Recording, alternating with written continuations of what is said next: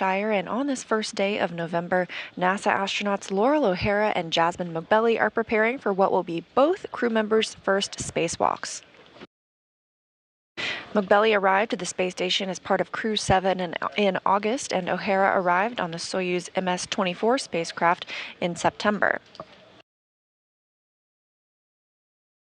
This is the 269th spacewalk in support of space station assembly, maintenance, and upgrades, and it's also known as US EVA 89.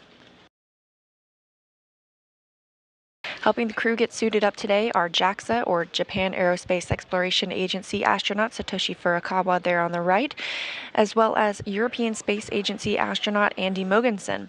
Mogensen will also serve as the driver of the Canadarm2 later in today's spacewalk with Jasmine Mogbelli aboard.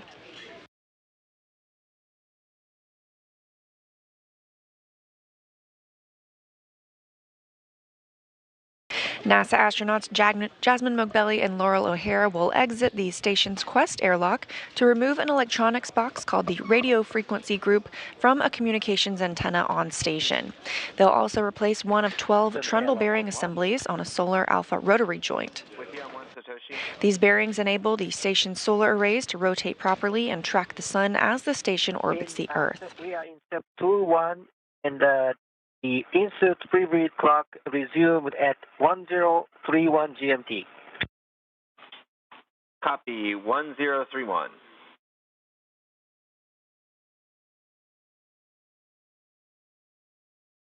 This view from Mission Control Houston here at Johnson Space Center in Houston, Texas.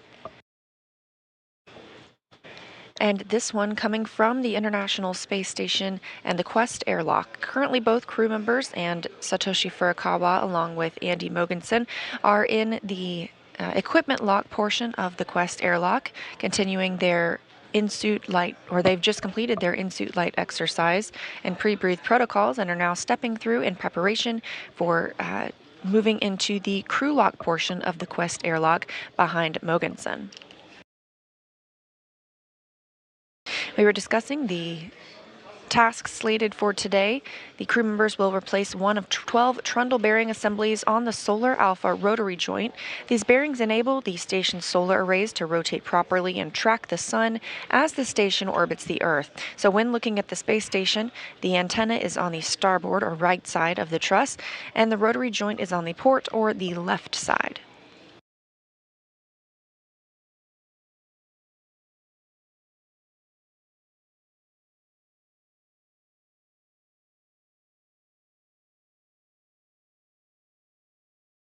Before we get started today, let's get a different perspective of the spacewalk. So we'll take a look at the animation detailing the events narrated by Spacewalk Officer Sandy Fletcher.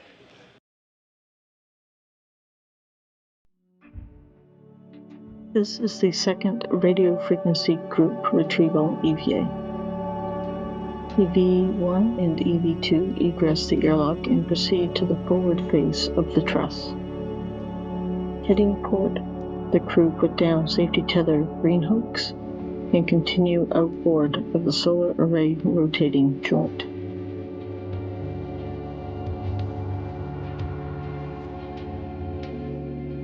EV1 goes to the 2 alpha beta gimbal assembly and secures a crew lock bag of tools.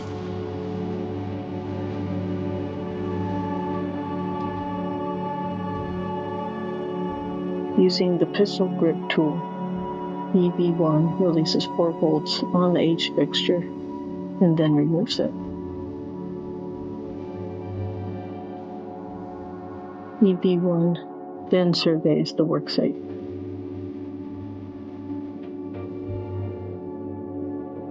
Meanwhile, EV2 goes to the solar array rotating joint and removes a cover, exposing a trundle bearing assembly.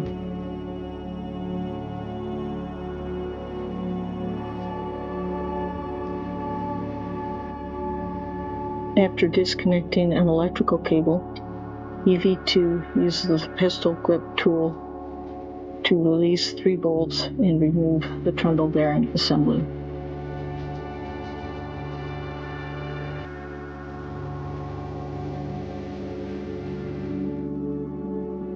EV2 photographs the surface then applies lubricant to the rotating ring using a grease gun.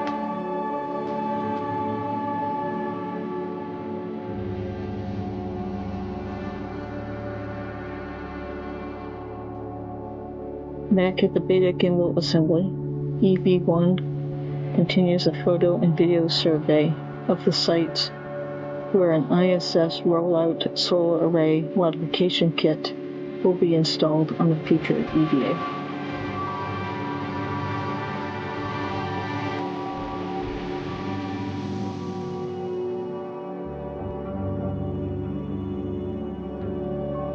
EV1 returns inboard to the camera port 8 worksite to adjust a cable interfering with movement of the camera light assembly. After lubricating the surface, EV2 installs a new Tundle bearing assembly.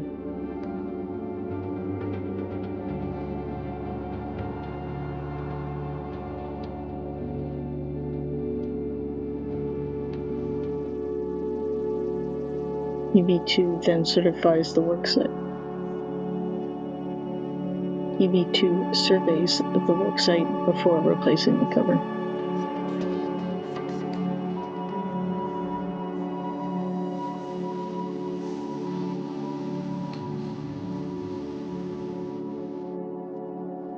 From camera port 8, EV1 translates inboard, down strut, and temp stows the crew lock bag on the U.S. laboratory. EV1 goes to the airlock, retrieves a different crew lock bag, and takes it to the external stowage platform number 2.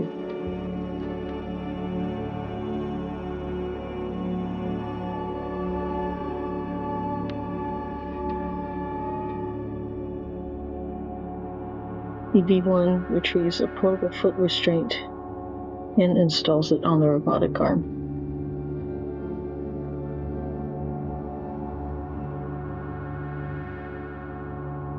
Then EV1 ingresses the foot restraint, and the robotic arm flies to the radio frequency group aft position. EV2 returns along the truss back to the airlock, stowing the large bag outside the airlock, and joins EV1 on the stowage platform. The crew work together to fold back the multi-layer insulation surrounding the radio frequency group.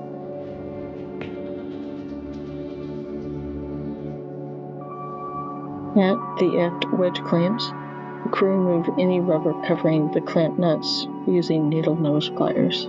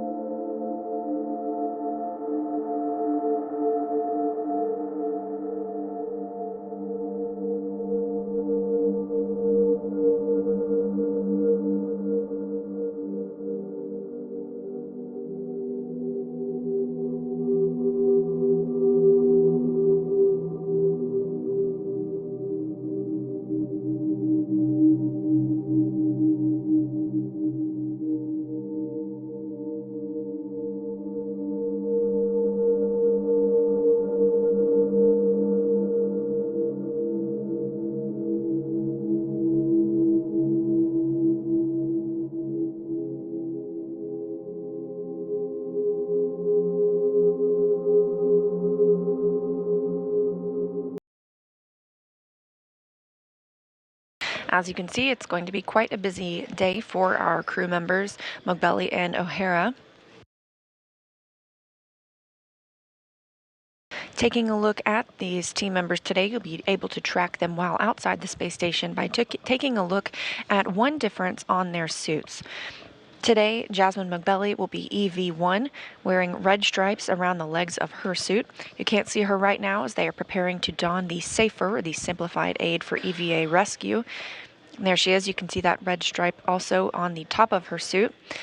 Meanwhile, Laurel O'Hara will be EV2, or Spacewalker number 2, and she's wearing an unmarked suit, so no stripes around the legs or top of her suit.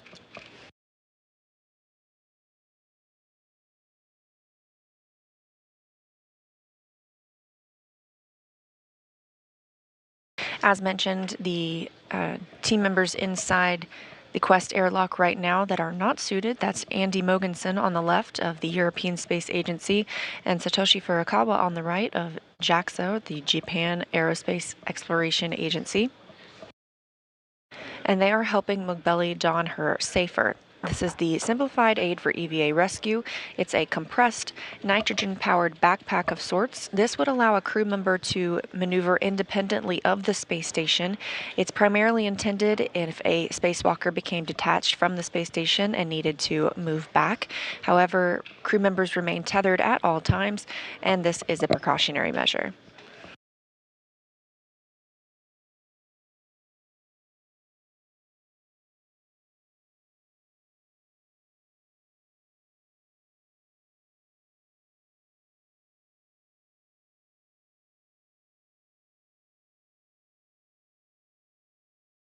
Today is the fourth all-female spacewalk, the first three being completed by NASA astronauts Christina Cook and Jessica Meir, and the first of those taking place 4 years ago on October 18th, 2019.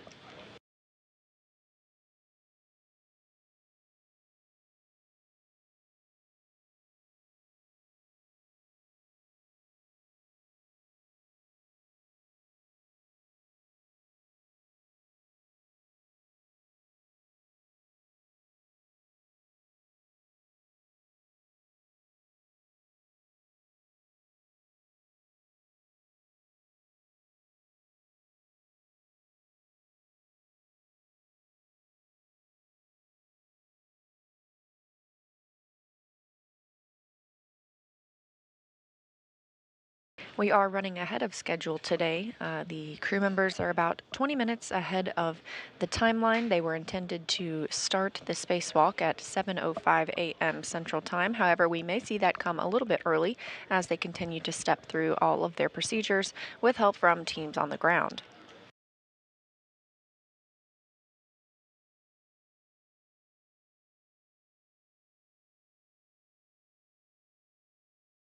So far, most of the action this morning has been taking place in the equipment lock portion of the Quest airlock. There are two portions, and in this equipment lock side is where crew members don their suits or put them on. They also conduct the pre-breathe procedures and, of course, as you see now, attach the SAFER. Once the SAFER is attached on both crew members, they will move into the crew lock portion. That's the outermost part of the Quest airlock. That's where we'll do final communication and suit systems checks with the ground.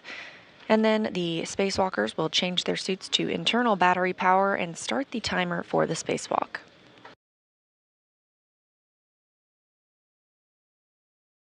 Earlier this morning, O'Hara and McBelly were conducting the pre-breathing exercise. This consists of two phases. In the first, the crew breathes 100% oxygen through a mask to begin purging the nitrogen from their bodies. In the second phase, the crew gets in their spacesuits and conducts something called the in-suit light exercise. That's also known as ISL. This is where they move their arms and legs very slightly just to raise their metabolic rate and speed up getting rid of that excess nitrogen.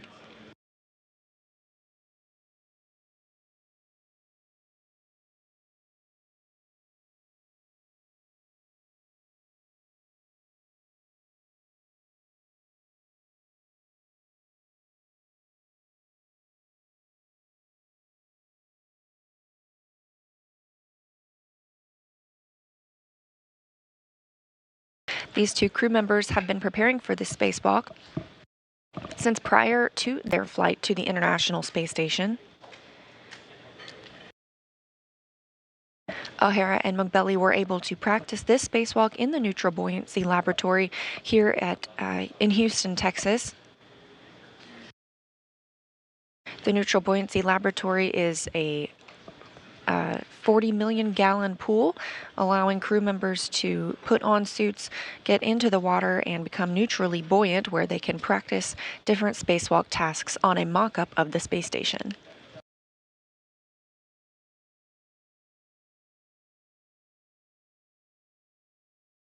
Since arrival to the International Space Station, they've also been able to review their procedures, talk with teams on the ground, and they've needed to refit their suits in space in case there has been any spinal elongation or fluid shifting that's occurred since they've arrived.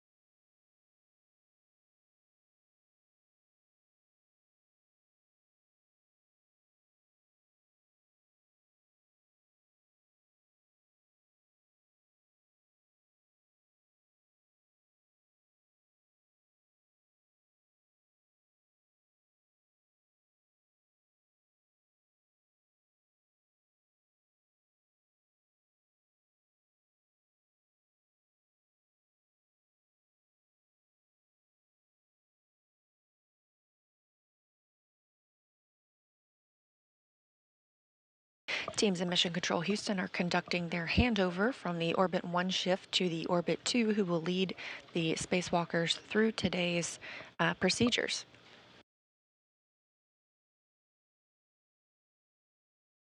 The International Space Station itself is currently flying 265 statute miles over Australia.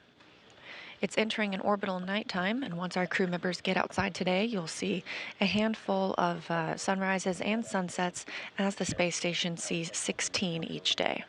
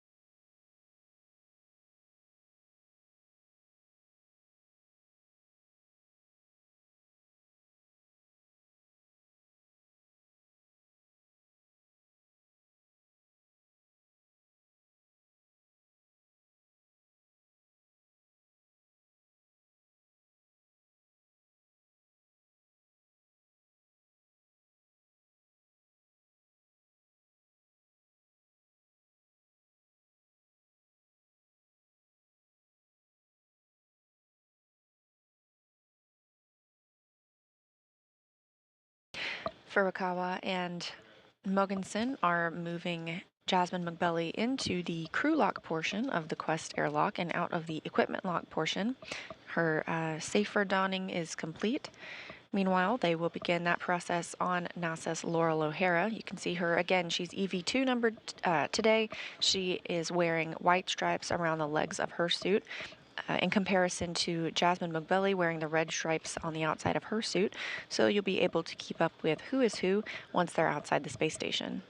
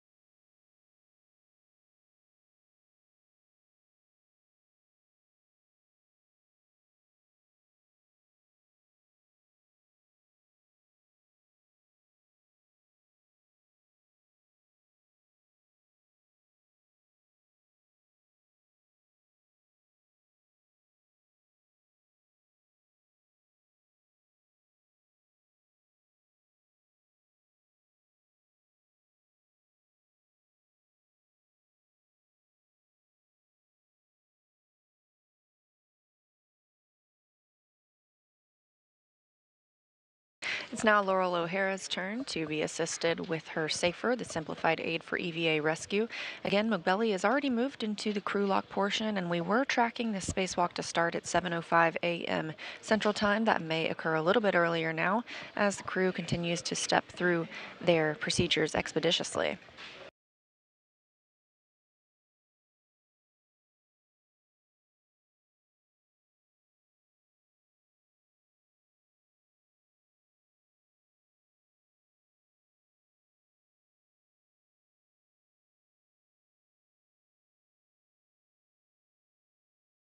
A reminder again of some of the tasks that the crew members will be working on today. McBelly and O'Hara will exit the Quest airlock to remove an electronics box called the radio frequency group from a communications antenna on the station. This radio frequency group, or RFG as you might hear it called, is from a unit installed in 2021. And it was previously swapped out, the entire unit, by Tom Marshburn and Caleb Barron on US EVA 78. They left the part of the degraded unit on the truss, and earlier this year, Steve Bowen and Sultan Al-Nayati got part of the unit removed, but not this radio frequency group. They ran into some trouble, so teams here on the ground have been troubleshooting next steps on how to best remove this portion of hardware. They've also developed a special new tool that'll be used today, a type of wrench that will help them secure the radio frequency, or secure the station on which the radio frequency group is placed, and remove the radio frequency group altogether.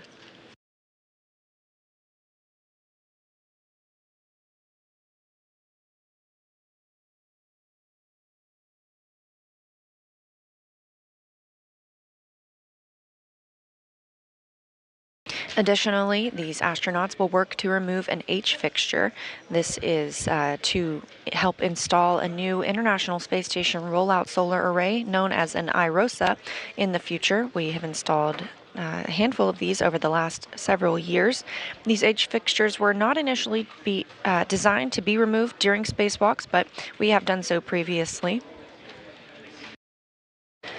And Laurel O'Hara will take some time to work on a trundle bearing assembly. She will remove part of a solar array rotary joint, also known as a sarge. These trundle bearing assemblies help facilitate the rotation of the solar arrays, and this one specifically is sticky, worn out, and the lube applied over time has worn down, so instead of just servicing it, it's being replaced entirely.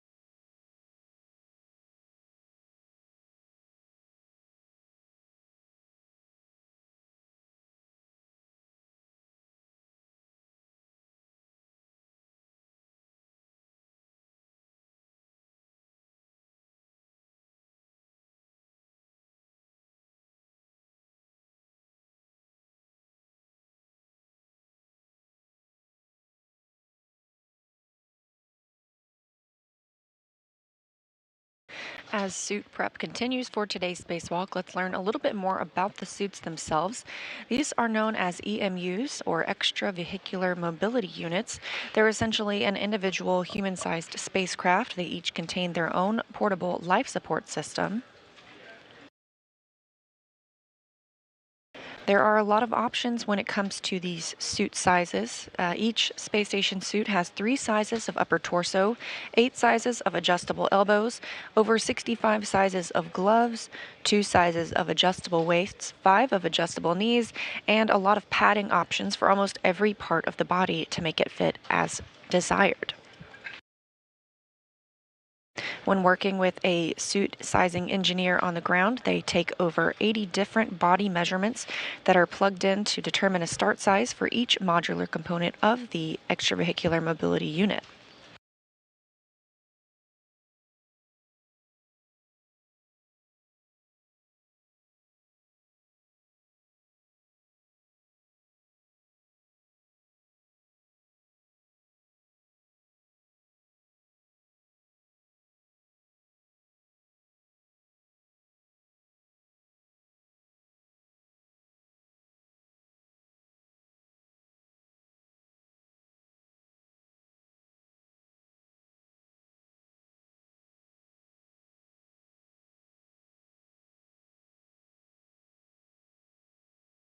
These extravehicular mobility units, or the spacesuits that you see today, have 6 layers and provide atmospheric containment, thermal insulation, cooling, solar radiation protection, and micrometeoroid or orbital debris protection.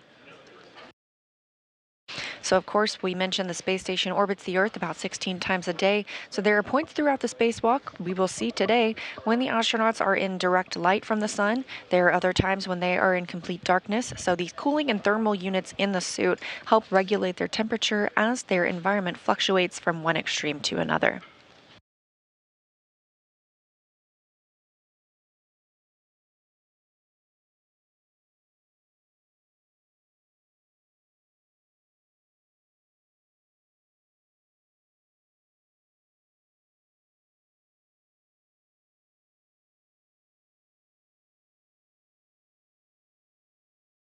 It looks like Furukawa and Mogensen are conducting some final checks after attaching the safer to Laurel O'Hara's suit. They will start moving her into the crew lock portion of the Quest airlock.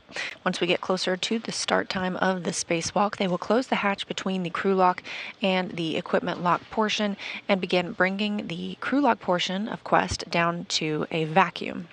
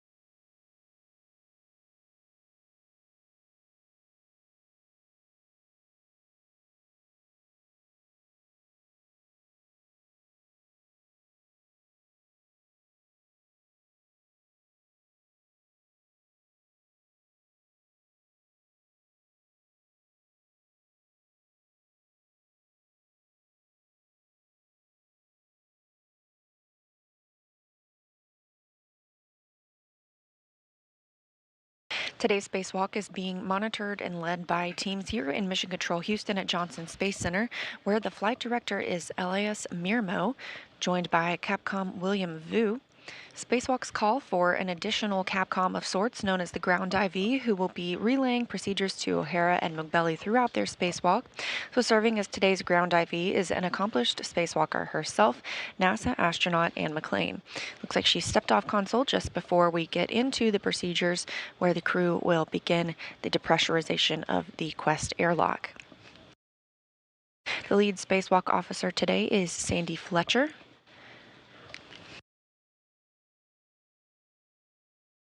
And today's spacewalk task is Miranda Nelson.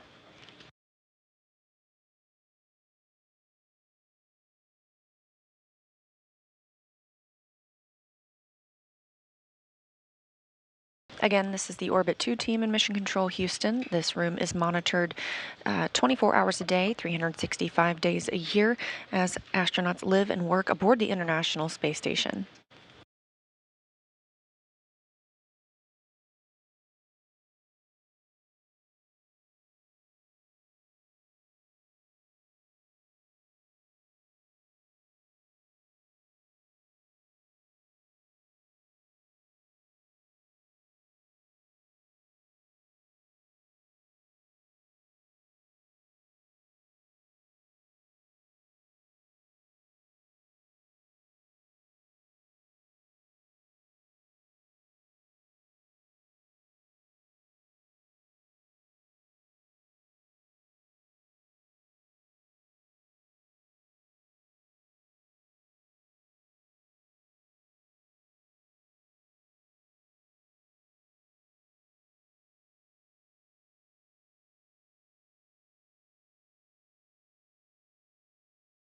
Station on 1 from Airlock. Go ahead, Andy. We're in step 69. We're ready to close the hatch, go into the crew lock. All right, Andy, we concur. Step 69.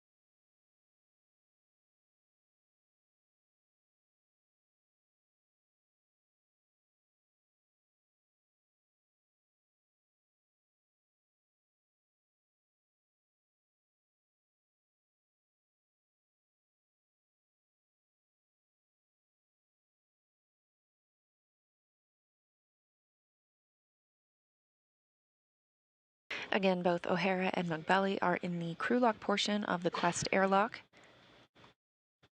They've just received the go to close the hatch between the crew and equipment lock. They'll then start the depressurization process of the crew lock side, bringing it down to a vacuum so that the astronauts can open the hatch and start their spacewalk. U.S. spacewalks officially begin when the spacewalkers switch their suits to internal battery power.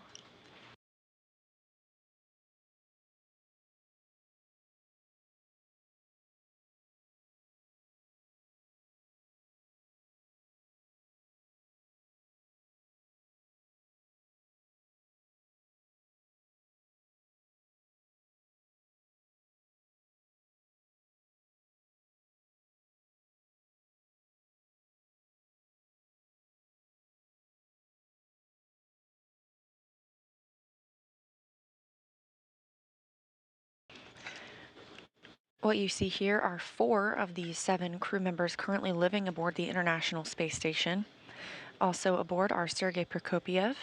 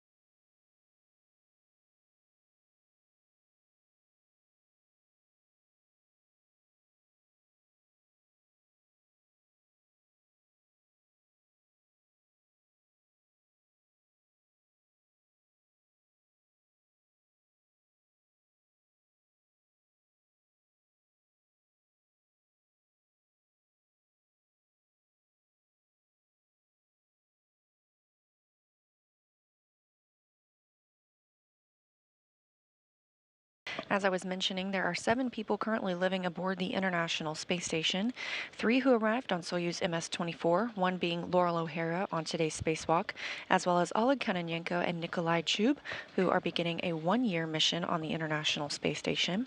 Additionally, the crew who arrived on Crew 7 includes Jasmine Mogbelli, who is also today's EV-1 lead spacewalker, Andreas Mogensen and of ESA, and JAXA's Satoshi Furukawa, as well as Roscosmos cosmonaut Konstantin Borisov.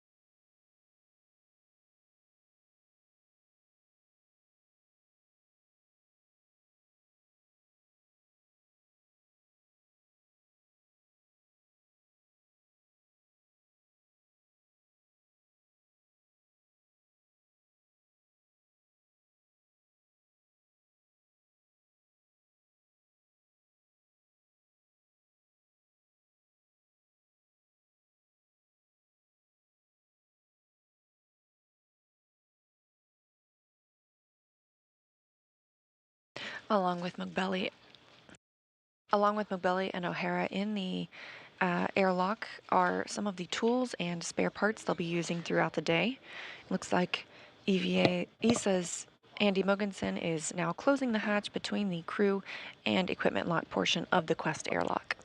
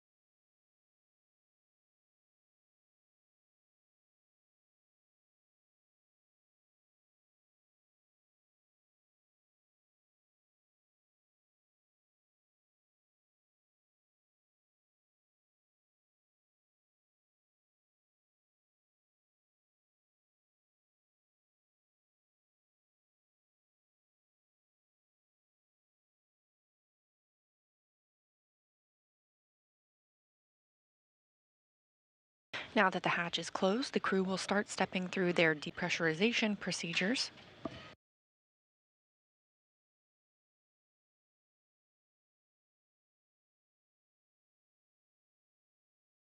They'll be bringing the airlock pressure down to less than 0.5 pounds per square inch, as close to vacuum as possible in preparation for opening the hatch and exposing themselves to the vacuum of space.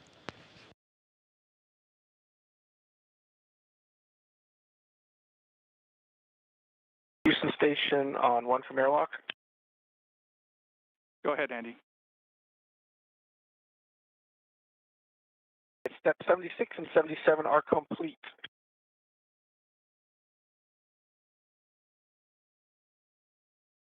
Copy, Andy. 78 has been complete by ground, 79 in work by ground. Copy.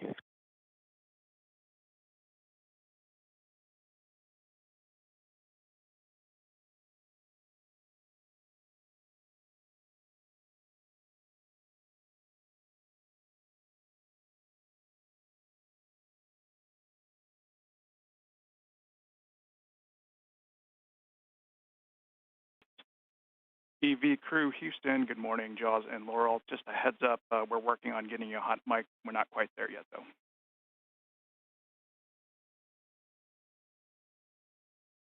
Once the crew members are hot mic'd, we'll hear a lot more chatter between them and teams here on the ground, specifically Capcom, Ground IV, NASA astronaut Ann McLean, who will be relaying the procedures from the ground to the crew members and working with them on any troubleshooting.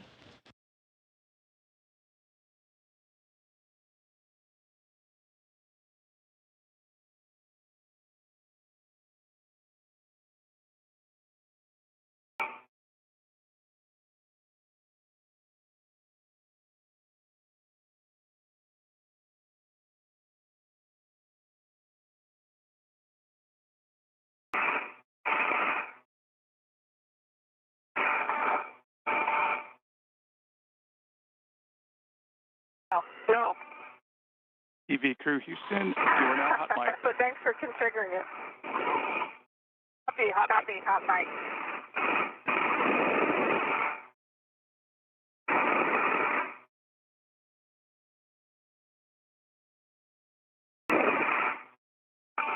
I guess we should say good morning. Yeah. Houston Station on 1 from Airlock. Go ahead, Andy.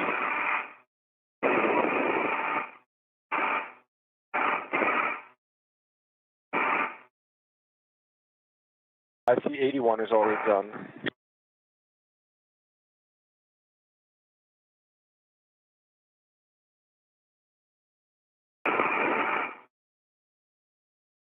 Copy, step 81 complete.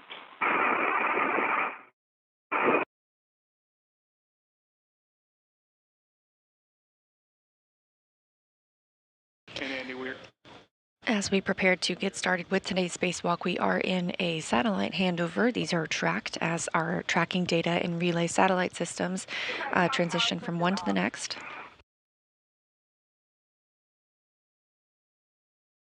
The LED is on.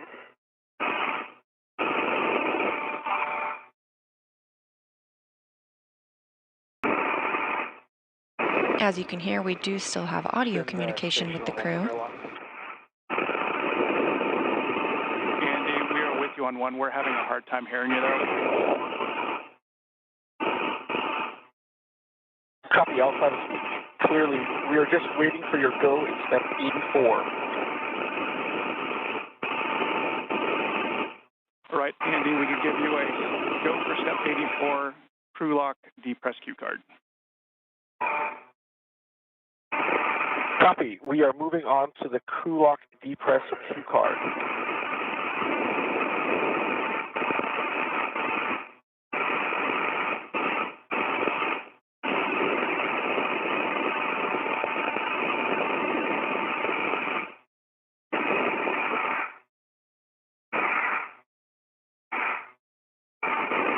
Now with the hatch closed,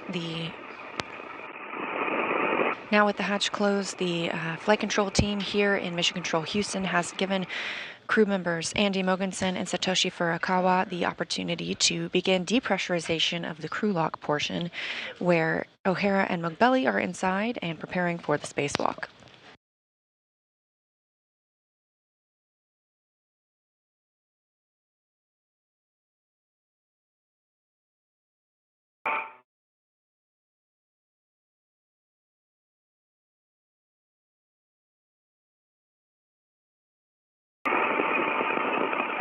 And Laurel from the equipment lock, how's it coming? I have you clear. There's a lot of static, but I can hear you. All right, we are ready to go onto the crew lock press Q card. You're ready? Ready. Ready. All right, Laurel on the UIA, switch depress pump power to on, ON, and wait 2 seconds for complete startup. Okay, depress pump power switch is on.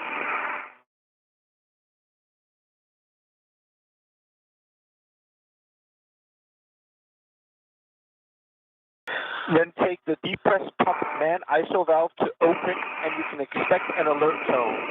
Copy, copy. Press pump man ISO valve is open. Monitor suit P gauge less than 5.5. If it's more than 5.5, stop depress by closing the pump manual isolation valve. Copy, copy.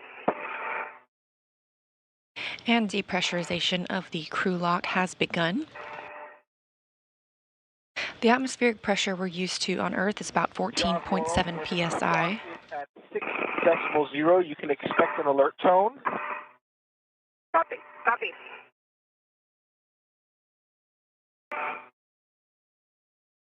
And Laura, when we get to 5 psi, then you can switch the depressed pump man ISO valve to closed. Copy.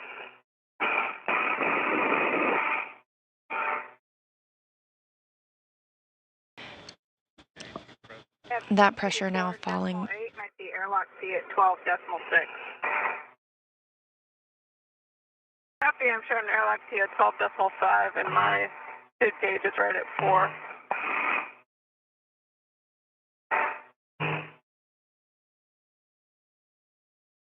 Pressure in the crew lock portion now about 12 pounds per square inch. Again, the space station is kept with what we're used to on Earth, about 14.7 psi. Meanwhile, the suit pressure is about 4.3 pounds per square inch. That low pressure in the spacesuit allows a lot more flexibility, which is critical when flexing these gloves for about a 6.5-hour spacewalk.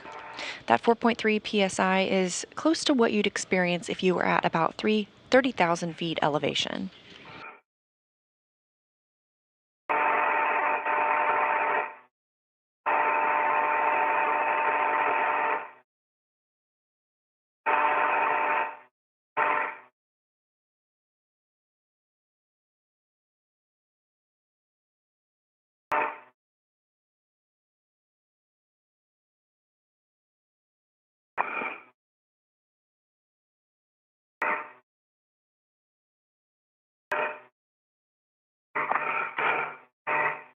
I hear the release valve.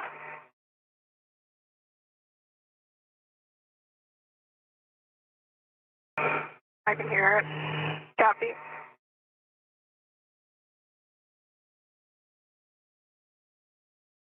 It's stable right at 5. Same. On airlock T 10.5. I see the same. And don't forget to drink a little out of your Didby while depressing. I am.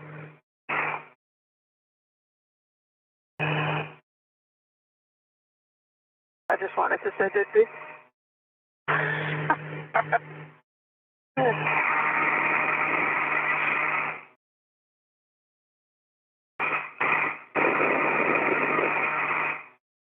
Because we have limited resources on board when it comes to nitrogen and oxygen, this excess nitrogen and oxygen that's inside the crew lock portion is pumped into the rest of the space station rather than being vented overboard.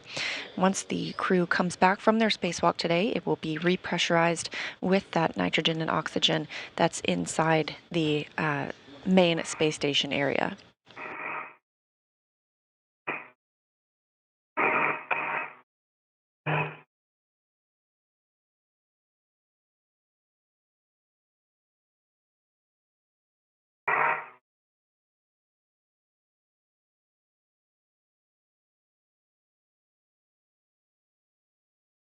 Crew lock is now under 10 pounds per square inch of pressure, approaching 9.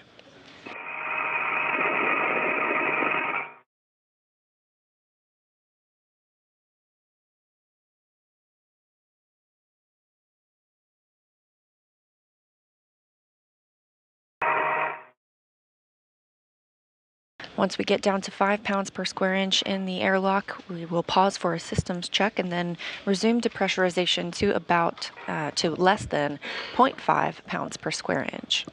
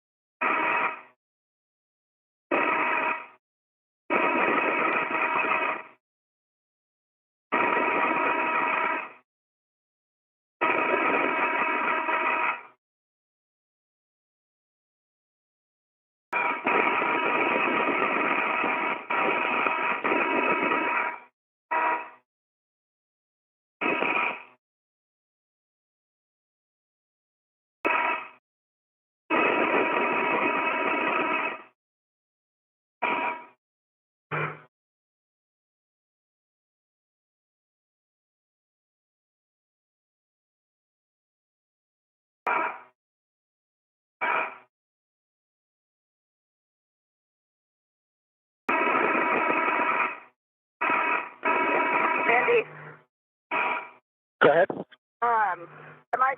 will I take the depressed pump and ISO valve to close on your call, or when I see on my DCS? When you see 5, you can take it to Okay. closed. Copy. What are you showing right now, Laurel? 7.1.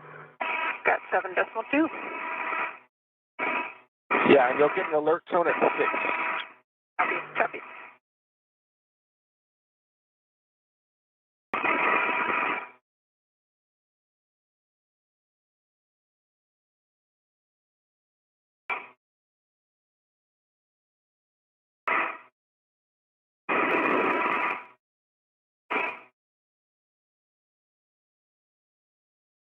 And I just got the alert for O2 position IV.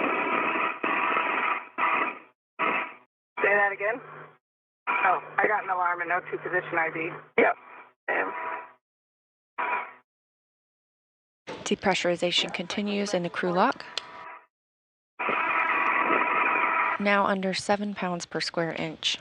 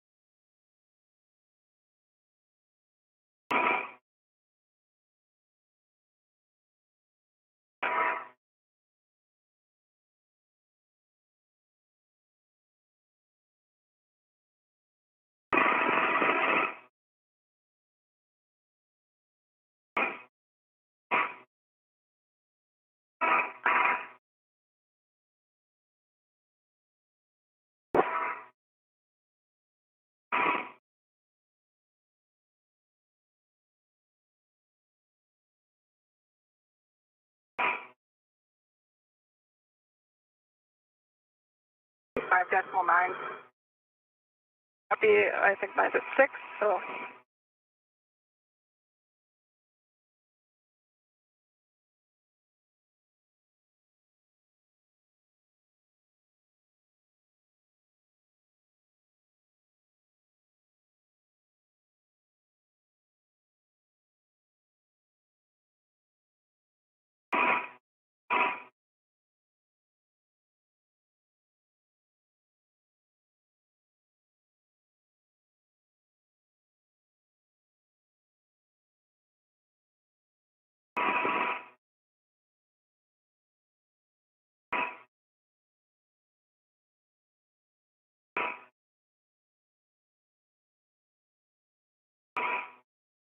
5.5. Showing 5.4. Copy.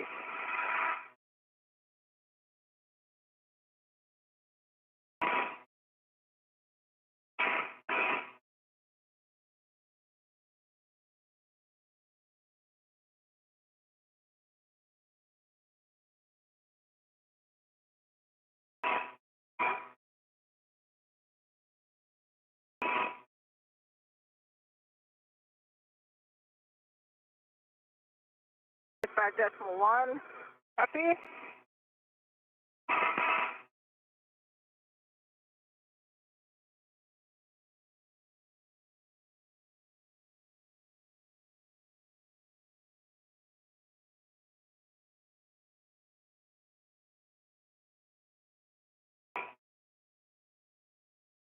Decimal 0. Okay, press pump man, ISO valve is closed. Copy. The depress pump man ISO valve is closed. Now on your DCM, you can switch your display status until leak check question mark is displayed. And then press along yes, 2 seconds. Copy. Copy. And once you have selected yes, long 2-second hold, then follow the displayed instructions and we'll do a leak check. Copy. Okay.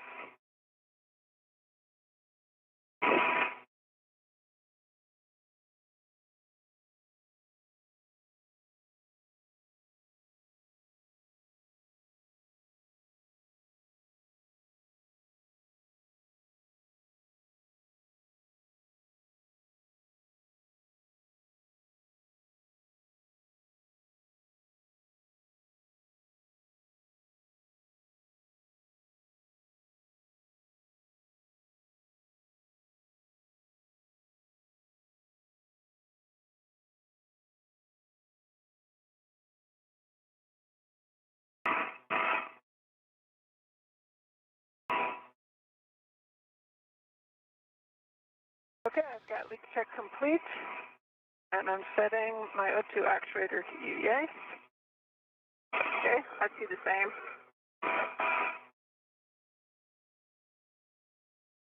Copy. 2 good leak checks. When we're done, check it. Your O2 actuator is in EVA. Stand by and work. Yep.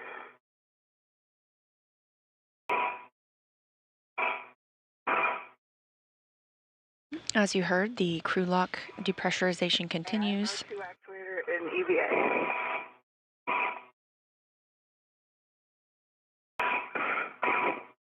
That depressurization holds at about 5 pounds per square inch.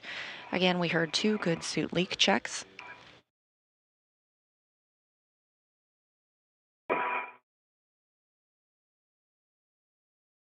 Shortly, we'll hear the depressurization resume, again, bringing it as close to a vacuum as possible.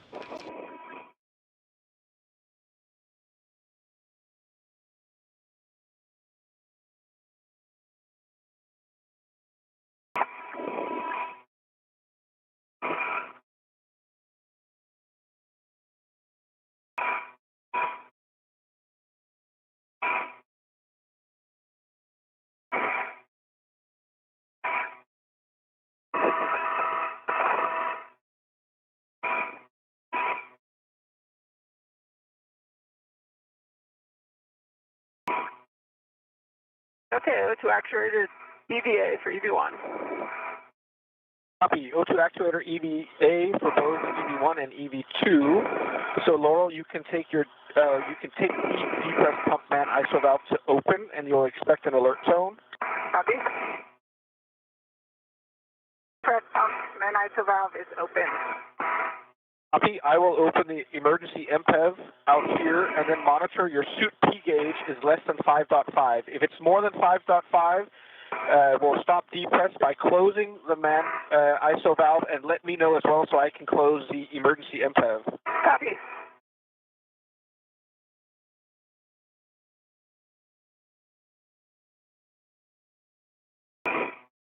Depressurization has resumed, now falling below that 5 pounds per square inch and Laurel, mark. when the crew lock is at 2 psi, then you can close the depress pump man ISO valve.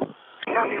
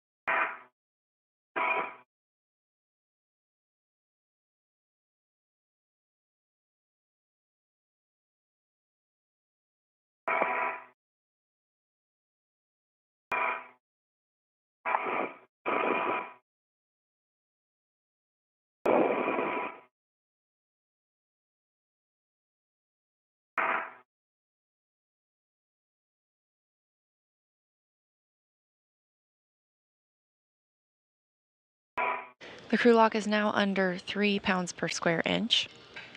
Again, bringing that down to a vacuum.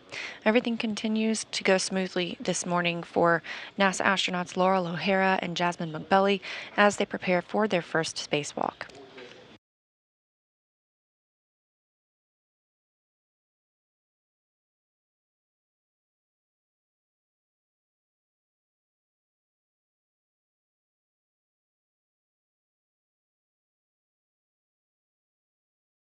Go to 2.4. Let's try to see 2.3. Copy.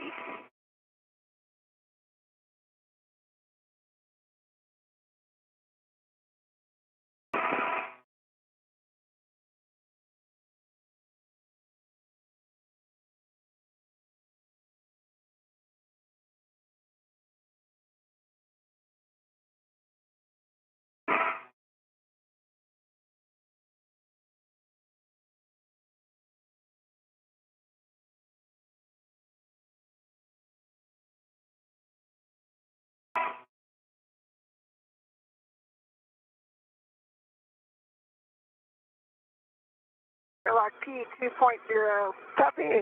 Press pump man ISO valve is closed. Copy, Laurel. Depress pump man ISO valve is closed. Now you can switch depress pump power to off, OFF.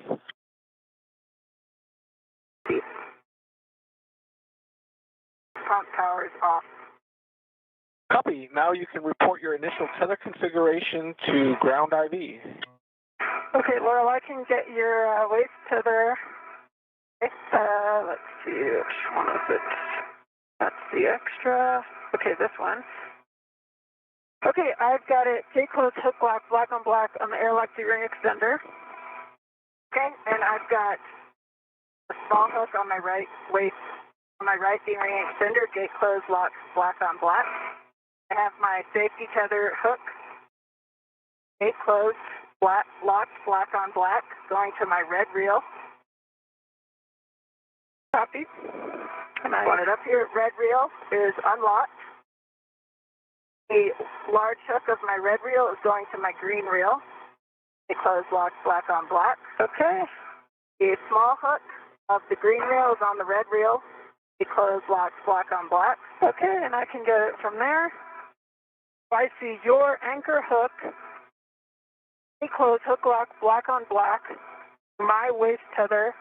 A close hook lock black on black. That waist tether goes to my right D-ring extender, and that is a close hook lock black on black. Okay, and from my left side, let me get my safety tether.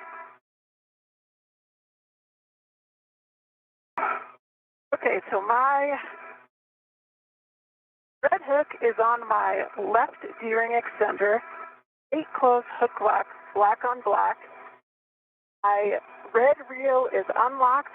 The green hook is attached. It is unlocked as well. My yellow hook is going to my green reel. That is gate close hook lock, black on black. The green reel is unlocked, and I have the anchor hook on my mini workstation. That should be it. You can also call my waist tether if you'd like.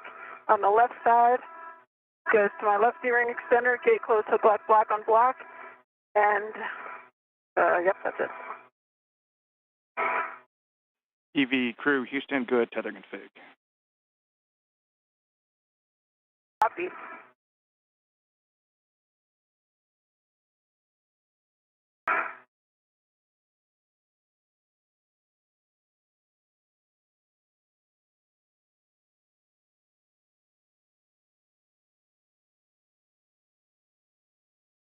Jaws and Laurel, just for awareness, we're now waiting for the crew lock to depress completely. We'll let you know when the pressure is less than half a PSI. Copy.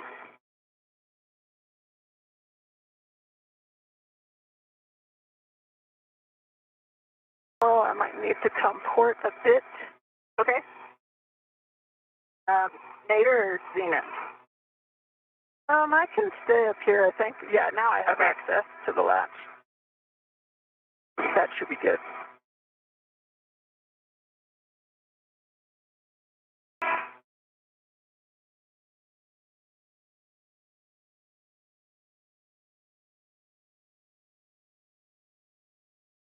As you heard, O'Hara and McBelly are stepping through some checks of their suits and tethers. Again, depressurization of the crew lock continues, now at about 1.4 psi or pounds per square inch. Again, we want to bring that down to as close to a vacuum as possible in preparation for hatch opening.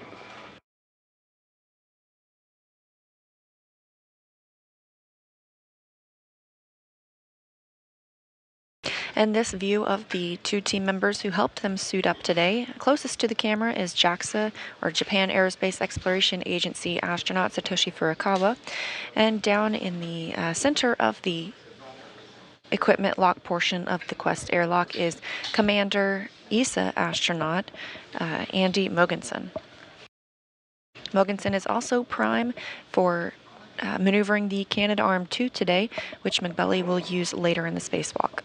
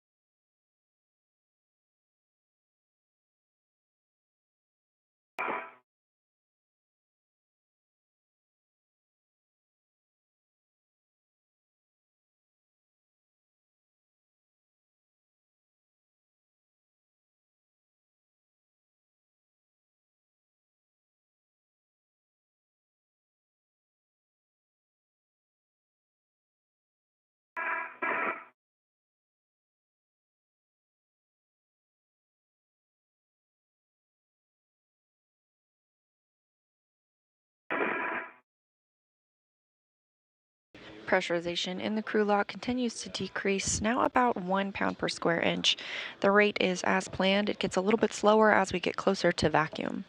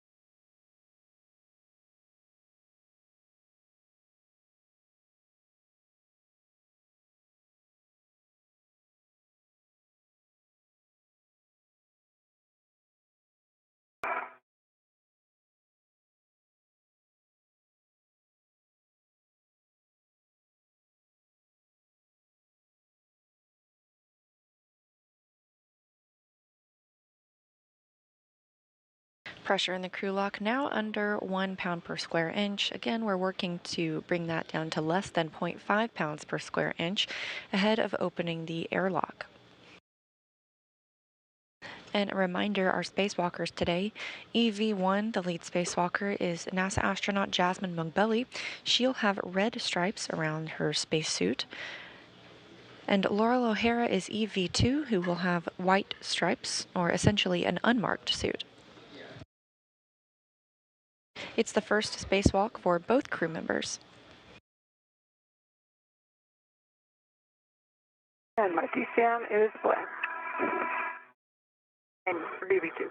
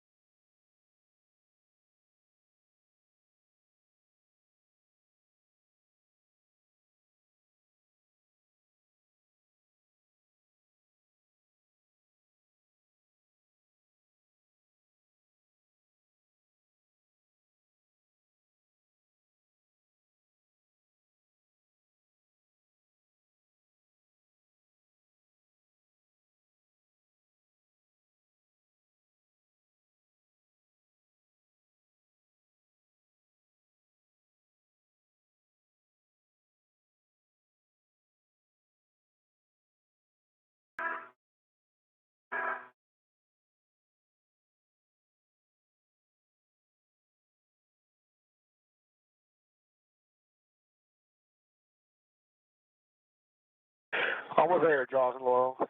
Copy.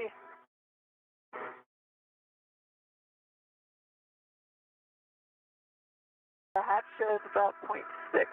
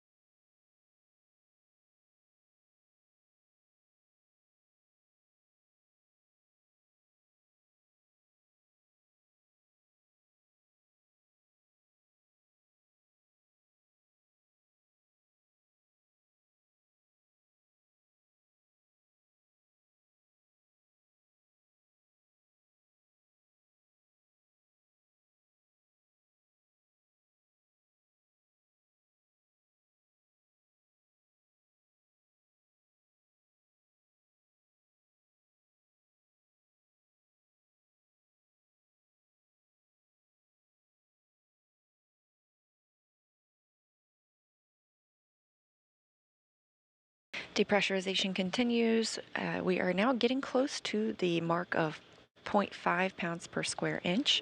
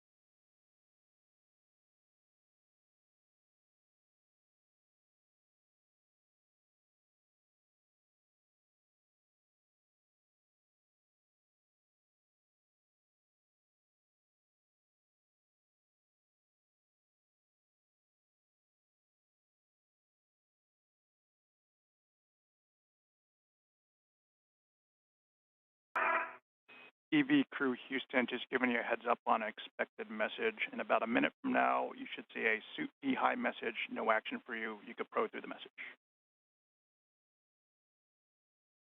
Copy. Copy.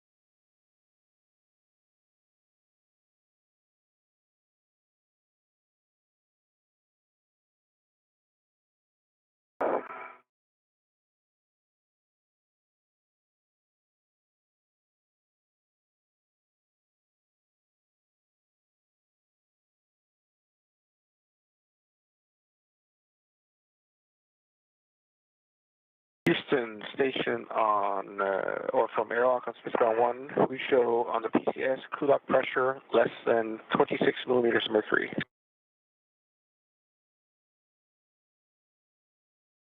Okay, Andy, we copy and concur. I'm showing 0.4 on the gauge. Excellent.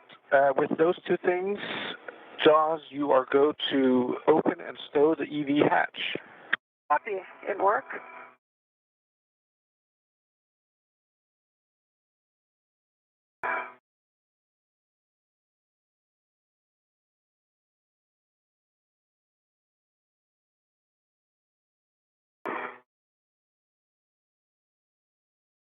Now that depressurization is complete, the crew has a go to open the hatch. Again, right on the timeline today. They were anticipated to start this spacewalk around 7:05 a.m. Central Time. This live view coming from outside the International Space Station, looking directly at the Quest airlock.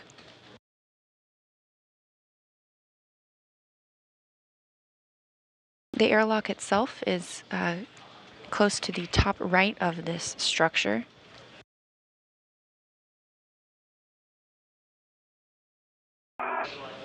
We won't see the airlock hatch itself open as that opens inwards. However, you will see the thermal cover open that protects the airlock hatch underneath.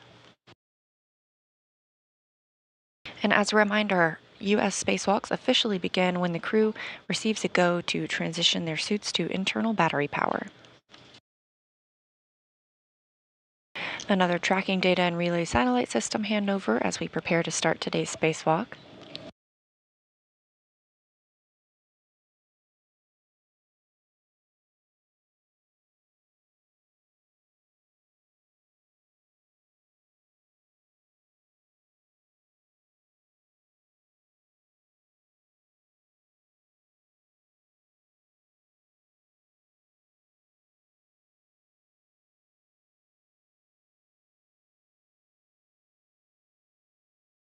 I got same.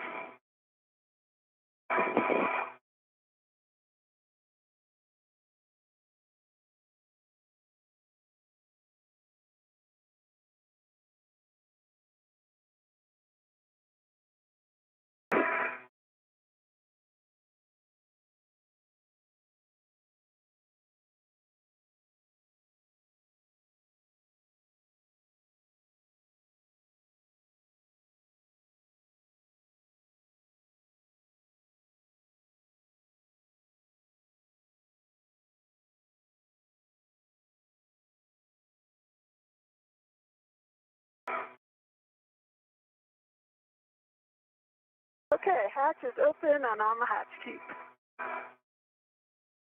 Copy. And the emergency MPEV is closed. So at this point, I wish you a good EVA, and I'll hand you all over to ground IV for post-depress. Thanks, Andy. Copy. Thanks, Andy. Be on the backside. Good morning, Jaws and Laurel. How do you hear?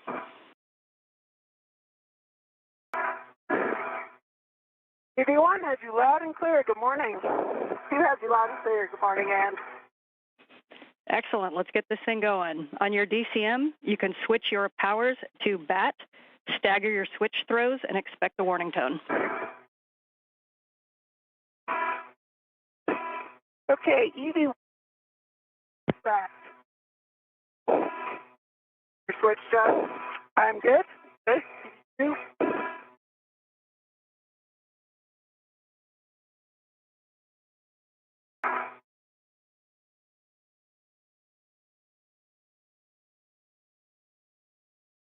V2 powers back, and I have the super high message again.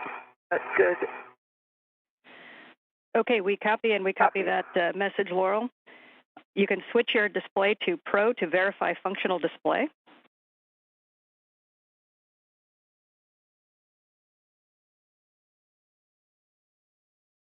EV1 functional display. EV2 functional display. Copy, Laurel. On the UIA, switch power EV1 and 2 to off, OFF, and check that all 4 LEDs are off OFF. Copy. Power to EV1 and power to EV2 are both off. All LEDs are off. And I got the H2O is off message expected. All right, we copy. For EV2. For both, you can disconnect your SCUs from your DCM, install your DCM cover, and stow the SCU in the pouches. When you install those in the pouches, please make sure they're securely in the pouches and that Velcro is closed. We don't want them flying out. Copy. Copy. Communications here on the ground has now been handed over to NASA astronaut Ann McClain to work with our spacewalkers. The spacewalk today beginning right on time at 7:05 a.m. Central. And is it normal for mine just sprayed up some water that then froze on my helmet bubble?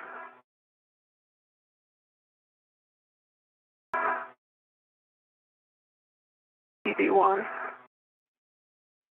Okay, for Jazz, your Vox is kind of coming in and out. Can you clarify that last call?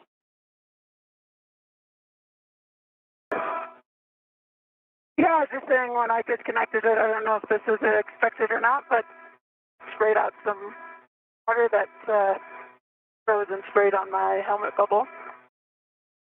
No issue. Okay, and we understand that that was from the SCU. DCM or SCU is stowed in the pouch. AFIRM. And for EV1, SCU is stowed in the pouch and DCM cover is installed. Okay, we understand both SCUs are stowed in the pouches. And Jaws, can you just confirm that those water droplets were from the SCU?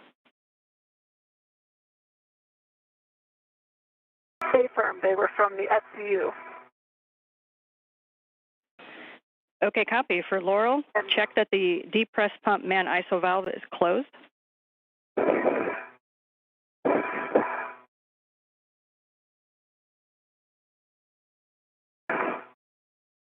Press pump man ISO valve is closed. Copy. For both of you, take your temperature control valve to max hot, which is lowest numbers.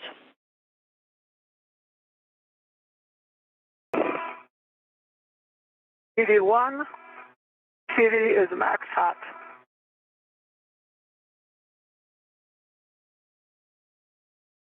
TV2, TTV is max hot. Copy. For both crew, you can switch your water to on, O-N.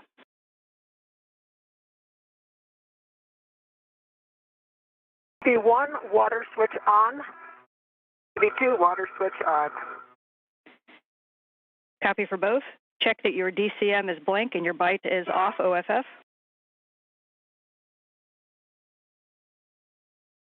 TV1, blank and byte off. TV2, blank and byte off. At this time, you can set your temperature control valves as desired, and please report to us the number that you are going to start with. And just a reminder that anytime you change it, please give us a call and let us know.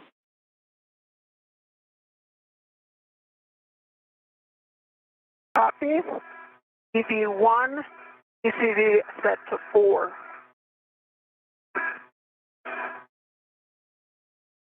And EV2, TTV set to 4. Copy. We have both suits at 4. Report your suit P gauge.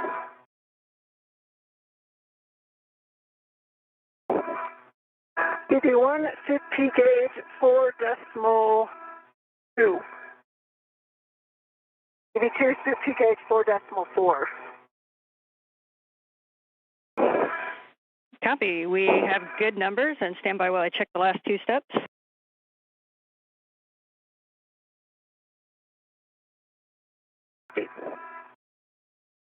All right, doing one last check of my config.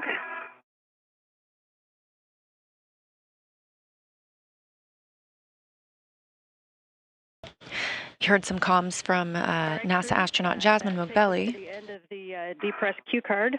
At this time, Jazz, you are going to open the thermal cover.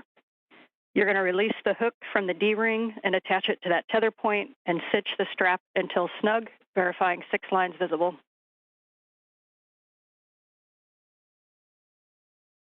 Copy and work.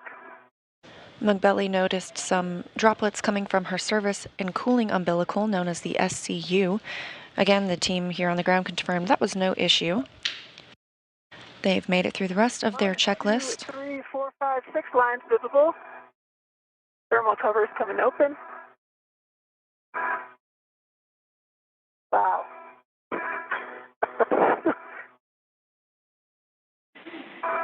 We copy the 6 lines visible, and you're about 13 minutes to a sunset, so you're coming out during day, which is probably painfully obvious to you. And you are go to egress the airlock, and Jaws, your first step is going to be to attach your anchor hook to the aft external D-ring.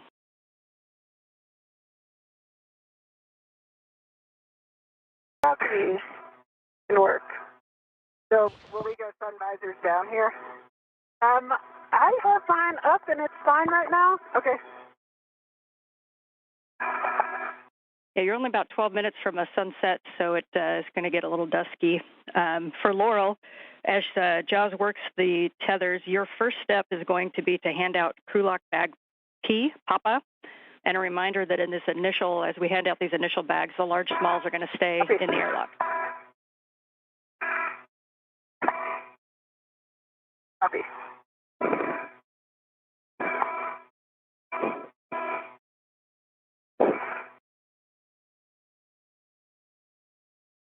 Okay, my safety tether is on the aft D-ring extender, gate closed, hook lock, black on black. Copy, your anchor is on the aft external D-ring. You can attach Laurel's anchor, EV2's anchor, to the forward external D-ring. It worked. NASA astronaut Jasmine Mogbelli is the first out of the hatch this morning.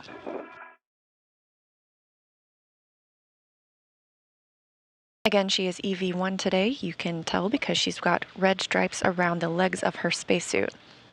Meanwhile, EV2 Laurel O'Hara will have no stripes on her spacesuit.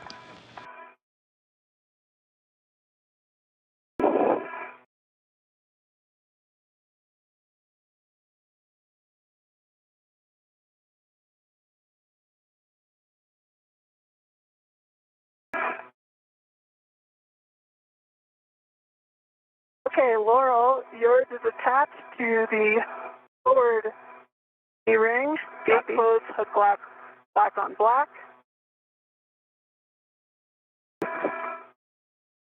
Copy. So Jaws can give Laurel the go to release your waist tether from the airlock D-ring extender whenever you'd like, and we'll work on getting crew lock bag P out to Jaws and on your BRT.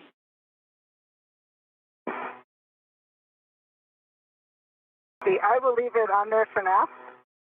And Jaws, I'm ready to pass crew lock bag P. Wherever you are.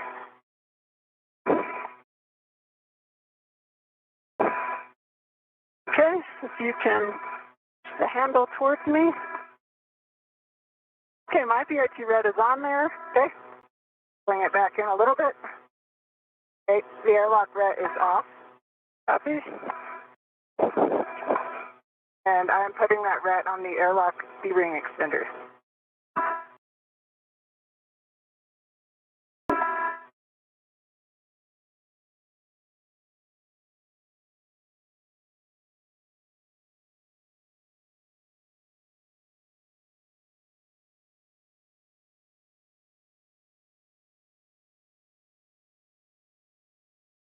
Okay, that is on my BRT. Okay, we copy, Jaws, that that's on your BRT. And while you're working on that, I'm going to take and just getting it in good position. All right, and I'm going to take my waist tether hook and just clear a quick wrap on with my safety tether. Just taking it off, and I'm back on the airlock D-ring extender. Tethers are clear. Copy.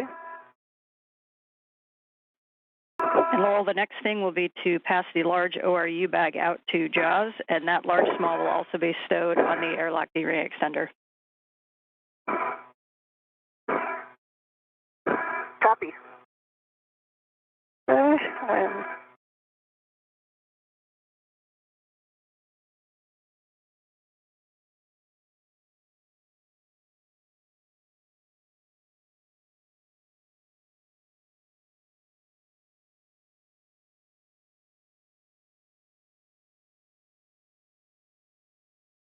Bye, Laurel. Okay, your tether is clear of mine. Oh, sorry. Okay, Laurel, I have it. Okay. And, but I do not have a ret yet. Copy. Just a reminder, if you could not ret to the handrail, or ret to one of those D-rings if you can. Copy.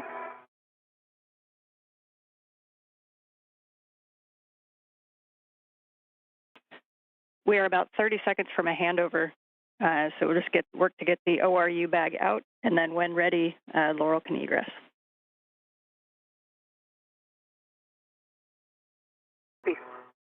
Copy.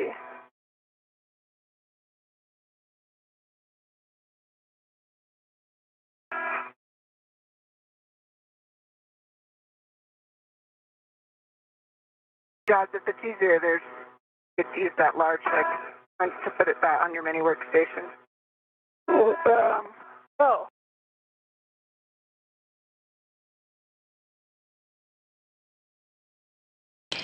As expected, we are in another satellite handover. We expect to regain communications with the astronauts very shortly.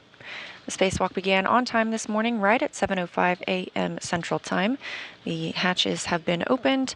NASA astronaut Jasmine McBilly is outside the hatch. Copy. Let me just clear this tag. Copy. Okay, I am clear of you, Laurel. All right. Q2 is egressing. You look good. Stopping to pick up my waist tether hook. Copy. Got that on my mini workstation. Copy. You look good. I can't see your left side as well, but your right side is clear. You keep hitting a little. I think there might be. I was on your the other. Oh, okay.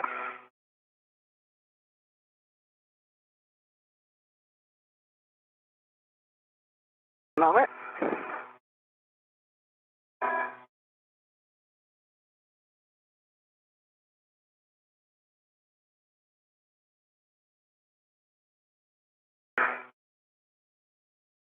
Coming up shortly, both crew members will turn on their helmet cameras. These will give us a view from their perspective throughout the day. Okay.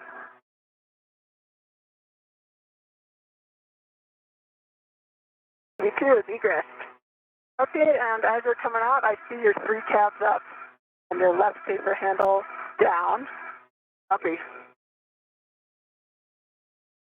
My waist tether on the handrail. Copy. All right, let me know when you're ready for bags. And we did copy those buddy checks, and we see you both out of the airlock. Welcome to space. Thanks, Sam. Pretty incredible. Blowing my mind. I can see our dragon. Okay. Working on the BRT. Okay. And let me pass the handrail side to you. That's NASA astronaut Laurel O'Hara at the top of the screen, and the International Space Station now flying 267 statute miles over the Indian Ocean, coming up on the southwest coast of Australia. Okay. Let me know when you're good for me to release.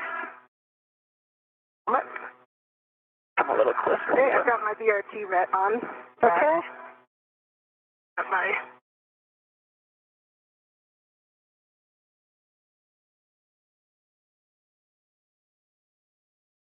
Okay. You've got the bag when you're ready. Okay.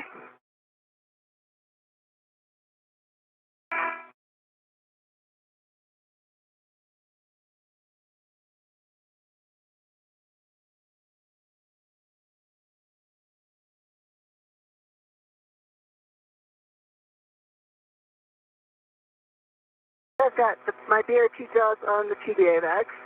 Copy. Might take me a second to get it here. Yeah, take your time.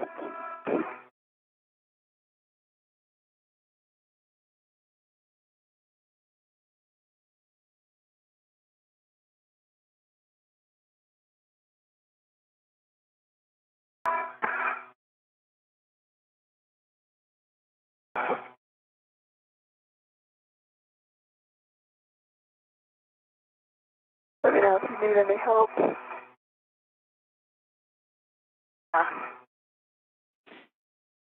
And Jaws, if you're not actively assisting, you can turn on your HECA.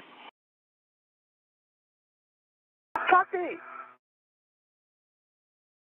HECA is on. I see a green LED. Copy.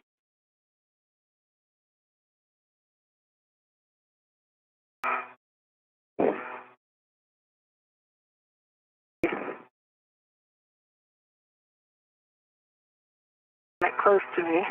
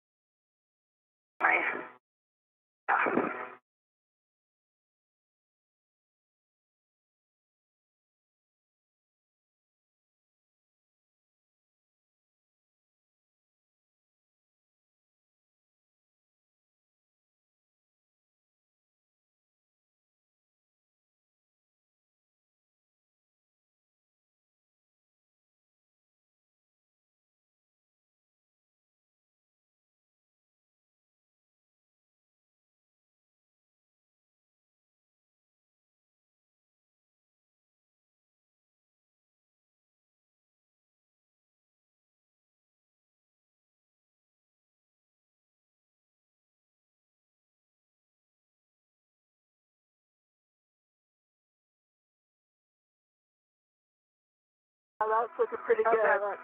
Yeah, it's like right along your leg. I think that's really good. Okay. That's like that. I think that's about as good as you're going to get. It looks really good. Okay. Yeah, we concur, and when we do translation adaptation, if you need to reposition it, we can definitely take the time to do that. So, Laurel, if you could turn on your HECA.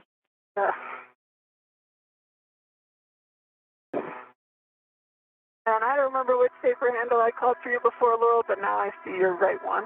Oh, and let's get our lights on. Our lights are coming on.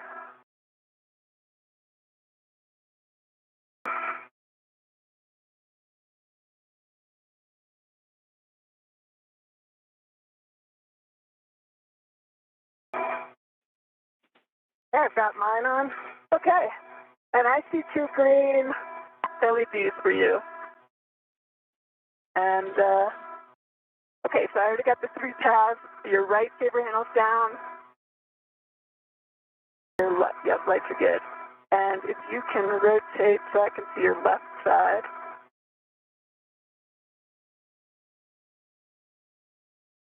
I can't quite see it. Copy. Yeah, it is. Can we give it a little bump just to make sure it's fully down? We're a little further off right there. Sit down.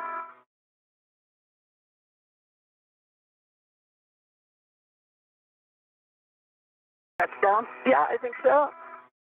I mean, again, if you can rotate a tiny bit, just yaw. Yeah, it's down. Okay.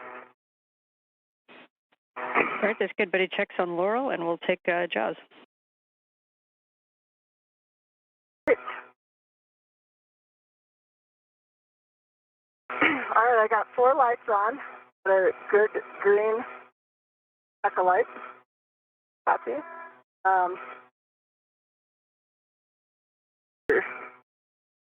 Got 1 tab up on your left side. Let me see your BRT tab.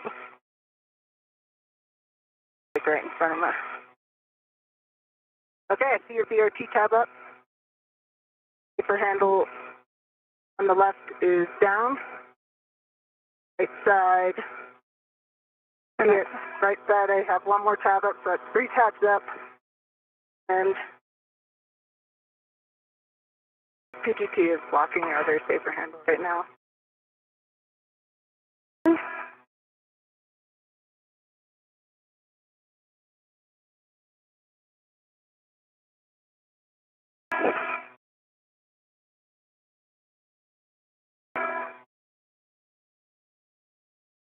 Further, or yeah. And I see that handle down.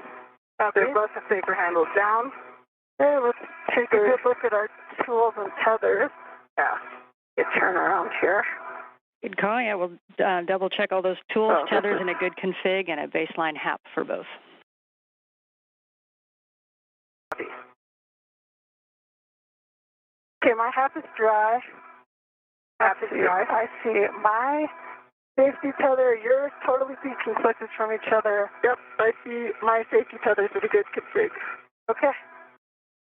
Look. Just back looks good. It looks good. It is flopping, but that's mine. I think we'll just have to tend to it quite a bit. Yeah. But the position looks good there. Okay. Okay, get tools and tethers.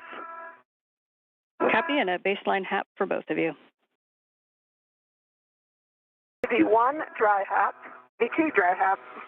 Copy, you go to close the thermal cover, and after the thermal cover is closed, the next step will be translation adaptation, and we can take our time as long as you need there.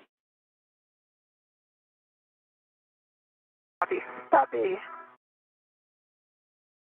The crew members are closing the thermal cover. Again, this is not the airlock hatch that opens inside. Copy, we see the thermal cover closed. At this time, if you'd like, we can perform translation adaptation in place, recommending, just like we do in the NBL, some rotation, pitch yaws and rolls, various hand grips,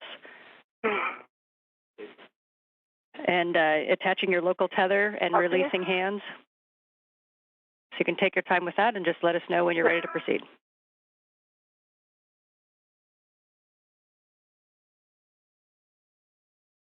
Probably the best way out you've ever had.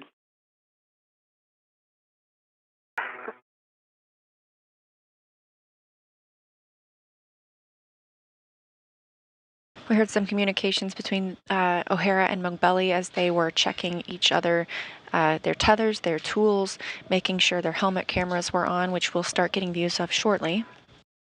Additionally, they performed a HAP check, that stands for Helmet Absorption Pad, just to make sure there's no excess fluid in the suit.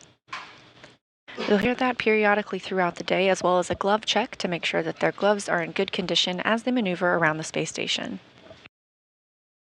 Again, this is the first spacewalk for Mogbelli and O'Hara, so they are performing some translation adaptation, getting used to this zero-G environment where they're outside the space station.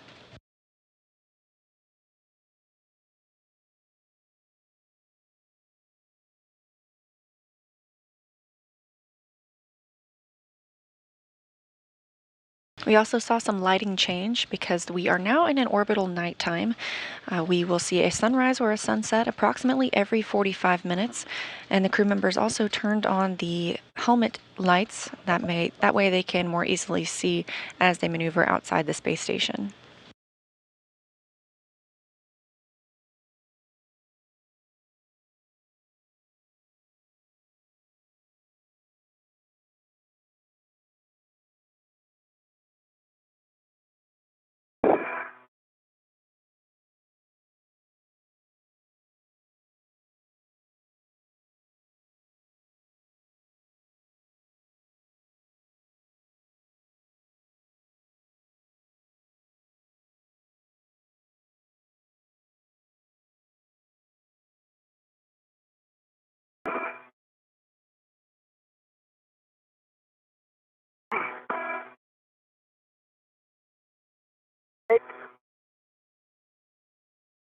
Hello? I said, all right. You good? I'm good. I'm good. All right, we're all good then. So we can begin our translation. Reminder that Laurel, you're going to lead out to the green hook location, and Jaws, you're going to head up to the starboard airlock toolbox. And just a reminder about MMOD strikes on face 1, so we don't want to slide gloves on the back of the handrails. And avoid inadvertent contact with the tusk cables on the zenith and nadir cedar rails. And then we're going to avoid translation on that bent over brake handle on the starboard cedar cart. Copy.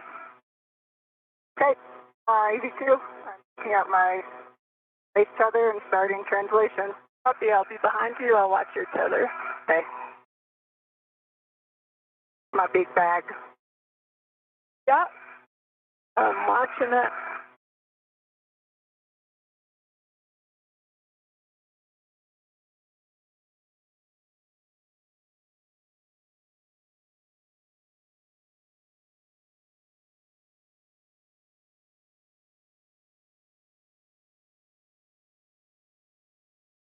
I'm on the cedar rail.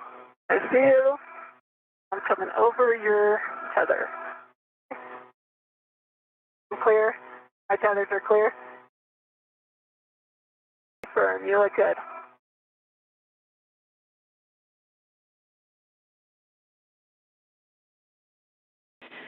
And Jaws, you're heading to that starboard airlock toolbox and opening up the zenith door. Copy. I'm on the starboard one and zenith door in work. And Laurel, as you head out to the green hook location, mile marker 9180 is what you're looking for below the FHRC, and reminder not to fair lead before you get there. Copy. I'm up on the cedar rail. Copy, Laurel.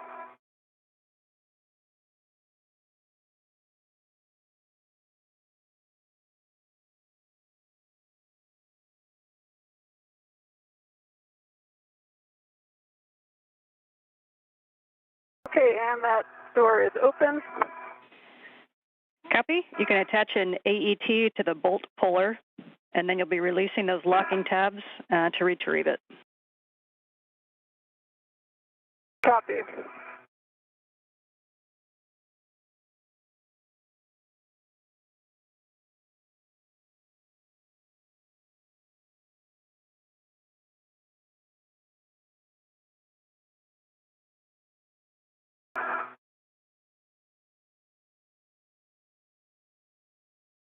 And I see my safety tether is hung up on some MLI. That is just part of the seat for it looks like. Copy, Laurel. Let me know if you need any help. I am doing these full pillars, so I'll be up there momentarily. Can we copy that, Laurel? Well, it's down. Okay. It's kind of down towards the bottom. I didn't translate past that, so let's see if I can go back and clear that. Just translating backwards. Okay, we copy, Laurel. And for Jaws, we see you got the toolbox door closed, and we're going to be stowing that bolt puller on the toolbox as you are doing. It's stowed. And then you'll be following Laurel. And I've released my wretch from it. Okay, copy. In work. Okay, I see my tether clear, so I'm headed back outboard. Bag is coming behind me. I feel better. And Jaws, can you give us a confirmation that the door latch is closed? Both door latches are closed. Thank you much.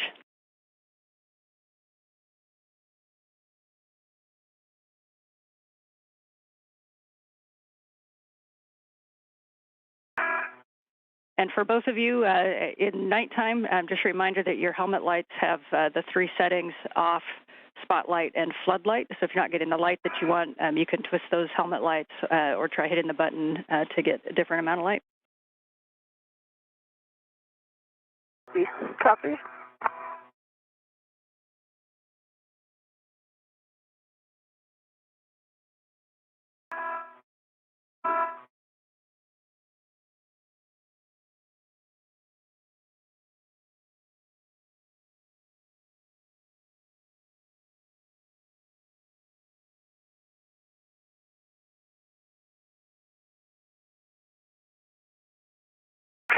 see Laurel's tether. Okay. Trying to come up. Okay, I'm clear of your tether. I'm coming up the Cedar Spur. Okay, I can see my tether too. Copy.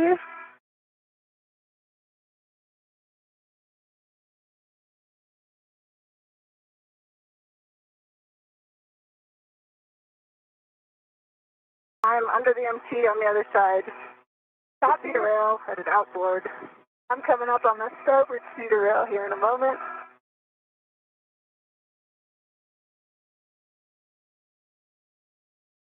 How's the MT today? I say easier than BL. Nice. Yeah. Good news. Yeah. Problem.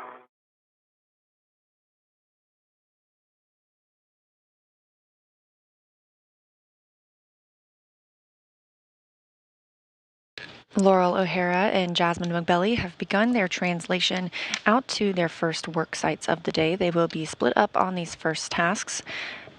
McBelly is heading out to work on the H fixture. I'm at mile marker 8760.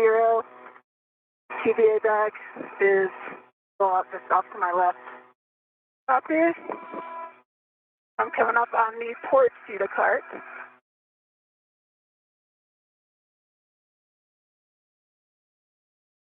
As McBelly works on the 2AH fixture, O'Hara will be working on the trundle bearing assembly, removal, and replacement. I'm at the FHRC.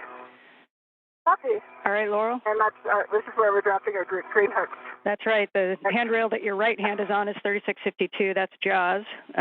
Hook location, and 3651 is just to your right. It's the Nader Zenith one that you have in your right hand, and you can put your green hook there.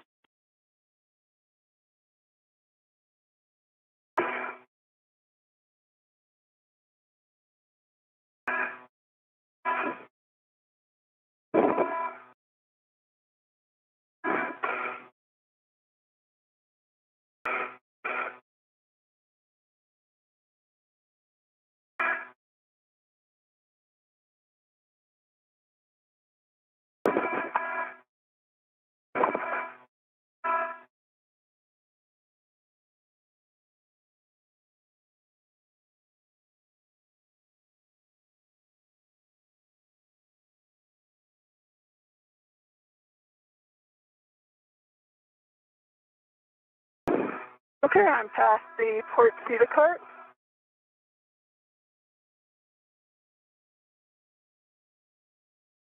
Copy.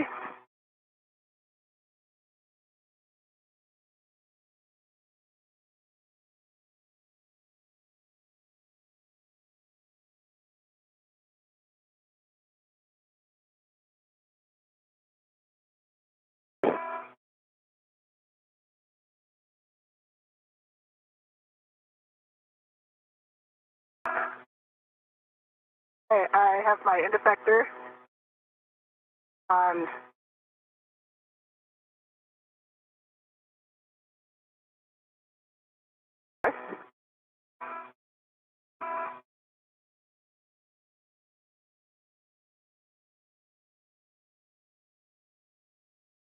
End effector is on my green rail, and I'm moving my green hook over to structure. Up below, and I'm coming up on your left.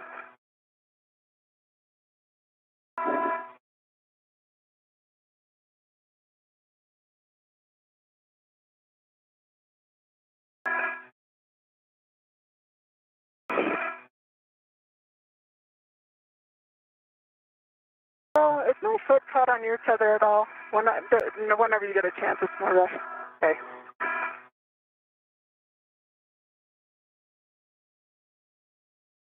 Right, I've got my green hook on the Zenith side of 3651.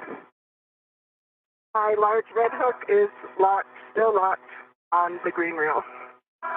There we go. I'm stuck from your tether. And we copy, Laurel. Good checks. Okay. Whenever you're ready, you can continue translation outboard to the port Sarge. Am I on it again? My foot? Your right foot is touching it. But you're otherwise clear. Okay, copy. I'm going to come up again. Yep, I'm going to hold here. Okay. And how's my bag look? Your bag, stand by. Your bag looks really good. I'm right along your side. Okay. Heading outboard. Copy. All right, and Laurel. Okay, Ann, and I'm at. Yep, Jazz, we got you at the Green Hook Okay. location. 3652 is your handrail, that little guy right above Laurel's. And for Laurel, as you translate outboard, make sure your gauntlets are in place. That phase one handrail that you're on is going to end at about mile marker 10320, and that kind of leads you right into your work site.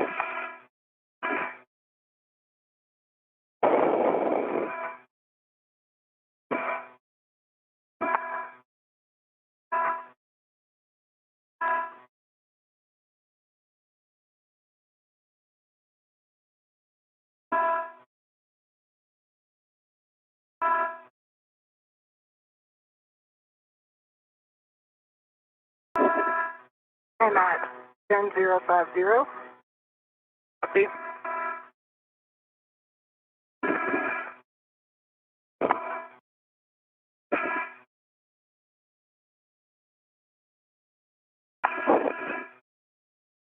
And I'm at 10350.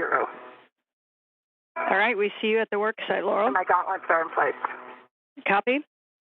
Your first task is going to be to stow that large ORU bag. As you remember, we kind of recommend cover one. So just to orient you, right in front of you is cover two with TBA 7. That's the one you'll be accessing.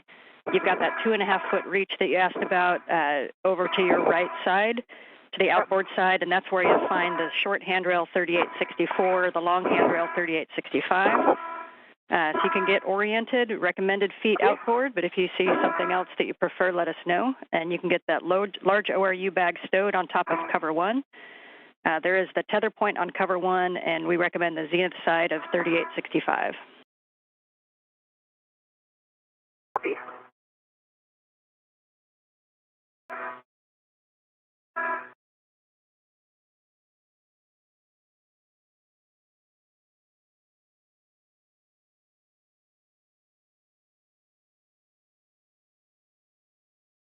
Laurel O'Hara has arrived at her work site and has been given the green light to retrieve an ORU bag. That stands for Orbital Replacement Unit.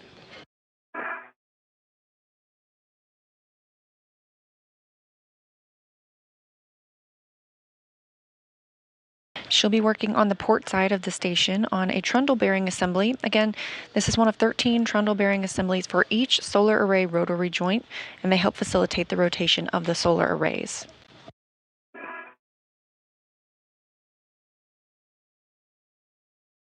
Get this bag stowed, and then my plan is to put a fair lead in.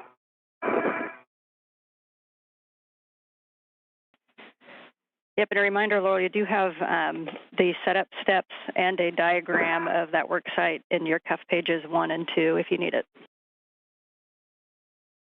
Okay. Okay, my green hook is on handrail 3652. Okay, we copy a green handle on 3652. So you're also going to be heading outboard. You're going to head zenith when you get to mile marker 9540. That'll be the stanchion on face one with a label of 16 on it, and you'll head up to the zenith side. Copy. I'm just going to make sure I'm conflicted here from Laurel's tethers. My bag is wrapped around it right now. Copy, and I'll try to point out the get-ahead site as you go by them. The first one that you're passing by is that FHRC right there.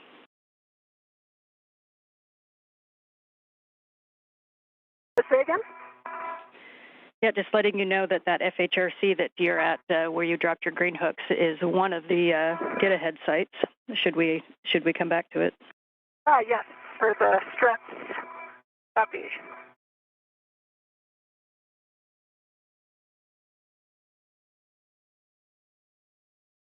Jasmine McBelly continues toward her work site. We have a view from her helmet camera on the left, and Laurel O'Hara, who has arrived at her first work site today, on the right.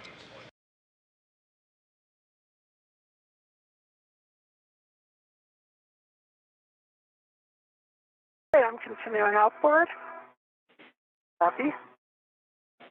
All right, we copy, and you'll be taking a left turn at 9540 mile marker. Copy, 9540.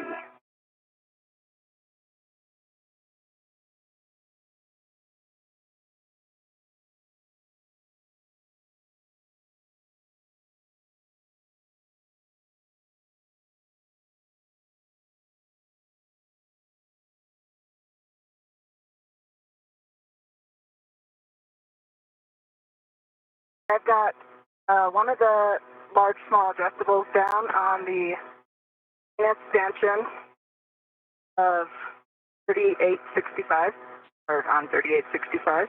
Okay, we copy. And I've got my beer.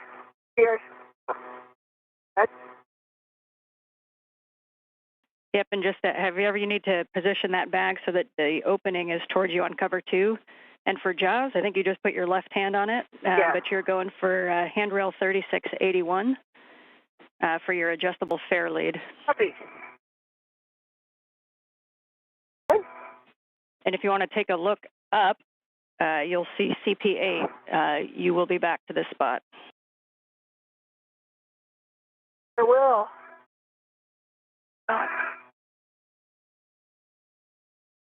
I see it.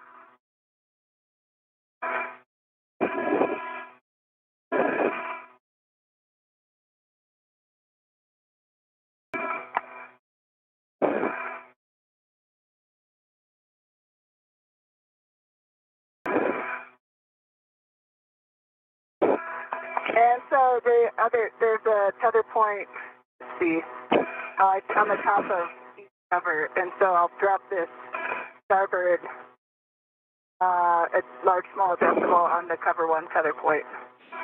Okay, copy. Yep, that looks good. Yeah, and all the covers have those tether points in the same location, so basically zenith and inboard. And Jaws, as you're putting your adjustable tether fair lead down, reminder that when we come back, we're going to be temp stowing the crew lock bag, either on the handrail that you're on, or the one to your right, which is 3802, or the one right above you, so you can kind of recon that area. Copy.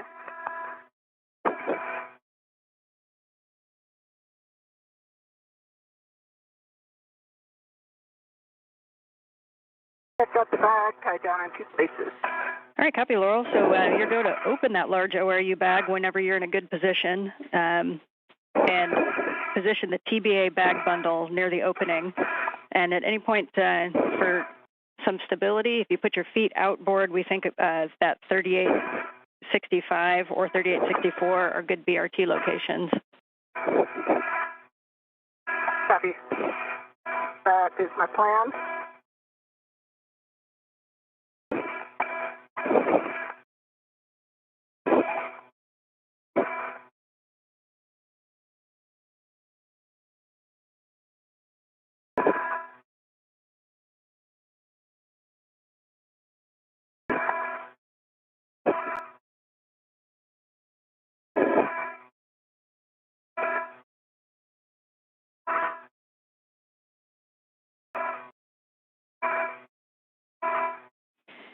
And Laurel, as you scout out your best body position, just a reminder you want to be able to reach back and forth into the bag, and you want to verify reach to all 6 of the bolts on that cover, and you'll want access to your small trash bag as well. Copy.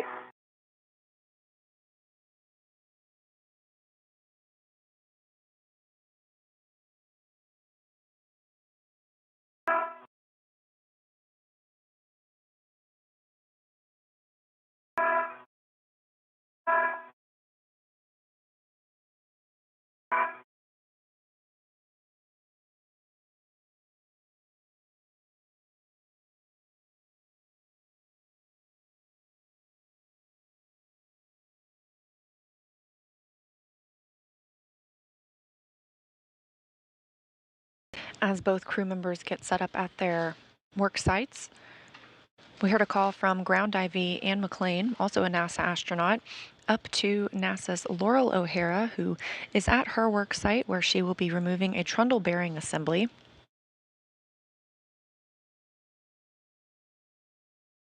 The first step is to release 6 bolts from the solar array rotary joint cover. Rich man's fairlead is down. All right, copy. You are go to translate, continue your translation outboard, checking that your gauntlets are in place. And you're going to cross over the Sarge just zenith of Laurel. Copy. Gonna get my BRT back to a good config first.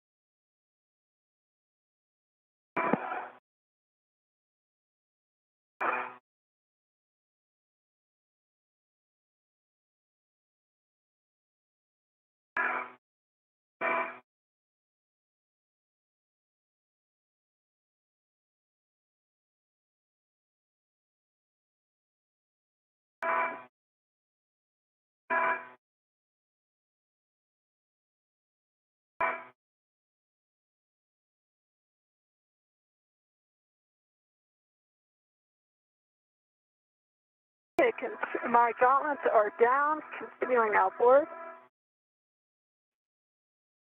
Copy, your gauntlets are down. When you head outboard, just before you cross the Sarge, you're going to see handrail 3866. That's how you know you're crossing at the right spot. And then when you get out to the P4, the radiator is pointed forward, and you're going to be above that, and you're going to look for the handrail path that starts at width 3 and width 7. So you're going to cross from 3866 handrail over toward width 3 and width 7. 3866 over width 3 to width 7. Good read back. And Laurel, I see you. Copy. So I started to get set up, but my safety tether is definitely pulling me back with the airlock, so I'm going to set up a fair lead here. Probably on the edge of 3864. Okay, we copy, Laurel. There's also a little bit of some structure just kind of right over cover 1 that I think the bag isn't really going to sit on top of cover 1 like we were talking about. I think it will be just flopping around there.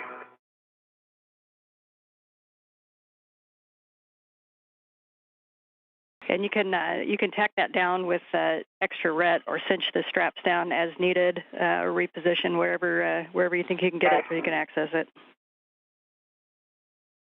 Okay, copy. Okay, and I'm at 5138. I'll put a poor man's in here. Copy, 5138 for the poor man's, and as you know, you'll move nadir after that. And as you headed out, you passed by the P4-4A IEA, which is also one of the potential get-ahead sites. Copy.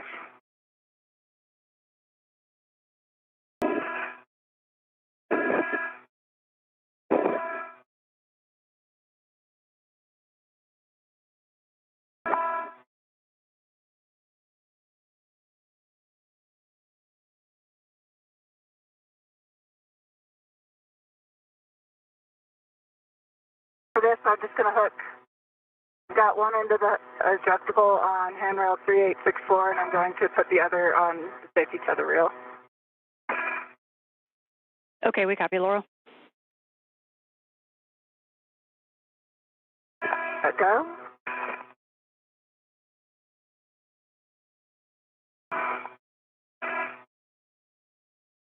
All right.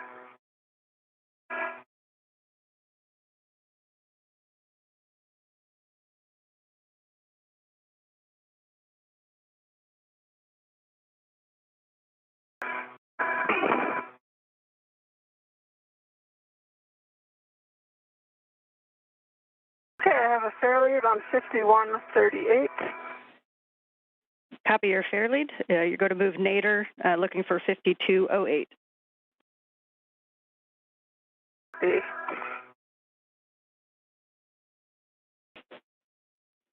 And 5208 might be a good spot to change your body orientation to be looking toward the mass canister, and then we'll be translating onto the mass canister. 5208. Okay, copy.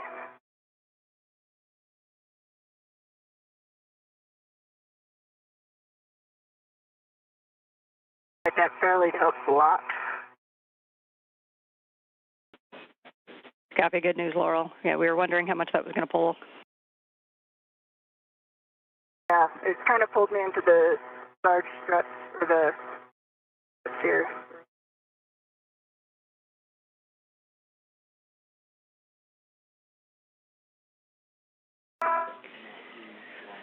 And as you get set up, this is where it's your choice. If you'd like to relocate your PGT ret from your swing arm toward the large ORU bag, just to help in temp stowing in between uses. Okay.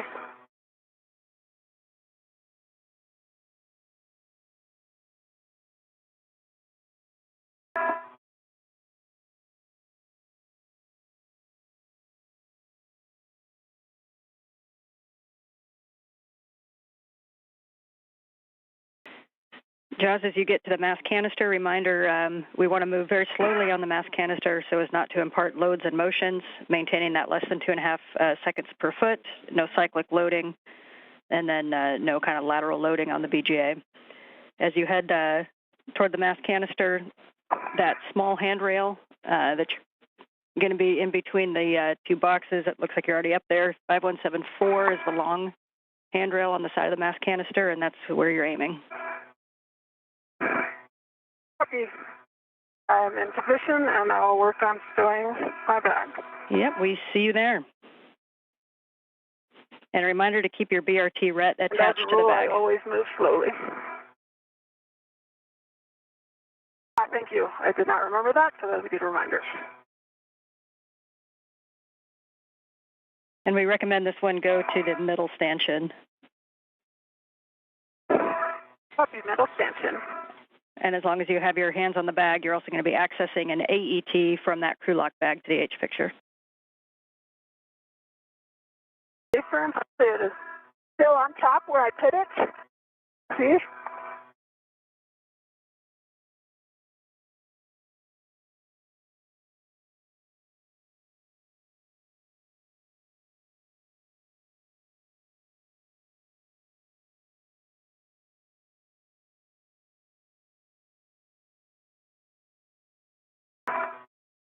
Okay, that bag is stowed on the middle stanchion. Copy. Oh, I see the sun coming up. I can see it too. I like it.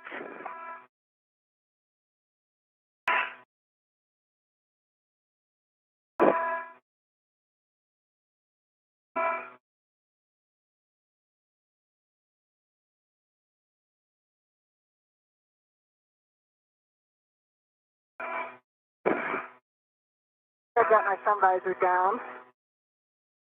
That's a good idea. And I'm also going to adjust my TCD from 4 to 5. Okay, we copy. That was Jaws from 4 to 5. Okay. That was, sorry, Laurel from 4 to 5. Copy. Laurel from 4 to 5. Thanks.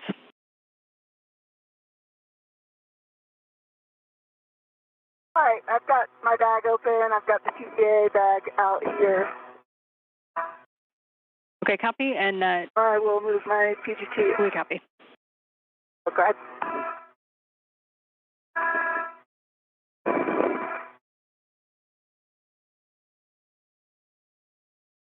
Just shy of an hour into today's spacewalk, both crew members working on their first tasks.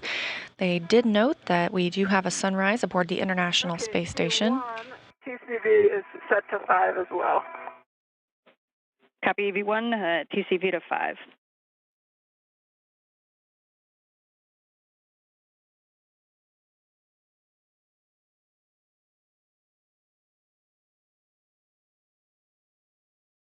And as they begin these tasks, the space station is flying 262 statute miles over the border from Canada just over into Montana. For EV2. My PGT now stowed the bag. And I'm just going to get into a little bit better of a body position, and then I'll be ready for some bolts. Okay, copy, Laurel. And I'm just going to read you the warning caution for these bolts while you get into position. Just a reminder, these are the very touchy Fairchild fasteners.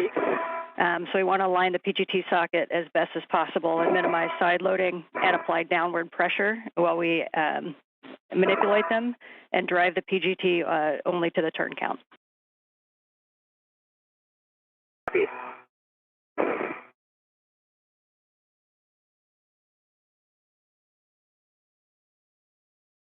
Look at that, still on top.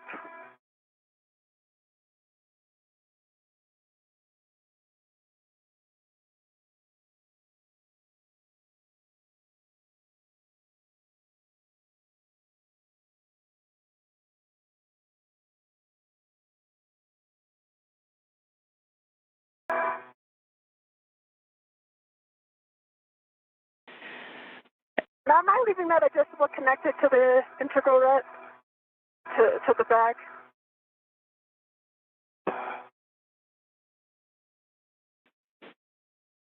Checking.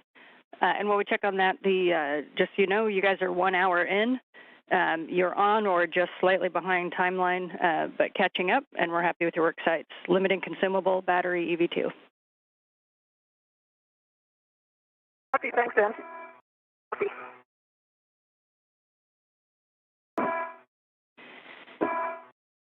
And Jaws, that adjustable can go either to the handrail or back to the crew lock bag.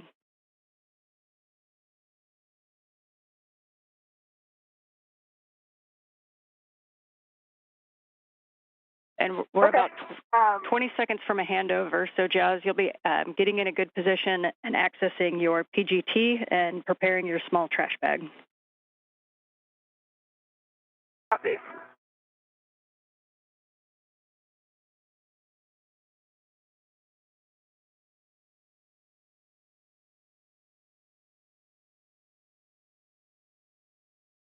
And just before the handover started, you had a view of NASA astronaut Laurel O'Hara's camera on the right side of your screen. They have both arrived at their work sites. They will also both be using a PGT. That's a pistol grip tool, sort of like a drill, specially designed for use on the outside of the International Space Station. Again, they are both working on a removal as their first task. Jasmine Mogbelli will be working to remove an H fixture in preparation for a future new solar array to be installed. And NASA astronaut Laurel O'Hara. Oh, good. Nice. Trying to get my BRT into a good position. I'm doing the exact same thing. Yeah. Not as straightforward as I. We do have comms with the crew members as O'Hara prepares to remove a trundle bearing assembly.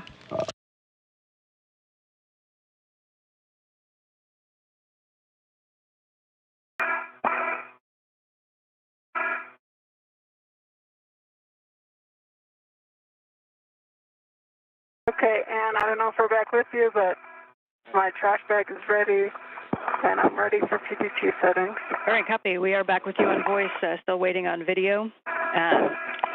Just a reminder that we're going to have the Bravo 7 setting, so Bravo 7 counter 1, and a warning that the B7 torque setting may cause bolt failure. So we really want to make sure that we don't have any side loads on that H fixture on the bolts. And then the same notes I just gave Floral, just making sure that your PGT is fully installed, and then you're applying a little bit of downward pressure and drive only to turn count. Copy, and I have a good cow. Copy, good, Cal. So Bravo 7, counter 1. And for both of you, since we're going to be working bolt ops at the same time, when you call down turns and torques, if you wouldn't mind just clarifying who is calling. Copy, will do. Bravo 7 is set, counter 1. Copy, Jaws. For drive? So Bravo 7, counter 1. Jaws? Yep, for Jaws. You're going to release the H fixture bolts exactly one turn, and you can do any order. Copy.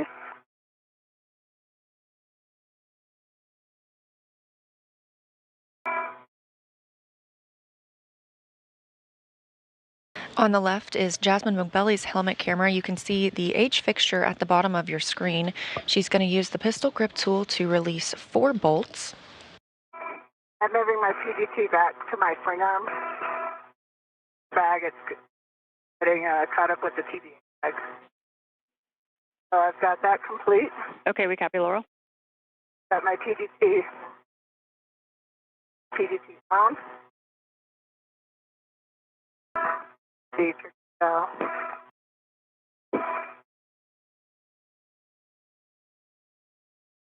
After the 4 bolts are released on this H fixture, Mogbelli should be able to remove it with by holding a tether point.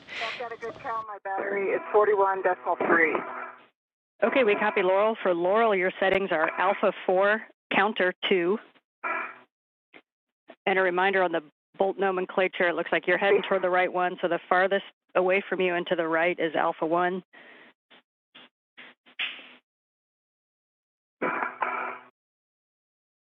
And I've got alpha, counter 2 set. Alpha 4, counter 2 set. Okay, so for these ones, we're going to be doing bolts 1B and 1A. Those are the 2 next to the tether point that you're at. Exactly 8 turns.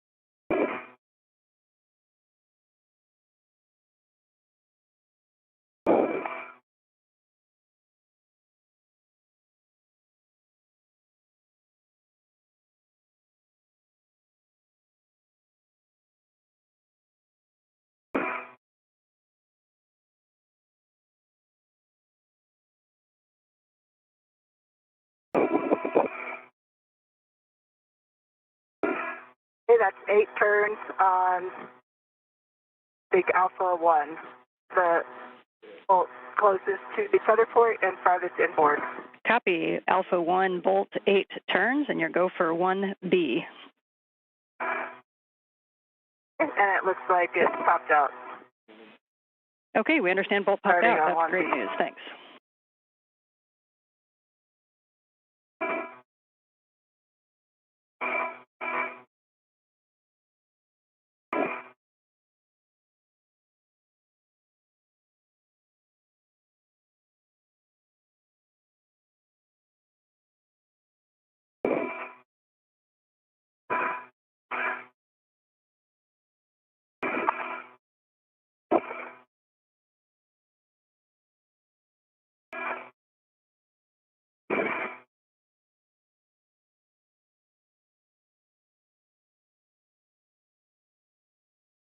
Okay, and that's alpha 2 bolt popped out.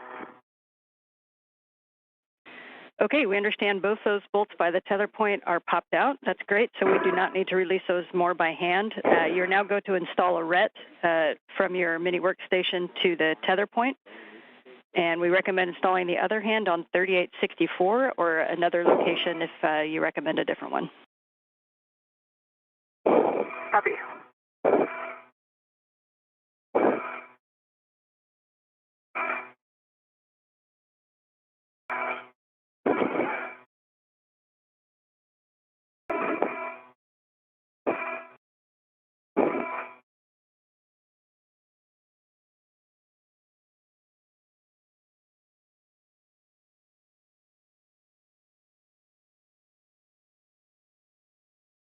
Okay, from EV1, bolt 1, released 1 turn. Copy for JAWS, bolt 1, 1 turn.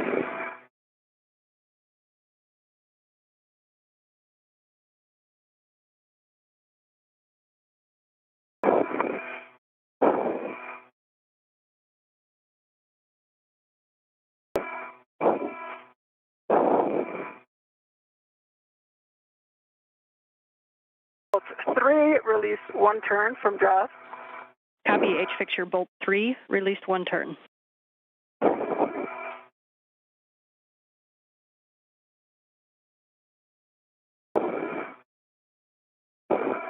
And EV2 has a ret to the cover. Copy the ret to the cover, and the other end of the ret is where's that based at? My mini work. Oh, it's still on my mini workstation, but I will move it. Okay. Yeah. Sorry. 3864 or another location if you'd rather have that tended somewhere else. EV1, bolt 2 released 1 turn. Bolt 2, 1 turn for the H fixture.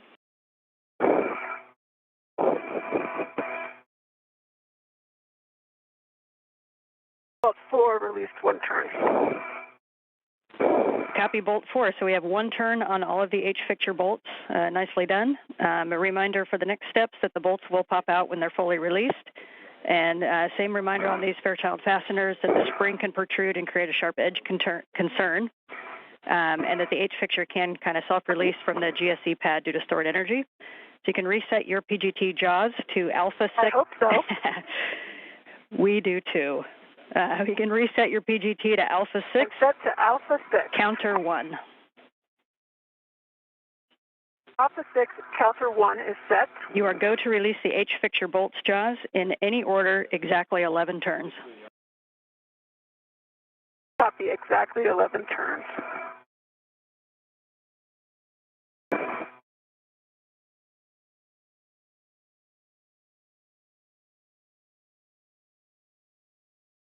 Jasmine Mogbelli, whose camera view you see here, you can watch her fully remove all 4 of those H fixture bolts.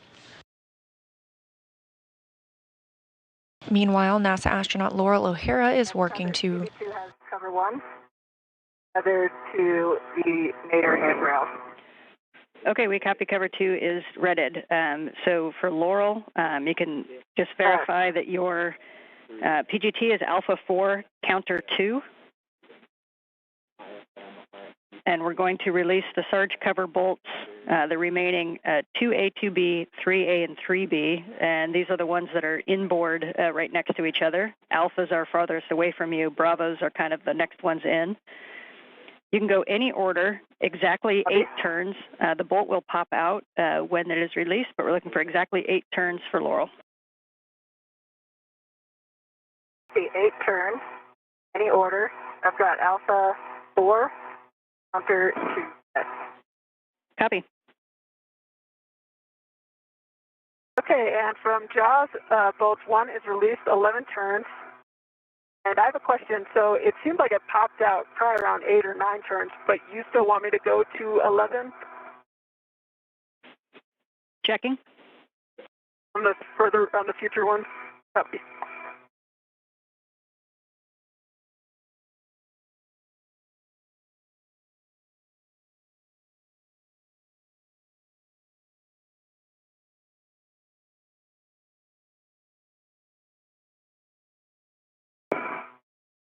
As Mogbelli works to remove H fixture bolts, O'Hara is working to remove the solar array rotary joint cover. If the bolt pops out, you can stop turning. We just don't want you to go any more than 11. Copy.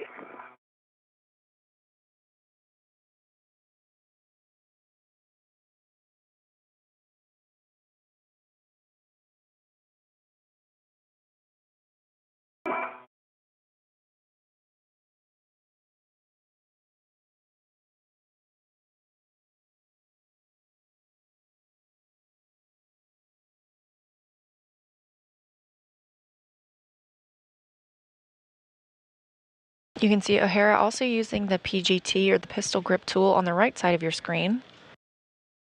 Once she removes this solar array rotary joint cover, she'll be able to access the trundle bearing assembly that she'll remove and replace.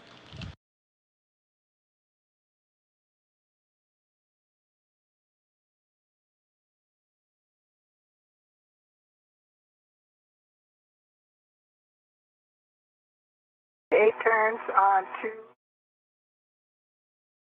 Bravo, outboard. Copy 2 Bravo, 8 turns for Laurel. And from jaws, bolt 3 released 11 turns. Copy 11 turns on the H fixture bolt 3.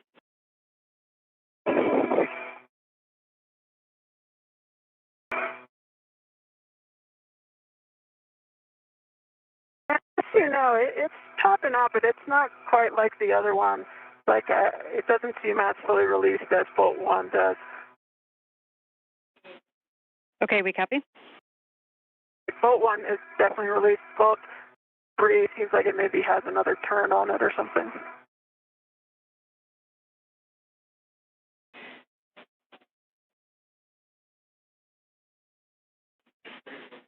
Jaws, you are go to put one more turn on it with a PGT. One more turn. Copy, one more turn.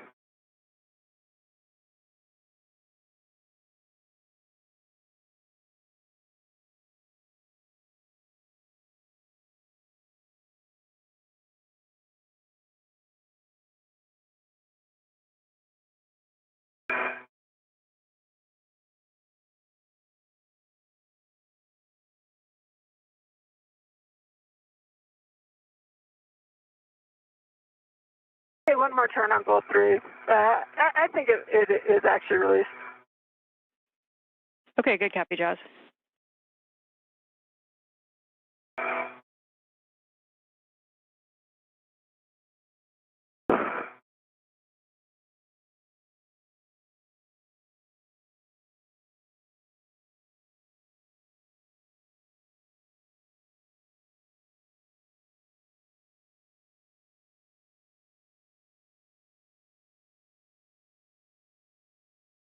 And Laurel, if you could pause there, we think you might have been on the cover, the wrong cover. If you're on the left side of that right. tether point, that's cover 3, stand by for steps. Okay, copy.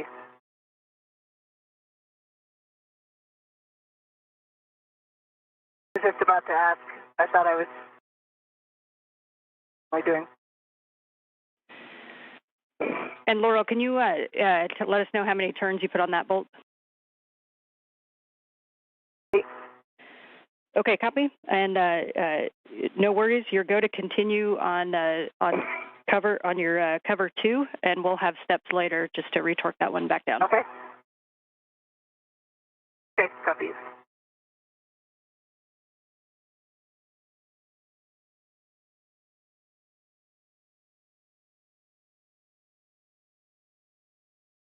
Okay, and from Jaws, bolt 2 released 11 turns, still similar to how bolt 3 did. So I don't know if you want me to put one more turn. Checking. And you are go for one more turn on bolt 2. We do copy 11 turns on the H fixture bolt 2.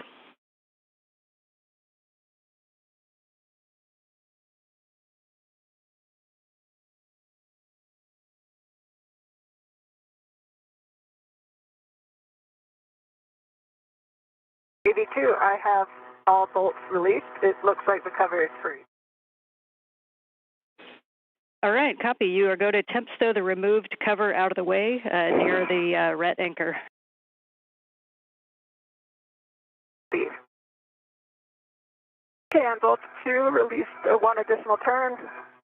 And I don't know, I might just be giving myself extra work. It might have already been released as well. All right, we copy.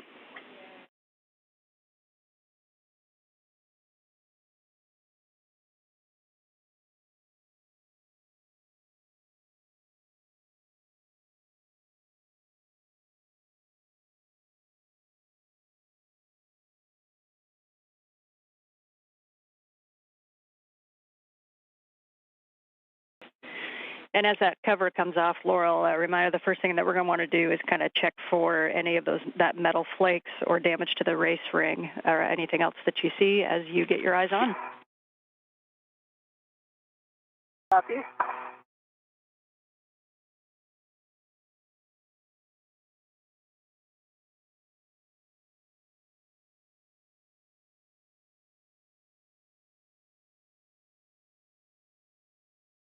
I have the cover temp stowed on 3864. Copy, it's temp stowed. And so we'll take next thing a good HECA inspection of the outboard race ring in particular, reporting any metal flakes or damage that you see.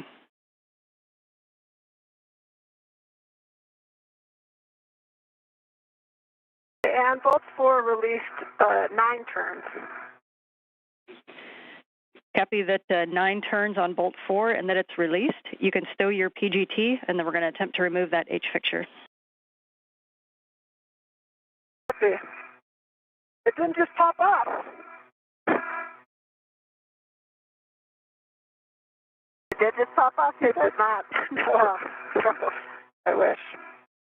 I had a feeling it wouldn't. Okay, PGT and trash bag are stowed. Just try to give it a tug to start. That's correct. So you can attempt the H fixture removal just by pulling on the tether point. Copy. And for EV2, I'm not seeing any metal shavings on the race ring.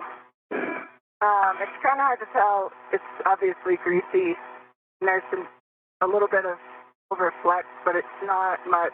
Like, it's not like the photo that I don't actually know. Okay, that's great news, Laurel. None was expected, and certainly none was hoped for. So you can pre-position the TBA bag bundle for access.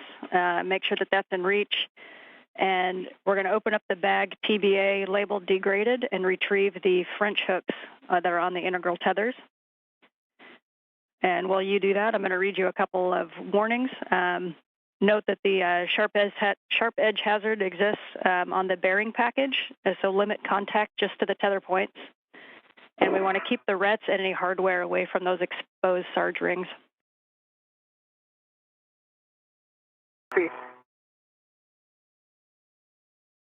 And much to my dismay, that did not work. All right, we copy. So our first step is to use the wedges or the pliers into the H fixture channels. Copy. Just adjust my position here. And reminder that those channels are kind of up and down from bolts 1 and 2, closest to you. Copy.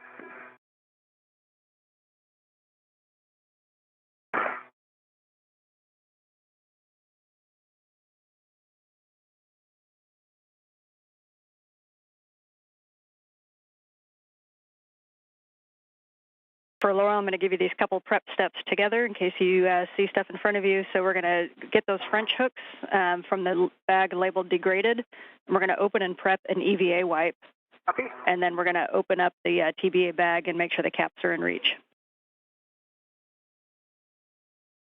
Great.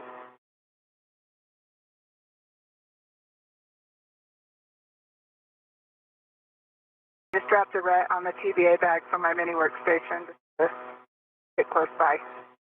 Okay, copy. And just big picture for you. I think that'll also help keep the. But okay, yeah, just big picture for you. We're going to do the connectors first, then we're going to install the French hooks, then we're going to use PGT ops. Copy. And page 3 of your cuff checklist has a drawing of the TBA if you need it for reference.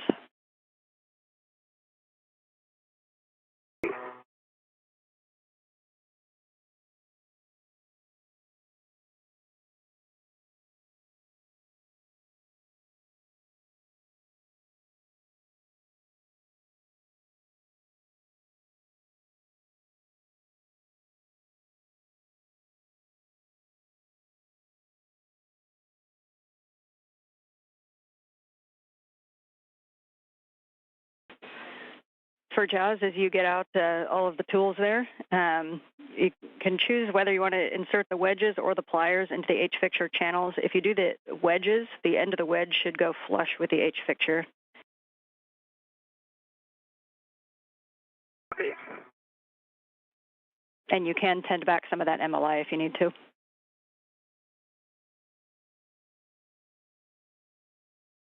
Okay.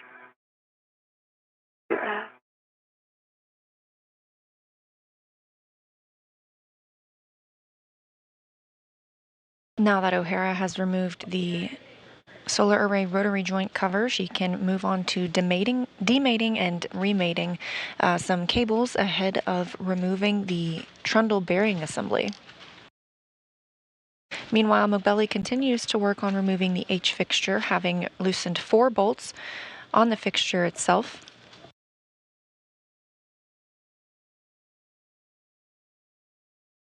I've got the French hooks out of the degraded bag. Copy. And we'll just position so you can grab those when you need them.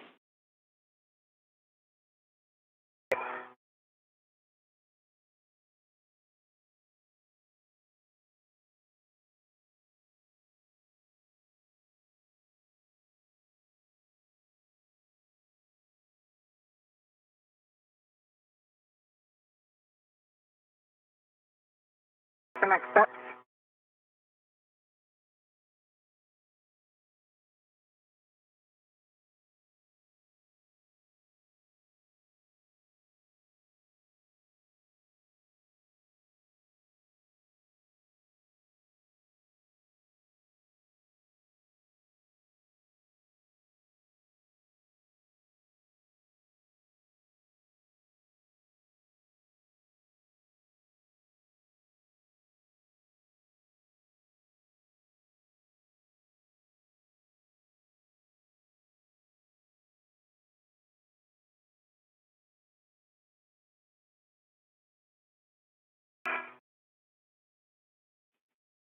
And for Laurel, we will be demating that connector when you are ready. I'm ready. All right, we're going to go for the NZGL connector on the inboard receptacle. So that's farthest from you. You go to demate the TBA NZGL connector from the inboard Sarge ring, and then we'll take an inspection of those connections. Hey, I'm on the inboard L, J15. I am demating. Copy, and this is the same place that we'll end up remating with the new TBA if you want to make a mental note. Copy. That's pretty obvious. Okay.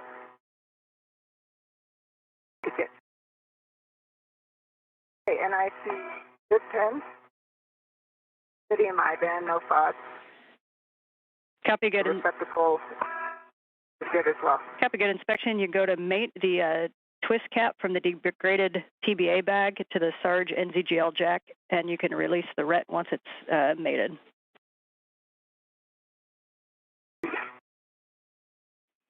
Just a reminder, we won't be putting a cap on the degraded side.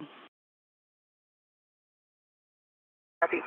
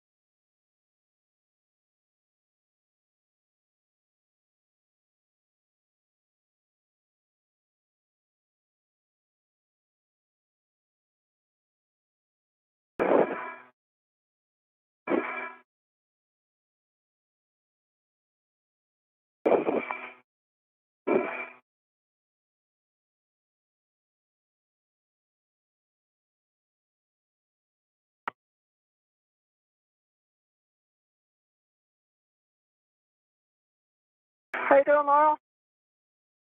Working on this NZGL cap. That is challenging. Awkward location and a tight fit. How about you? I guess we're working on this H fixture that likes where it's at. Yeah.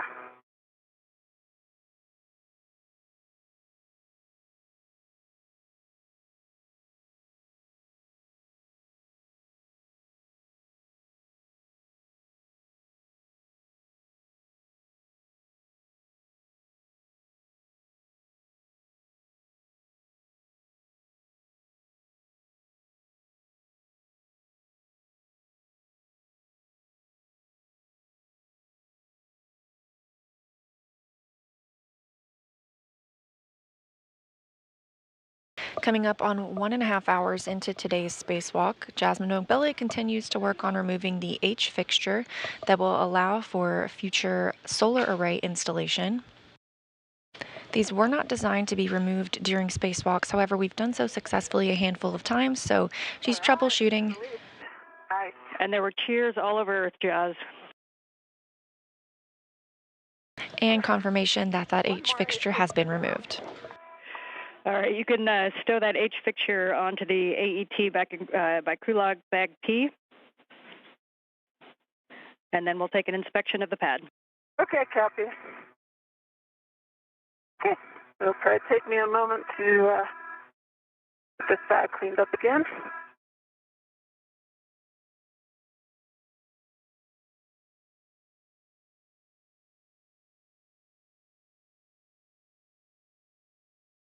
Do I do an inventory of this bag now? Checking. No, I need to get back in here for the potentially for the camera. Right? And no need to inventory that one quite yet, Jazz. Yeah, copy.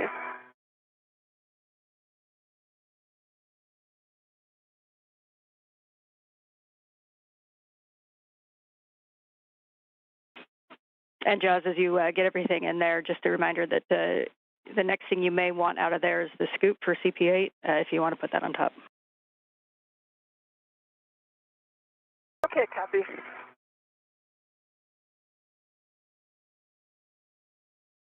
And can you remind me with these caps, I've got it pressed on, but then I need to twist it, right?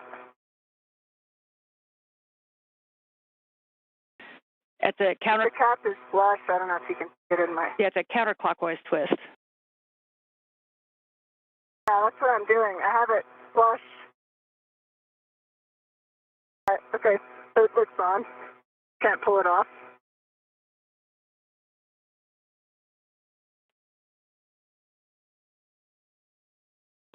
And it's just kind of best effort. There's no visual indicator of it being on. Yeah, no, the cap is on. Okay, then you're going to release that ret, and the ret will just tend back to the bag. And while that tends back to the bag, your next step will be to install one of the French hooks to the bearing package.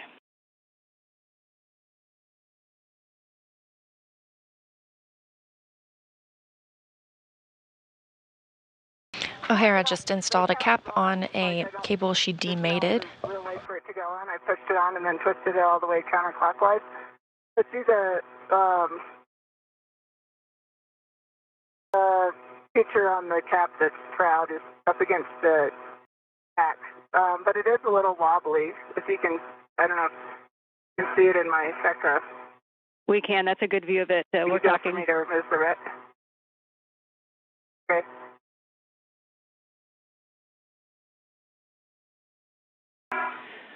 And Laurel, we think that's good enough. So as you move the ret, we just say to kind of do that carefully, and then we'll make sure we don't hit that so as not to dislodge it. Okay, copy.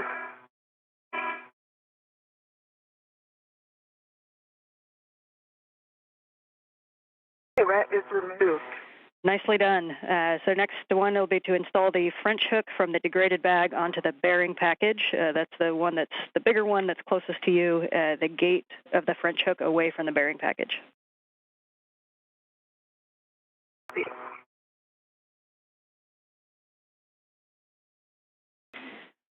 For Jaws, when you get everything stowed, big picture for your next steps is going to be an inspection of the pad and a photograph, and then we're going to be stowing and moving on to your survey.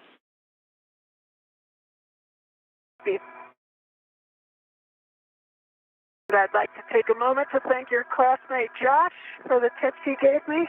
They were definitely helpful. His 8 fixture lessons learned. The 8 balls are always here to serve.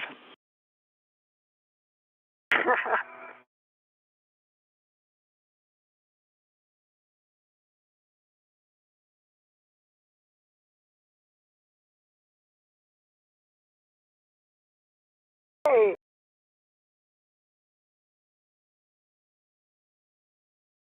O'Hara is going to use her pistol grip tool again to release 3 bolts. And just a reminder for you, Laurel, this is going to be kind of an iterative bolt release on bolts 3, 2, and 1. Copy. And we're not putting the French hook on the mount package yet. Is that correct? That's correct. Not quite yet. Or We think to put that on as well? No, not quite yet. We'll do that one in a little bit. We think it'll get in the way. So once you have Bravo 2, counter 2 on bolt 3, we're going to go exactly 1 turn. Actually, on each of them, bolt 3 first, exactly 1 turn.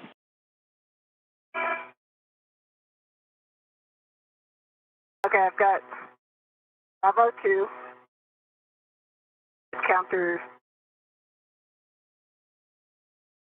2. Counter 2. 3. Counter 2. Bravo 2, counter 2. Yep, and we're about 20. Counter 2 set, and then. Good read, and you're going to go exactly 1 turn. We're about to go into a handover, but you're going to do 1 turn on bolts 3, then 1, then 2. 3, 1, 2. Copy. Copy 3, 1, 2. I have my trust checklist open as well. And I'm taking photos. Copy, Jez. And just as expected, we are in a tracking data and relay satellite system handover, which we will regain shortly for communications with the crew. Again, spacewalk started at 7:05 a.m. Central Time this morning. Jasmine Mogbelli has successfully removed the H fixture where a future International Space Station rollout solar array will be installed in the future. And Laurel O'Hara is working on removing a degraded trundle bearing assembly. This helps facilitate the rotation of solar arrays. Just before the handover, O'Hara was using the pistol grip tool to release 3 bolts on the TBA, the trundle bearing assembly. Copy. Once that trundle bearing assembly is removed, she will... It looks like they are all recessed. I don't see much sod, maybe a tiny bit on what would have been 3. But I think it's within the expected picture, so it looks good to me. And I've also taken some photos, but you probably want more. We always take more photos. We appreciate the report. When you're complete with that GSE pad, we'll take a glove and hap inspection and moving on to the survey. We're going to basically be moving over to the left side.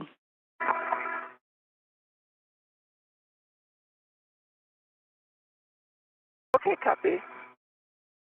My gloves, hap is dry. Gloves didn't work.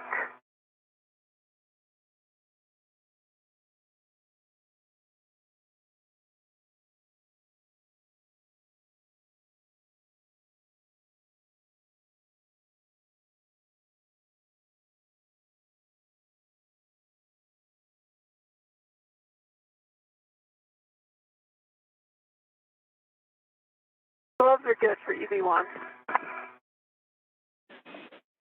Copy, good glove and hap for Jaws.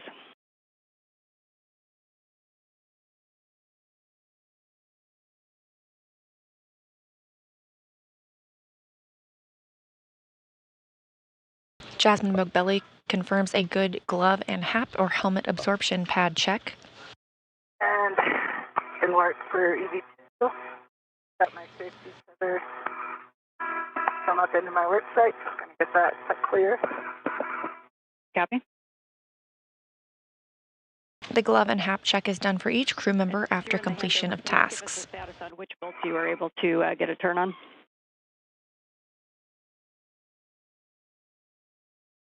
Just 3 so far. Copy, 1 turn on bolt 3 for the TBA.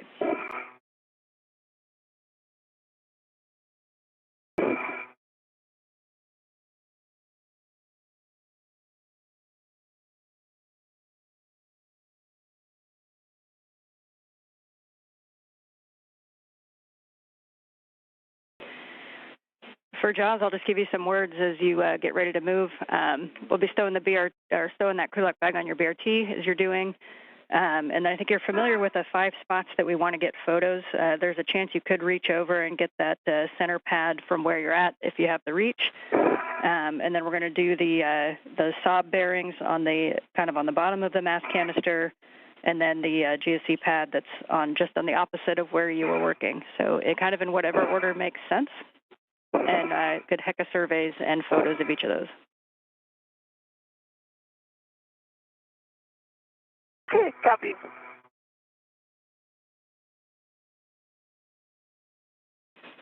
Also, one note for you, Jazz, as you move to the outboard side of that mass canister, you may be toward the end of your safety tether reach.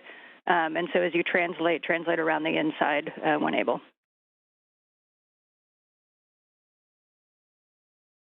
Or on the inside. Okay, copy.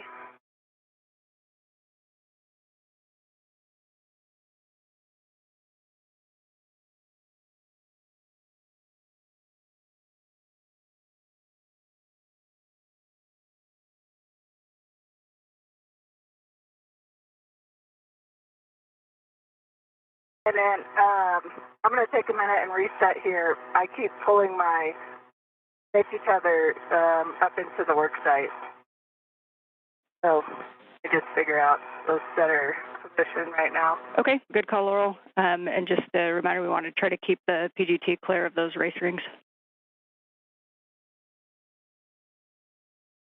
Yeah, I see.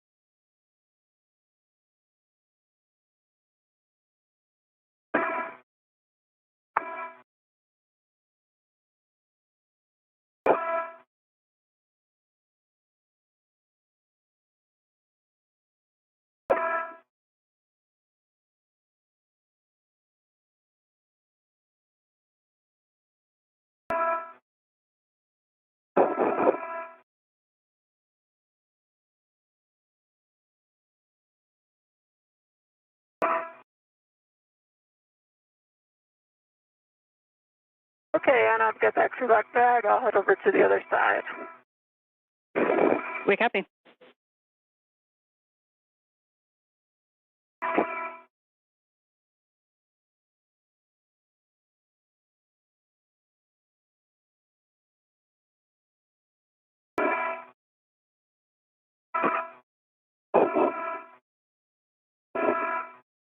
A great view of both astronauts outside at their respective workstations.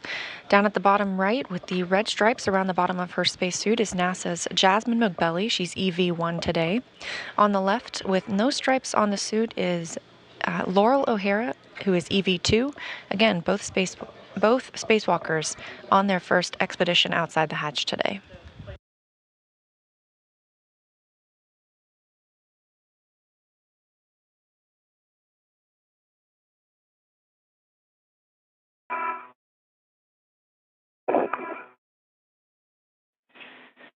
And Jaws, before you leave that work site, we just want you to double check that all of the MLI is tacked down to its original location around the H fixture, please. Yeah, it is not. Thank you.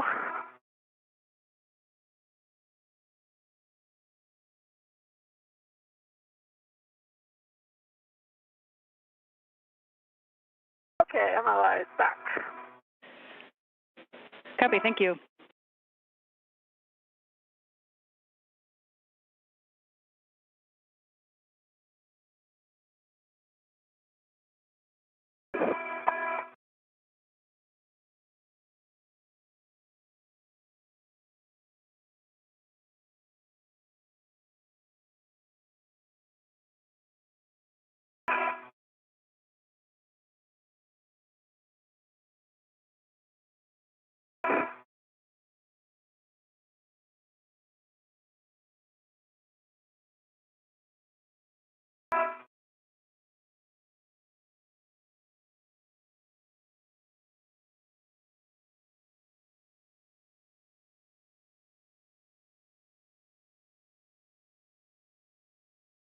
But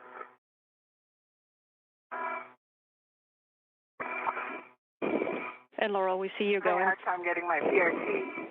It's enough to hold my body. What?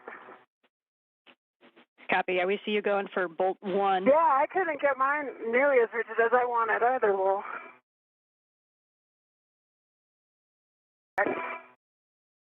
After bolt 3, correct?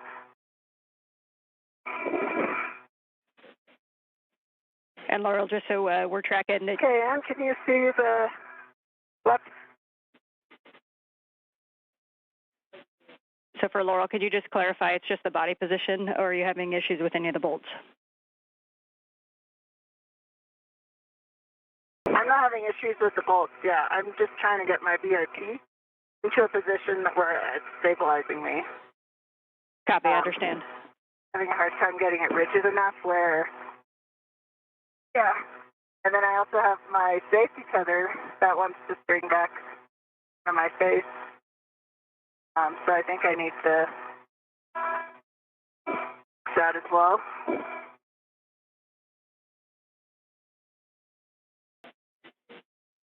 Copy, and would it help it to route the safety tether around kind of the outboard of the BRT to help hold it down?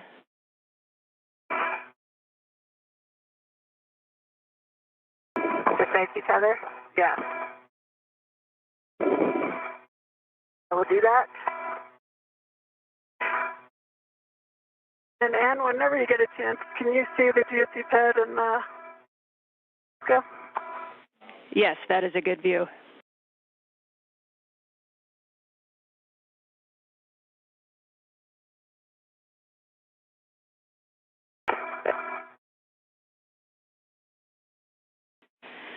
And for big picture, we're talking about the TBA task here, and we think that 4 hands are going to be better than 2.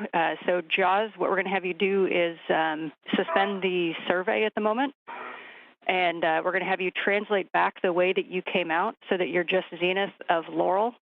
And we think that you can get into a good position either on that 3866 handrail or just zenith of her, wherever you think is good to assist her with kind of handing tools back and forth and managing that bag.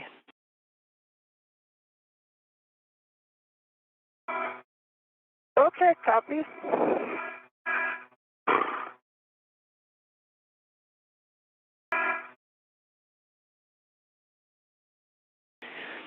And Jazz, we are not planning on coming back out to this. If you happen to translate by some sob and want to look at it with your camera, we'll take it. But other than that, we'll get you moving back into Laurel.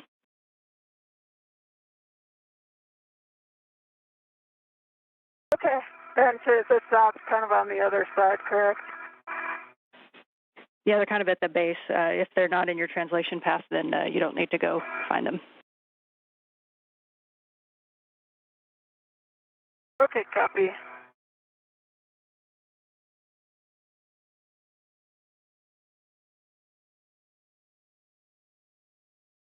Can you, was there kind of a recommended body positioning to do these bolts, like as far as which way I'm oriented, or is it just There's choice here. Let's see if I can do it. Yes, we had originally looked at with feet outboard, kind of where you're at, and making sure also that you're rigidizing the base of your BRT. I think I saw you go for it, but that kind of where it attaches to your mini workstation, make sure those are also rigidized. You could potentially also try to go from face one in the seat-of-hand rail. There. Okay, I thought about that as well. Yeah, the other way, if your feet go zenith, then the BRT is kind of off to your left side, which may also work.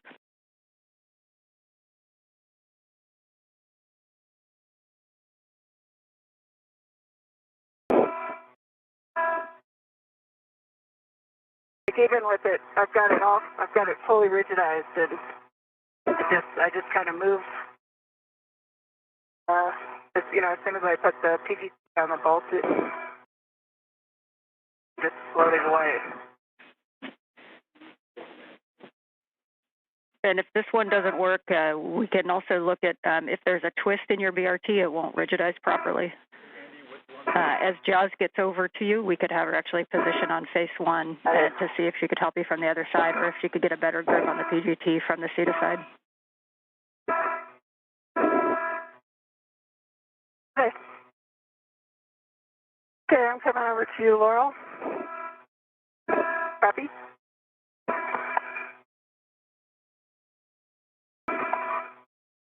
So the ball stack looks pretty good.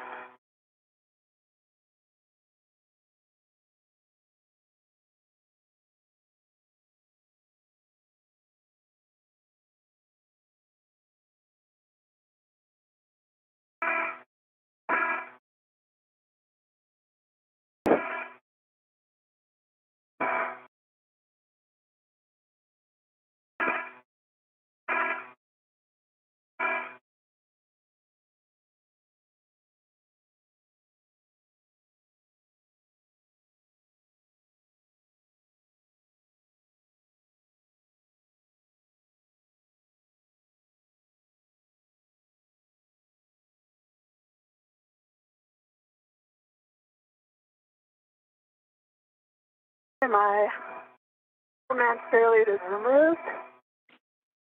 Copy, the fairlead's removed, Jaws.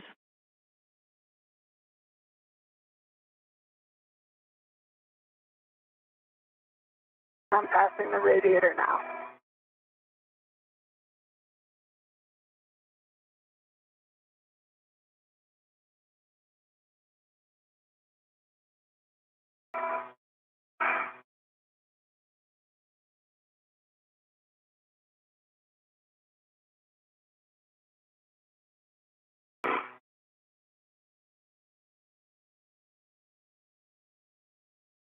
See.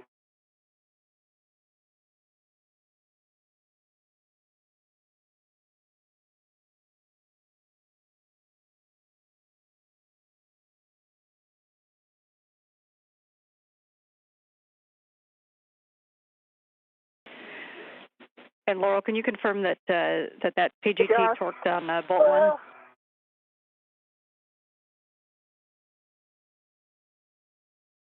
I have, it did. I didn't get one turn on it, but I have a green light and actual torque says 13.8.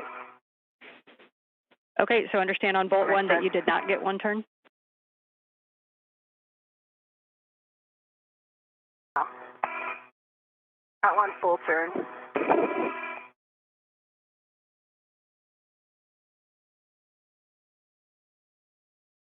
Okay, I've got a local down. I'm just zenith of you, Laurel. Copy.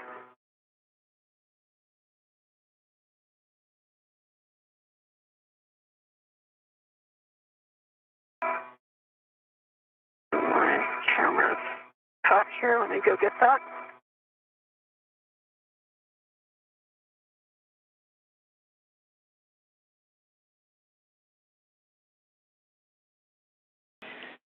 Okay, and Laurel, we understand that I'm getting my visor up for night. That the PGT on Bravo 2 did not give you one turn for bolt one. So you are go to set Bravo 5, counter 2 for bolt 1, 1 turn.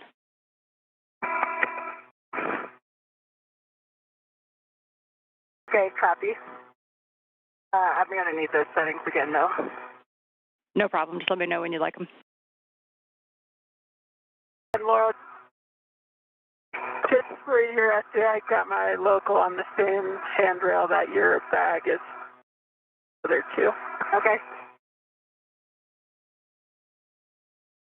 I come down like inboard of Laurel, you think? Or stay up here, do you know? So a couple options on how you guys want to attack the work site. I see Laurel moving inboard to see if she can get some more stability on the side of the seat of handrail. So you could stay zenith of her to manage the bags and passing things back and forth if she can get into a good stable position. Just let us know where you prefer, Laurel.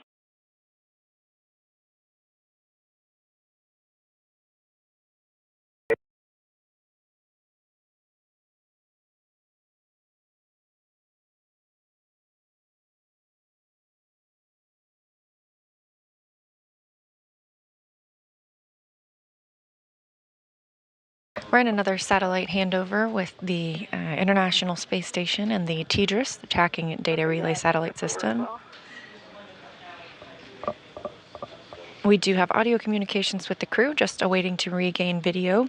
At the meantime, the International Space Station is in an orbital nighttime. See the BRT with this S turn in it. Josh, can I just kind of...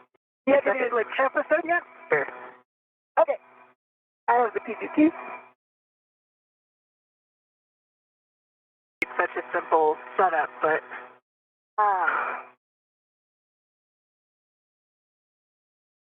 very different.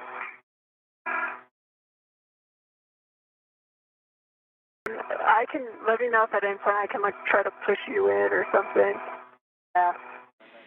Or maybe crank on my BRT, although I think I'm setting it all the way down. But, you know. Yeah, I feel like I haven't really tight and it still wasn't holding me. But I can maybe try to hold you. So the other thing we were just discussing, it's up to you where you think the positioning will be best. But Jaws, if you want to go to where Laurel was, just outboard, and see if you can get into a stable position. We could have you drive those bolts if you can get if either of you can get into a stable position. And we're the 1, 2, 3 bolts, correct? Right here. Yeah. Yeah, affirm for Jaws. Okay. It's 1 is the furthest outboard, 2 is the middle, and then 3 is the furthest inboard. Okay.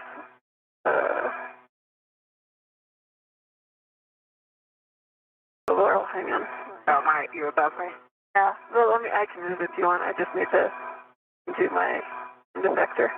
I'm just thinking. Got tethers. This is the PGT. Oh, okay. Rather than working on an Ethernet cable untwist, Mogbelli is now assisting O'Hara in removing the trundle bearing assembly. Yeah. And the other thing I was thinking was to go feet zenith and BRT 3865. Yeah. But what I'm finding is you go BRT straight. If you BRT the jaws on the wide part of the handrail, you end up kind of far away. Then I had an S in my BRT, which I think is why it's not rigidizing, and can chime in here. Okay, as much as it could. If you want to take the PCT and I'll try that? Yeah, okay. Let me know when you're ready for it. Okay, let me get mine down here. So what's the setting on the PGT for this?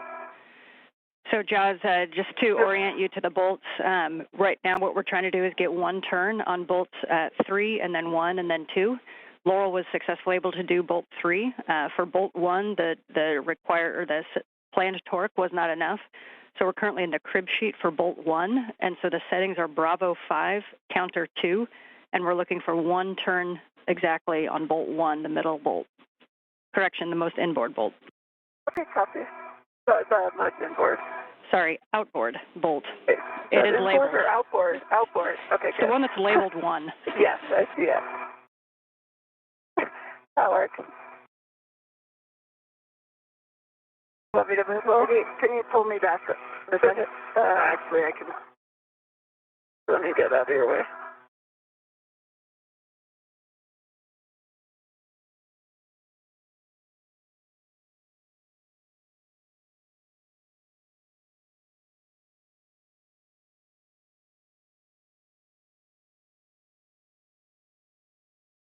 Let me just try this one more time from here.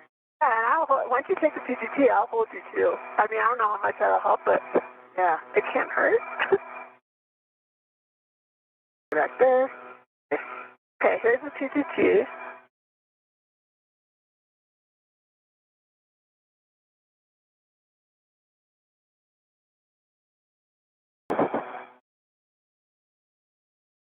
Okay, and then wait till I get your back. Let me know when you're in position.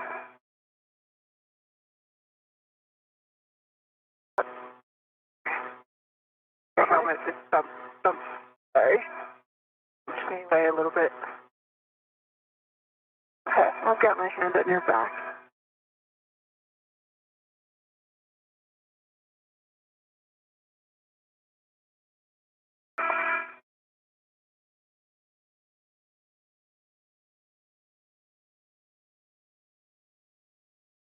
All right. Okay, I'm helping you. And I've got just to check Bravo 5 counter 2. That's correct on bolt 1. Bolt 1, correct? Just do bolt 1.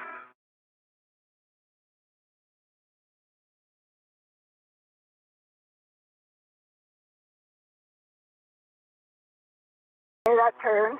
Nice.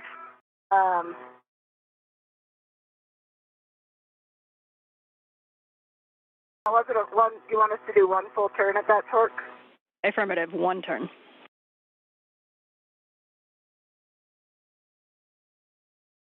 The crew members are able to see how many turns have been accomplished on the PGT, the pistol grip tool.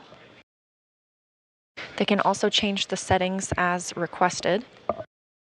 That's why you hear calls like Alpha 1 and Clockwise 2. And you can see the... Yeah, I can tell you when you're a corner. Okay, ready? Stop. Okay, 1 turn on bolt 1. All right, nicely done, you guys. We can reset Bravo 2, counter 2, Bravo 2, counter 2, and you can do bolt 2, 1 turn. Copy.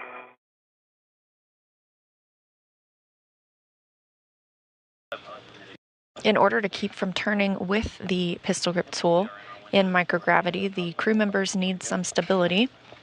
So McBelly has offered to provide that for O'Hara. Okay, I've got your back.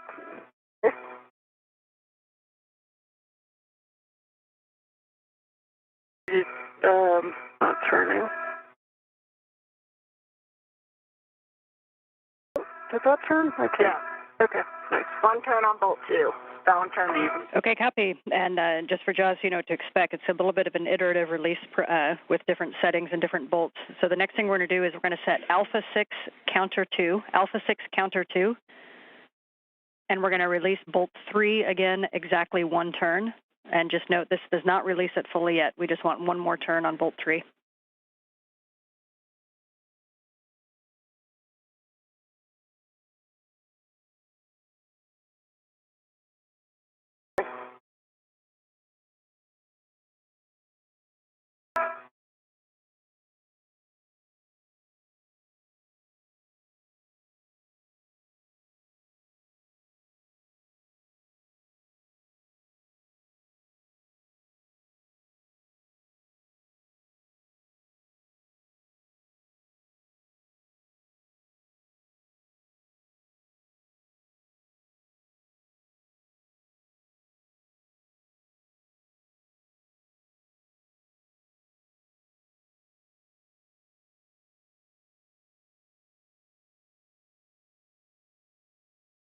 Alpha.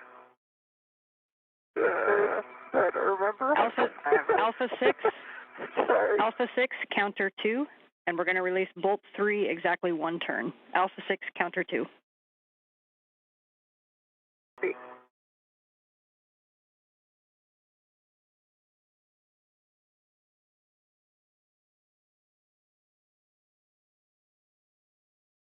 Okay, 1 turn.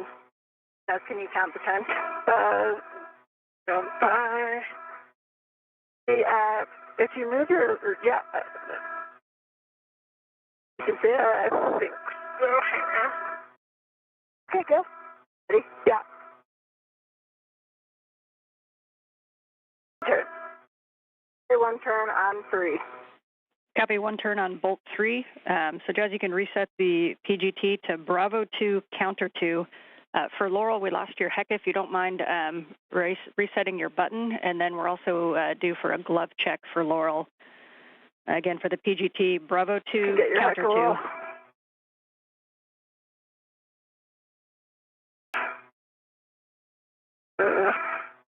You're late. Yeah, I've got. You good with me pushing your button, Will? I am. Okay, I see the green light. Okay, we copy green light, and for Laurel, we'll need a glove check also. And I've got nominal gloves and a dry hat. Copy, thank you. So for the next thing, we're going to be releasing bolt 1, set Bravo 2, counter 2.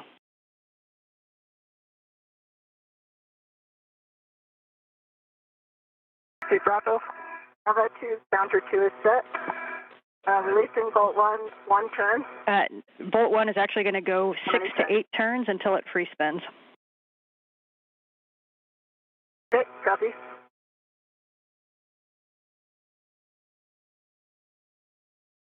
Okay, it's on, and I can check. Ready? Yep. 1, 2, 3, 4, 5. 1 more. 6. That's 6 to 8 turns, still free spins. I don't think it's free spinning yet. Oh, sorry, I thought you said 6. Yep, okay, I'll count. 7, 8.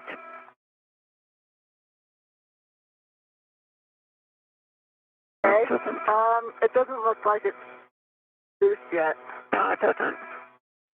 Okay, we understand 8 turns and that it's not free spinning yet. It is not. It's definitely releasing, but it's not, yeah. Checking.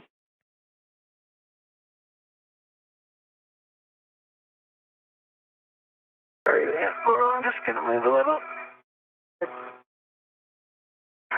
Hit you. Sorry. Let me go for the. Oh, sorry. Okay, I let you go. All right, you guys are go to continue releasing bolt 1 until it free spins. Okay, copy.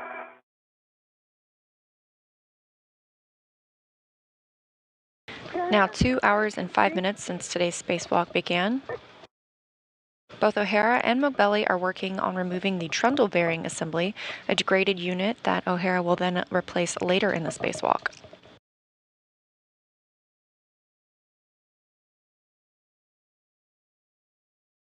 Ready?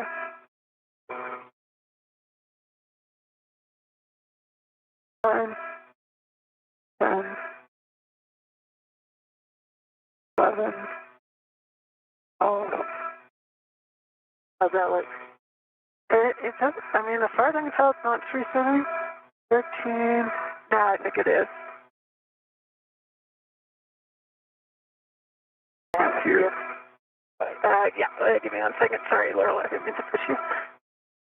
Okay, I got it. Okay. Okay, and we think that might be free spinning. It doesn't have like a nice reassuring pop out like other bolts. So we're going to move on to bolt 2. And reminder that releasing bolt 2, the draw bolt, releases the preload arm until the arm swings open. So you can set Bravo 2, counter 2. And we're going to go to bolt 2. Copy. And it will also free spin upon release about 14 turns.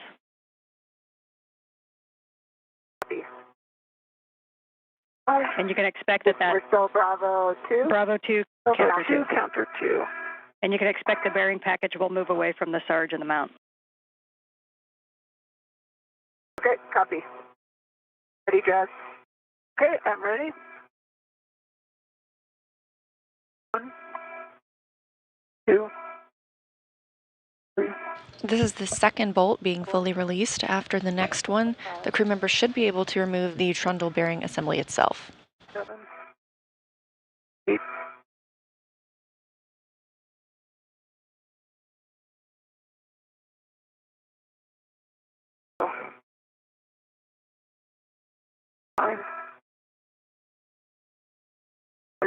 I think that might be free spinning.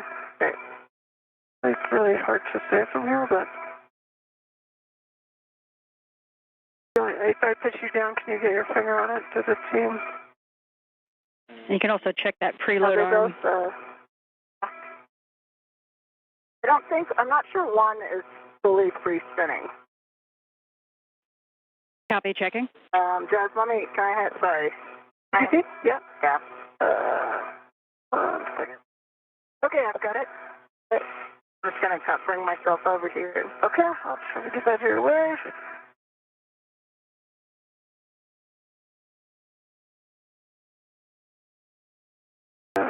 There, that one is, yeah. I don't know. I don't necessarily call either of them free spinning, but I think it moves. 2 is looser. 3 is, like, I can't even wiggle the bolt, if you can see that. Can you tell if the preload arm swung open? That's that arm on the back side of it. It does look like it is open.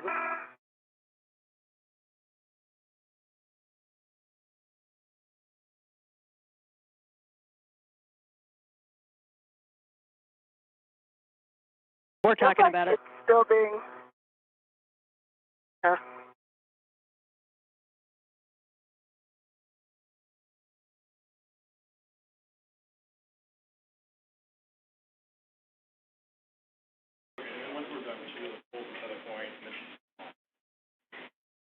Okay, so for Bolt 2, we're going to have you re-engage with Bravo 2, counter 2, and you can release that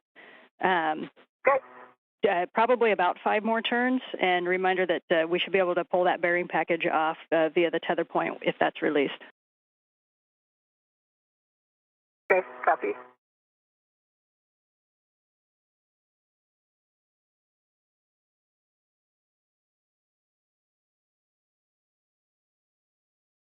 Bravo 2. Yeah, Bravo 2, counter 2. Bravo 2, counter 2, correct. Oh, yeah, counter 2. Bolt 2. Yeah, I've got good eyes on.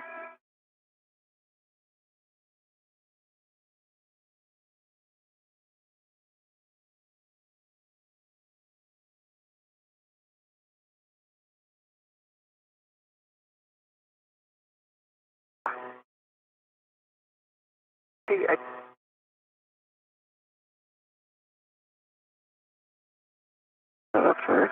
Yeah. They must have, my PGT turned off, I think.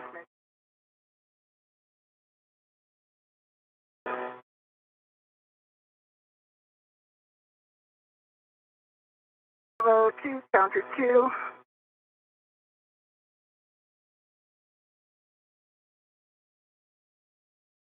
Yeah, I can see. Ready? Yep.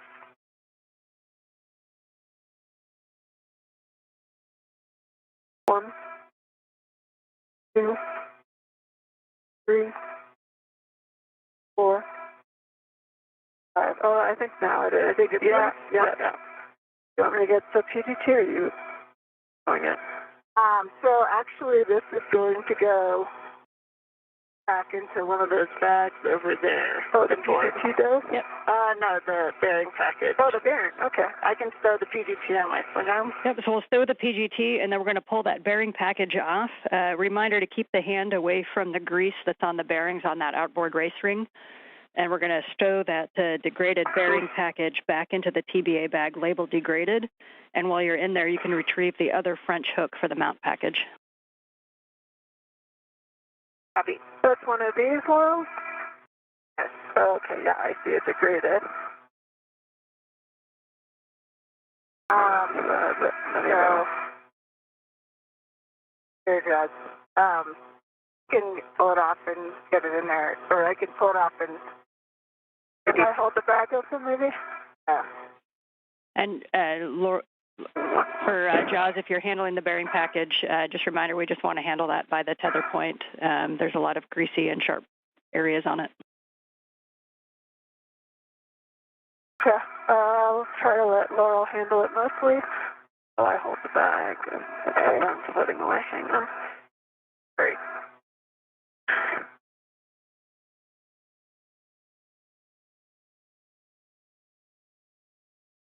Okay, bag. Now we need this tether point. This one?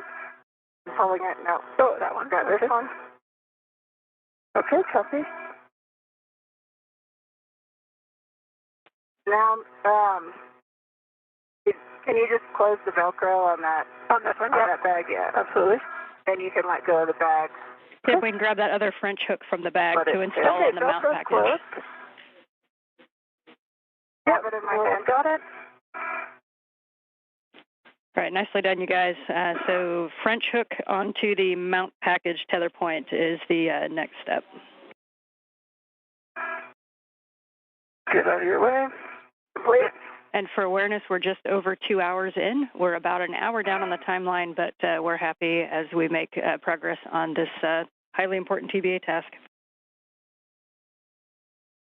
Copy. Okay, we're ready for bolt 3. Okay, copy. Sorry, the French hook is on the mount package tether point? Confirm. Okay, so you can set your PGT to alpha 6 counter 2, alpha 6 counter 2. Reminder not to push in when you're doing this bolt number 3, because that can cause some side mounting on the clamp leg. So as we release bolt 3, that clamp leg will come open. You're going to go alpha 6 counter 2 and release bolt 3 fully. It should be approximately 4 turns. Copy, 4 turns, alpha 6 counter 2. Well, let me know if you want me to push in your back or not. Okay, I think I'm fine. Okay.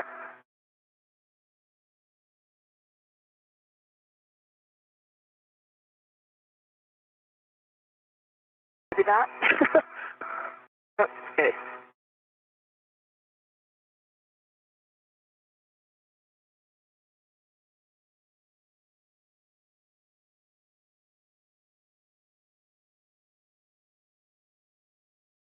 And there's 4 turns. And the bolt popped up. Copy. So while holding. Then I need to push it down to release the. Yep, good memory. So while holding the mount package tether point, you can press on bolt 3 with the hand or the PGT to open that clamp blade. And then we're going to very carefully remove that mount from the race ring using the tether point and stow it in that same degraded bag. Copy.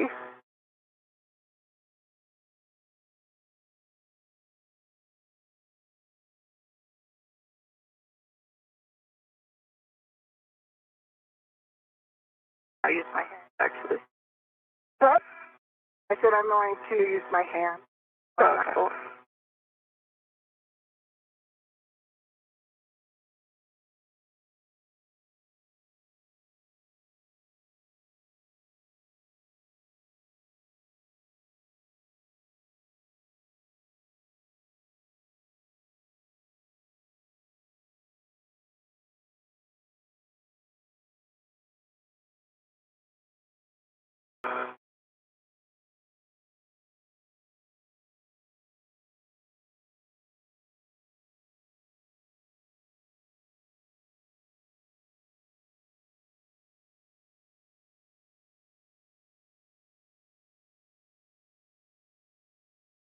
Okay, the mount package is off the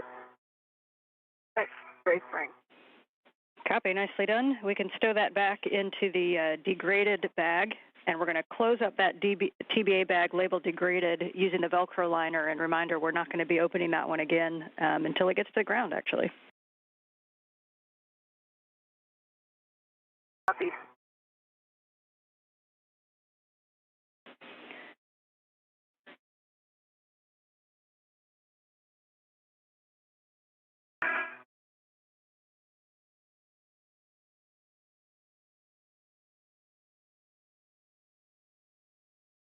Almost 2 hours and 20 minutes into today's spacewalk, the degraded trundle bearing assembly has been removed. O'Hara will now move into some tasks to lubricate that area before installing a new trundle bearing assembly. Parts of the degraded TBA are in the degraded bag in the back. Velcro is closed. Okay, copy. We'll take a glove check from you both, and while you're checking your gloves thoroughly, I'll give you some big picture words. We like the way you're working together at this work site. The next step is going to be to do the lubing. We think that this is probably a one-person task since there's no PGT ops. So we're thinking that Jaws could move up to CP8. You're still close by while Laurel works this lubing task. But if you feel strongly that 4 hands are going to make that task more successful, then we'll take your recommendation on that. Laurel, you let me know what you think. Yeah, I think lubing is probably just a one-person job. And it might be easier to move around a little bit more. Yeah, and I won't be far if you do decide you need me back. Okay, so I'll head to CP8. I'll get cleaned up and head there. Okay. And for gloves, I just have some black and yellow scuffs, but otherwise they look good.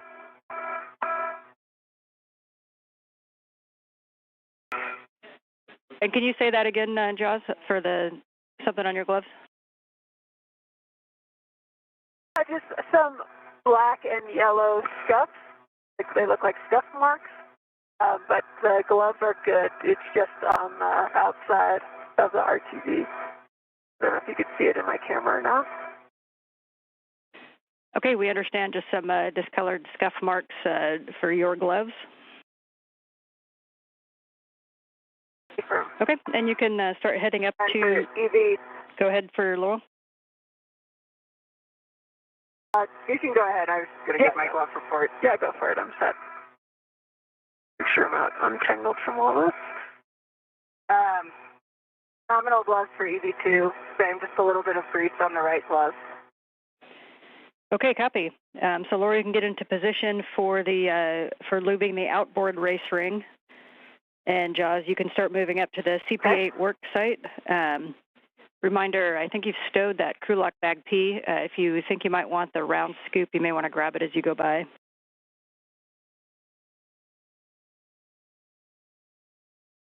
Okay, copy.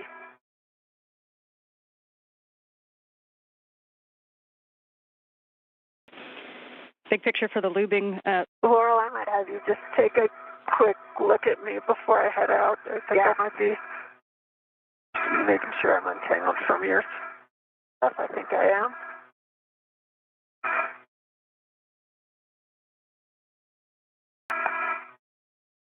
Okay, actually, I am good.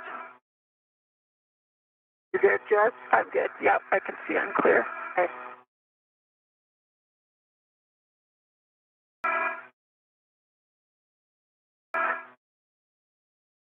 Did you have some words?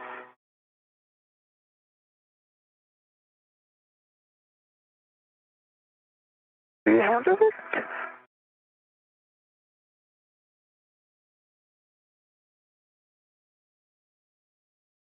Again, 2 hours and 20 minutes since we've started today's spacewalk. So far, Jasmine Mogbelli has removed the H fixture, which allows for future IROSA addition. That's a new rollout solar array. Behind my legs. Okay. Have you? The team ran into some difficulty removing the degraded trundle bearing assembly, but that has been successfully accomplished as well. And Laurel, we see you kind of back into the original config with feet outboard. Is that correct? Okay. Can I just, Laurel, can you just look at my safety tether behind my legs?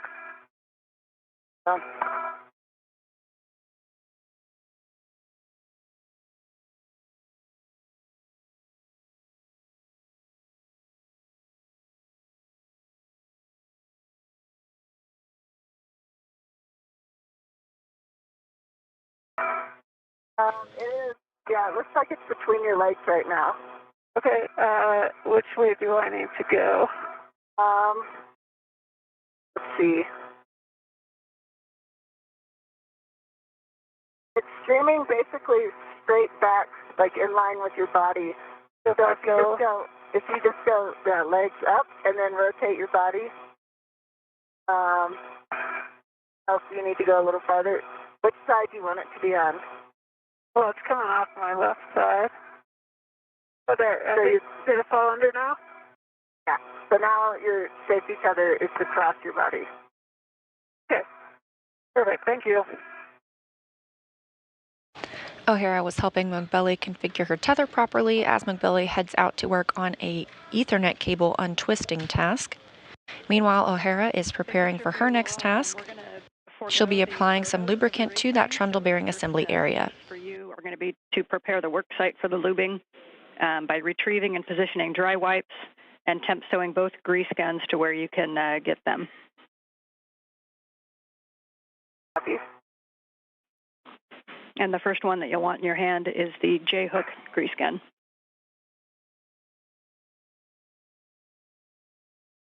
The J-hook.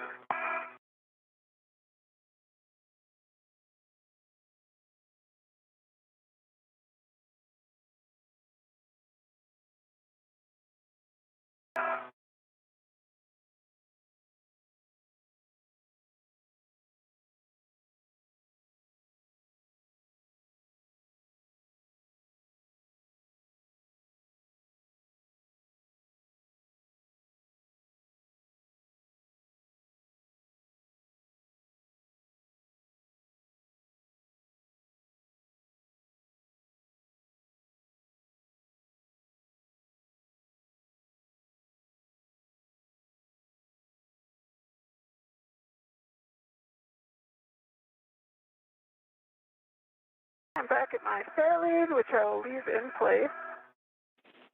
Okay, copy that you're at 3681 at your fair lead.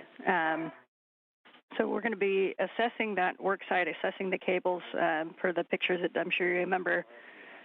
If you need some translation aid out on the TVCIC, you can take that round scoop. Okay, copy. And we're just going to be trying to align that cable so that the cable travels straight along the stanchion.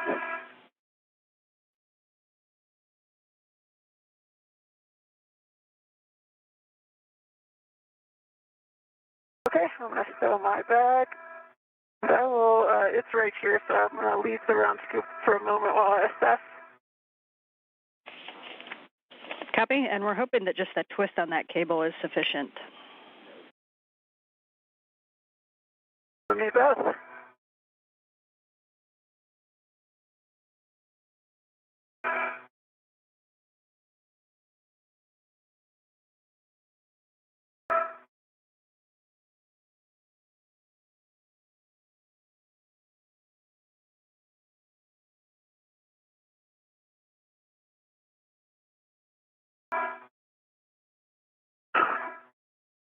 All right, I've got a wipe ready, and I've got the grease gun ready. All right, copy. J-hook. Awesome. Reminder now that I will leave the straight grease.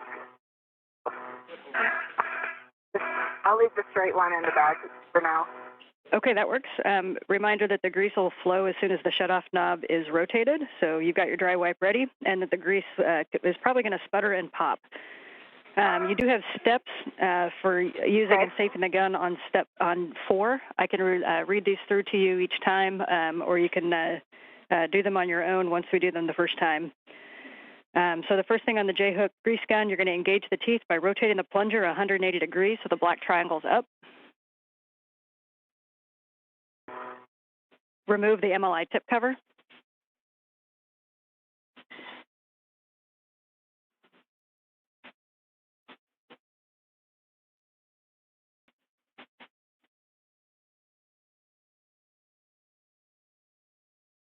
Rotate the hinge restraint ring.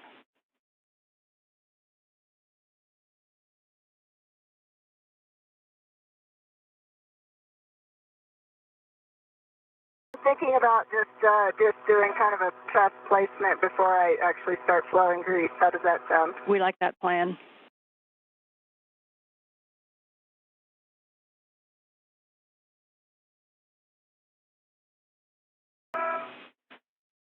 And we want to especially prioritize.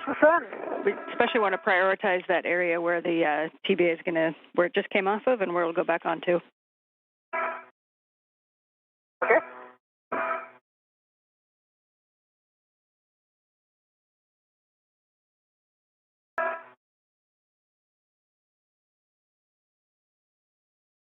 Try and get a feel for what kind of angle. And there is some Velcro on that cap if you want to tack it down to the side of the gun so it's not in your way as much.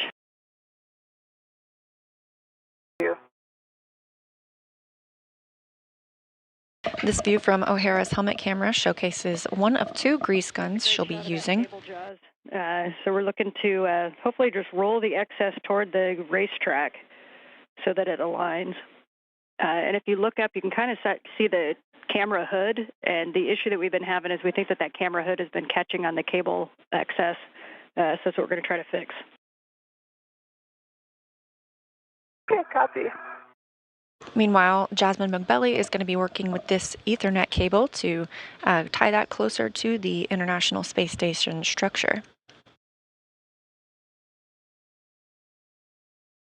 How does that look in the camera? And so, Laurel, if you pick up the back end of the grease gun so that the flat part of the J-hook is on top of that race ring. And just so you know, we just lost KU for a sec.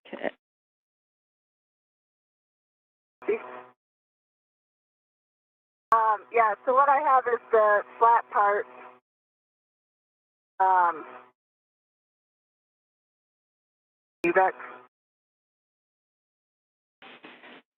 Yeah, so the handle is probably going to be a little bit up from where it was when we lost the camera. But yeah, the flat part of the inside of the J is on the flat part of the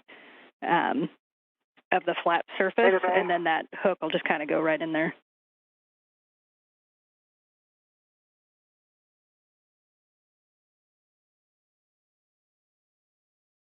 We are in another satellite handover. Obviously, we have audio communication with the crew and will regain video communication shortly. Again, both crew members have split up and are working on separate tasks now.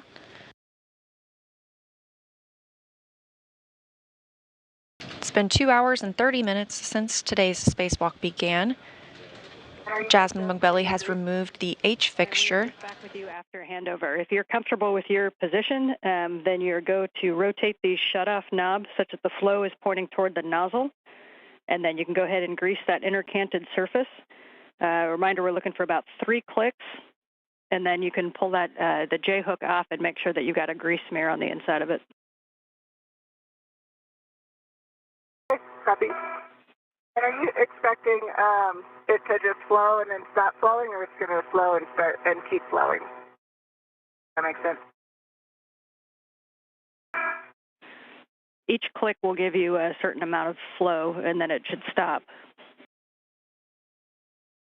Okay. And let me know when you've got a second.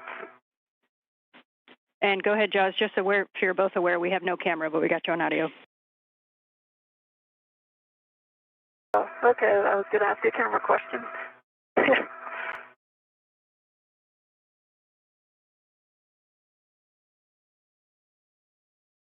What's the bend radius on this cable? Minimum bend radius? Checking.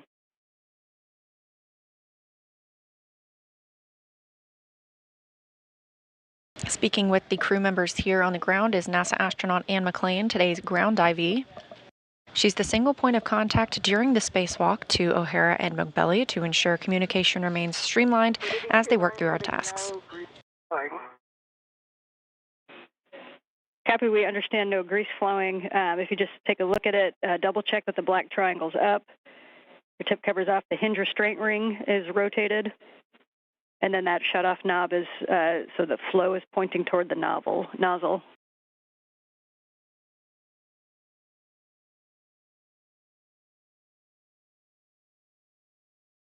O'Hara is working to grease the solar array rotary joint, or the SARJ, where the trundle bearing assembly was just removed. To squeeze the trigger and release a little bit of grease until you see it come out, and you can squeeze that into a wipe. Yeah, that's what I did. That's how I figured out no grease flows, and then I pulled the trigger and I'm not getting any grease.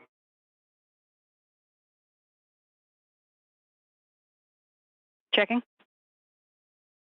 After this worksite is lubricated, she'll then install a new trundle bearing assembly. Okay, I got some grease. Sorry. Okay, we copy. Yeah, we were going to have you manipulate the triangle in the back, but if you have a good flow, then we're happy with that.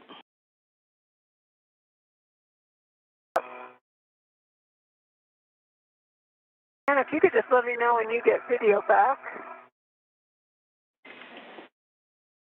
Copy, not quite yet. It'll be about 2 minutes, Jaws. Okay, copy. Maybe I'll just put this in place and then you can look.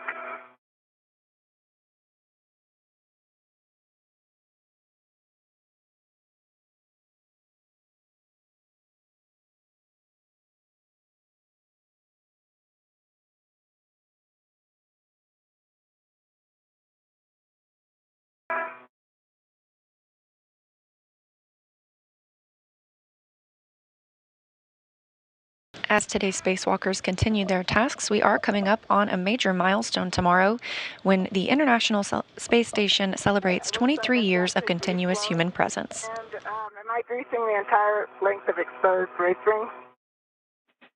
Affirmative, Laurel, all of the exposed side.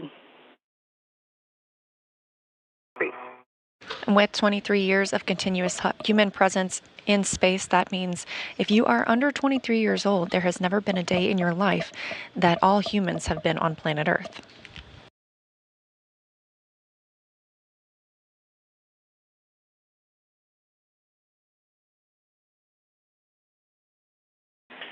And Jaws, the bend radius is about 3 inches on that cable. We do have your video back. We see you on the race ring.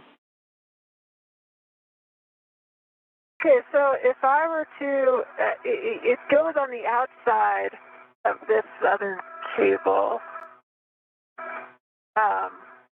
If I were to put a wire tie down here and pin it there, like pin it down here where my thumb is, where I'm pointing, then that's what, if you can see the top, that looks good to me. We see that. We are checking. See that. Yeah, we have a good view of that. Thanks. And we are talking about it. Okay. I don't know if it would be better for me to demate and remate it. And we're talking about the slack. There needs to be slack so that it can pan and tilt still. Okay. And if yeah, it's just, so when I let it go, so it's definitely straighter. If you can see when I let it go after having undone the twist, it does bounce back a bit. So this is the hands off of it. It still looks like the hook is mostly in line with the stanchion. So I don't know if that's...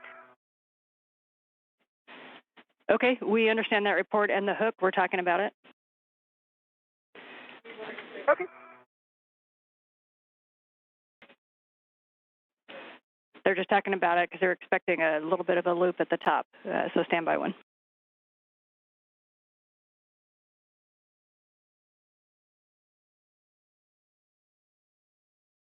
Yeah.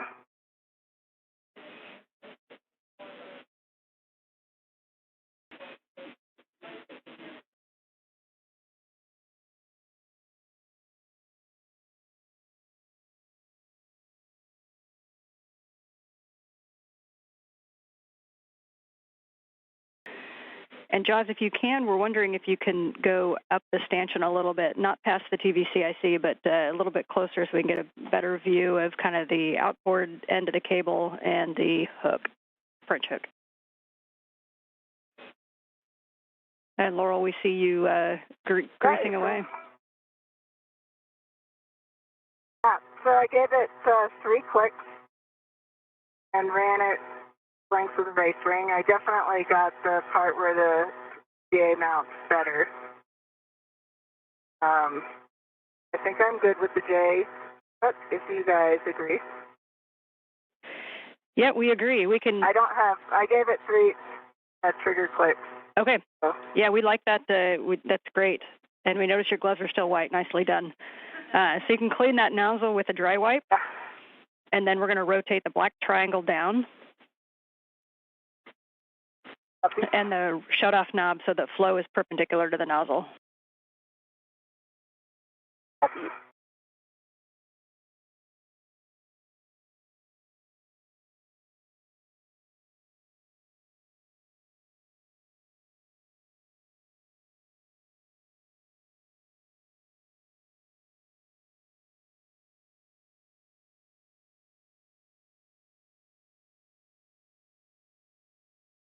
Totally unscathed. I do have 1 grease mark on my wrist. Well, I still got a happy team down here with that grease job. Nicely done. Well done, Laurel. So we're going to rotate the black triangle down, the shut-off knob so that it's perpendicular, and then you're going to rotate the hinge restraint ring and put the tip cover back on. Copy.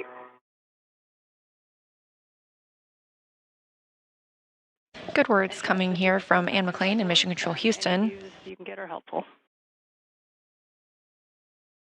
Okay, yeah, the problem is without demating and remating or getting rid of the slack, it kind of just pops back up a bit. So I can put it down. But We are looking and talking about it, Jaws. that would give you the, you can see the French hook right now. That's where it's sitting naturally. Copy. We're looking. We don't have a great view of the French hook. If you could look a little bit more outboard.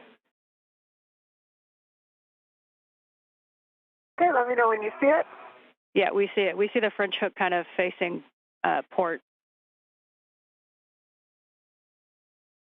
This view from McBelly's helmet camera as she works to reduce some of the slack on this cable and more closely secure it to the International Space Station. Kind of how you want it, correct? Yeah, we're looking at getting a little straighter through there, but so that it's not pulling so port on the French hook. They're talking about it. In the background of McBelly's helmet camera, the International Space Station is flying 259 statute miles over the Gulf of Mexico. Twist on the cable. The wire tie, you mean? Or actually physically twisting Just the physically cable? twisting the cable. Yeah, I did, but maybe let me do one more. Yes, you are going to do one more. And Laurel, I see you've got the straight end grease gun. All right, let me know when you're ready for steps.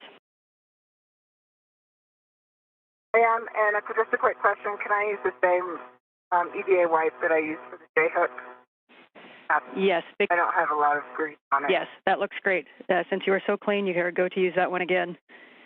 So we can prep the straight nozzle grease gun. And so you're going to... Okay, I don't need steps. Perfect.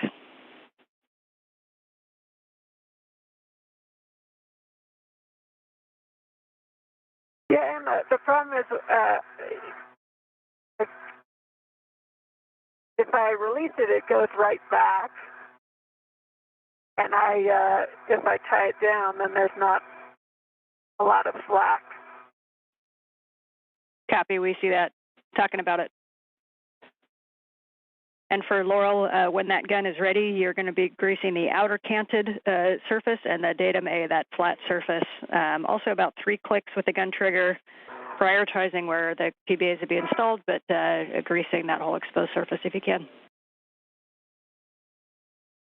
Okay, copy, and that's 3 clicks on the item A and 3 clicks on the outer stand. That is correct. That's correct. Or 3 clicks total. 3 on each.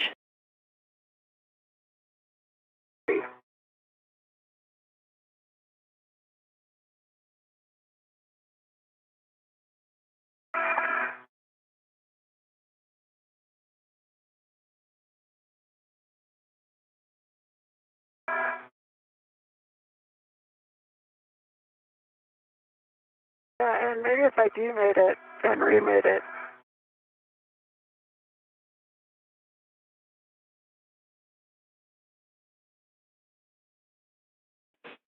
We're talking, Joss.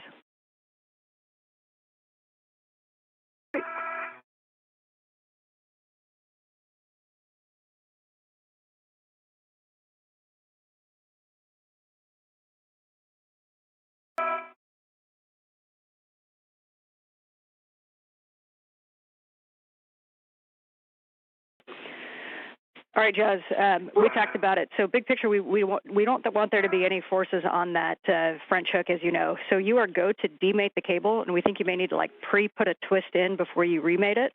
The intent being that the cable travels along the stanchion and that there's no forces imparted on the French hook like it is right now. Okay, copy. Go to demate. And to clarify, we think that the twist will be closer to where the French hook is.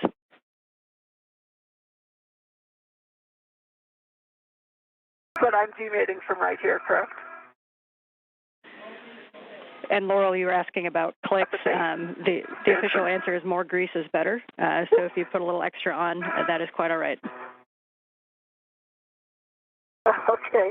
I don't know if you can see in my HECA, but I definitely, I think, have it a grease on. Yep, it's a little shaded, but that's a good view, and so you're going to go for the outer canted surface. Okay, is that sufficient for the inner surface? It's shaded, so we can't see it, so we'll take your judgment. Okay, all right. And I just want to confirm after the last comment you made, I'm demating here at the base, correct?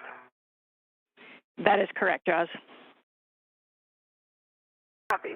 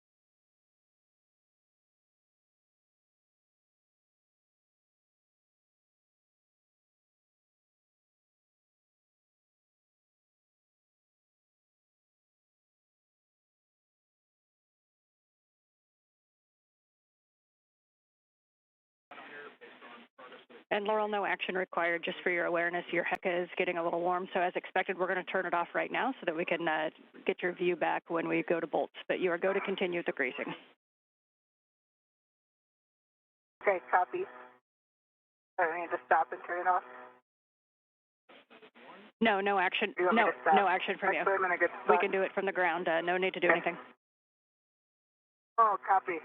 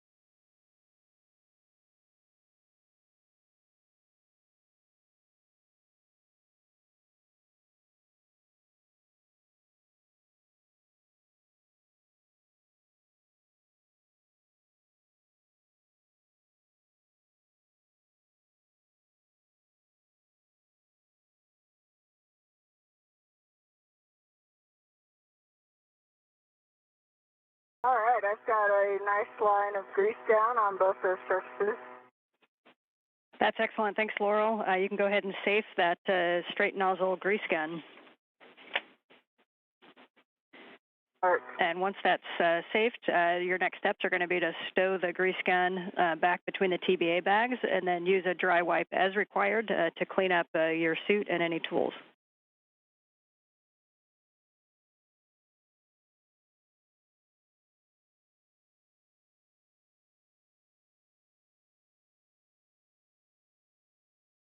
NASA astronaut Laurel O'Hara has completed the lubrication of that solar array rotary joint area where the trundle bearing assembly was removed. Say that again, Jaws? Any tips for a stuck NZGO? Copy. If that's been in the sun, try shading it for about 10 seconds and trying it again, and we'll get other steps.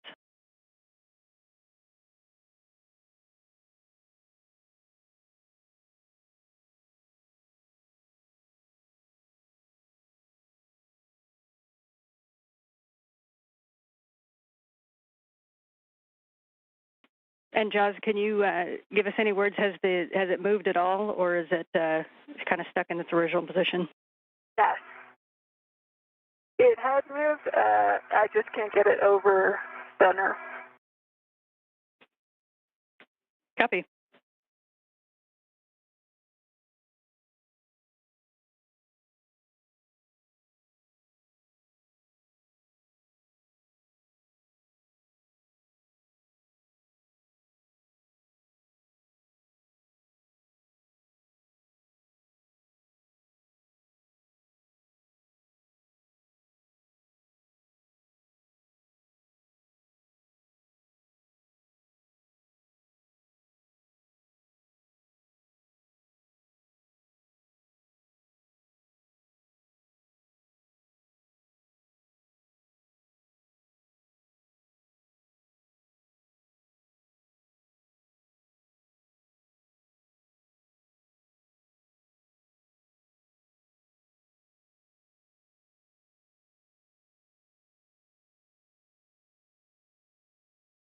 As O'Hara stows the grease guns she's been using, Mogbelli continues to work on the CP8 Ethernet cable task.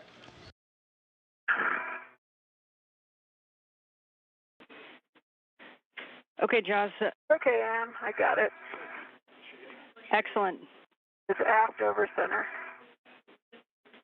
Love it. All we had to do was open the crib sheet and it came off.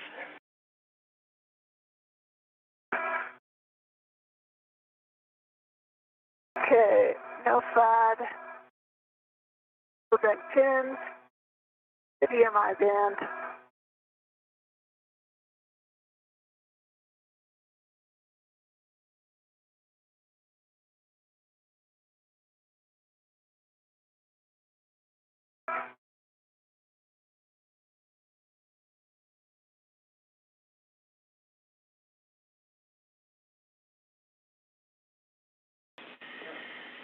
And Laurel, as you stow that stuff back in the bags, your next step is going to be to access the bag labeled spare, and we'll be retrieving the mount package of the spare.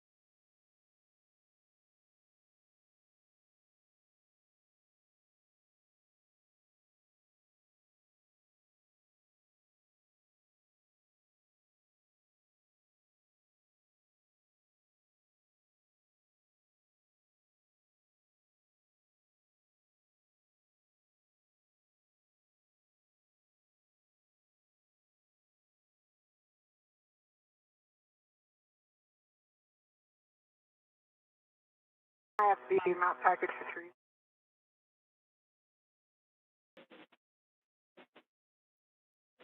And copy. So you got the mount package, Laurel? I do. Okay. You can verify that the mount clamping leg is open, and you're going to engage the mount on the inboard race ring, aligning that square mount box with the slot. And then you can close the mount clamping leg. And in order to do this, I'm going to have to put my hand down into the race ring in order to close the lower leg. Yeah, we understand that. It's like a game of operation. Just try to be very careful and not getting any more grease. I think that will be difficult, but I will try. Copy. Definitely best effort. And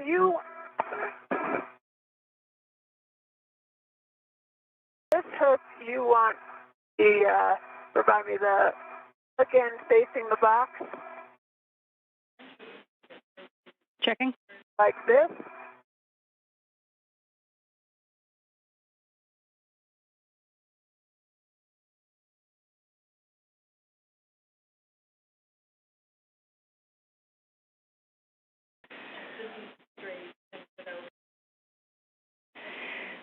Yeah, so Jaws, you're looking at the problematic spot for sure. So we think that that cable should be, rather than coming down the port side of that TVCIC and pulling on that hook, it should be kind of coming down, tended more toward the middle side so that there's no actual tension on that French hook strap, so that it just kind of free floats. And the cable is probably going to need to twist in order to be able to move it a little bit more starboard.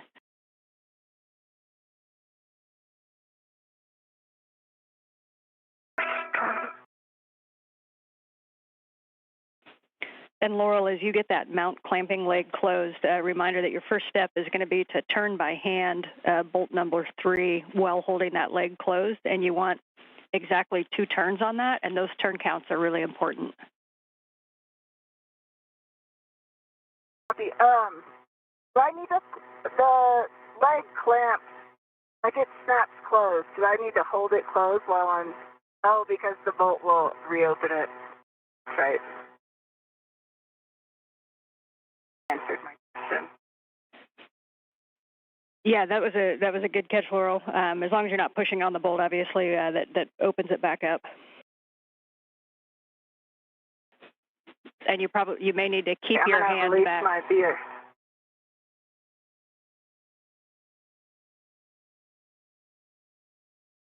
And my understanding is how it is now is how you want it, correct? You can see in the hookup. Can you move a little bit port with the hecka? We can't see the French hook.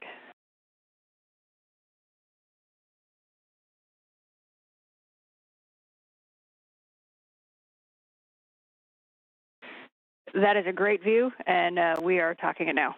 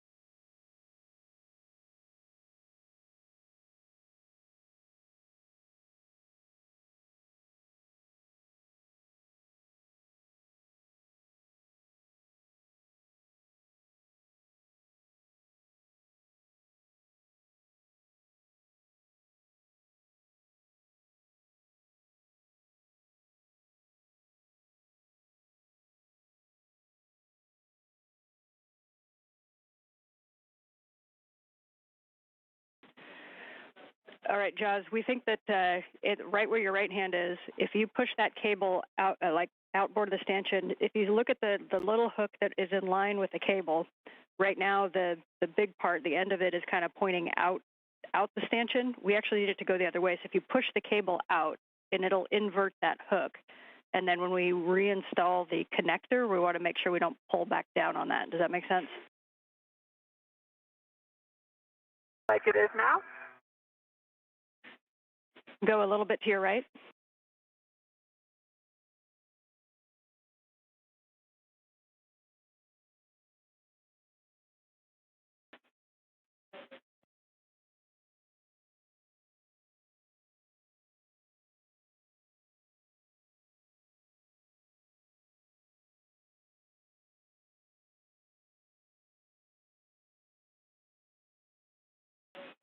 We're talking about it.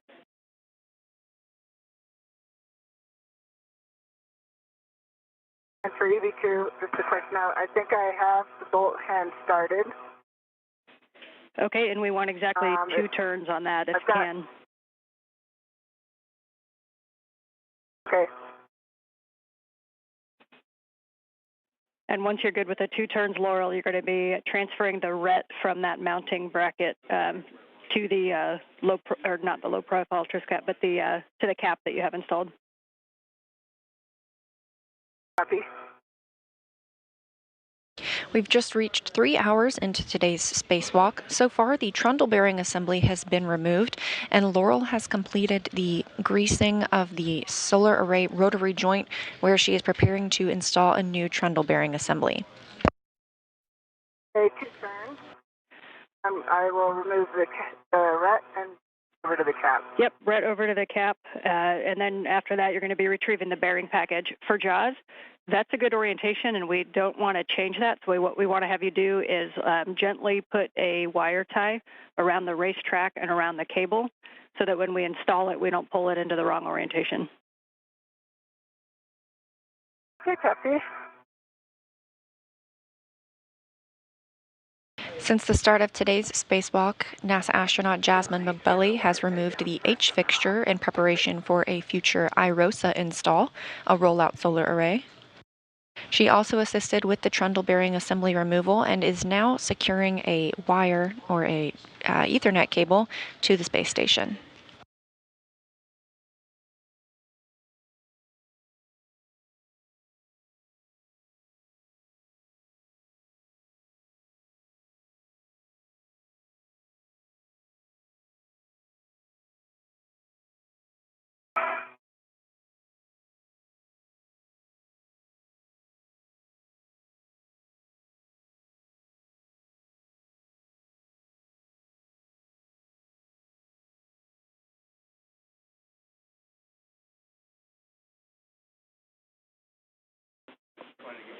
And Laurel, we see the RET on the cap, so we'll be getting the bearing package, and we're going to engage the bearing package onto the mount. And again, minding that race ring that you just beautifully greased.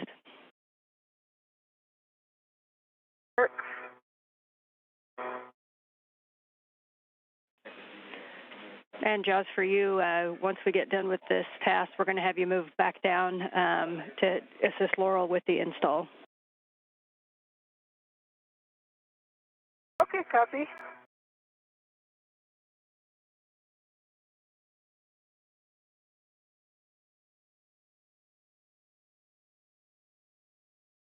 Well, are you doing all right? How about you? Yeah, good.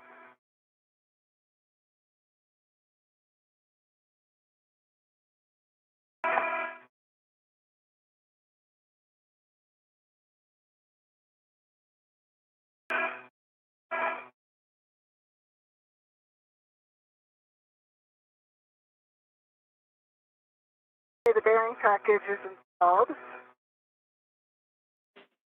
Copy, Jaws.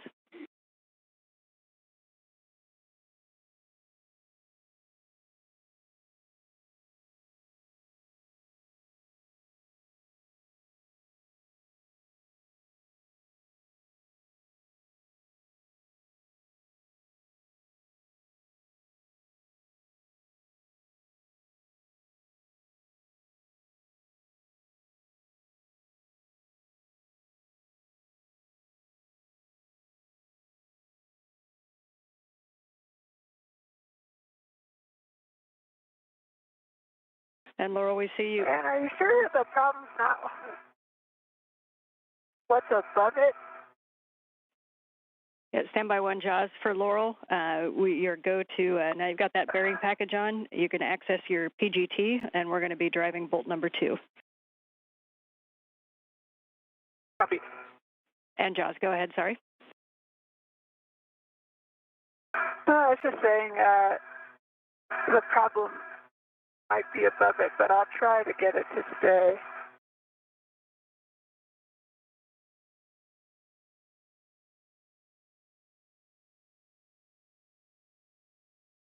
As you can see, Laurel O'Hara is using the pistol grip tool. She will drive 3 bolts to securely fasten the new trundle bearing assembly to the solar array rotary joint. Again, these pieces are what help the solar arrays turn as they track the sun and store power for the International Space Station. If it gets pulled forward or outboard, the cable on top. Copy, we see that. Do you have any other suggestions if the intent is to get that flipped 180 and not pulling hard on that tether point? Is there anything else you could see that could help? Can I undo and redo this front hook?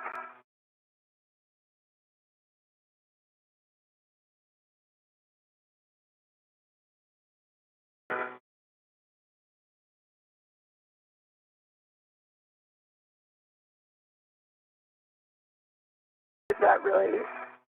Yeah. All right, JAWS, yes, you are go to unhook and rehook that.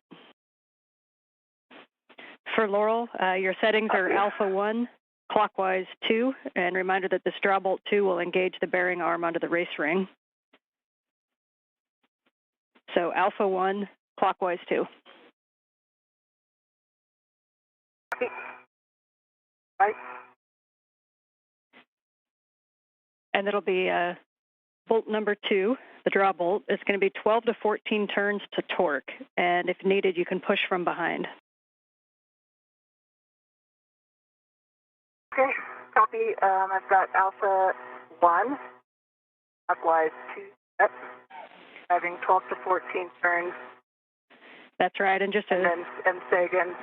Yeah, 12 to 14 turns on draw bolt 2. And bolt number 2.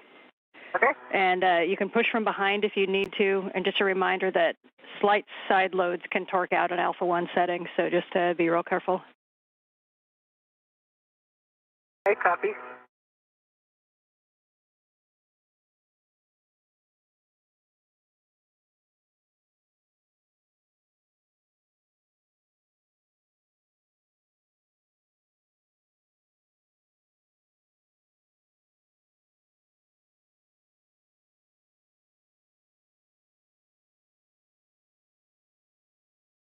I keep my TV off. Copy, see that?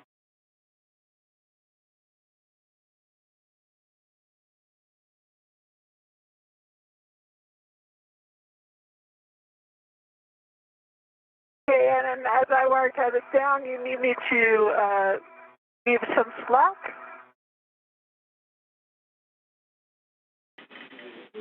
Checking.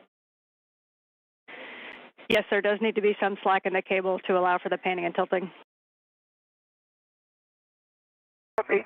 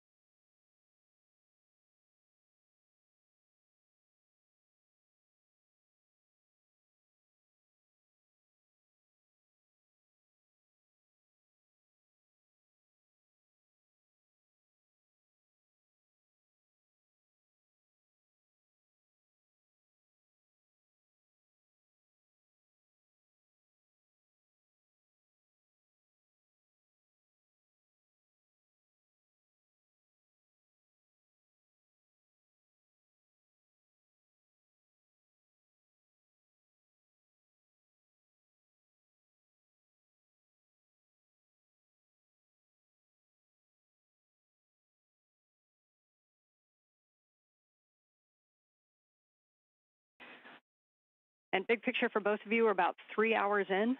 We are happy with the progress, especially on that ever so important TBA. Just for your awareness, we've replanned the timeline to where we are going to go after the TBA bolts, but we are not going to do the procedure to bring it back in the airlock. Sorry for the wedge clamps, I meant. So for big picture, for the replanned timeline, we are right on time. We're about 3 hours in. Limiting consumables, still battery EV2. Everyone copies. EV2 copies. As the crew members continue their tasks, the timeliners have reworked today's timeline. The RFG, the radio frequency group, will not be removed from its stanchion as was previously planned. However, it will be prepped for removal on a future spacewalk with some clamps being removed.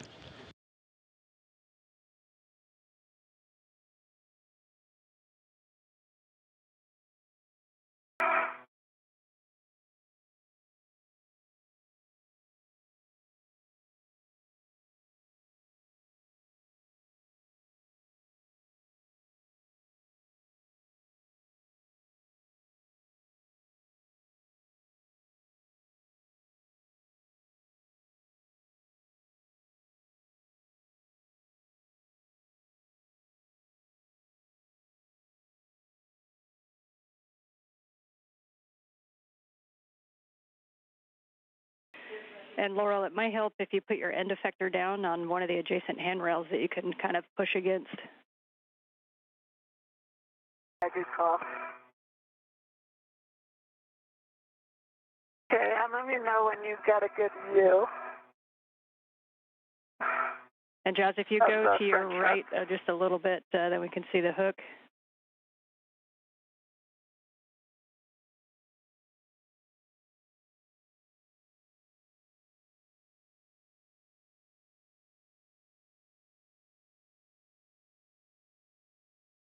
What's that?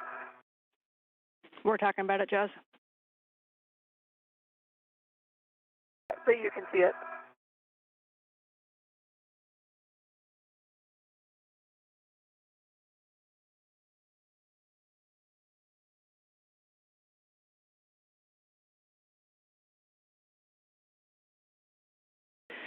All right, Jazz, we are happy with the configuration for CP8, so you can go ahead and translate down and reconnect the connector. Okay, copy. Nice effort. We know that's a tough task with a lot of gray area.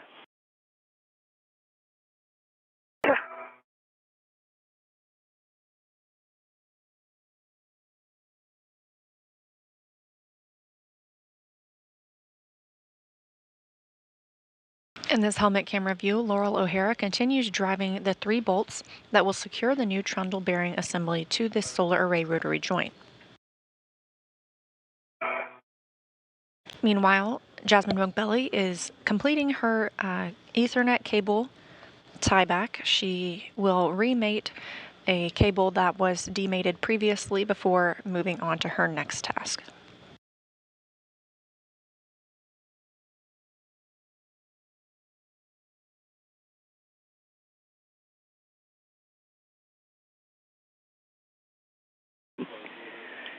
Hey, Laura, we think another thing that may help is if you want to hand start that bolt. If you want to hand start that bolt rather than trying to use the PGT, that might stabilize the whole package. Okay. And you may have to use one hand to push on the back and then one hand to hand start.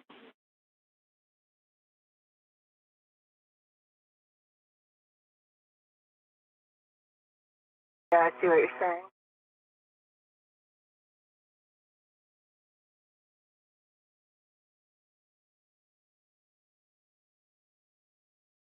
And rated over center, no side, no bend pins, good EMI band, and I'm just taking a look at this config. Let me back out a little, maybe you'll get a better view. Okay, we copy, and we got the inspection and made it over center. Appreciate it.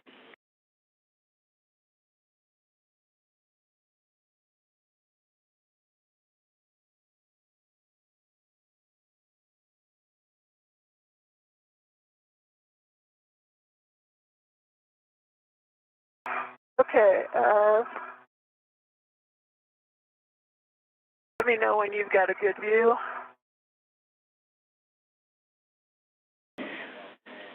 And Jaws, we are happy with that configuration. We're going to do some checkouts here. You can go down to assist Laurel as needed on the install. Okay, copy.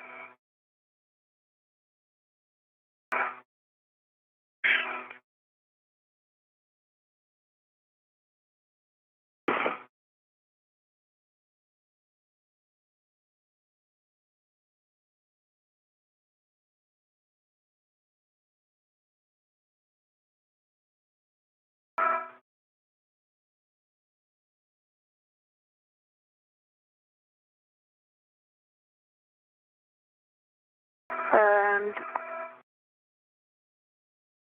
where did my bag go?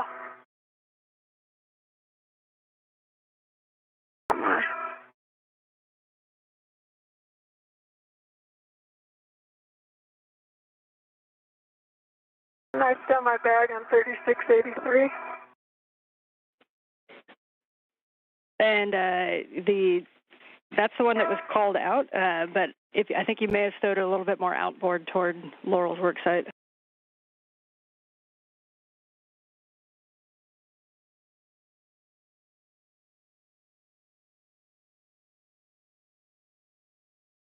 And I've got on bolt 2.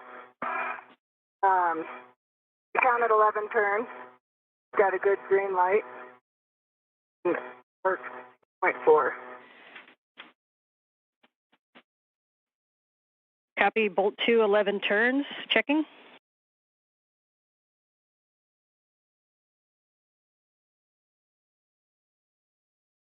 And Jaws, I think you're kind of one block zenith from where your bag is. If you go back toward face 1 to 3681 and 3802, you should find your crew lock bag.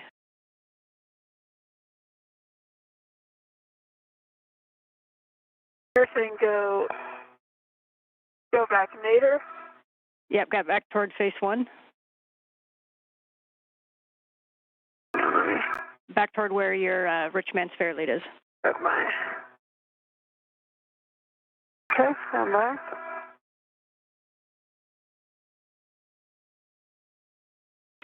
And Laura, we're still talking about bolt 2, standby 1. Okay.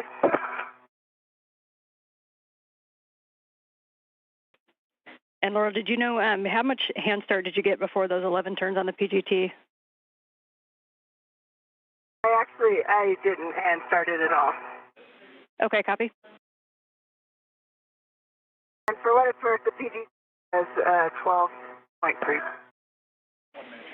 That we don't use outside. And for Laurel, we're going to hit it with one more turn. It's a little bit lower than expected. So on that Alpha 1 clockwise 2, go ahead and do bolt number 2 to torque. Copy.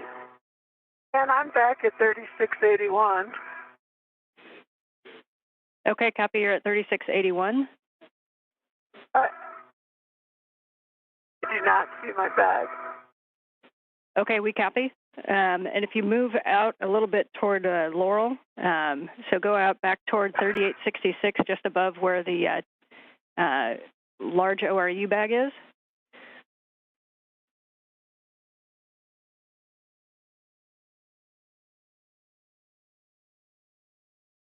For EV2, it is torquing out. I'm not getting an additional turn on it.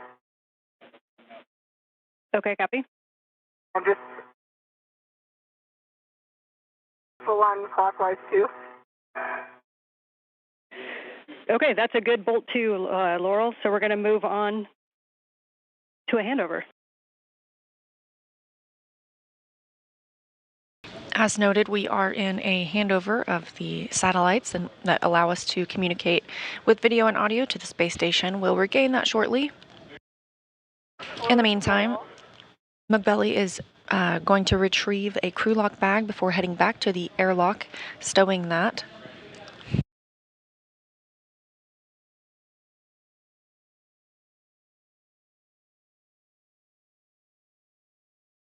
O'Hara continues installation of the Tundle bearing assembly, where she previously removed the degraded one earlier today. It's been about 3 hours and 20 minutes into today's spacewalk. Okay, copy. Do not see my bag.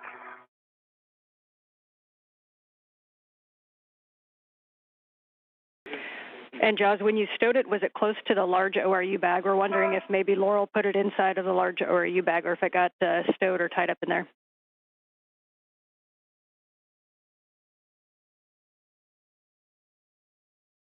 And I thought I stowed it on 3683 by the camera. Okay, understand. We'll take a look at it for right now if you want to get in a good position to assist Laurel.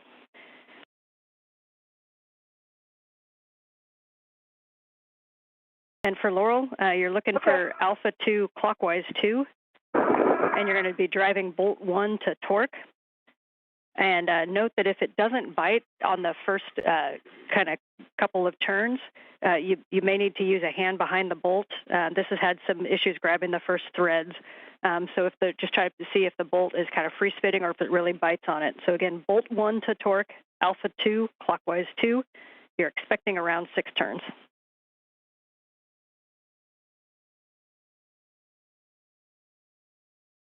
We've got Alpha 2 clockwise 2 set, expecting 6 turns on bolt 1. Good read back, Laurel.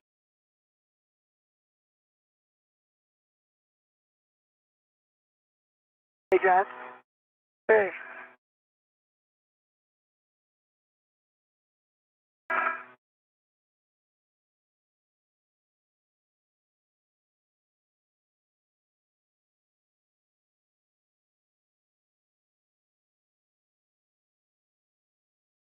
Okay, well, what can I help with?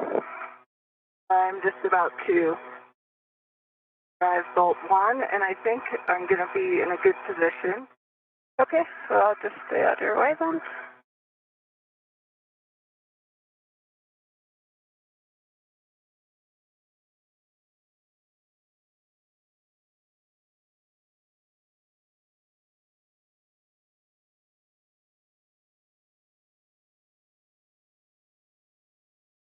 Will you just hold this for a second? My PK. Yeah, give me 1 second to throw my mini rotation on the sector. I can just... Okay, I can take it. Okay. Think I'm good? Okay.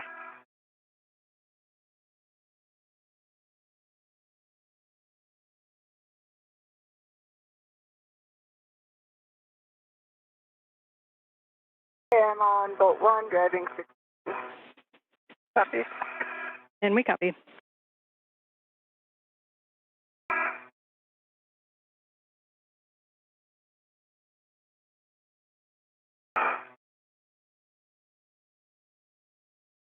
Okay, I got about 5.5 turns, green light, torque 3.6. Okay, we copy. That is a good bolt. So the next thing we're going to do is drive bolt 3 to torque, 2 to 4 turns, and that's also Alpha 1 clockwise 2, bolt 3.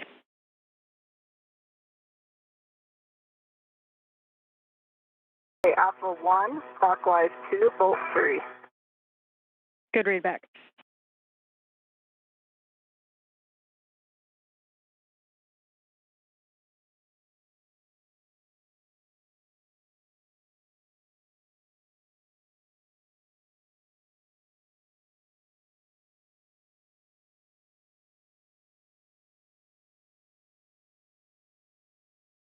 Jazz, could you help me count turns on this one?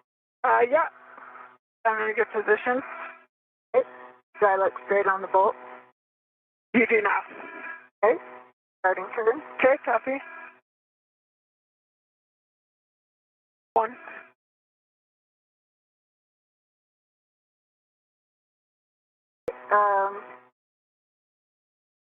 That torqued out, I think.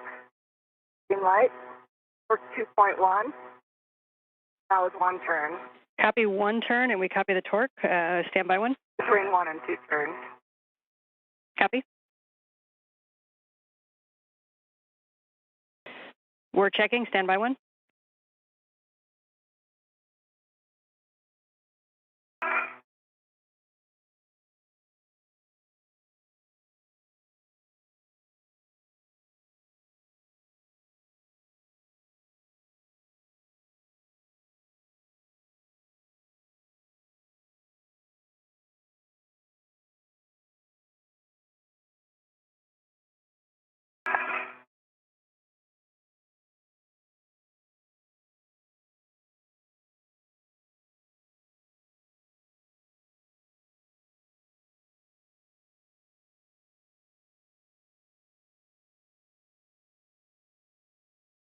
visors up.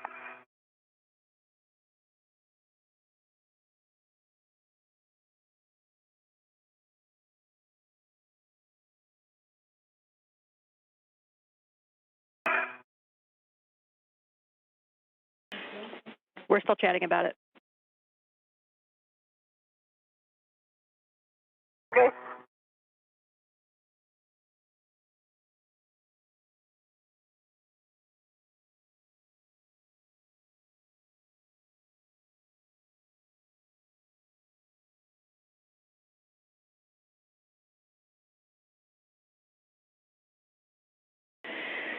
All right, we're going to have you just check your body position, side loading, et cetera, and verify Alpha 1 clockwise 2, and we're going to just reattempt and let us know if you get any turns.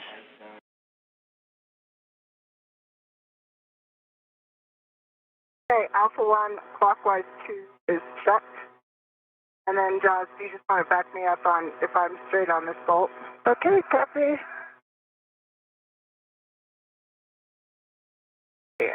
From my perspective, it is. I can't. Yep. Now you are. Okay, and it looks like my perspective. Looks good.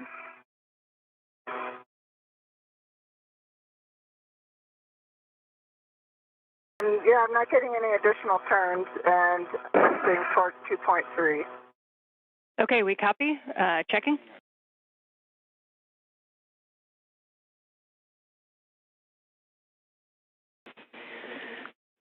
Okay, Laurel, we're going to release it for a turn and then reattempt. So go ahead and set Bravo 1 counter 2, Bravo 1 counter 2, and you're going to release 1 turn on bolt 3.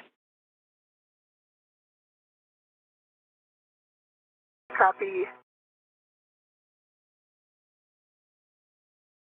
Bravo 1 counter 2. Release 1 turn. Good read back. And say again the bolt. And we're on bolt number 3. And which bolt? Bolt number 3. Okay, copy. That's what I thought. Just loaded it. Bolt number 3.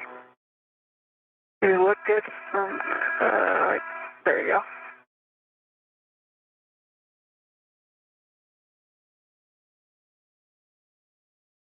One. There's 1 turn release. Copy, and we're going to set Alpha 1 clockwise 2 again, Alpha 1 clockwise 2, and we're going to drive that to torque. And we're hoping for 2 turns. Alpha 1. Copy.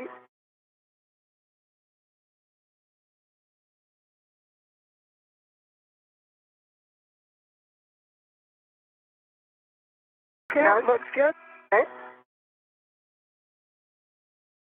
1. I'm just doing 1 turn. Yeah. Yeah, you're straight on. Wait for. Okay, we copy.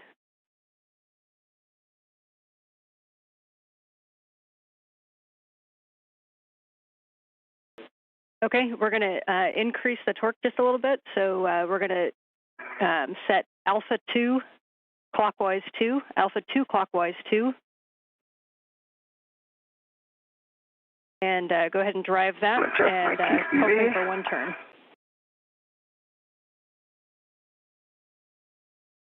Copy. Do you want me to, are you I just need to adjust my TCV real quick. Okay. Wait, just so we have 2 eyes on it.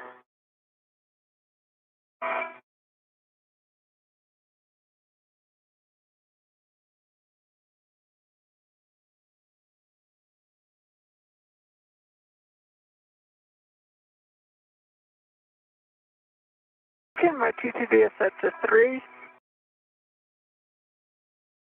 Copy, Jaws, TCV set to 3. Okay, I've got eyes on. Okay. And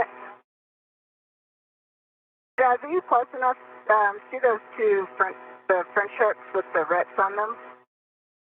Where are they? Right next to the bubble socket.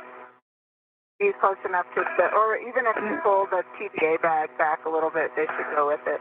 Okay.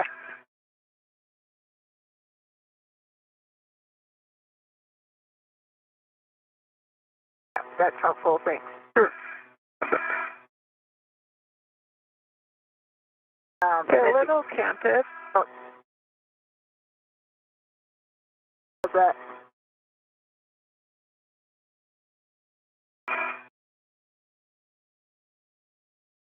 Looks straight. Looks good.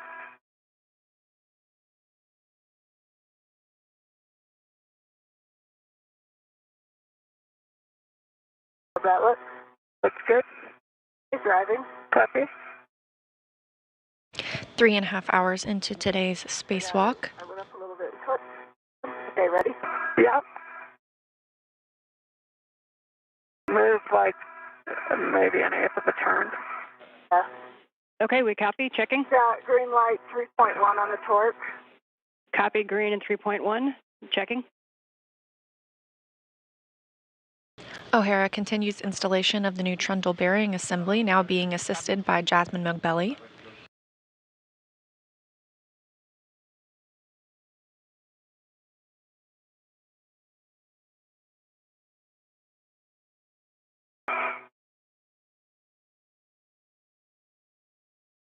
This setup is similar to what we saw earlier, where Mogbelli is providing additional support to O'Hara as she drives these bolts using the pistol grip tool.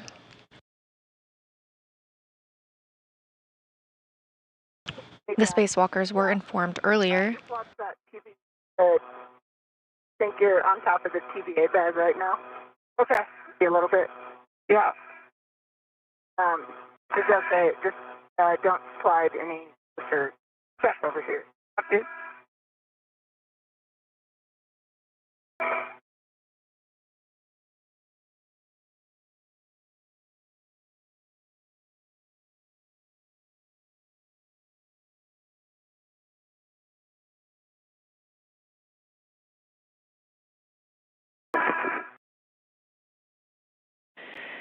All right, we're going to reset the torque, we're going to release this a turn and then set it back at the lower torque. So if you could set your PGT to Bravo 1 counter 2, Bravo 1 counter 2, and you're going to release bolt 3 1 turn.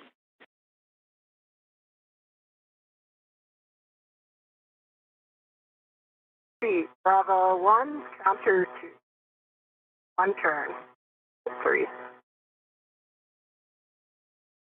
Looks good.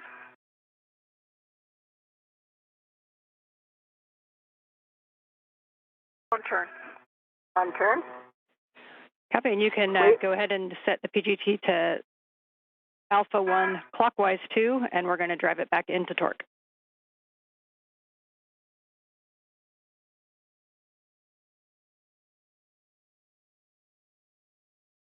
Have Alpha 1 clockwise 2.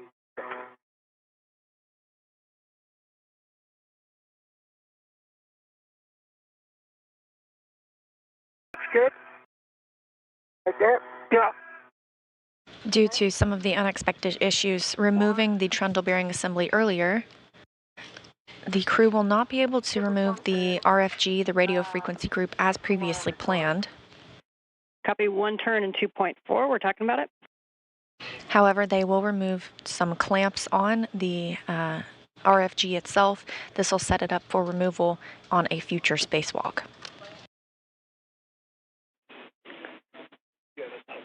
All right, nicely done, ladies. We're going to call that a good bolt, and we're going to continue. So you can stow the PGT. Want you to verify that you have no grease on your gloves and on the cable and the cap, and we're going to be doing NZGL ops.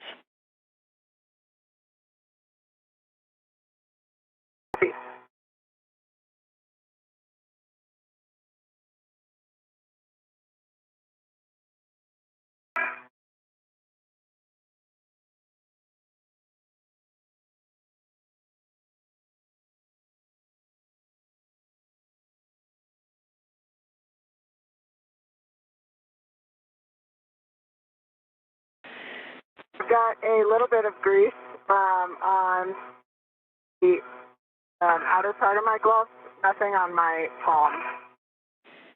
Okay, copy. If you can see you have a view. Yeah, we do see that. The important part for the NZGL ops is we don't want to get any grease, obviously, on the connections. So at this time, you can transfer the RET from the bearing package onto the cap. I can.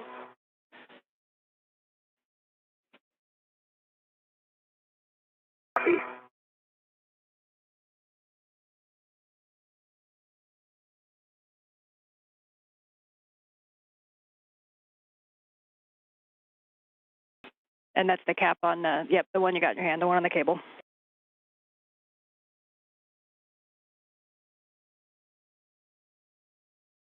Another satellite handover, but trundle bearing assembly or TBA install continues.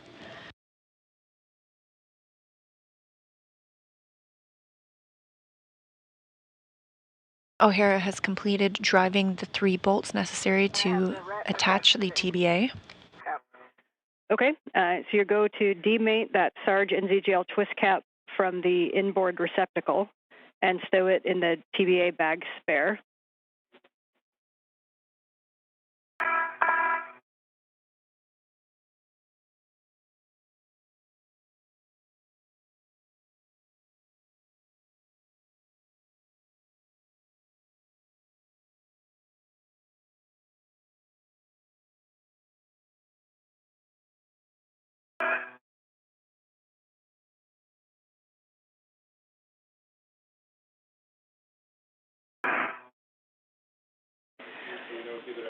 So we're going to get both those caps off and get a good inspection while we do so.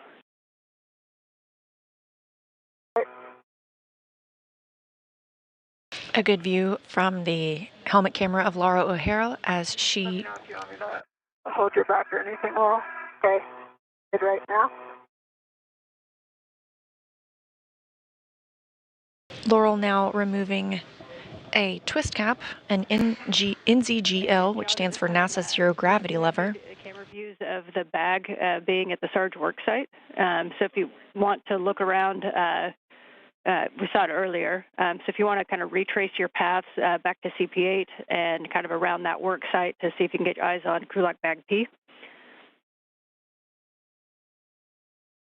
Okay, copy. Good news.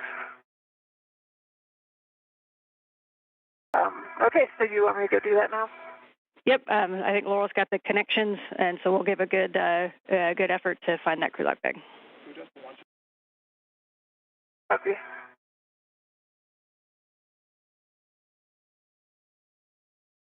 And I have the twist cap off.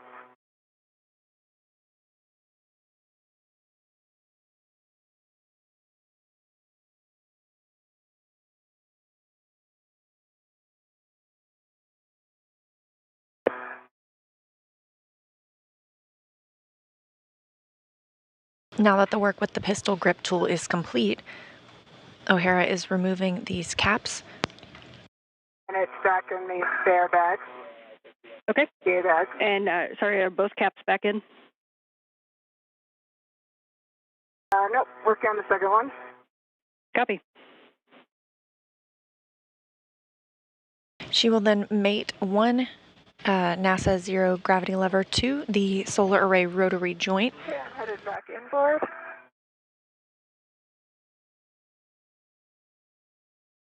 After this work is complete, she will reinstall the Sarge cover removed at the beginning of this spacewalk. All of our connections are working there.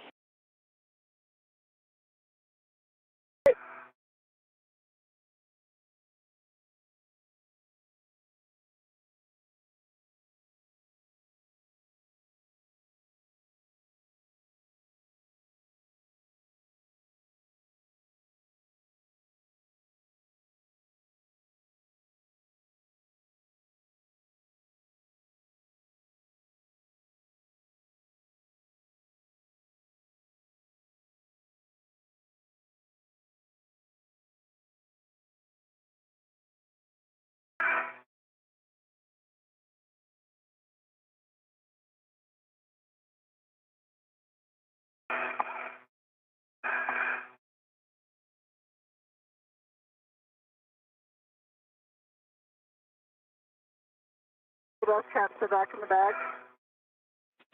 Okay, copy. At this time, we'll take a good inspection on the receptacle and the NZGL, and then we're going to mate the TBA NZGL to the SARG receptacle on the inboard side.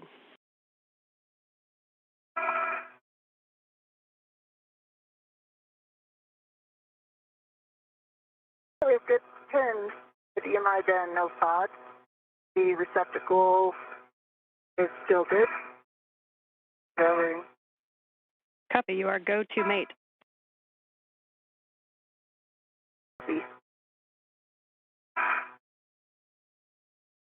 My tether's going between my feet again, so just going outboard a bit to try to clear that.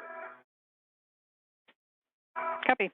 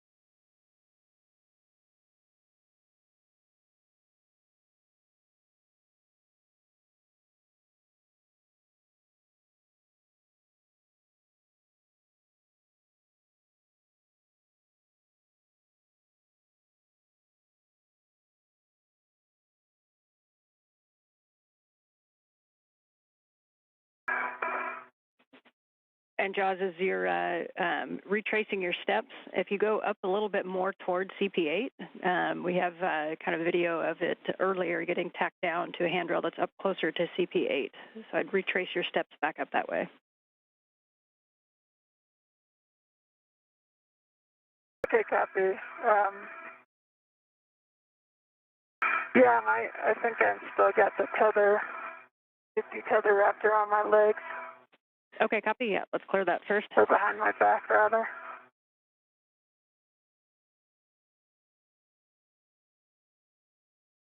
The NZL is mated full forward over center. Copy. At this time, we can perform a HECA survey of the TBA work site. And then we're going to be cleaning up our tools from there. Our next step, obviously, is going to be to install that cover. It's a great view, and just make sure we don't have any extra tools or tethers down in that work site. And we're going to stow things back in the ORU bag, and you can report the inventory as you clean up. Don't stow anything inside of the degraded bag, and if something wasn't opened, like crew lock bag T, then we do not need to inventory it. Copy. RFB.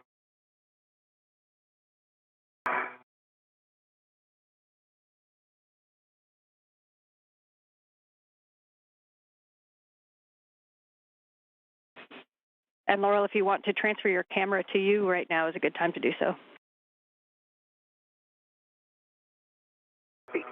I will do that.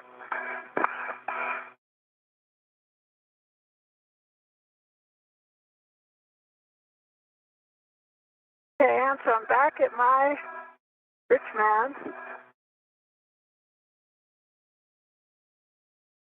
I'm translating towards CP8. Copy.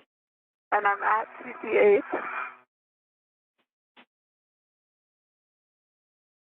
If you come a little bit ISS inboard and just kind of follow that handrail path, maybe along there.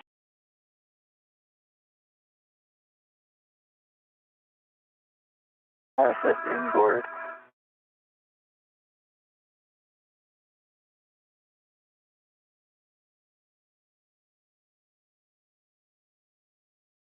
Okay, I'm looking inboard. I don't see my bag. Copy.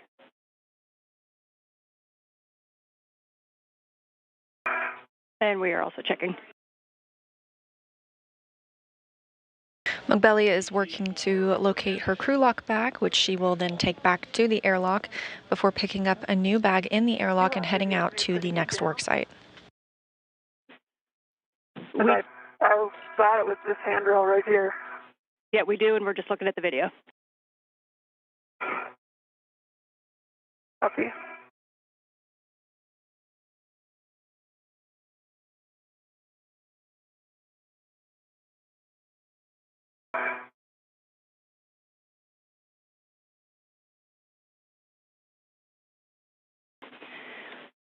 Hey, John, from where you are, just on the other side of CP8, there's a couple of handrails on the aft side of station that you can kind of reach if you just reach past CP8 right there, and just double check on those. It's just on the other side.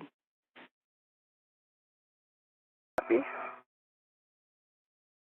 Yeah, you see one right there, and then there's one inboard as well. Just want to check both those.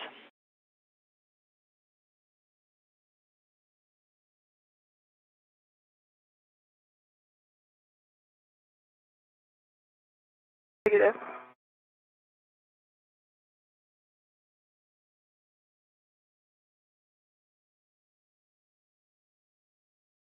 Start on this one or the one inboard of this one.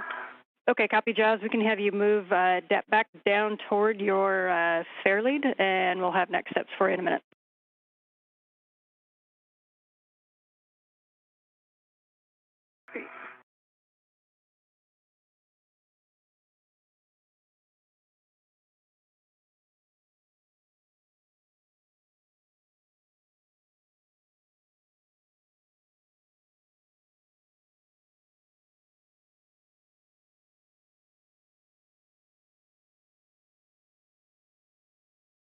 All right, so for EV2, I am reassembling my TDA bag, and I did not get into the T bag. Okay. So that's still intact. My camera is now on my mini workstation, along with the red that it was on in the larger U bag. The trash bag, large trash bag, is back in the TDA bag. I have one wipe on a ret. I have one loose ret, the contingency ret. I have my Tundle bag. Okay, we copy, Laurel. And the standby one for Jaws. I'm going to have you pick up your adjustable fare lead, and we're going to have you move in and start getting ready for the SSRMS setup. Okay, copy.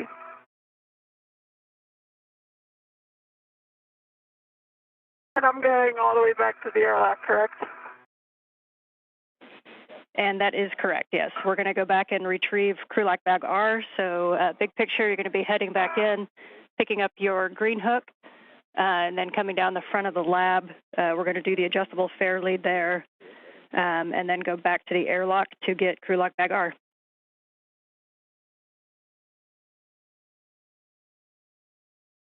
Peace.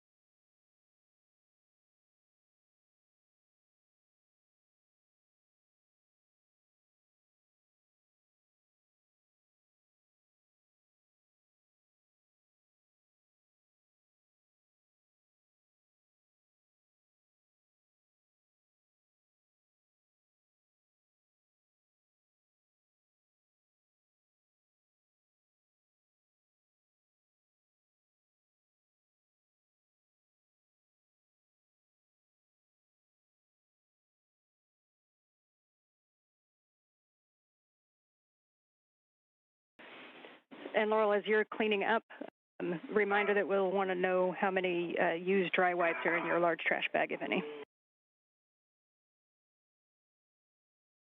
3 hours and 50 minutes into the EVA. Inside out and then rebundled it. Okay. Is that okay, or do you want it in the large trash bag? Nope, that's a good config. Copy. So as you get that buttoned up, just let me know when you're in position to do the sarge cover, and I'll get steps for you there.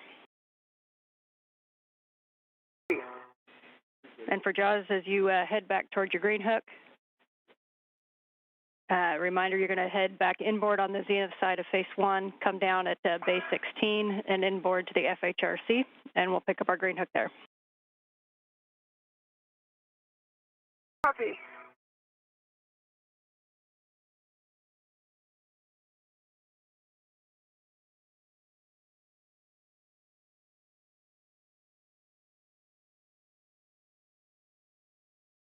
Mogbelli is heading back to the airlock to retrieve the next crew lock bag that she'll use at the next work site. Meanwhile, Laurel O'Hara is continuing work at the solar array rotary joint.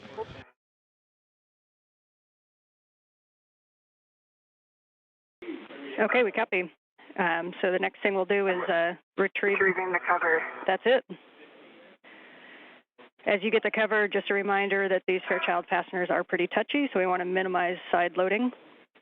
And what you're going to do is to position Sarge cover 2 into its original orientation with a 2-bolt side inboard. And then you're going to drive 1 turn by hand on each of the cover bolts, 4 of them, not the ones that are next to the tether point, but the other 4.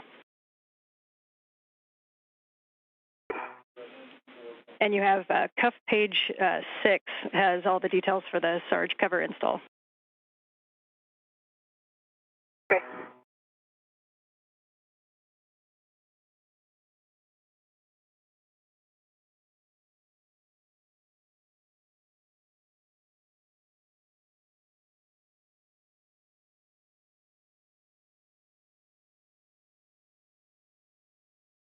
O'Hara continues to work at the solar array rotary joint location.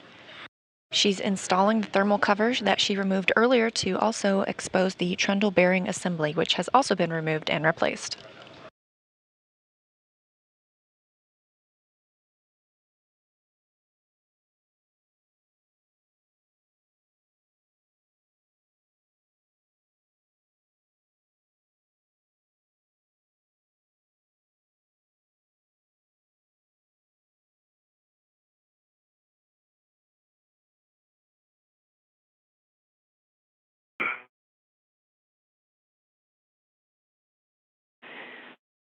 And hey, Laurel, before you get that cover on, kind of a fun question. There's a serial number on the mount package, and we were wondering if you could read that to us.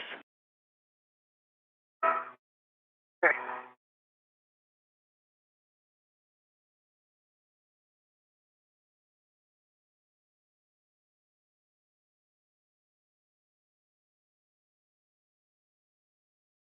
$056.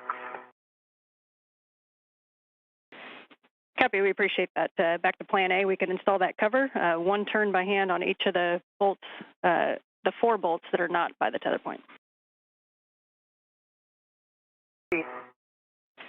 Right, serial number.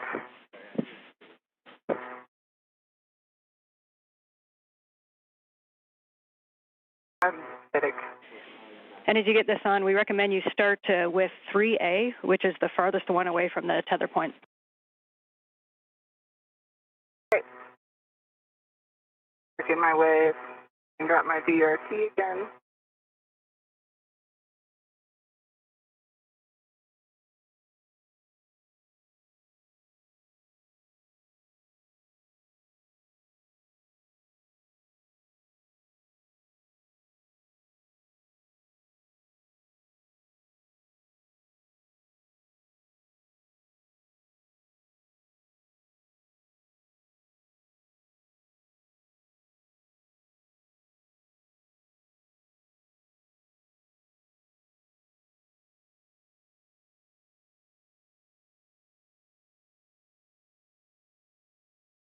Okay, I've got my green hook back.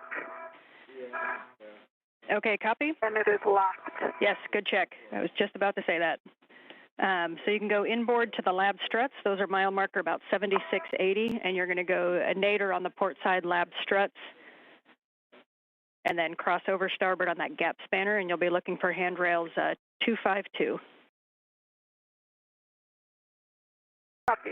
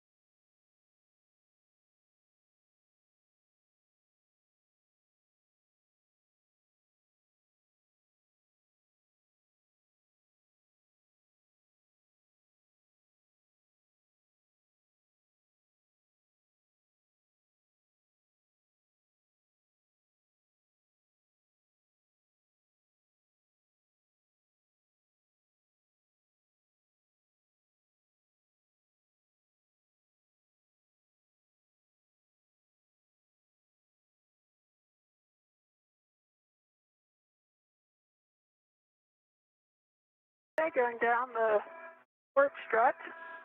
Copy, have you coming down the strut, and then we're going to cross over that gap spanner to 252, and you're going to be doing it a rich man's fair lead on 252.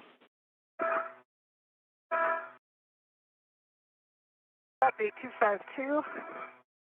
Laura, you doing okay? I'm good. On the right side of your screen, Laurel O'Hara works to re-secure the Sarge solar array rotary joint cover that was removed earlier to allow access for removal and replacement of the trundle bearing assembly, which has been successfully completed. Meanwhile, Jasmine McBelly is heading back to the airlock. She'll retrieve a new crew lock bag, essentially a tool bag.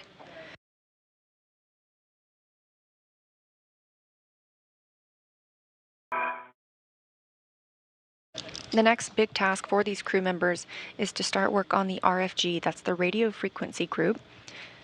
Steve Bowen and Sultan Al-Nagati had some trouble with this RFG earlier this year on a spacewalk.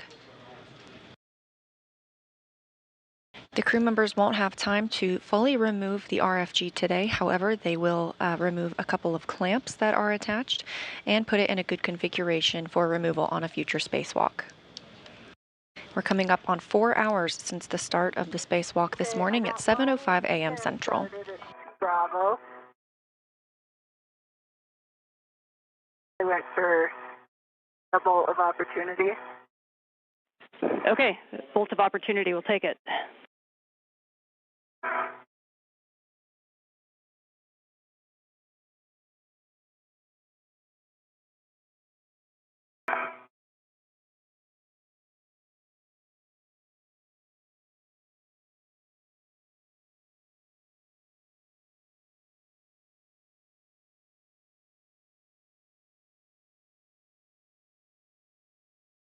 Really tricky to get my hand.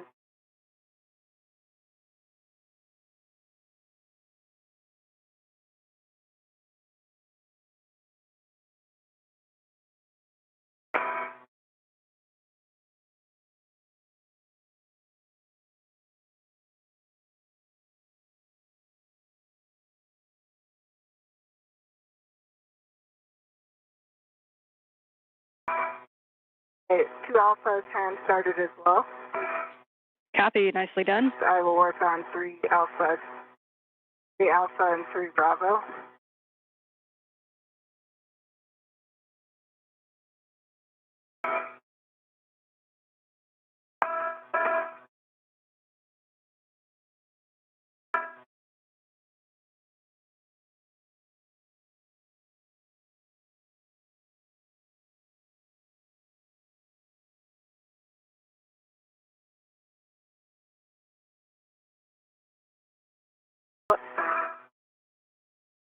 Over.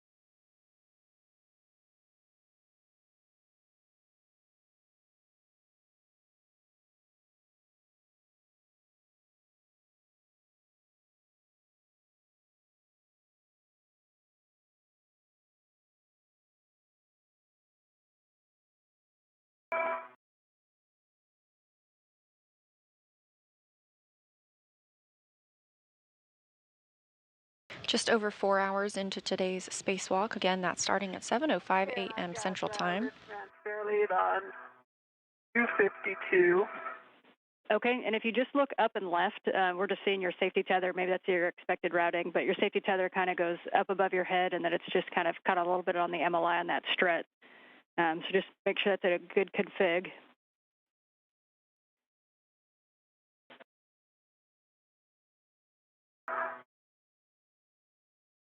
If I can. Yeah, I mean, I think that will release at the end of the EVA when I head back. Like once I go outboard of that MLI. Yeah, we concur. So you can go ahead and take the gap spanner now down to the front side of ESP2 and around ESP2 back toward the airlock, just keeping in mind that your tether is going to be pulling in a different direction than usual.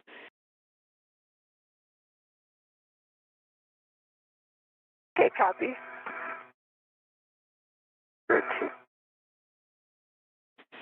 Hey, big picture for both of you. We're about 4 hours into the EVA. We're about 30 minutes down on the updated timeline. But just for awareness, because we're not going to be bringing the RFG back in, we're going to forgo ARM operations for today. We are going to have you access the backside of the RFG, and we're going to work those wedge clamps, but we're not going to set up the APFR to do so.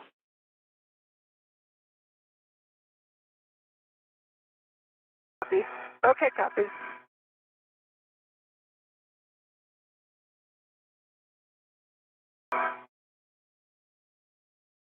And which one of these? Oh, never mind. They were both of these bolts were engaged earlier. Yes, we believe so.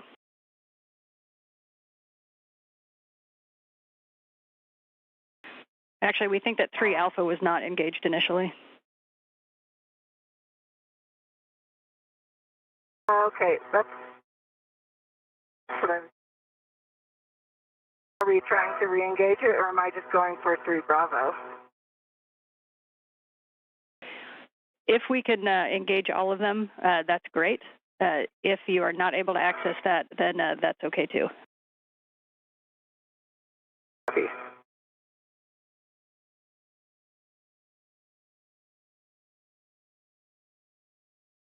I can. I'm not sure 3 if I can push the bolt just kind of all the way down into the hole. So I'm not sure if I can do that with all of them. Okay. No, that makes sense. And we're talking about it right now to get the steps for the PGT. Just as you know, these bolts are kind of touching, so the concern is kind of stripping them or breaking them with any side loading on the bolts if we don't already have the first thread in. So that's why why we've got these hand turns first. But stand by one, and I'll get you the words for PGT. I feel like, especially with 3 Bravo, there's this piece of MLI right here, so it's hard to come straight in and not put head loads on the bolts with my hand, you know, with the size of my glove. Copy, and that may be the issue why 3 Alpha wasn't done in the first place. So we've rediscovered MLI problems.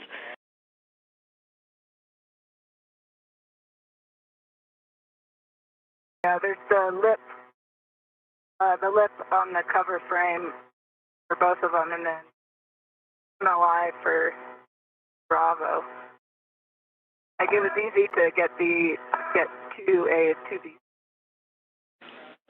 Okay, copy. We understand you've got a hand start on 2A and 2B, and that not yet on 3A and 3B.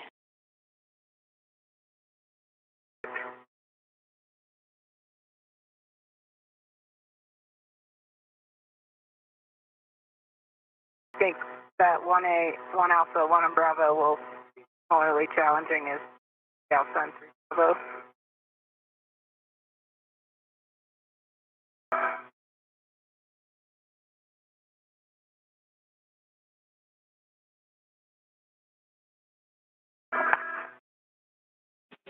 We're talking about it, Laurel. Okay.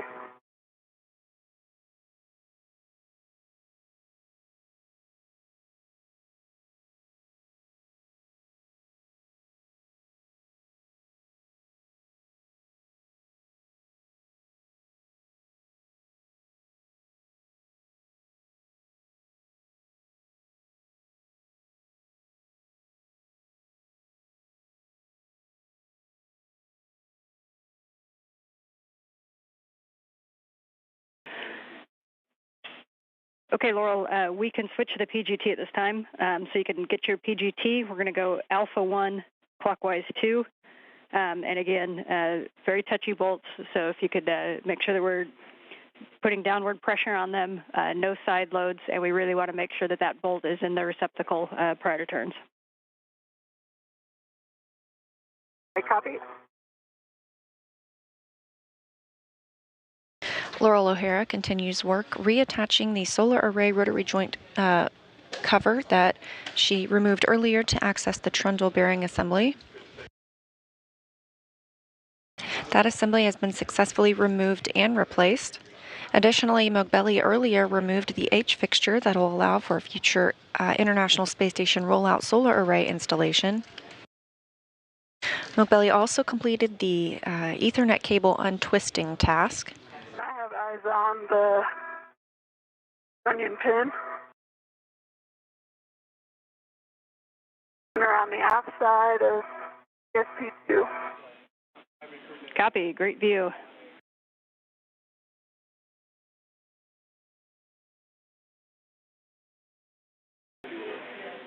And you guys are just about to come down the west coast of the U.S. Copy.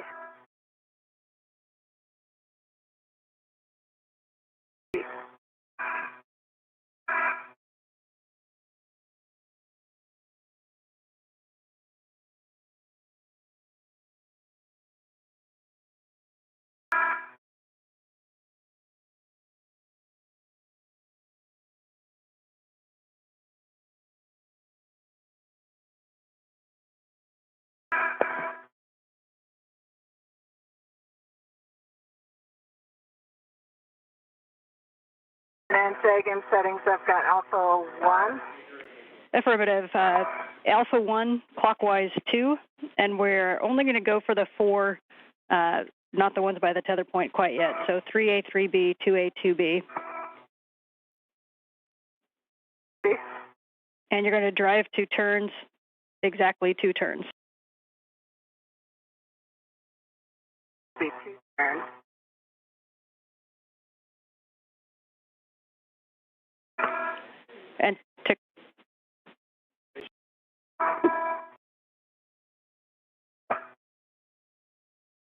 But And Laurel, just to clarify, you're going to do exactly 2 turns on the ones that you were able to hand start, and you're going to go 3 turns exactly on the ones that you were not. Okay, copy. Do you think it would be helpful to do those 2 turns on the 2 I was able to hand start first? Just to help align the other ones, or is it better to have some play these fasteners?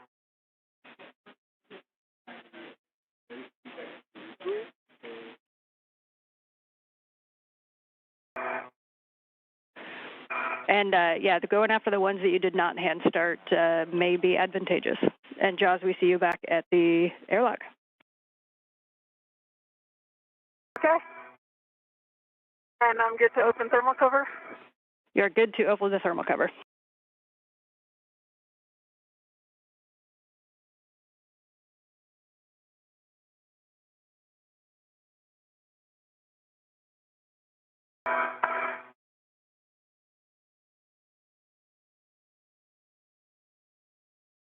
Ingressing the airlock.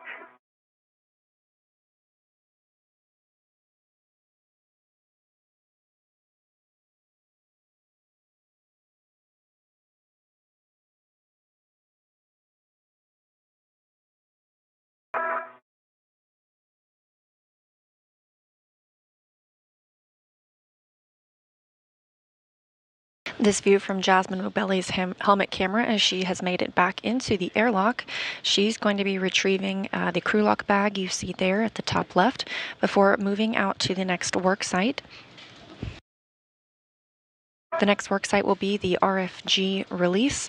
The crew members will not be removing the RFG entirely today. That stands for Radio Frequency Group, but will be preparing it for removal on a future spacewalk. The retrieving crew lock bag R, and you're going to keep the large small ret on the crew lock bag. Copy.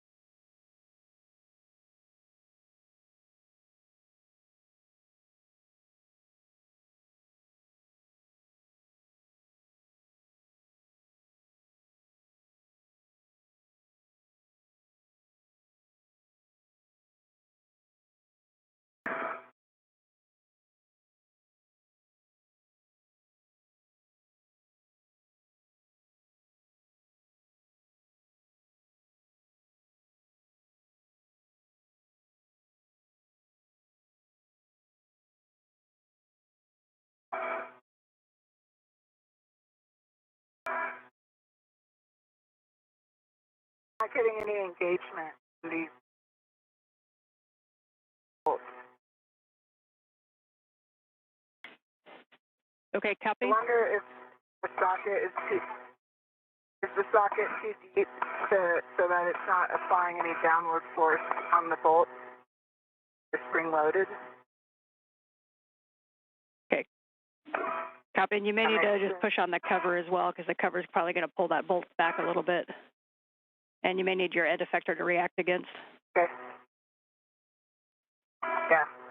And you may be able to use your end effector on that tether point of the adjacent one if you want to be kind of right next to it. Okay. Disregard that suggestion. But there is the handrail right there. Oh. Okay, copy.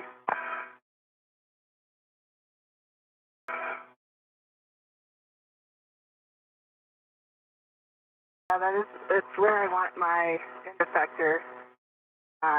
Hopefully it's not interfere.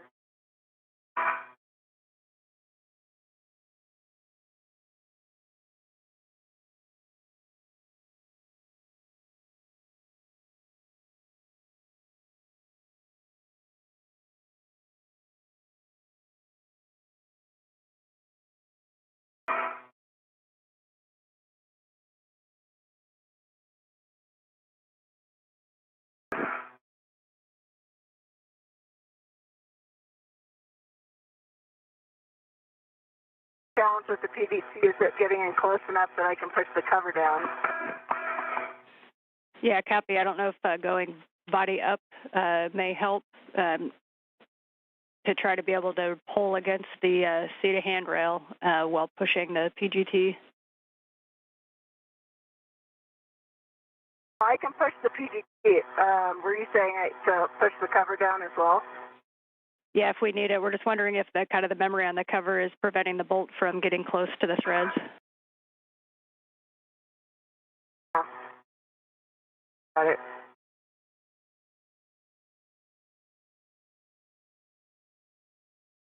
What do you think about trying the 2 Alpha, 2 Bravo? And we are good with that. Just a reminder, 2 turns. Copy. Handover.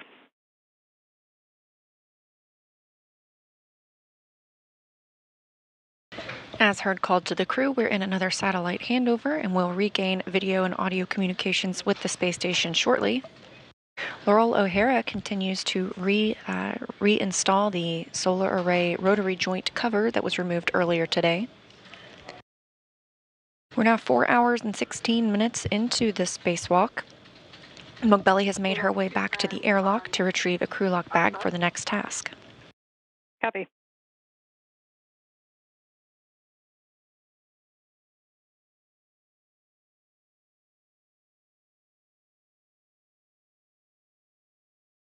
Two turns on 2 Bravo, and this isn't the final turns, right? Yeah, Not flush that's yet. correct. Just the 2 turns. Okay. All right, let's see.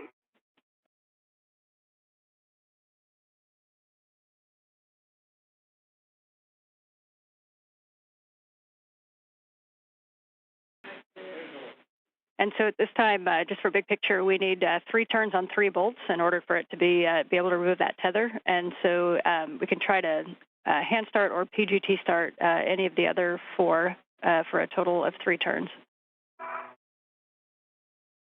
Even 1 Alpha or Bravo? Yes, if you can access those around the tether, then yes, you can try those.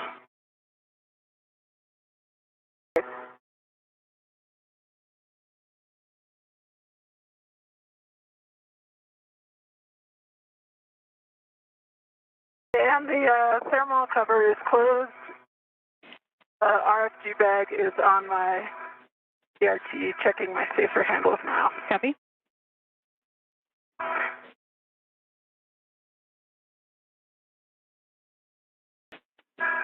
Right side is down. Copy, right side down. We'll also take a glove and a hat when you're done with the left side check. Southeast.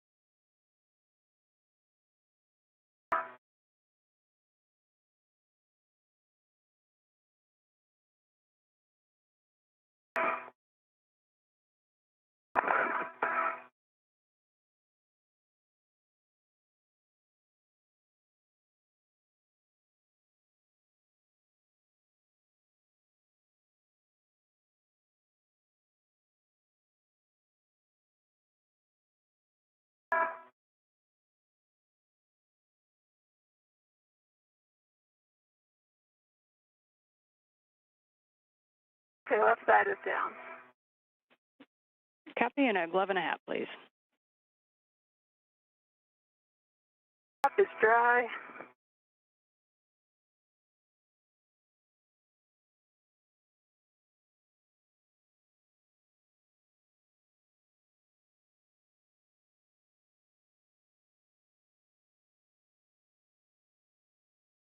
Try moving my BRT.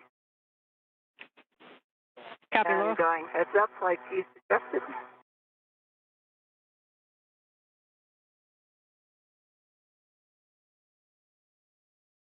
You want gloves are good?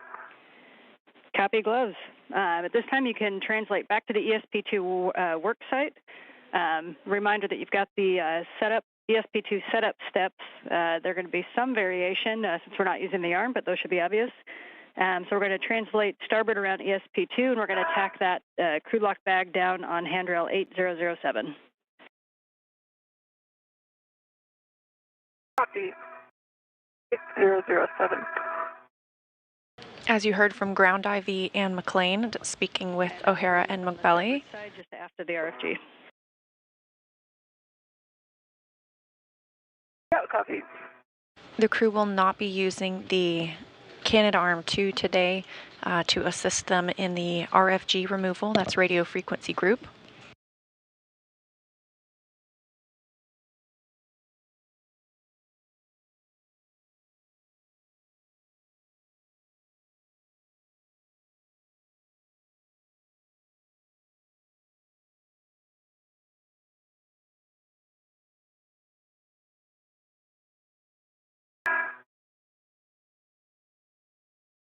And again, due to the difficulties that were experienced today, the crew members won't remove the RFG entirely, but instead will prepare it for removal on a future spacewalk.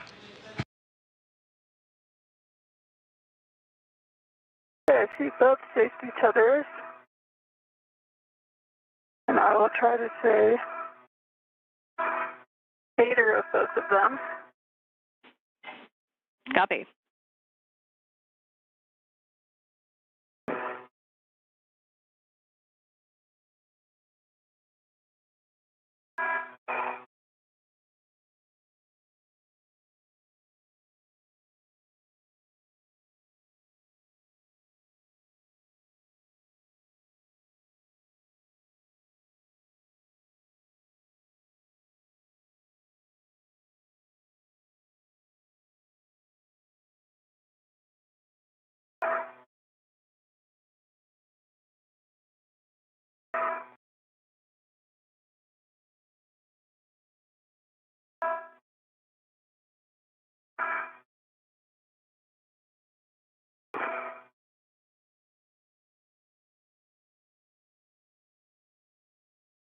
Okay, looking for 8007 on the port side. And that's on the starboard side. It should be just after the RFG. Sorry. Starboard is what I meant. Thank you.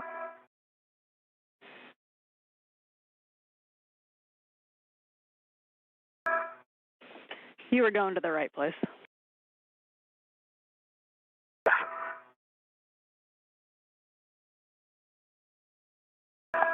It's not a bad translation without the pool NBL structure in the way, huh? Yeah, it's definitely better.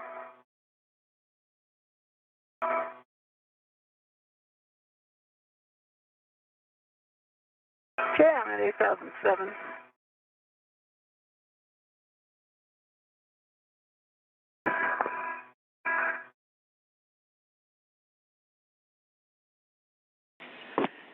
And Laurel, Jaws is in a good breakout position. We want to know your opinion on whether it's you think it'd be helpful to get these remainder bolts with both of you working on it. I don't think so. My feeling. It's just, I mean, one person could hold the panel down, I guess, but I'm not sure.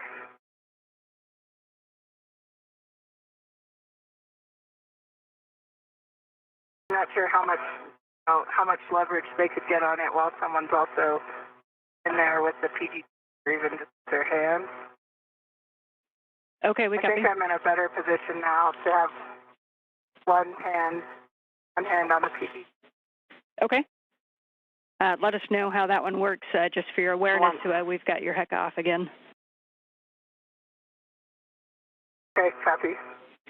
All right, for Jaws, if you want to retrieve the large small ret from that crew lock bag, and you can connect the small hook to the inner stanchion of the starboardmost spare joint fram handrail, just one of those handrails that's in between the RFG and just aft of it.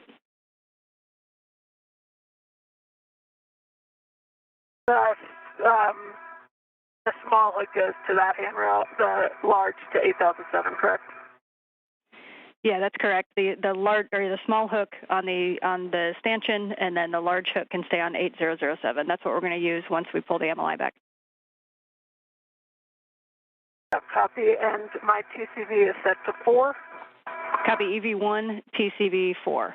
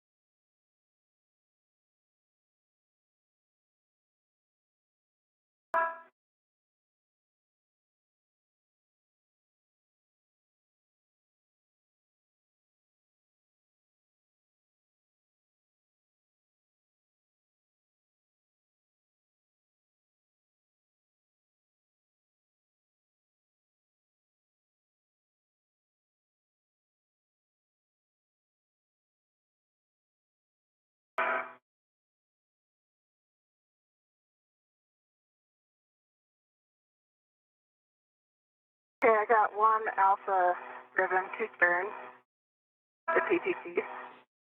Copy, 1 Alpha has 2 turns. I'm going to go for 1 Bravo.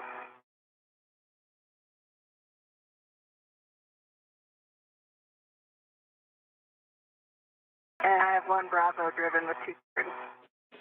Okay, copy. Nice work. Thanks. Nice job, Laurel. Yeah, very nice job, Laurel. Do you think Finally that to get in the right position. we'd like to give the old college try on the 3s again, if you think you can get in a good potty position for those? Okay. Copy.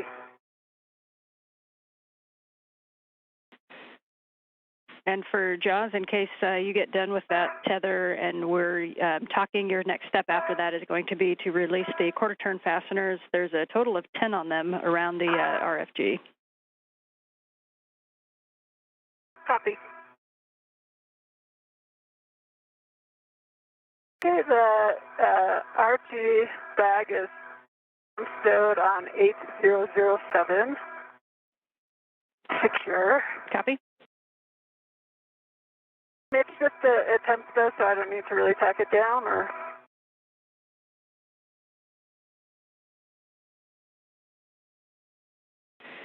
Yeah, but it's a temp stow location because we actually move it to another location if we were going to do the RFG remove. We'll probably, we may leave it there for now, so however you think it's secure. Okay, copy. Okay, and it looks like I was able to start 3 Bravo. We are going to start engraving the trophy down here. The Alpha seems to just...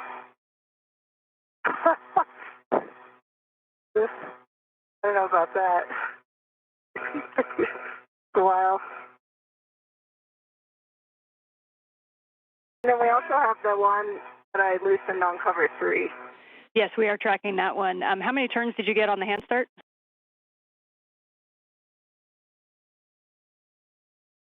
That one? I haven't done anything with the cover 3-1 Alpha. Oh, no, sorry. Or, sorry, 1 Bravo. And then the other, for 3 Bravo, I put 2 turns with the PGT. Okay, 3 Bravo, you got 2 turns with the PGT. So we got 2 turns on the 1s and the 3 Bravo. 3 Alpha, we have no turns on, and we have a total of 3 turns on the 2s. Correct.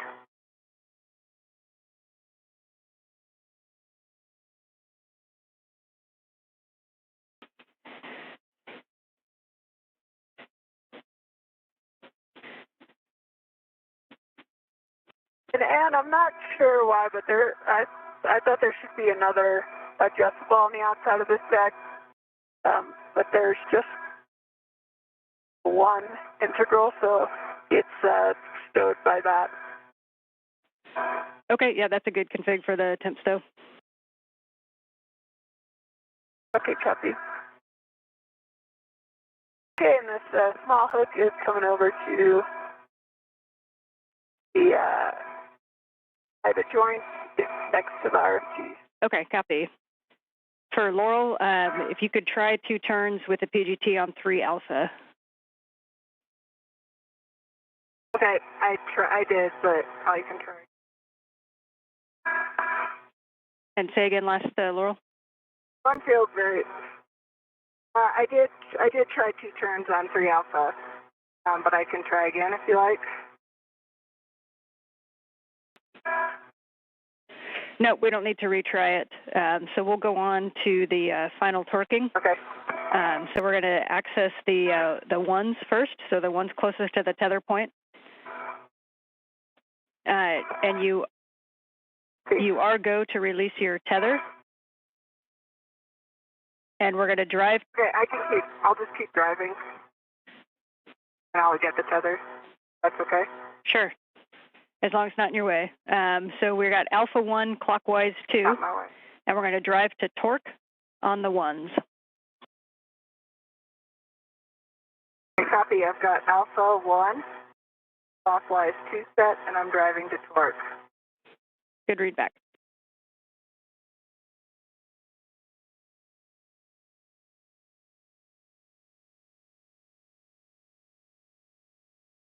Just over 4 hours and 30 minutes into today's spacewalk, Laurel O'Hara reinstalling the solar array rotary joint cover. Okay, I put 5 turns on alpha 1. Green light, torque 2.4. Copy 2.4.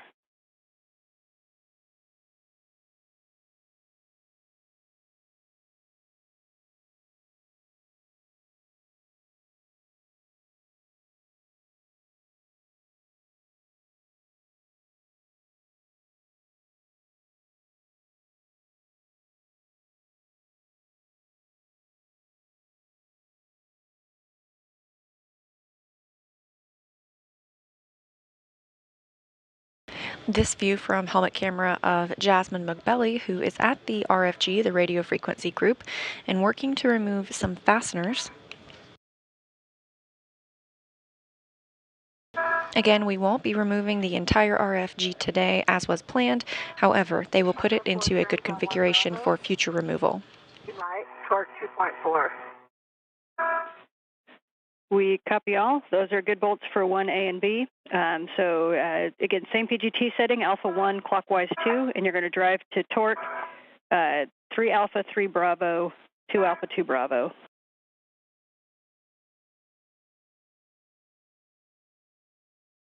Okay, we didn't start 3 alpha, so I'm going to do same. Could you repeat that? Yep, and Laurel, sorry, I was just double checking that. So your alpha 1 clockwise 2, you do not need to worry about bolt 3 alpha, the one that we couldn't get hand started, but we will hit the cover 3 bolt with that same alpha 1 clockwise 2. Okay, copy.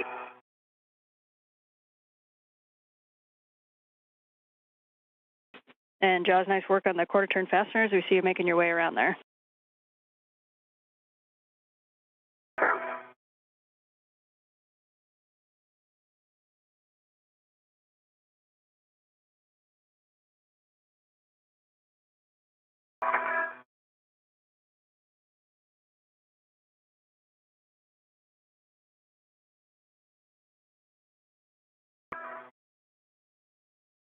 Okay.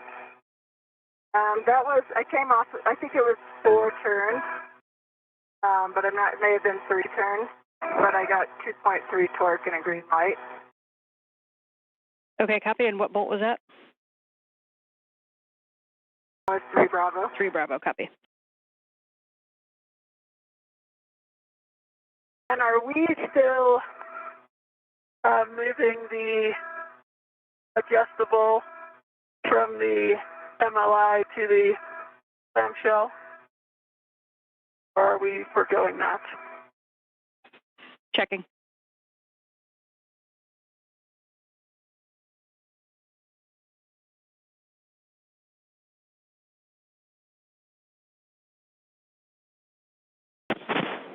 And yeah, Jazz, we are going to move that adjustable so that we can get the MLI open. So you'll, it should be looped through on the clamshell, so you can release the equipment hook from the MLI tent and put it on the clamshell handhold strap and cinch it down.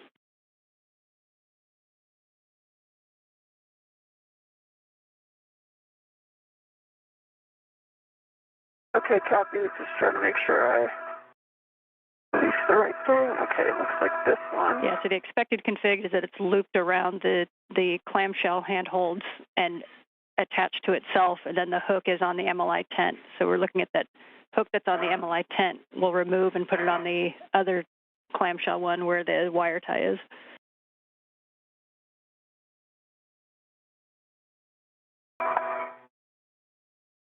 And real quick, am I go to drive 2 Alpha and 2 Bravo? A and 2B? Yes, you are, and we're also going to do the Alpha 1 clockwise 2 on the cover 3 bolt. So yes, you are go for 2A and 2B. Copy.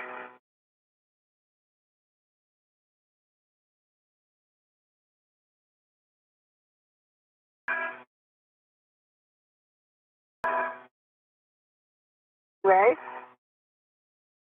About 3.5 turns. Light 2.4 torque.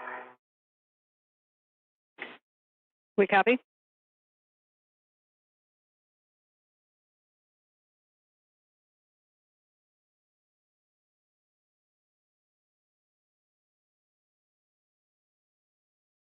As we wait to regain communications from video on the International Space Station, this is the International Space Station Flight Control Room in Houston, Texas. And Laurel, did you say that was a 2.3 torque?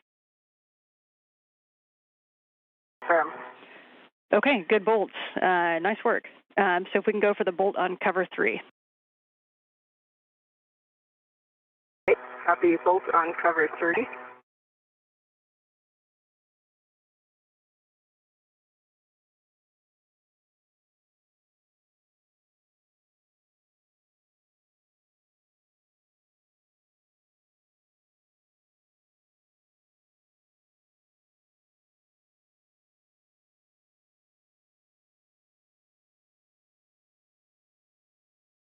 And is that to torque, or do you want me to put the initial 2 turns on it? Checking.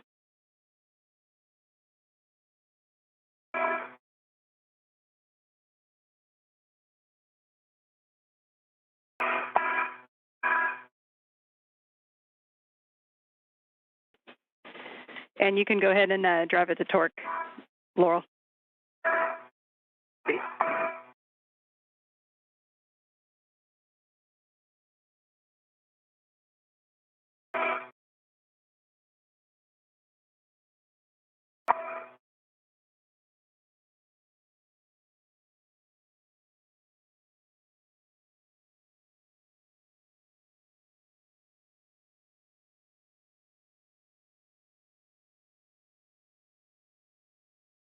That was 7 turns, 0.3 torque.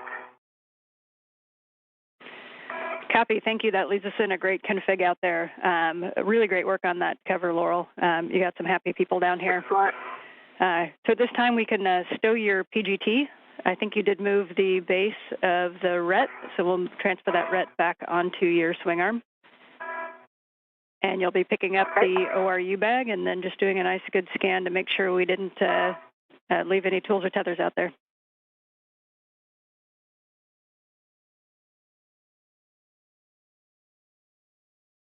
And we would also love a glove and hat check from you, Laurel.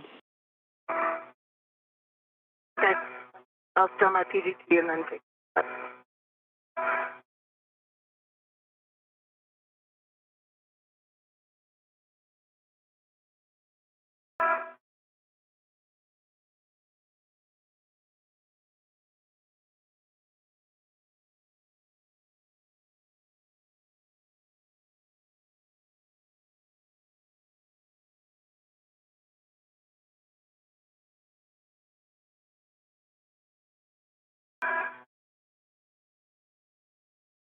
PGT, nominal gloves and a dry hat.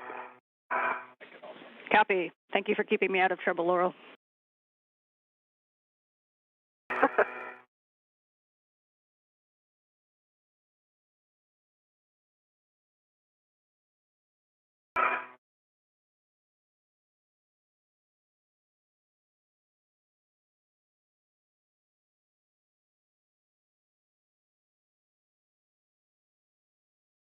Okay, and just so you're aware, so the adjustable equipment tether it's disconnected from the MOI, but I think I need to attach it when I go around the other side. Okay, we understand.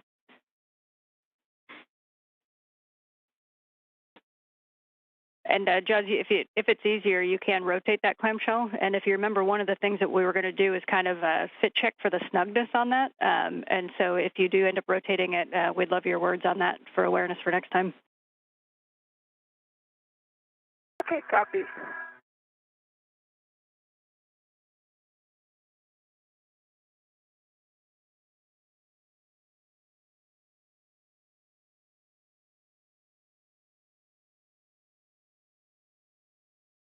Okay, 6 quarter turn fasteners done so far. Copy.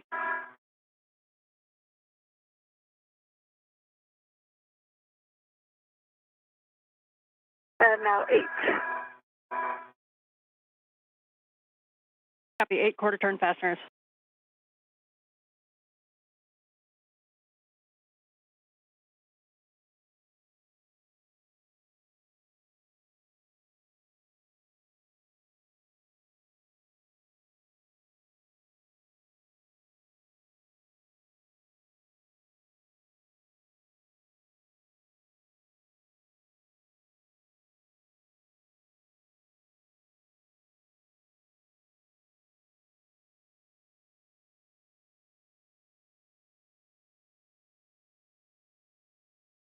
Right, I have that ret back on my mini workstation where it started. And I think next I'm ready to pick up my fairlead for my safety tether. We concur. And then pick up the trundle bearing bag. Yep, that's correct. We're going to get the large ORU bag on your BRT, and then you've got we're counting the 1 fairlead, and then before you get back to your green hook. Copy. Okay, and all 10 quarter turn fasteners have been released. Copy that you have all of the quarter turn fasteners released, and were you able to reattach that adjustable? No, I'm going to get it when I go back around. Okay, I got you.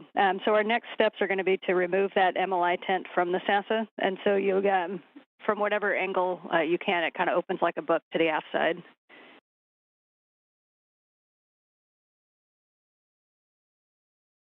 Copy.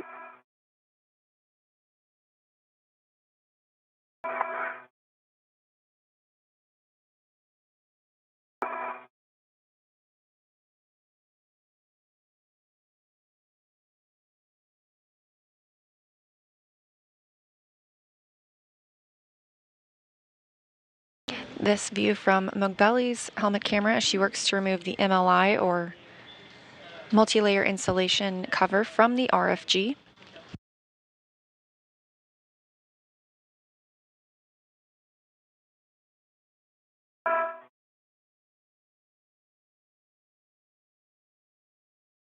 You also heard McLean reference the SASA, that's the S-band antenna subassembly.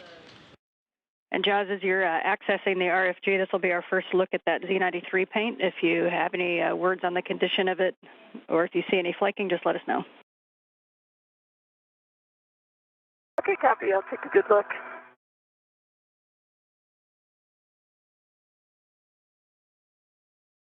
So far, it looks pretty good. Copy.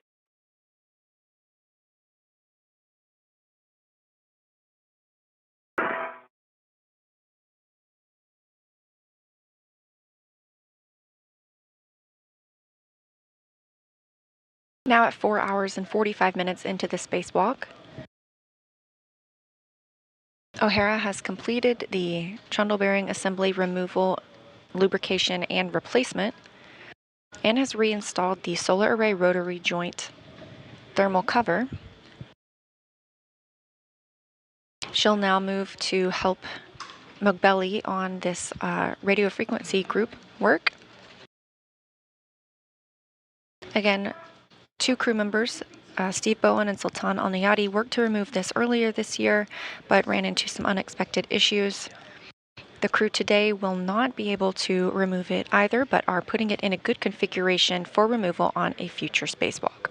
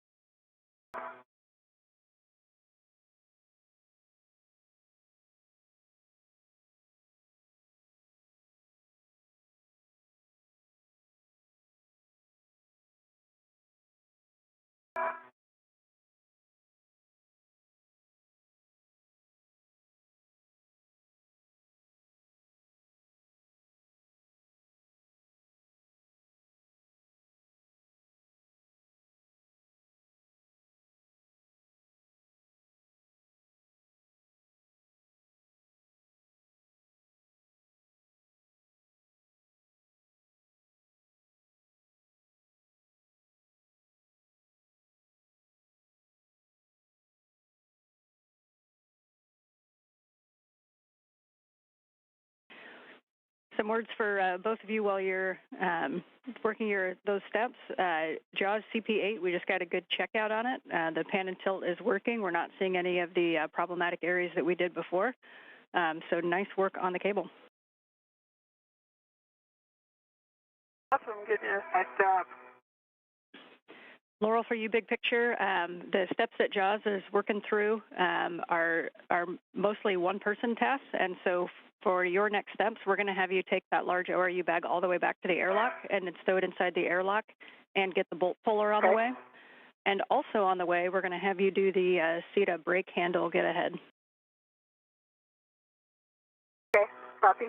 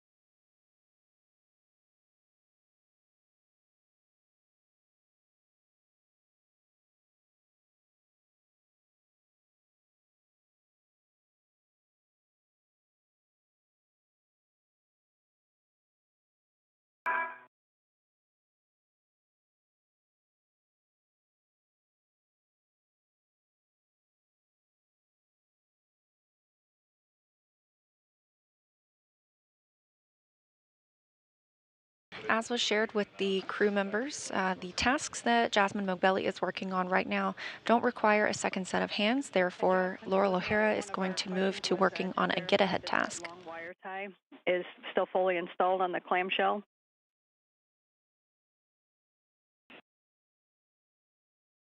It is. Good news. Is that a good view? That's a great view.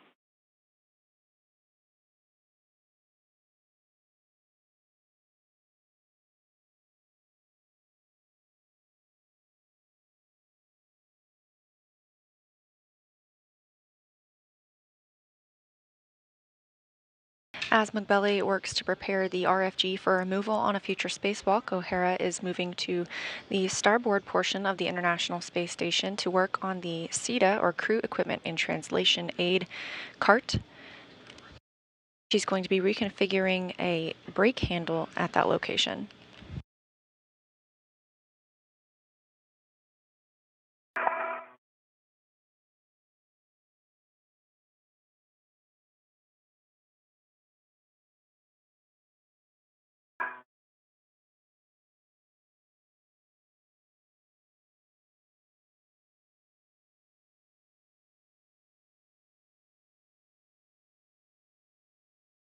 All right, I have the TDA bag on my ERT. Okay, copy, Laurel. One good last look at the work site, make sure everything's picked up, and you'll go to translate inboard and retrieve your green hook below the FHRC at mile marker 9180. Copy. Work site looks good and clear.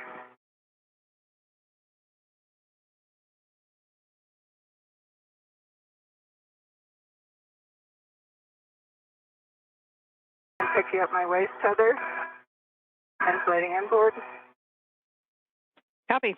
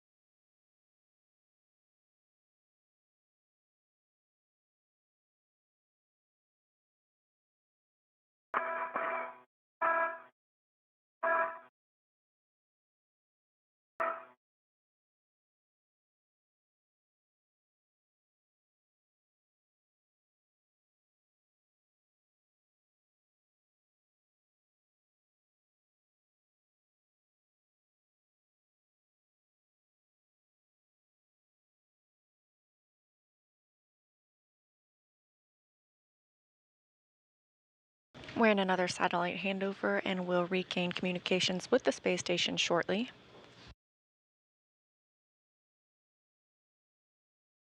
At my green hook location.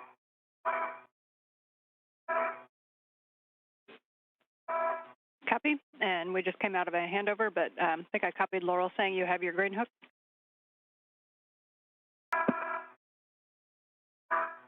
I do. Okay, you go to translate inboard to the SETA brake handle location. This is the starboard SETA cart on the portinator brake handle. Okay. And I said I just got my green hook location. I'm now picking up my green. Okay, copy, Laurel. Thanks.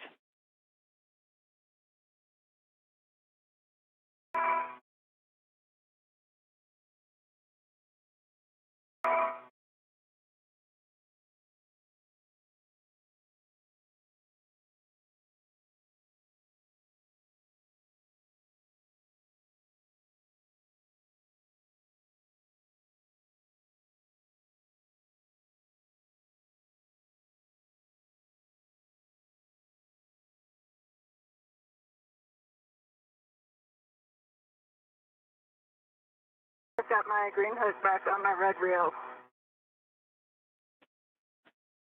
Okay, we understand you have a green hook, and we do have video back. I see you at 3651.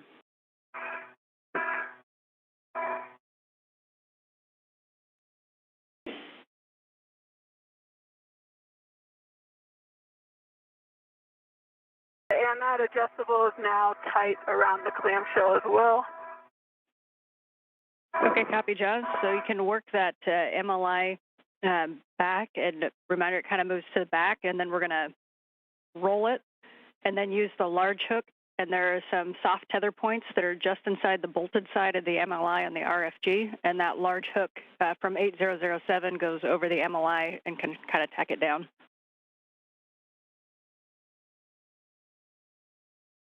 Okay, copy. Laurel, so you going inboard. Reminder, as you go past the port seat of cart, that we'd like you to depress the seat of brake handles a couple of times on the port seat of cart as you make your way to the starboard one. Copy. And sorry, just to clarify, that's the brake release pedals, not the handles.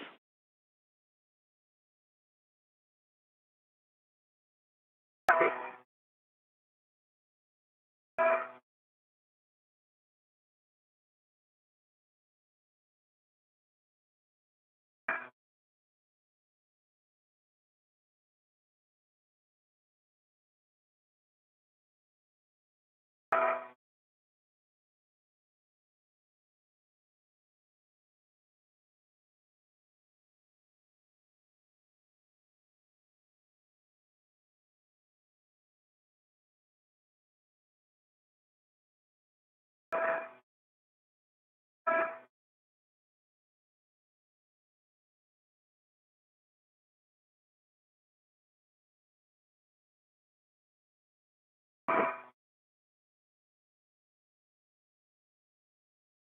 Mile marker 816. Copy.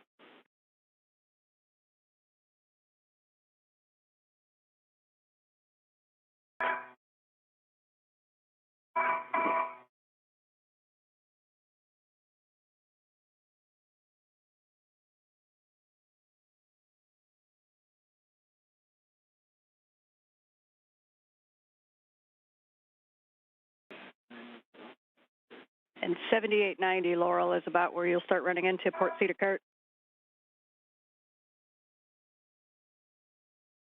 Okay, I'm at the port seat of cart.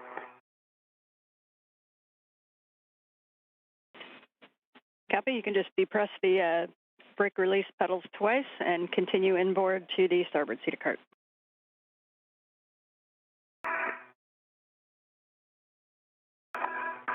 Copy.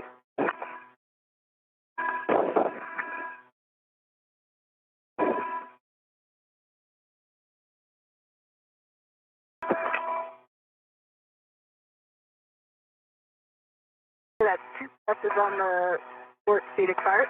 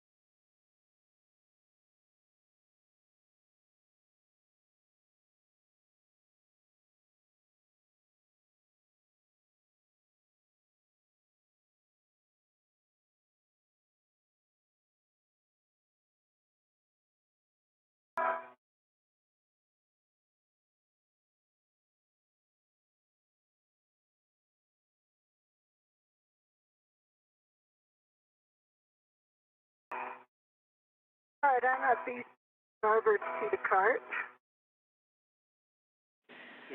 Okay, copy. You're at the starboard seat of cart. So just to orient you to the work site, on the Nader port brake handle, you'll see is bent over at a 90-degree angle-ish. Yep, I'm here and I see it. All right. And I think it is about exactly 90. Yep, so we're going to straighten it, slide the collar over. You're going to straighten it, then slide the collar over the joint, and then you're going to rotate that collar to engage the pin in the jig groove.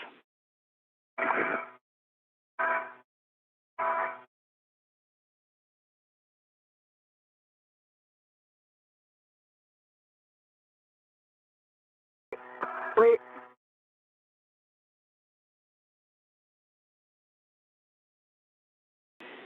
All right, and then we'll just point that brake toward the MT. That took just a little less time than the TBA.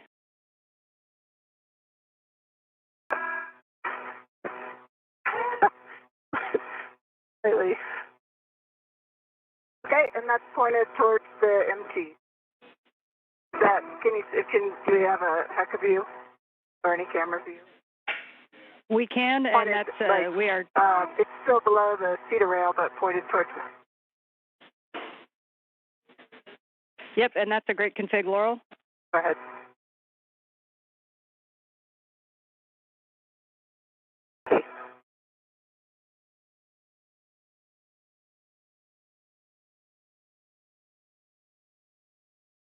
Okay, and that's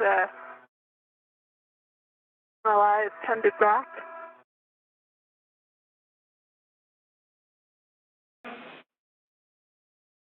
Okay, Jasmine, we hear that the MLI is tended back.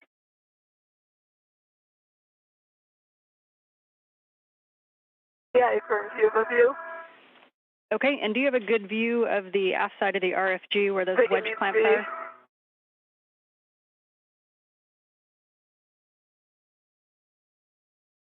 Stand by one. Copy, and for Laurel, you're heading back to the airlock, picking up the bolt pullers that are on the toolbox on the way. Okay.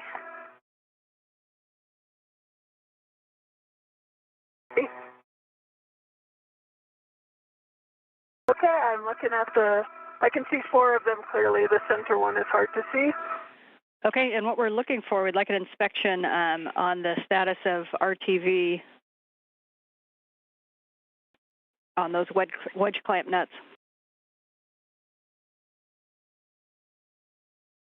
All right, so pull the MLI back for the nuts, correct?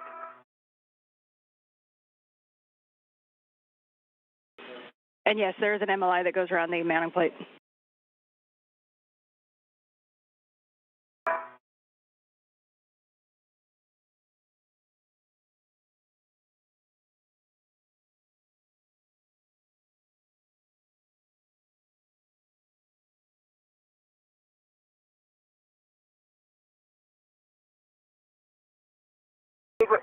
EV1, I'm just on the port side of the seated cart now. I'm going to get my TBA bag into a really better config. All right, start heading major. Okay, we copy. Now over 5 hours into today's spacewalk.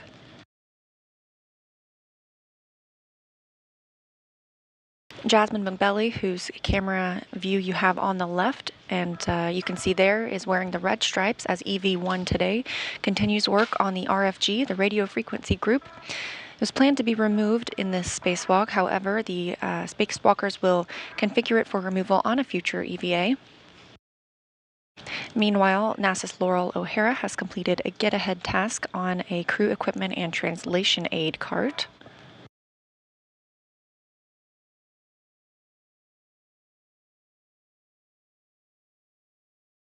All right.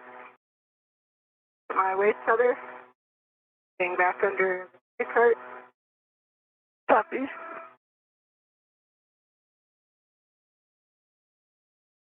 Additionally, today the crew has removed and replaced the Tundle bearing assembly. And I don't know if you've got a good HECA view, but I would say it's probably the overestimate pace of RTV. Okay, yeah, we don't have a good view just because it's night and it's a little bit dark, but if you can do photos, if there's some flash on there, and any descriptive words we will definitely take.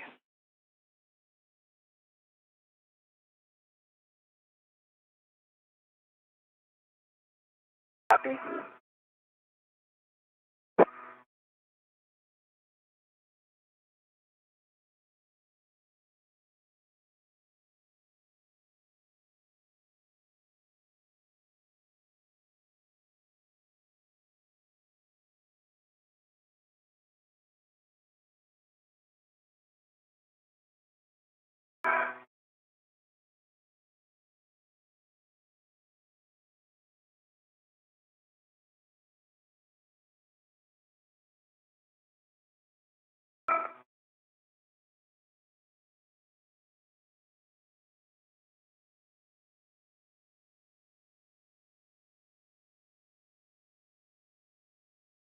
And I would say about 1 centimeter depth of RTV on each one, and just fully wiped.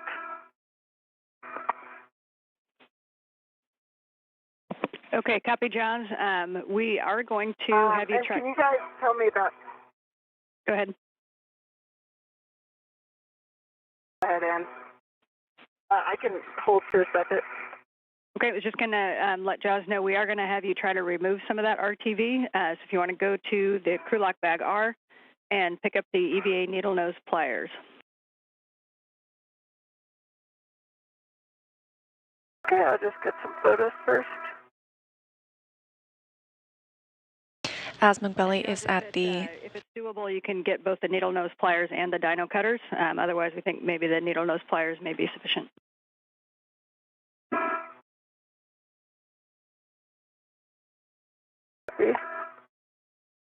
McBelly is now at the RFG, the radio frequency group.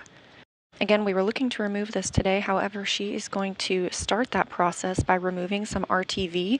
This is a liquid silicone rubber that solidifies at room temperature. A tether snarl as I'm coming down the seat. Back. Yeah. Okay, copy, Laurel. Here.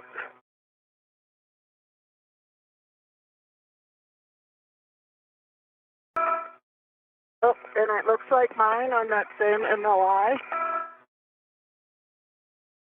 And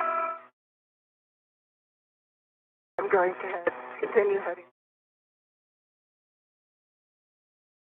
Copy, Laurel. And we did know when Jaws tacked down her safety tether on 252 on the top of the lab, there was a loop of safety tether on some MLI on one of the struts, and that might be what you're seeing too.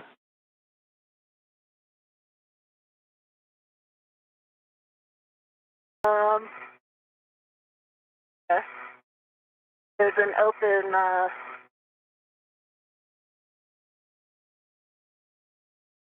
TA clamp that it was snagged on. We copy.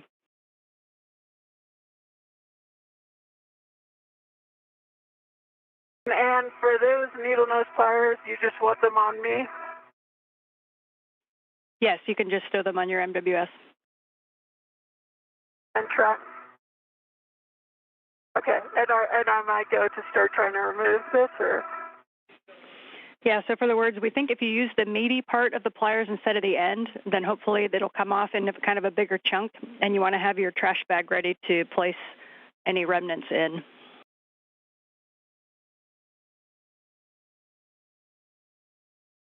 Okay, copy.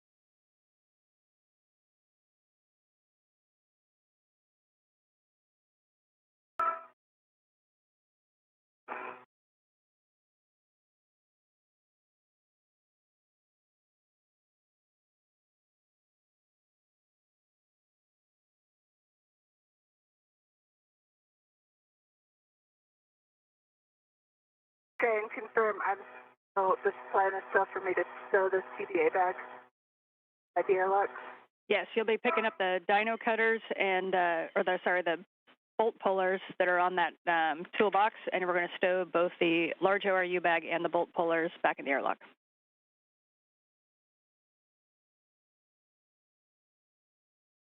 Copy.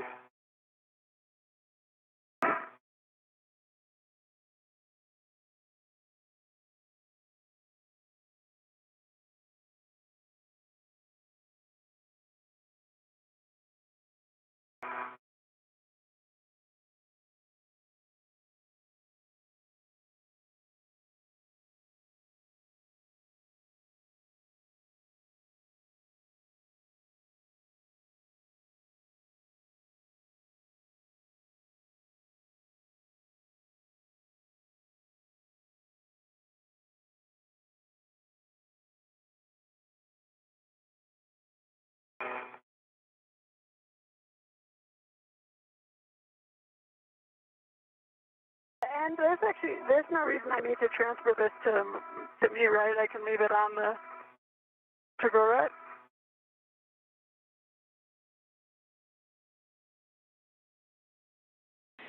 Yeah, Jazz, that's no problem. If they can reach and stay tethered to the bag, that's fine. Okay, copy.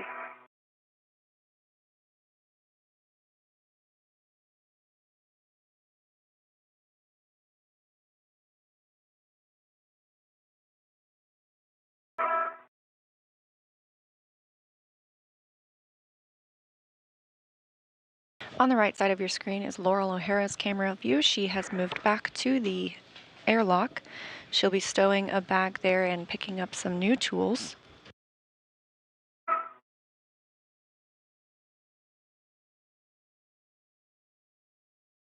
Jasmine Mogbelli is going to be starting the RTV removal. That's room temperature vulcanizing. It is the liquid silicone rubber that solidifies at room temperature. And removing this RTV should make it easier to remove the entire radio frequency group on a future spacewalk.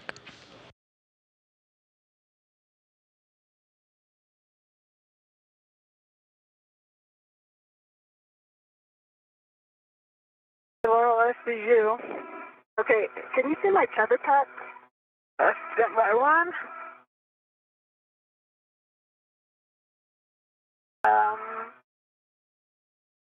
Yeah, it's up. I see it. Yeah, it's going behind your legs and right under your plit. Okay, that's what I thought. I think if I go straight down to the airlock, though, I can clear that. Stand by. I actually don't have a good view right now.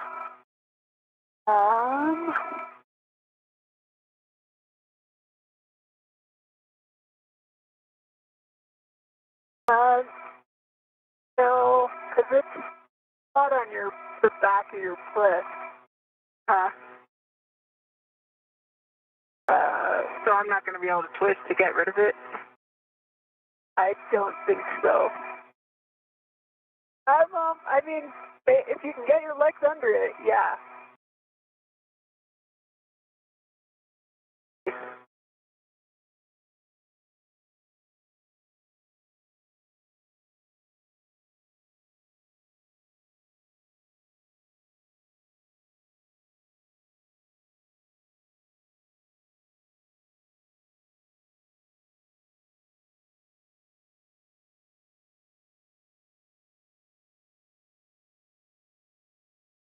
Right, so the bolt cutters are on and adjustable, and I am ready to do one of the D-rings on the adjustable, and so I'm just going to release one of the hooks. Copy, we concur. And I will just send it down to the airlock.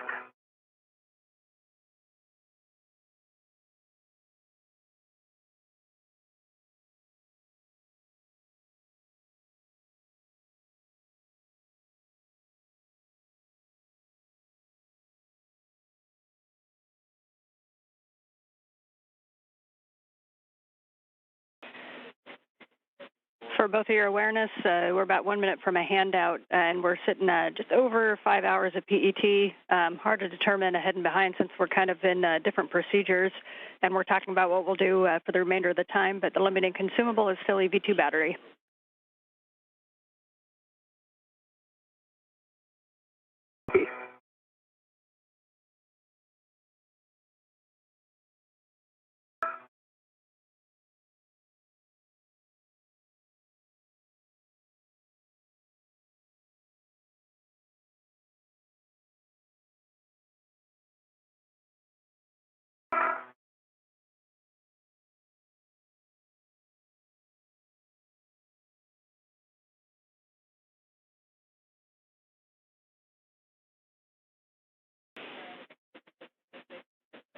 Then, Jazz, if you need to lock out that ret so you don't get the pull on the tools, you can.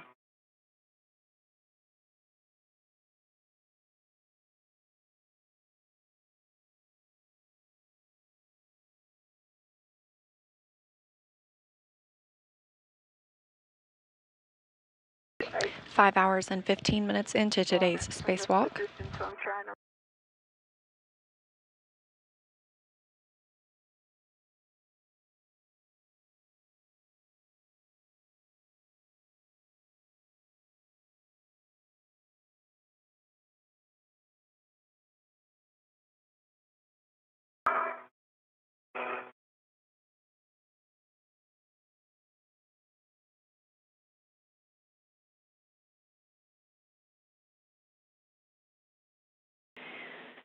And we're back with you both after the handover. We don't have a video yet, but we're tracking Jaws working the RTV and Laurel getting back to the airlock to stow the tools.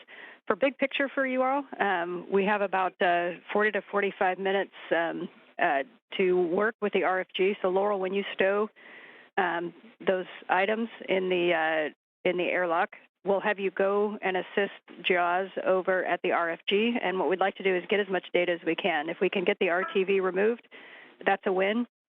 If we can get the RFG wrench and the ratchet wrench out and try to undo some of the bolts, that would also be a win. So any of the data we can gather about the RFG task would be great.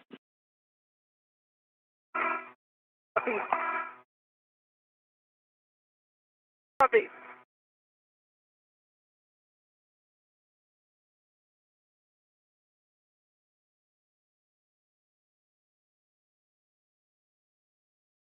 Okay, I'm back at the airlock and ready to open the thermal cover. You are go to open the thermal cover.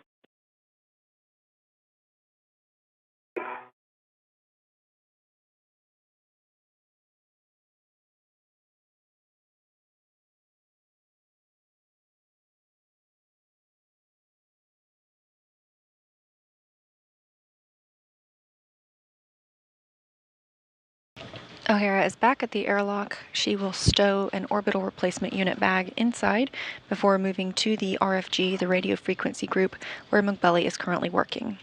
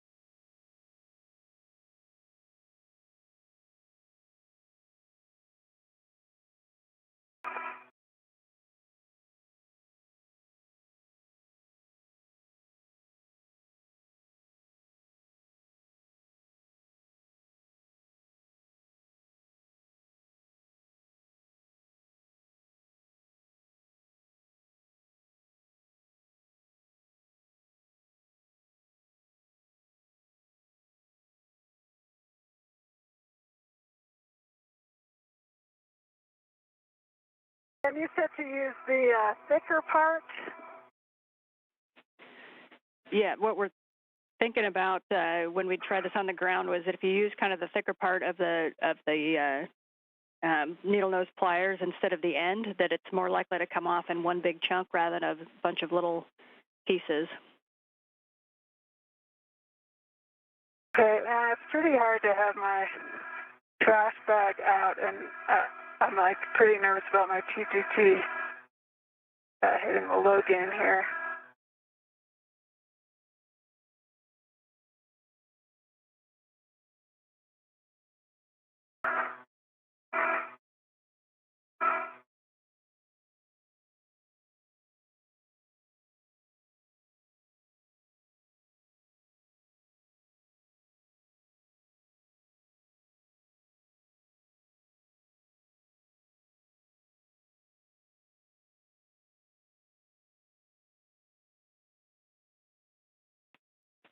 And Jaws, can you just give us a status? Have you been able to pull any of the RTV off? No, I've tried on a couple, but nothing has come off. Okay, we copy.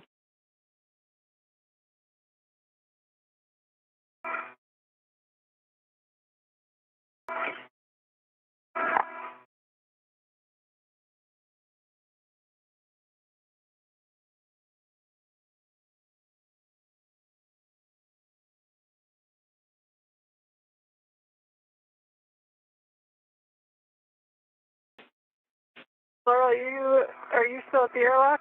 Yes. Copy. The Tundle bag is in the airlock. And I'm dropping the bolt cutters off here as well, right?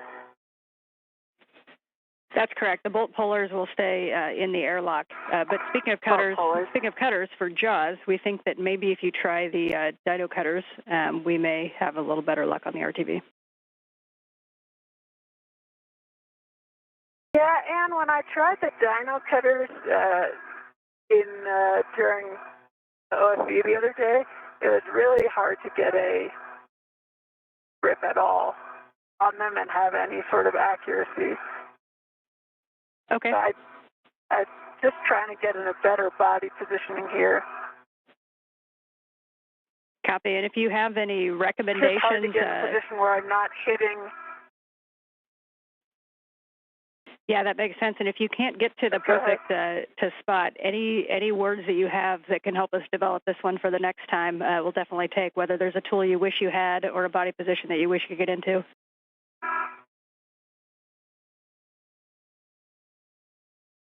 I mean, I do think if were in the arm and more stable, it would potentially be possible. But right now, I think even if I drop a CRT, I'm afraid I'm going to hit this low gain antenna. Okay, we copy.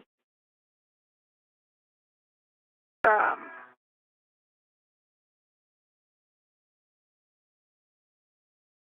I'm kind of wedged between this, the width extender and the high gain. And then, I mean, if I stow my trash bag, at least it's not sticking out. But then I have nowhere to put the RTV. Copy. And Laurel's just getting out of the airlock, and I'll be over there in a minute if she could assist in either doing the cutters or holding a trash bag. Okay, copy.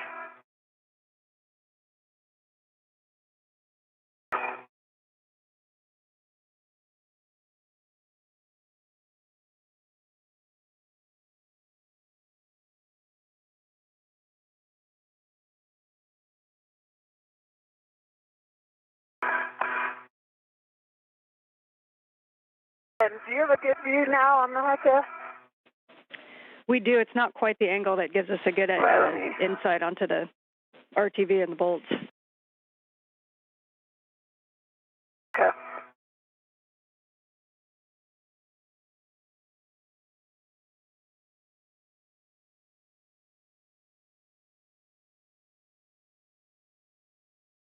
Now.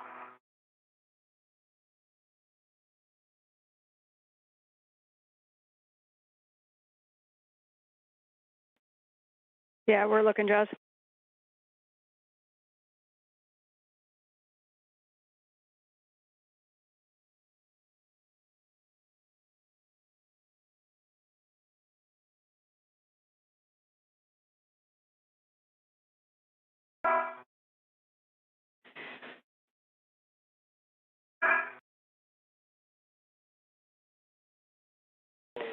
Okay, hey, Jaws, we're thinking that we'd like to see if we can fit check the RFG wrench.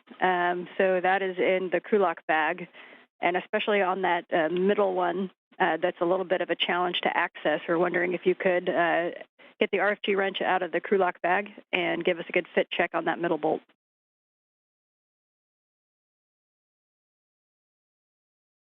Copy.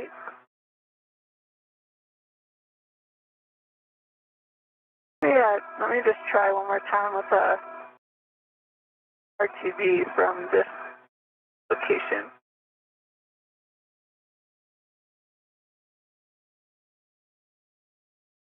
I don't have my truss rug out.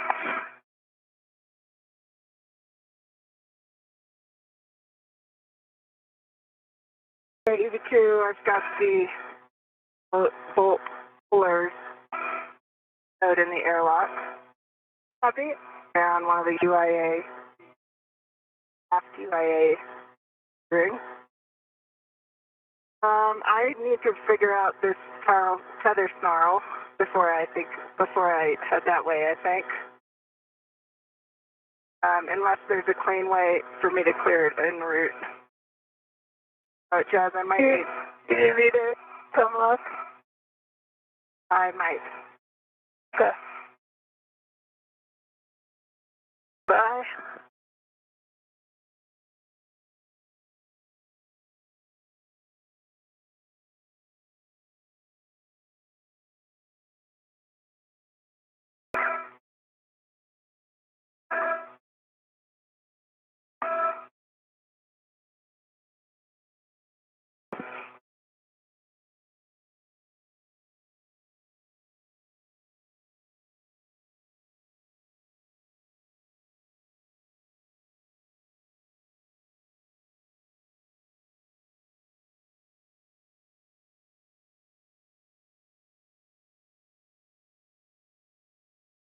Okay, Laurel, I can see, I think if you rotate,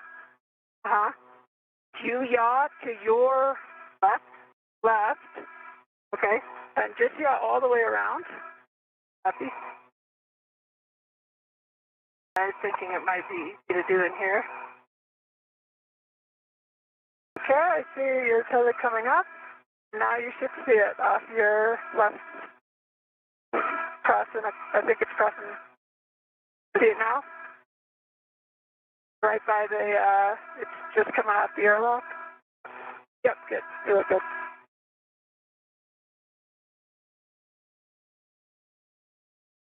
Okay, thanks. That.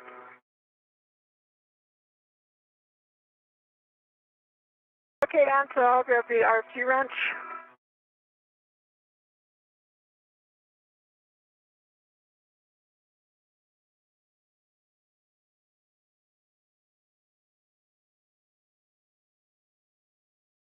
And I'm still not seeing it in a good, you're not? Hang on. Back.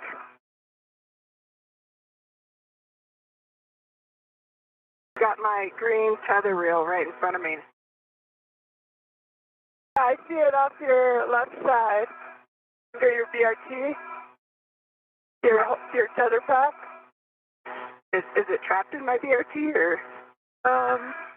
Rotate towards your head, like a roll. Right? Oh yeah, okay.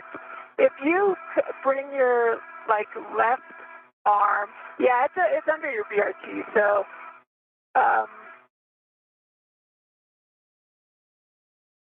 rotate off by right. Okay.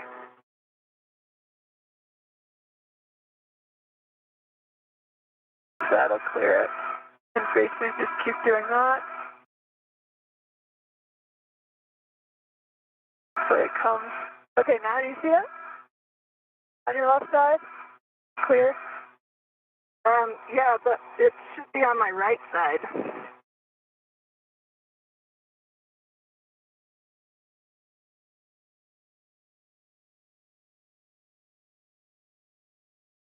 Yeah, it's coming in front of your body and under your BRT, that's all. So, okay. So Laurel, it may now from this view, but for Laurel, it may give you a little bit of space if you want to translate a little bit away from your anchors. We see the thermal cover closed. Okay. We're just going to be cleaning up from here. Laurel or Jaws is not too far behind you, and as you translate away, you might be able to clean that up a little bit. It may also help if you undo your BRT from its stowed position. But Jaws, if you want to translate over and help her clear that, but big picture, what we're going to be doing is just cleaning up the MLI on the RFG, and then we're going to be picking up the fair lead on top of the lab and then ingressing. Copy. Okay, copy.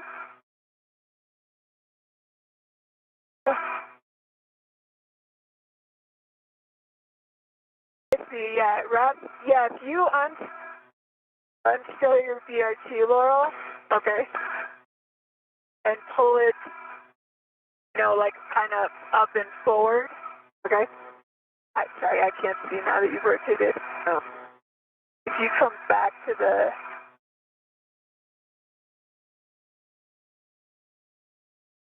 If you do that, I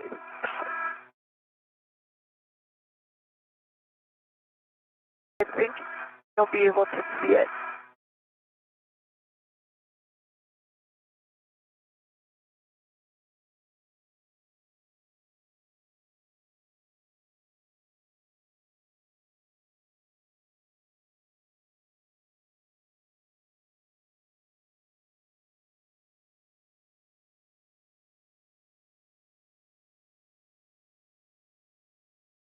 Oh yeah, I see it. It was caught in my BRT. Okay, yeah, it's clear now. So, I think I need to undo my BRT. Thanks. I think I've got it from here, though. Okay, copy. And can you say one more time? Do you want me to try the RFG wrench before I pack this bag? no, we're just going to pack up that bag, but we would like to ask you for a couple of photos of that aft part of the RFG before you put the MLI back on, and then we'll get everything back into the crew lock bag, and then we'll kind of undo everything we did with the MLI, tacking those quarter turn fasteners back down, moving the AET, and then we'll be heading back in.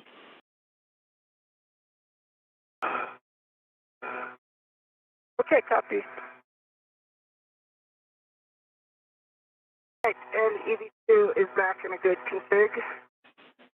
Excellent, Laurel. Nicely done. So if you want to assist with the RFG cleanup and getting the MLI back over, you're welcome to translate out to the nadir side of ESP2. Copy.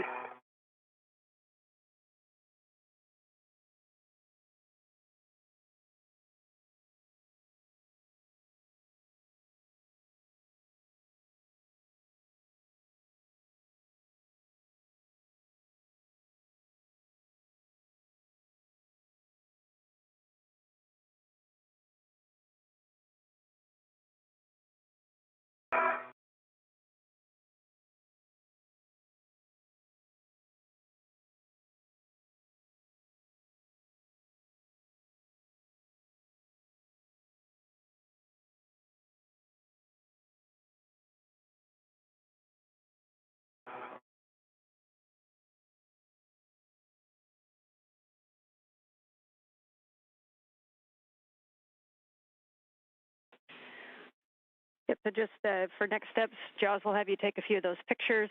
We don't need an inventory of the bag. We just like a visual confirmation that all the tools are stowed back in the bag. And then Laura will have you and Jaws both do the MLI on the RFG, reset that to a good position, and then Laurel can take the crew lock bag back to the airlock, and Jaws can go pick up her adjustable on the top of the lab and head back to the airlock. Copy. Copy.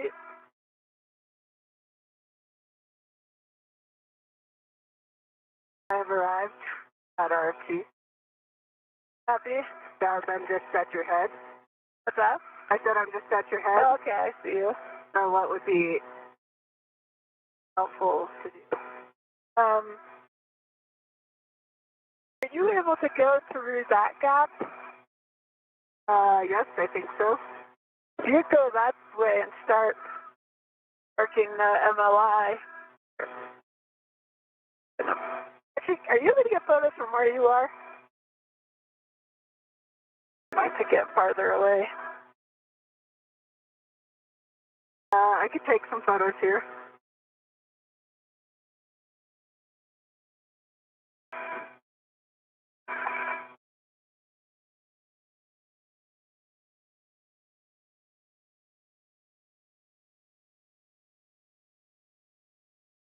In this view, Jasmine Mogbelli, EV1, is up toward the top of the screen with the red stripe on her spacesuit. Just a reminder to reinstall that mounting plate MLI before the larger MLI.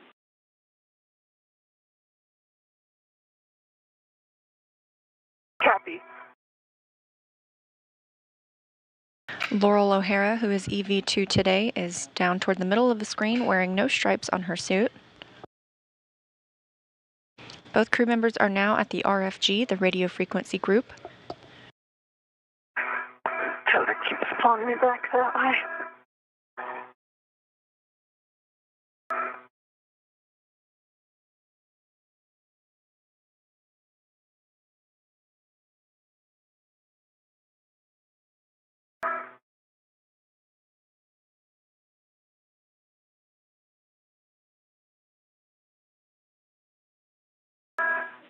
And correction to my last, after the photos, you do not need to install that mounting plate to MLI, just the large tent. Okay, copy. I got some far out photos. Copy.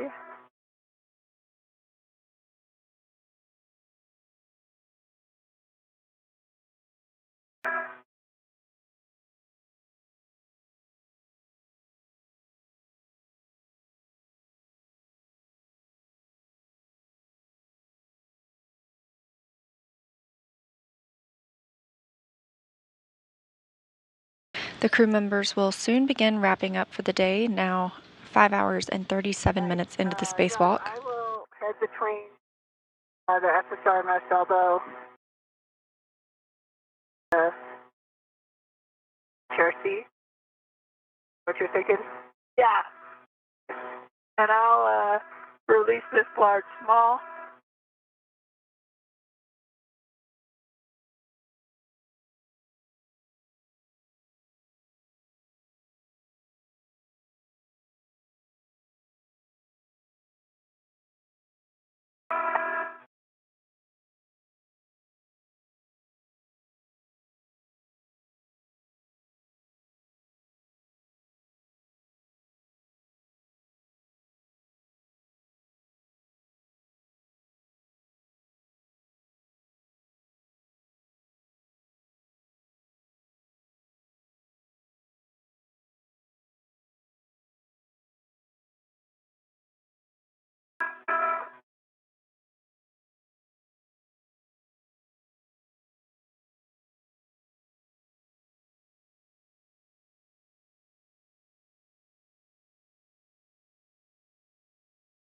And if the adjustable needs to go back on to the MLI. Yeah, affirmative, so that where you took it off of the MLI tent, we'll have that hook go back to the MLI and cinch it down. Okay, copy. As I think, it's a little, well, it's what? Oh, that translation? I got it. So my safety tether is going under it.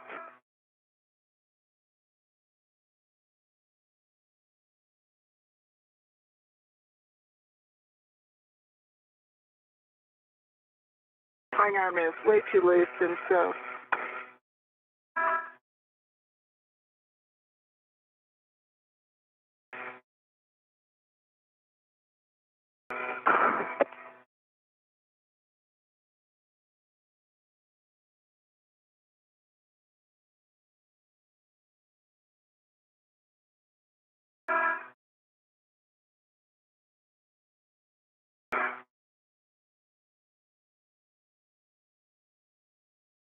Jazz, I think this is a tight translation path. I'm going to come around.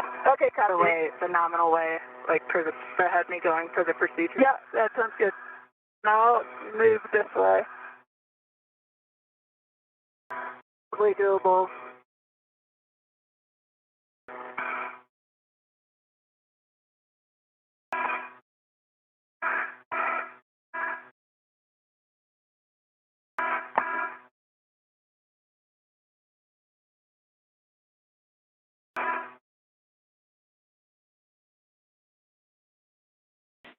And Laurel, when you get a chance, I forgot to ask you, when you egress the airlock to do a safer handle check, we can see your left one is down, but if you can do a right safer handle check for us, please.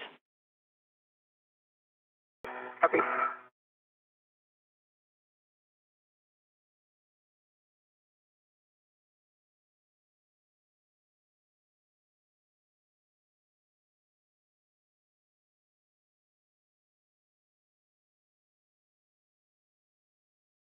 Down. Copy, good check, thanks.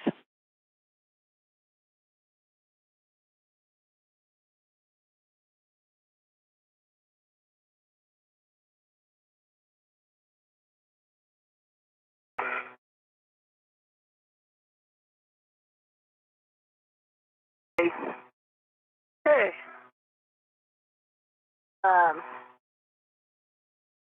You want to work your way around the other side, and I can follow you on these?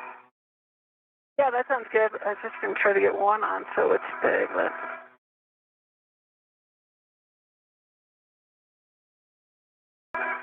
Okay.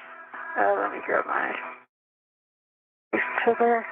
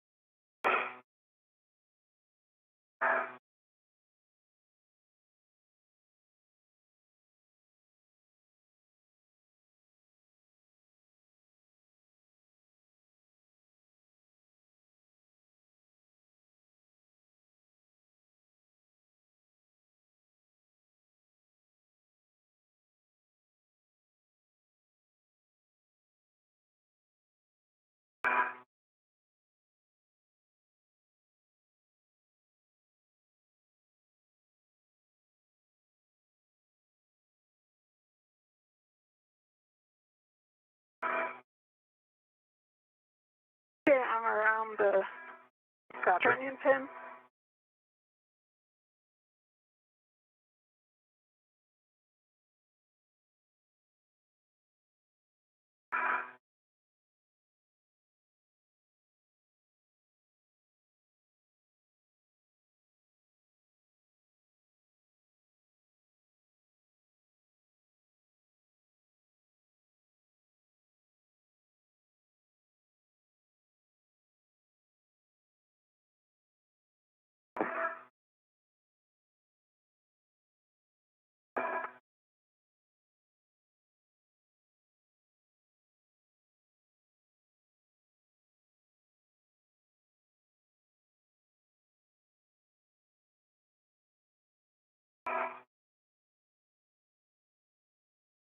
Coming up on 5 hours and 45 minutes into today's spacewalk, which started at 7:05 a.m. Central Time.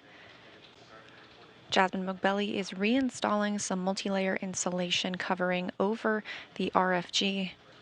That's the radio frequency group.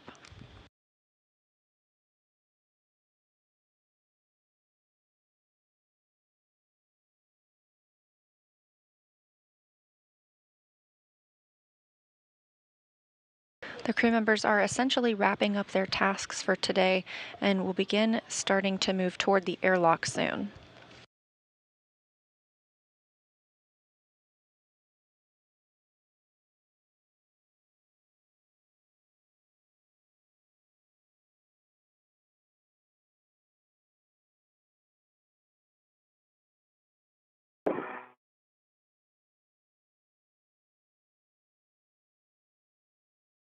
Okay, 2 of the 4 are done on this side. Okay, copy. To get these 3.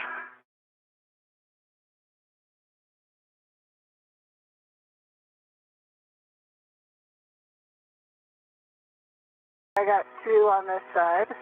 Copy.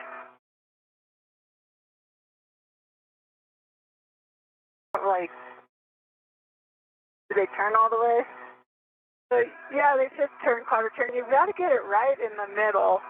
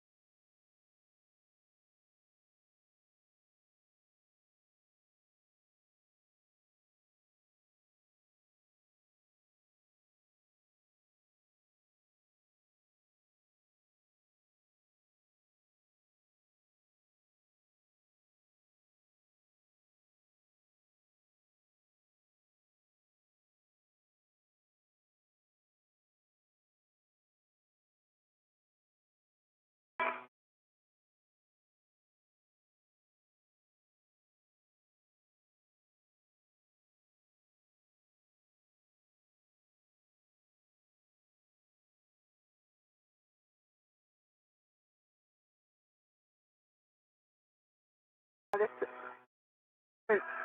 it's tricky. Yeah. He started, but not actually all the way to quarter.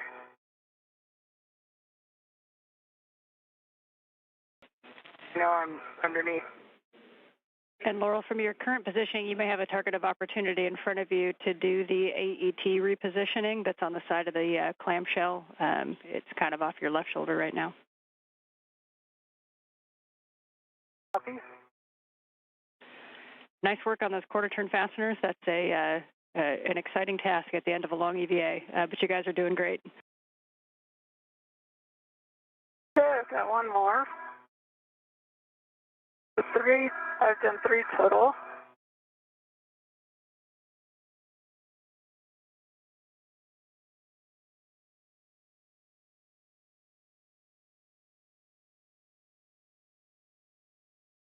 And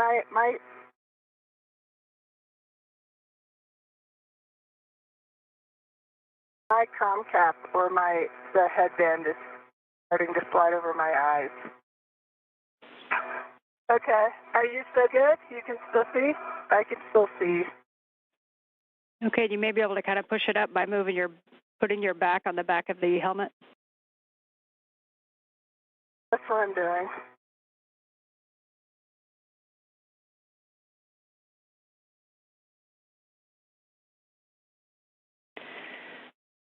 Okay, for Laurel, we'd like you to pick up the crew lock bag that's by your right hand, and you can start heading back toward the airlock. Copy. And if you have any issues seeing or if it falls over your eyes a little bit more, we want you to put down a local wherever you are. Copy. Laurel, sorry, Josh. No, it's okay. Just what's the status on that side? There are 2 done and 1 is still just in line. Which one? The one on your right side or your left? The farthest on my right. Okay, copy.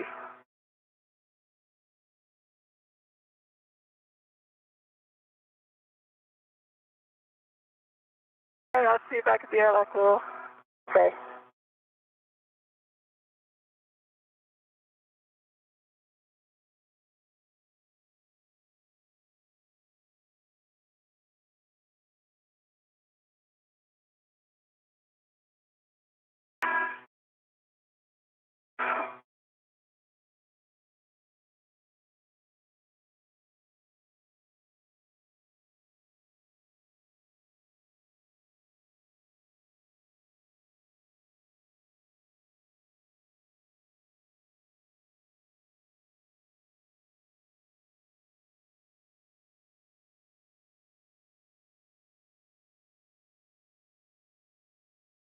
Okay, on the 3, which side am I on right now?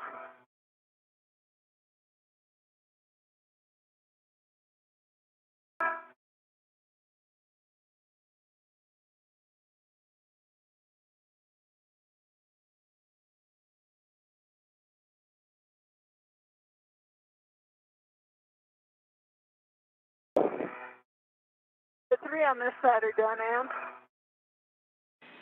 Okay, we copy. So the AET moving up by your right hand, we see you getting the Velcro there.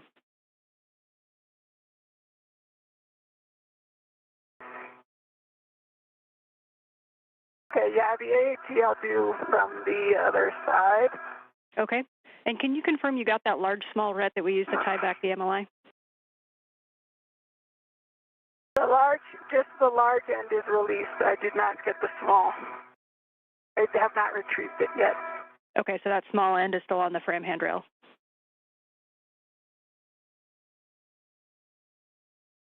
That's correct. Unless Laurel got it, which I don't believe she did. Okay, we'll probably have you pick that up, Jaws, as Laurel's picking up that crew lock bag.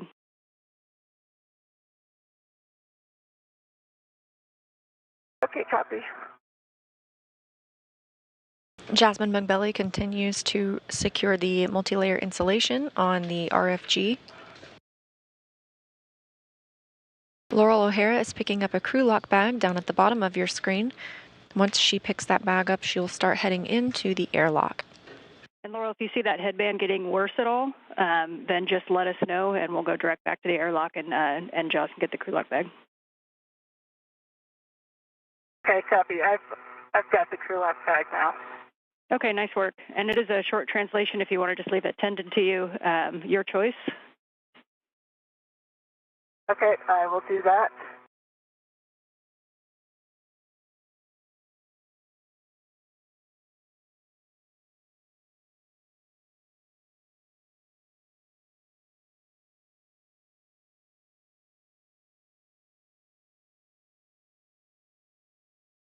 My local picked up. Copy. Found the Union bearing.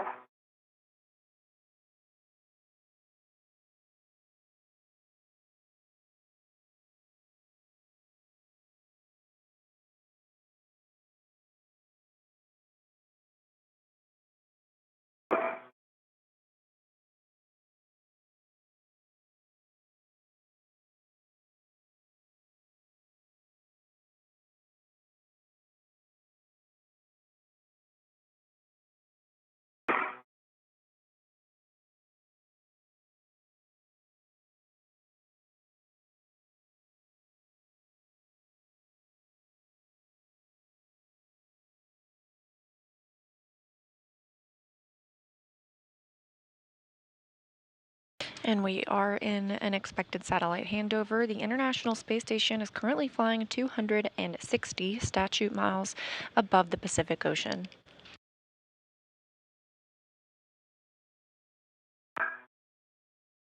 Dan? And we are back with you after the handover. Okay, copy. Resisting the adjustable equipment tether is back on the MLI loop. Copy, nicely done. And so we just need to pick up that large small ret from the handrail and then give a good work site survey, make sure we haven't left any tools or tethers out anywhere. And there's still, I believe there's still 3 quarter turn fasteners, so two of the 4 on this side, which I'm working on right now. There's one. Almost. Okay, we copy, good catch. And then that one on the starboard side that Laurel had a hard time with. Met the airlock. Copy. Copy, Laurel. And we just got video back. So for Laurel, as you get to the airlock, you'll open up the hatch thermal cover and ingress and attach your waist tether to the airlock D-ring extender. And you can stow that crew lock bag in the airlock. Okay. Then the plan for me is to stay in there. That is correct, and Giles will be joining you here in just a few minutes. Copy.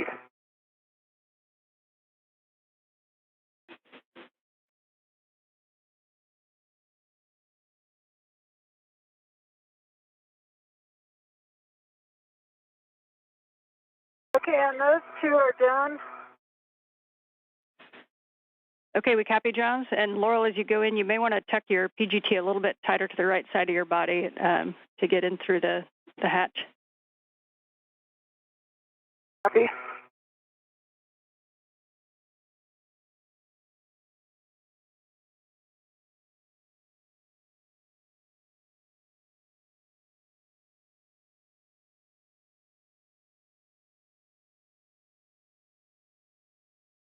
See. Others here.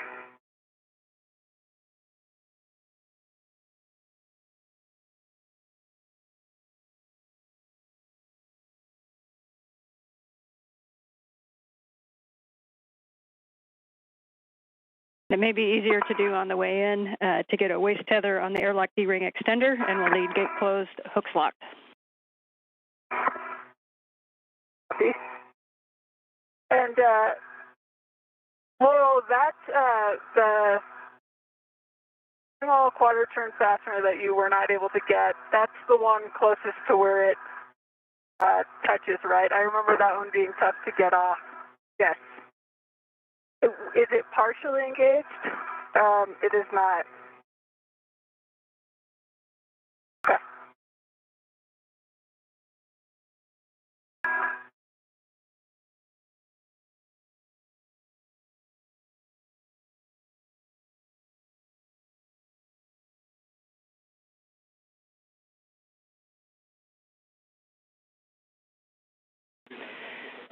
That's For my Jaws, right waist tether on the D-ring.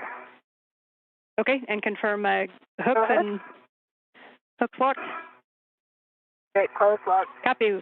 Black on black.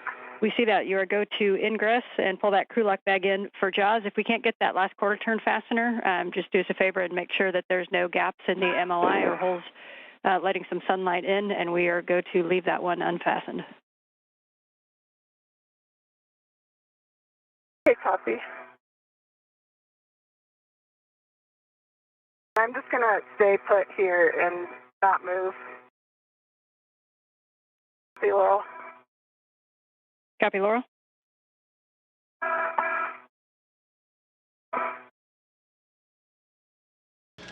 The beautiful blue Pacific Ocean below Jasmine Mogbelly here as she works on the RFG, the radio frequency group. I thought I could go through this way, but I think I'll have to go back around. Okay, and we do not need all of those fasteners, but you just need to grab that large small that should be right next to your right hand. Yeah, I've got the large small. You want me to go back around and check on the quarter turn fastener?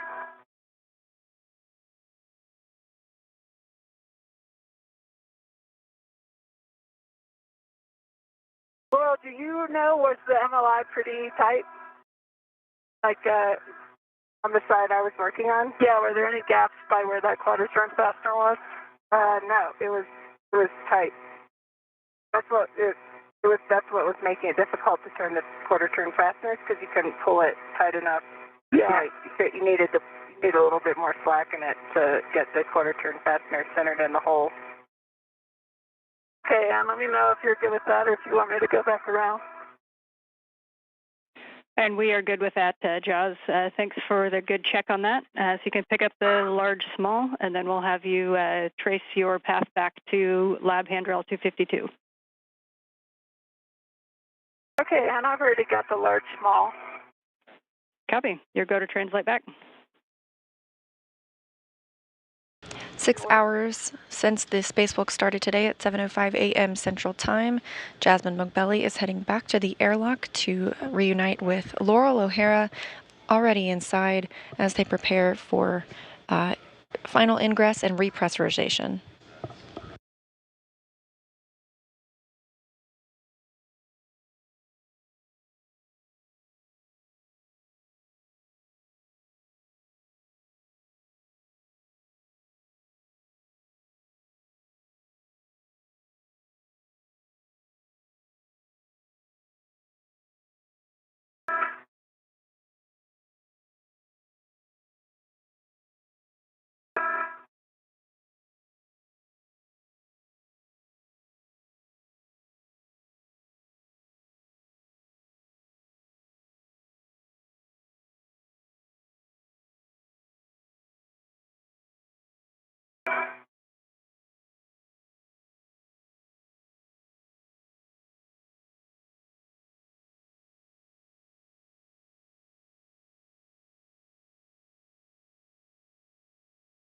Okay, I'm translating up the up scanner on the lab.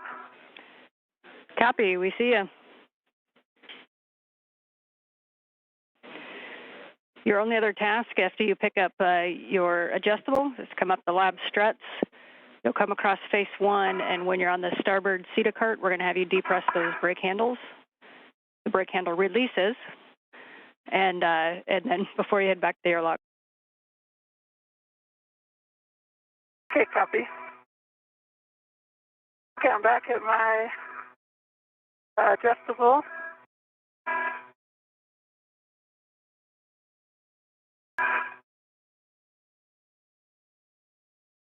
And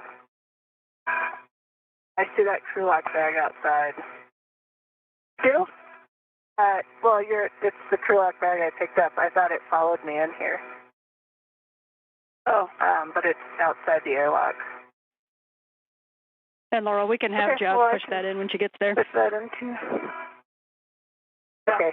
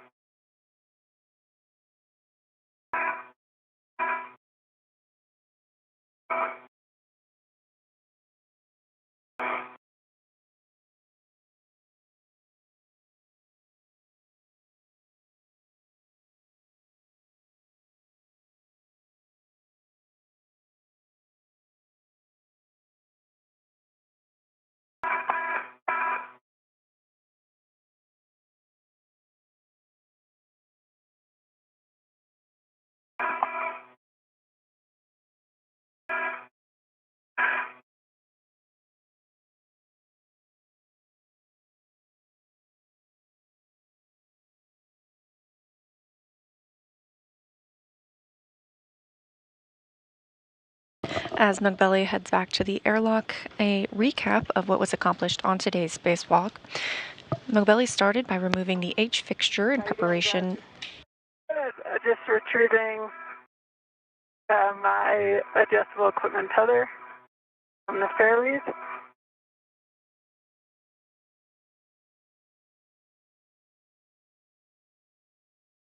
Mogbelli started today by removing an H fixture, which will allow for future installation of an IROSA or a rollout solar array.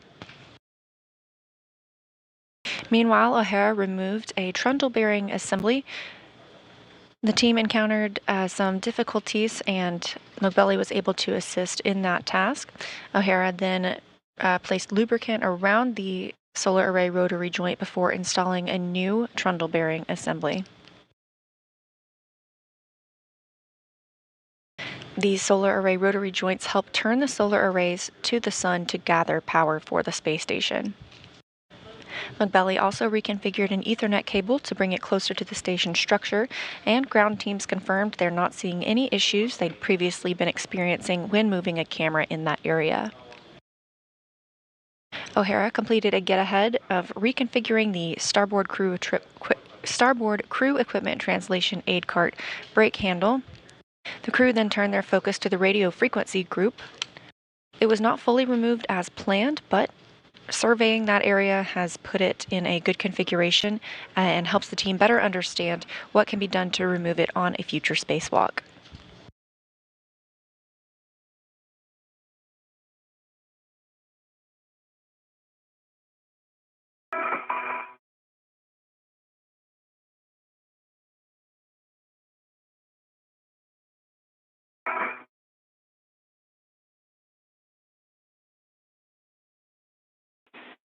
And Laurel, just for awareness, are you able to see all of the UIA switches, buttons, and lights?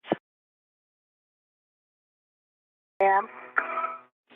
Copy, good news, thanks. Just a precarious position where either the headband or, I'm pretty sure that's what it is, but where the comm cap is just sitting kind of on top of my eyes.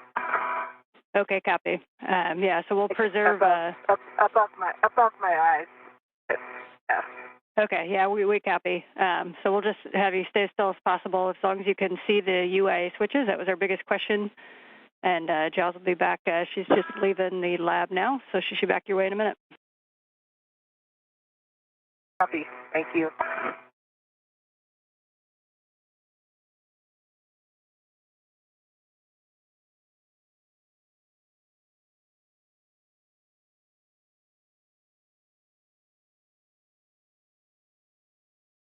Trying to get this Large, small, red out of my way.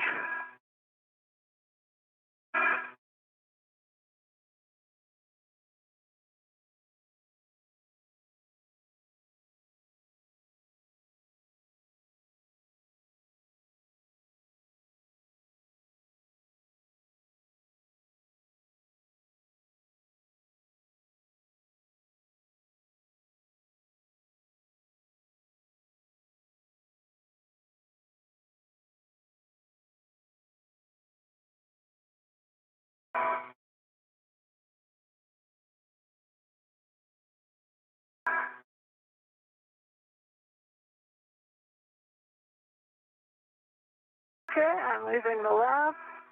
See. Copy, Jaws.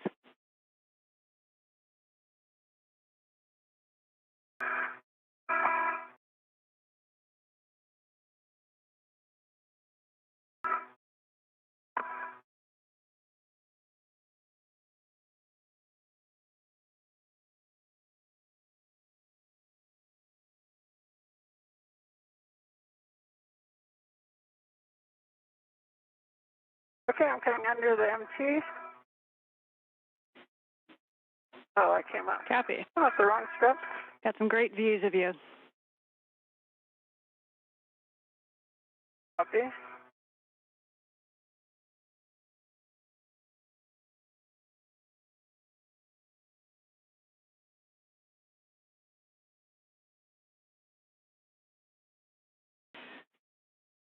And as you come to the CETA cart for the brake pedals, 2 pumps a day keeps the myrrh away. Thank you. Oops, sorry. Okay, coming down. Later. Copy.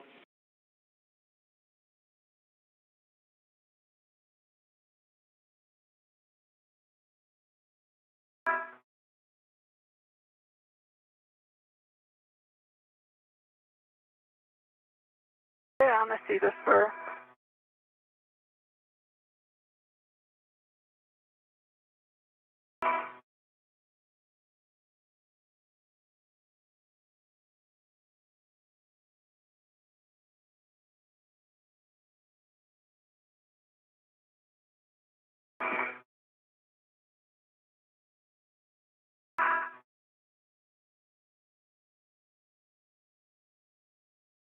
Yeah, on the toolboxes. Copy. As you come down to the airlock, thermal cover's already open, so we'll make sure that that crew lock bag gets tended back up into the airlock, and then we'll go through the safety tether swap. Copy. And we don't need to do any disconnections or anything on the bag, just making sure that it's in and out of your way. Okay, copy.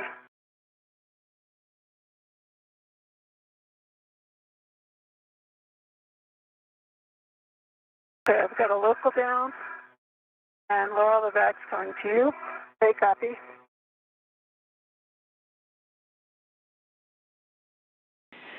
All right, for Jaws, we have a good safety or waist tether check for Laurel, and so you can ret to EV2's anchor hook on the forward external D-ring and release it.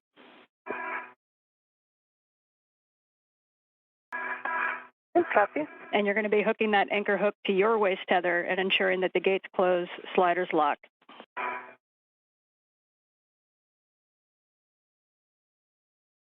Copy.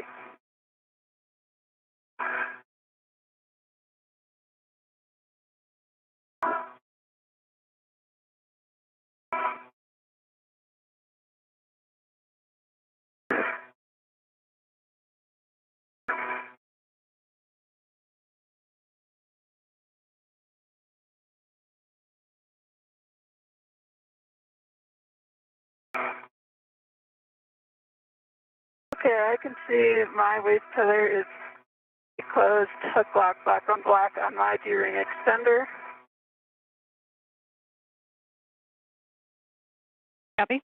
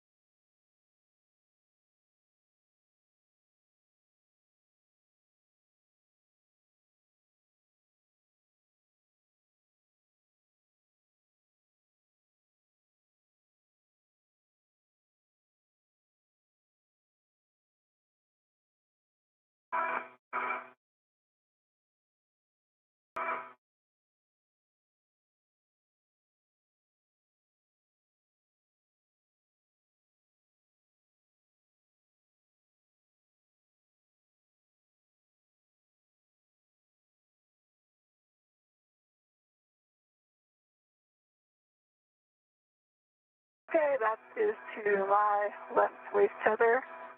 Copy, and we'll want those gates closed, sliders locked.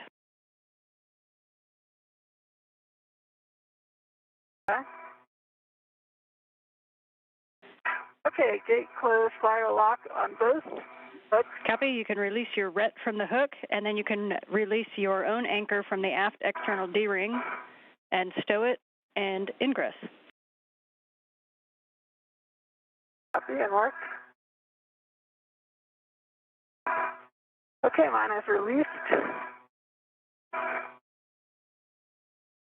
Okay, Laura, are you ready for me to come in? I am ready.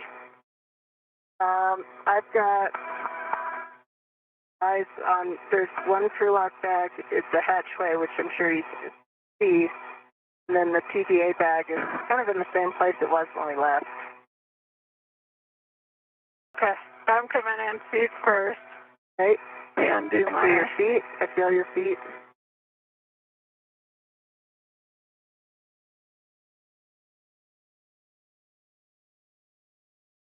Looking good. Okay, I see your waist ring. Sun's hitting, let me tuck in. He is tucked in.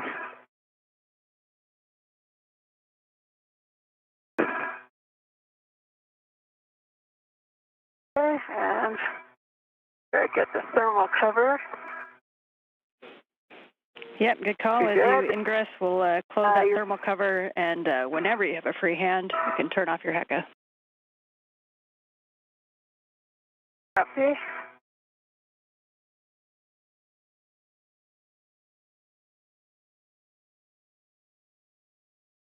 As Mogboli prepares to close the thermal cover, if you look down to the bottom left of the screen, the thermal cover, you'll release the hook from the stowage tether point and attach it to the magnetic plate D-ring and cinch until 6 lines visible.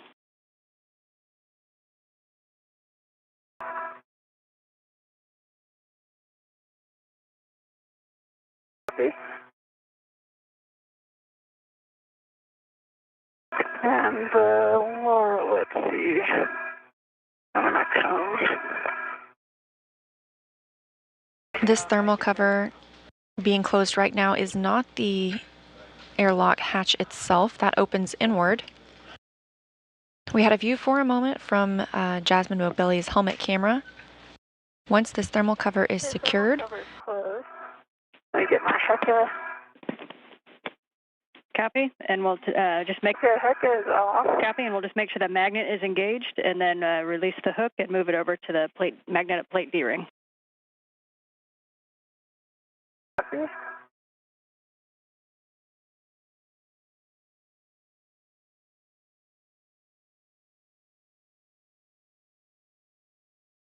Do I need to take my HECA off? And Laurel, yes, we will have you push your HECA off as well.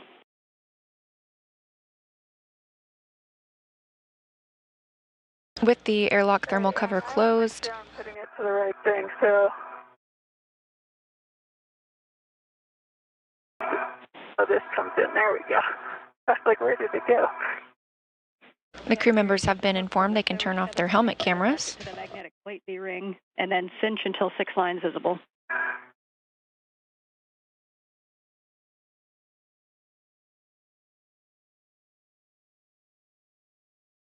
And we are in a satellite handover. We'll regain that comm shortly.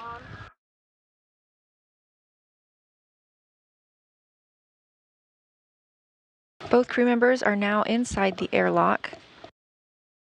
The spacewalk is not officially complete until repressurization begins. A little bit. Yeah. Is that clear a bit? Yeah. Yeah. And I'm going to push it a little further so I can get lower. Right.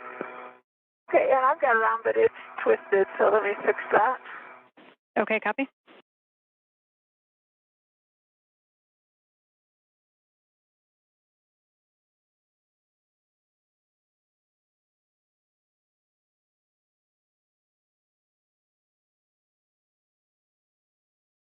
As Laurel and Jasmine work their way through procedures in the crew lock portion of the Quest airlock, ESA astronaut Andy Mogensen and JAXA astronaut Satoshi Furukawa will begin working in the equipment lock portion.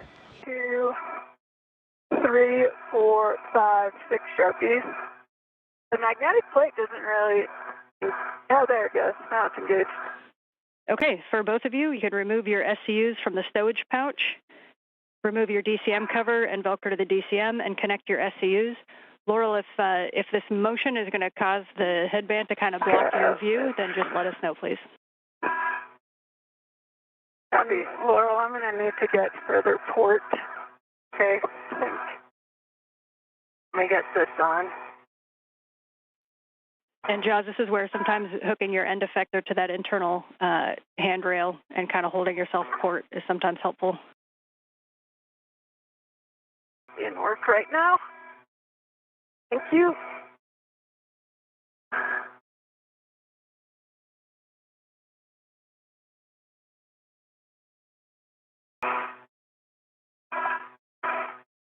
I'm not sure what you're hitting. And for Laurel, if you wouldn't mind pushing your HECA button one more time for us.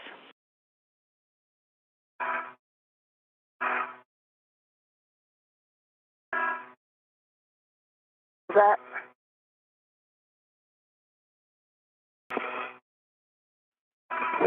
And EV2, I have my SCs connected. Jaws, what do you need?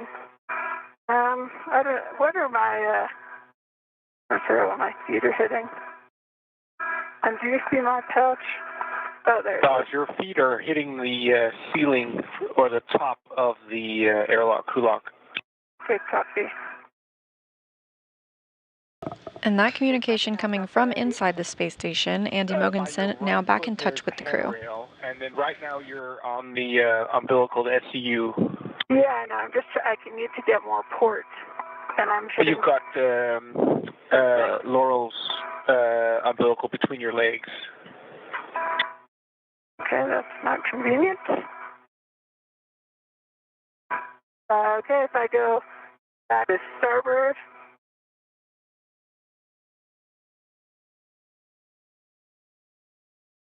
Able to clear that? Can you see it, Laurel? I can't. Can you bring your left foot down? Bend at the knee, and pull it back. It's the left one. Now, okay. Now you've trapped it between your 2 feet.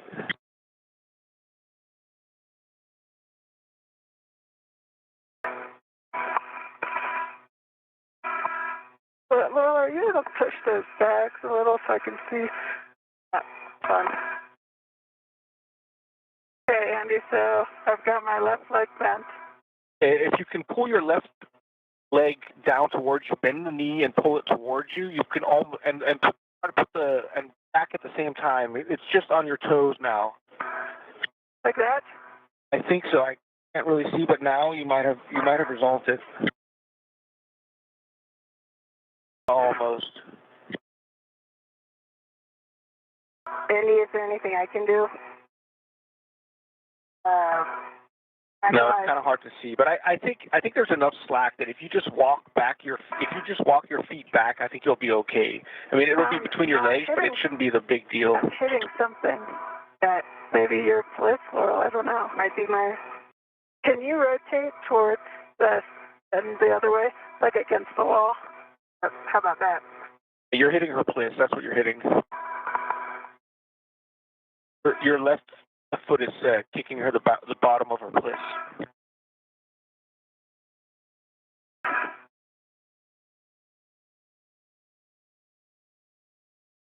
That any better? Okay, I'm going kind of. Yes, I think.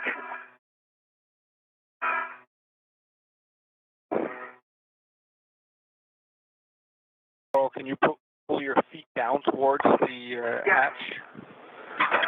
Yep. How about that? Just gonna see if I can get the problem is like trying to undo the Velcro to get this out. Looks like my foot is under an umbilical.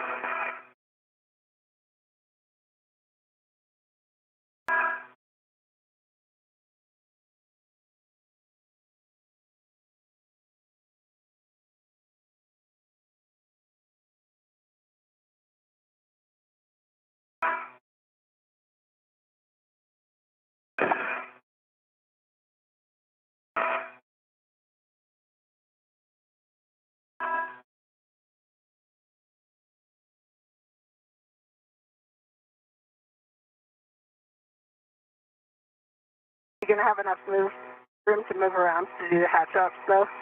I'm not sure. Maybe work this first. Okay.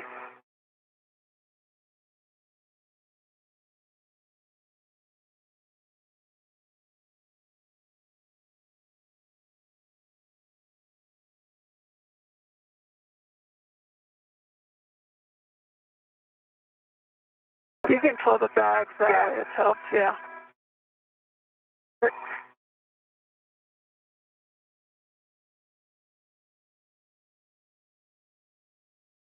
Help. Yeah, thank you.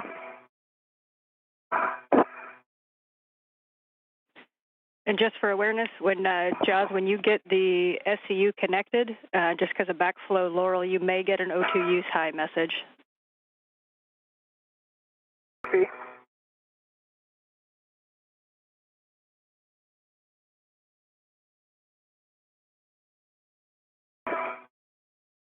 Okay, my SCU is on and locked. Okay, copy. Reminder that you could increase cooling on the TCV to a higher number to minimize the risk of fogging. And you can switch your water off. Copy it. Off OFF forward, water off.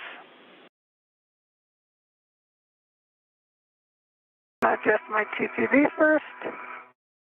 My water is off. Was that Laurel for water off? Water is off for Laurel. Copy.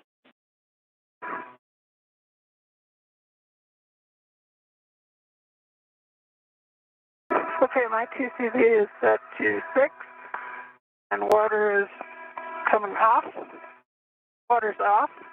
Okay, copy. EV1 and EV2 have water off OFF, and we're going to hold here for 2 minutes. So I'm just going to take a quick second to tell you guys, really nice job on the EVA today. The highest priority task was completed. We haven't done checkout yet, but we'll update you when we do. We got the H fixture, we got the CP8 complete with a good checkout, we got to get ahead, and we got a lot of good info for the RFG. Congratulations to you both on your first EVAs. And most importantly, you and the whole team here safely executed a complex and international mission at the edge of what humans are capable of. Nicely done.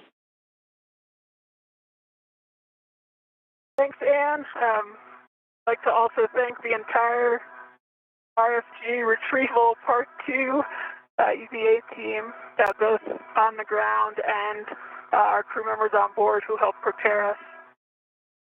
I'd also like to say that, you know, leading up to today and today is a reminder that space is pretty hard and difficult, and there were a lot of things we needed to adjust to, but the team flexed very well, yet remained steady and grounded, and we appreciate that.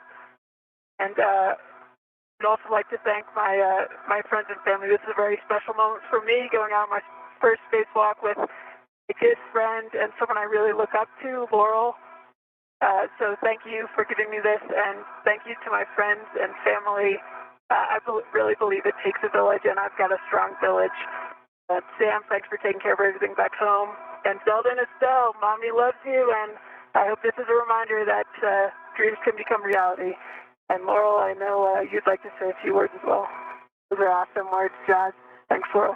And I feel the same way about this spacewalk with you.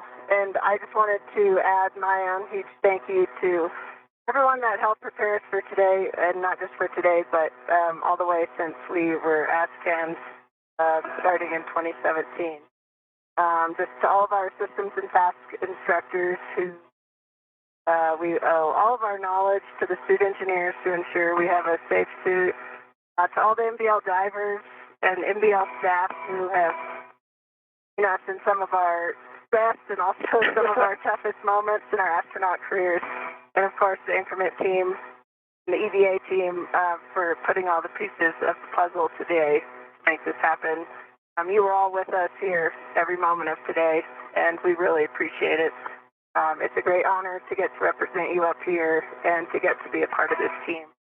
And I'm very grateful for the opportunity and grateful for all the support. And I'm grateful to my family and friends as well for all the support they've had, especially my sister Caroline and Zena, who I've leaned on more heavily than most in the last 2 years. Thank you all, and yeah, we really appreciate it. Good luck today. All right, lots of smiles around the room. Thank you to you both. At this time, Jaws, you can verify that the outer hatch is clear of hardware. And verify. Copy. I still need to get into a better position. Okay, copy.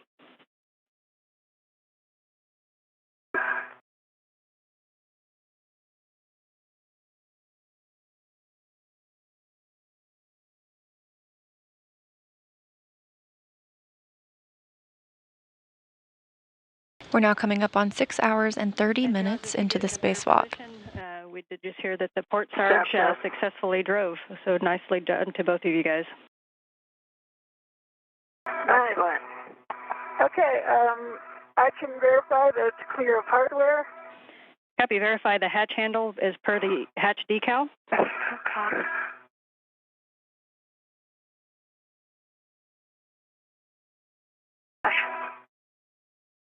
And I still have something keeping me from going at Zenith.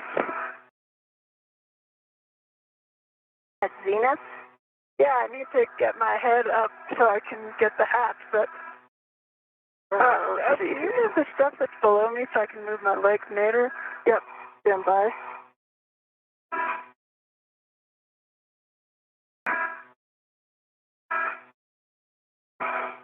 How's that?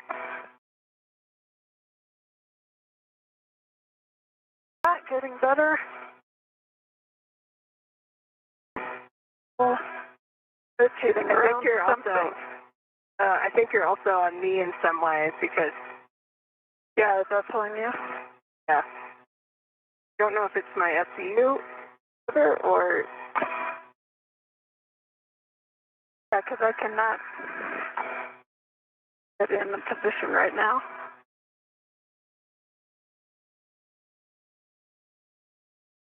Any easier, I think if my foot would.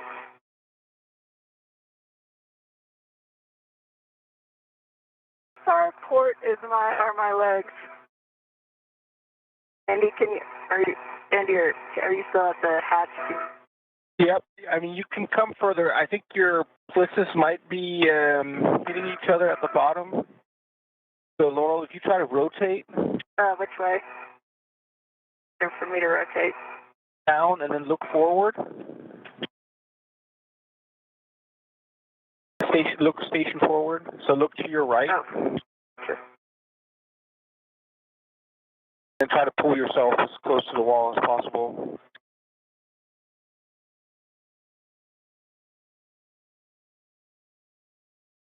Jaws, if you roll to your right, then you should deconflict. You will deconflict your plisses. Okay, copy. Let me get this. That's cute. We're about to have a handover. See you on the other side. Copy. And a handover right on time. The crew now at 6 hours and 32 minutes. The spacewalk clock continues to count as repressurization of the airlock hasn't begun just yet, but we heard some fantastic words from Ground IV and McLean mentioning that indeed this was a complex spacewalk, and McBelly and O'Hara reflecting on their time outside, as well as some special shout outs at home.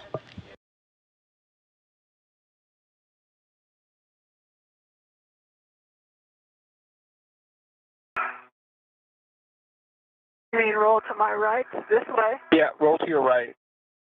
Yeah, like that. Oh, but I'm still hitting something. You need to get your head.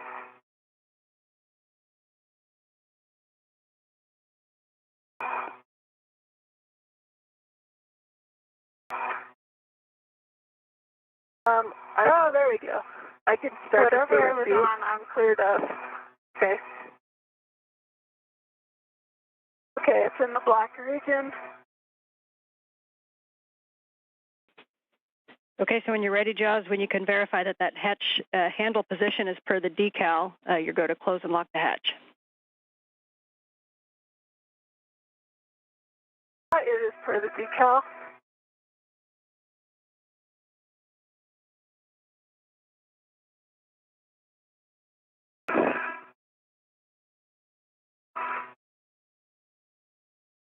And the card has floated in there.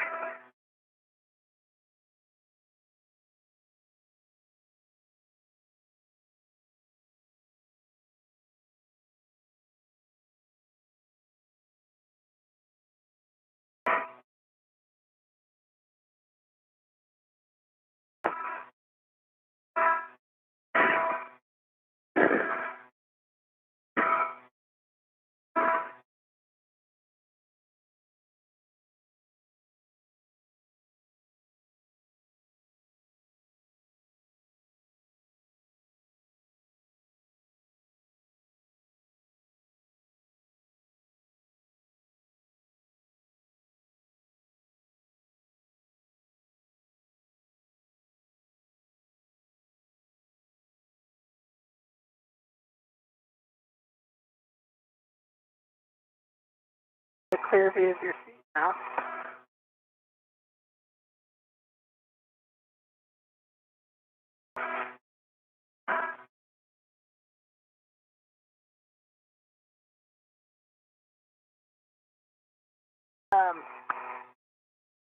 Okay, the hatch is closed. I just need to close and lock it.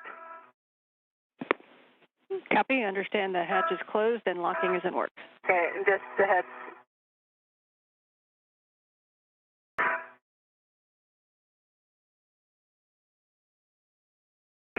Okay, what did you say, Laurel? Oh, no, you're good. Keep going. Your place is just kind of right at my knees right now, so a heads up.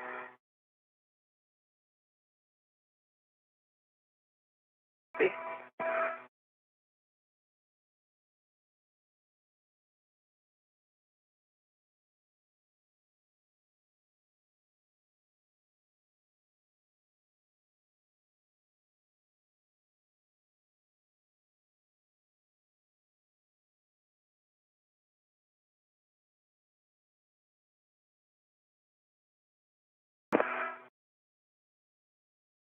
Okay, it is latched, now just working on the lock.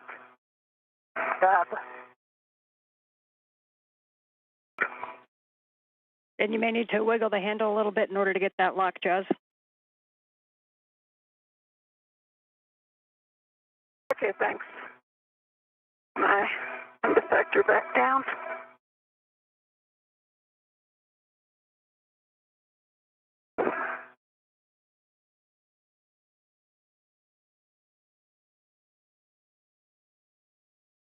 You can go ahead and give the oxygen and 2 valves are open. Okay, copy. Thanks.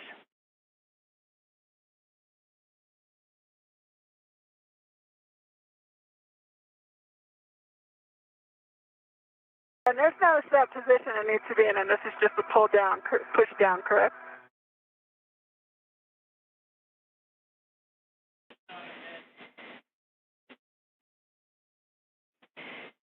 Yeah, and you may need to push it down, so it's got to be kind of perfectly aligned, and so you may have to kind of wiggle that handle and push down on the lock.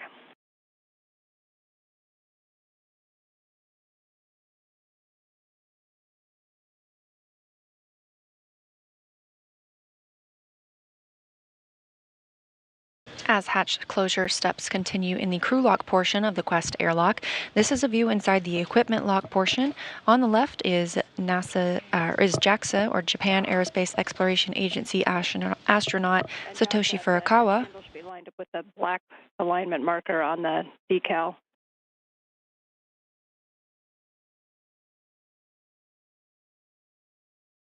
Oh, even for the latch.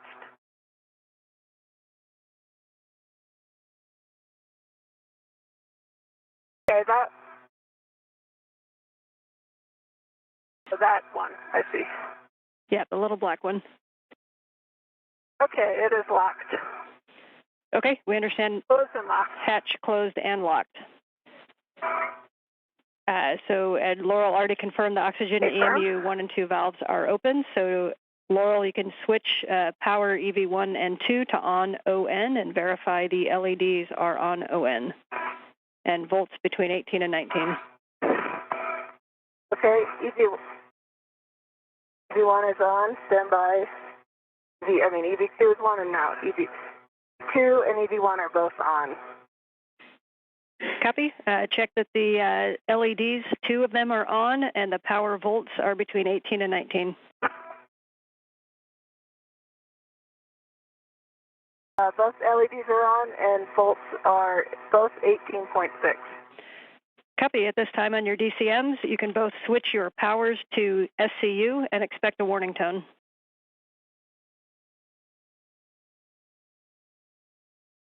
Is SCU? Copy. EV1 is SCU.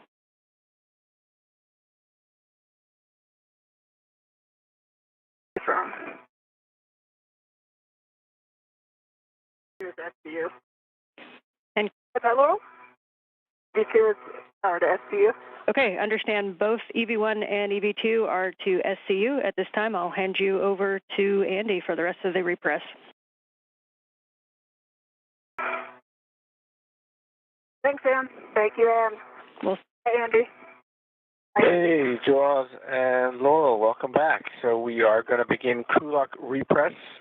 First, a warning. If you're on SOP, leave your O2 actuator in EV, but I don't think either of you are on SOP.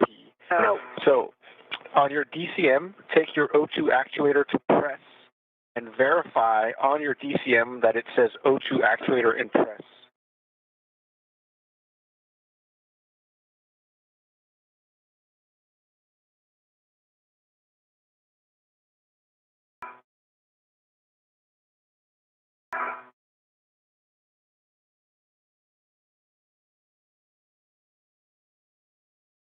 Mine is off.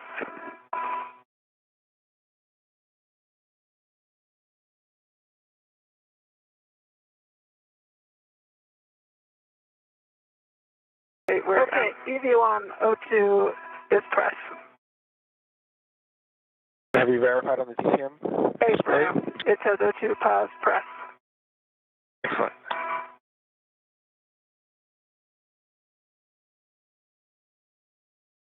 And alert.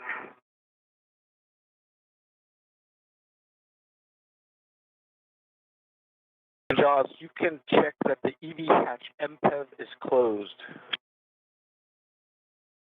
It is closed. Copy.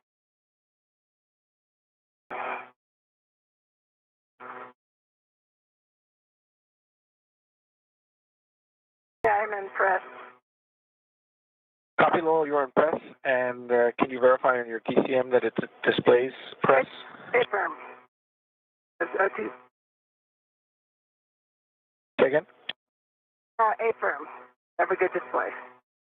Copy. So we are ready to repress. I will crack the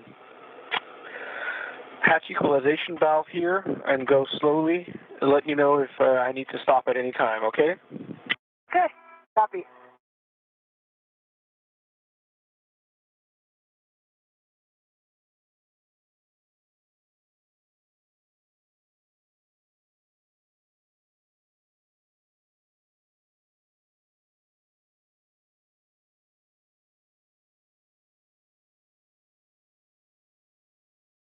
Andy Mogensen, ESA astronaut in the center of the screen, now leading the crew members through the repressurization process.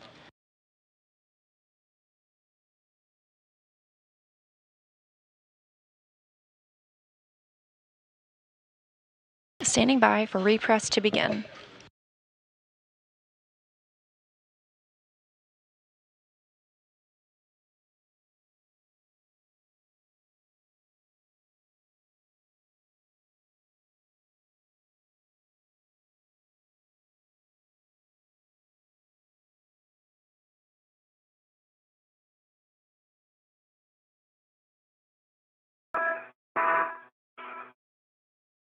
And with repressurization beginning at 1:47 p.m. Central Time and the spacewalk starting at 7:05 a.m. Central Time today, that leads us to a 6-hour and 42-minute spacewalk, the first for Mogbelli and O'Hara.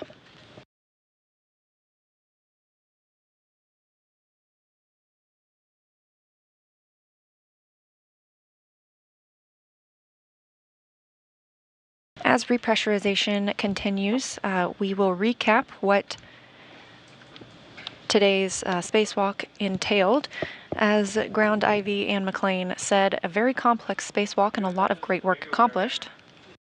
Mogbelli completed removal of the H fixture in preparation for future installation of an IROSA, that's an International Space Station Rollout Solar Array. Meanwhile, O'Hara removed a trundle bearing assembly, lubricated the area on the solar array rotary joint, and installed a new trundle bearing assembly. The ground has since confirmed that to be a successful replacement, and the hardware is working properly. Mogbelli reconfigured an Ethernet cable. The ground also confirmed that they are not seeing any issues they'd previously been experiencing when moving a camera in that area. And O'Hara was able to complete a get-ahead task, reconfiguring the starboard crew equipment translation aid. Expect an alert tone. And at 5 psi, I will stop repress and we'll do a leak check. Copy.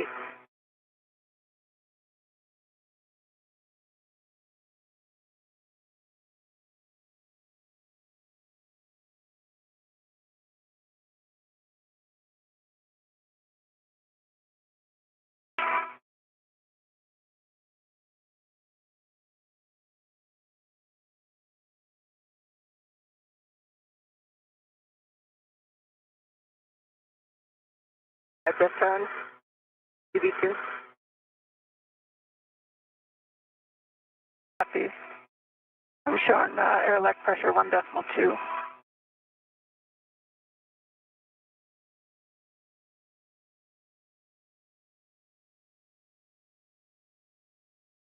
I think that was just the tone from it cycling back and forth.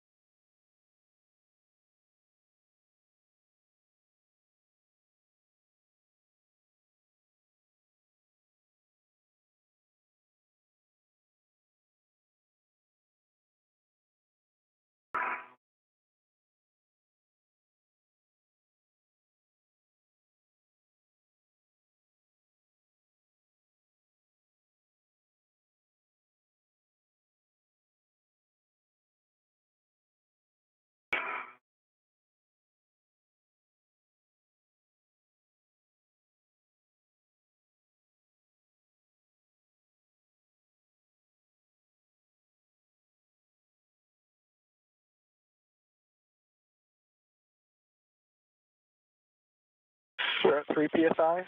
Copy. Copy.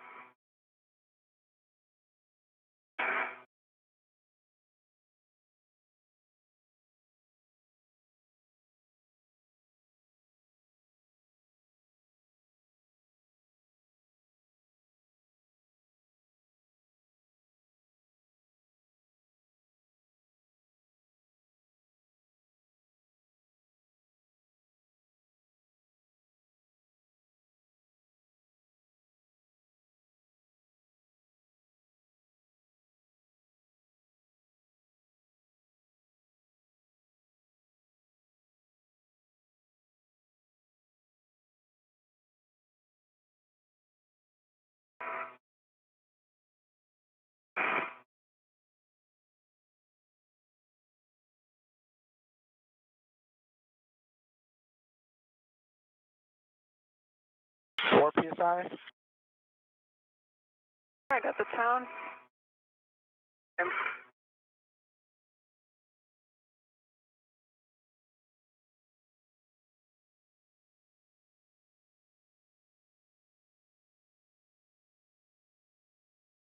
One of the tasks slated for today's spacewalk was the removal of the RFG, a radio frequency group.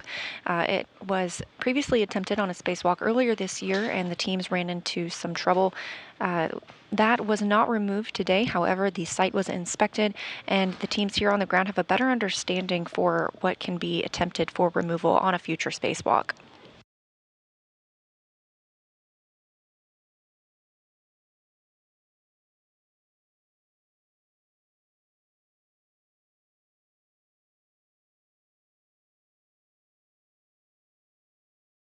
Okay, we're going to wait 2 minutes for the crew lock pressure to stabilize, and then we'll check the pressure over a minute. Copy. Copy.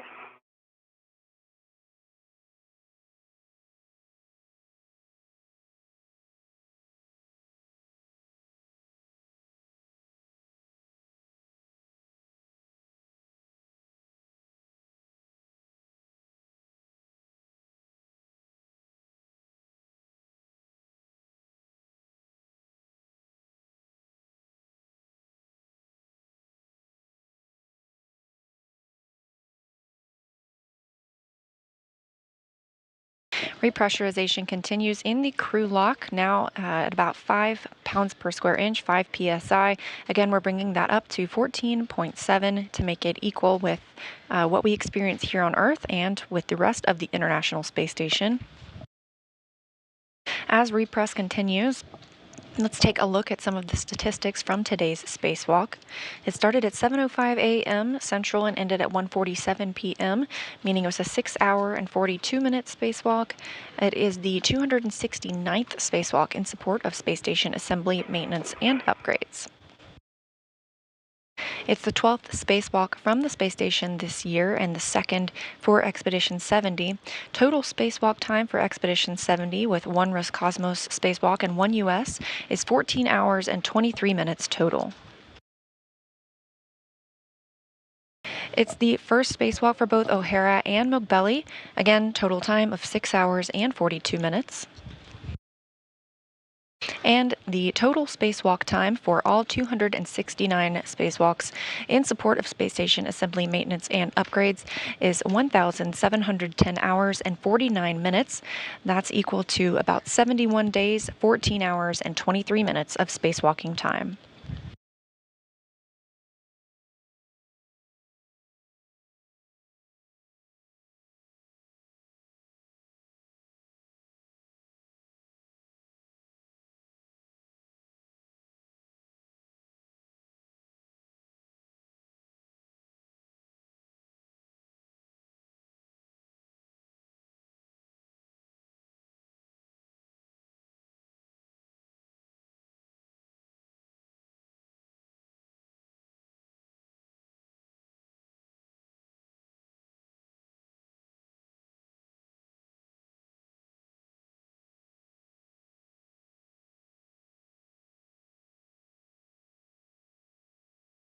The crew continues to step through the repressurization process. We will remain on air until both crew members are back inside the equipment lock portion of the Quest Airlock. They're safers, that simplified aid for EVA rescue. Of course, we didn't see that used today. Those will be doffed or removed, and we will stay on air until their helmets are removed today.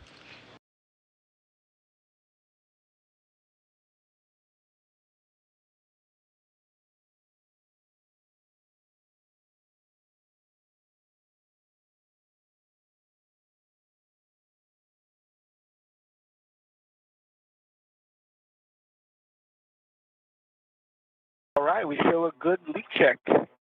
Check that your glove feeders are off, OFF. Glove feeders are off. Check your gloves for contamination and report to Houston. No contamination for EV2, just the grease that we've already talked about. And EV1 has actually less scuff marks than earlier, it seems, and nothing else. Houston copies. Left them out.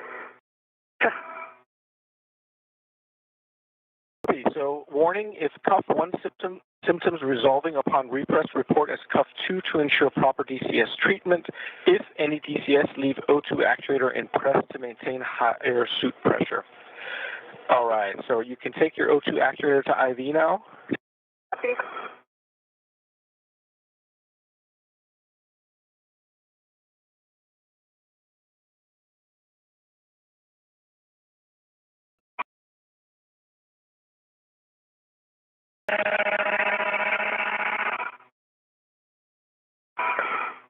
EV1 is IV verified on the display.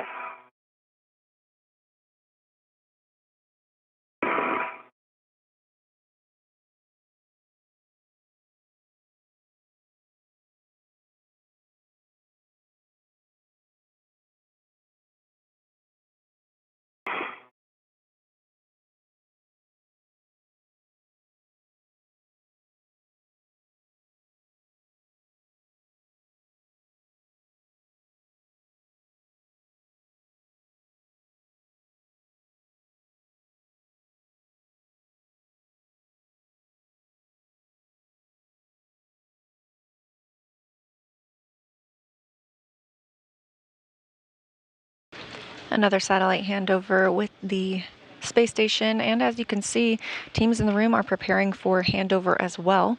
The team leading the spacewalk today has been the Orbit 2 team. And again, as mentioned, this is staffed 24 hours a day, 365 days a year. So the Orbit 3 team will come and replace this team to get some well-deserved rest.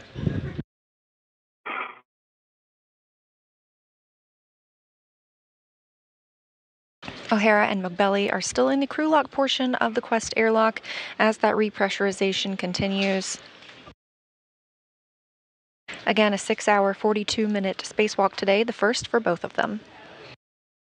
Yeah, you're trusting it. I know. Not sliding though. Yeah.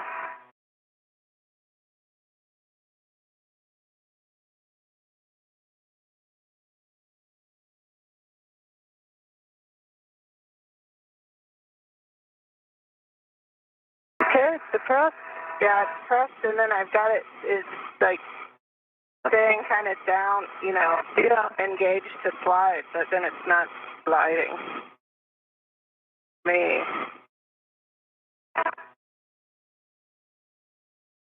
I wonder if I can.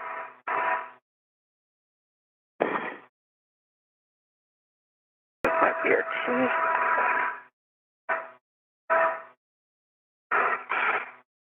Okay, can you come down towards me? Can you roll to your right so I can get past your BRT? Fine.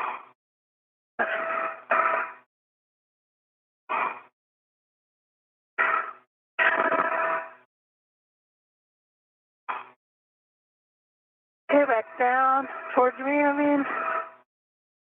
Okay, right there.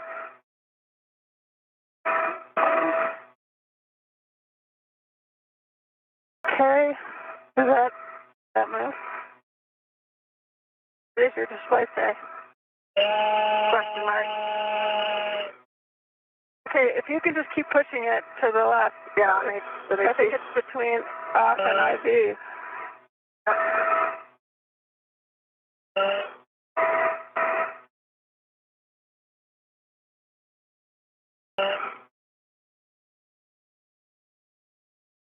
It's super sticky.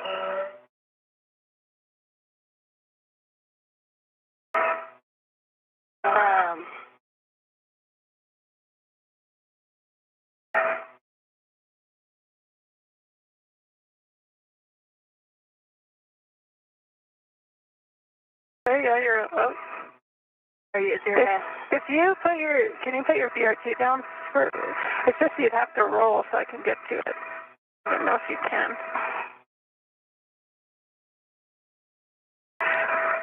Okay. Now I can't see, so I'm doing it blind. I can sort of.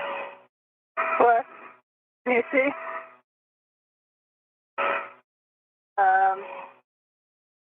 No. Here, move your hand for a second.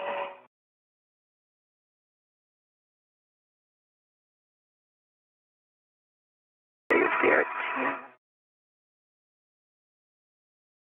How about that?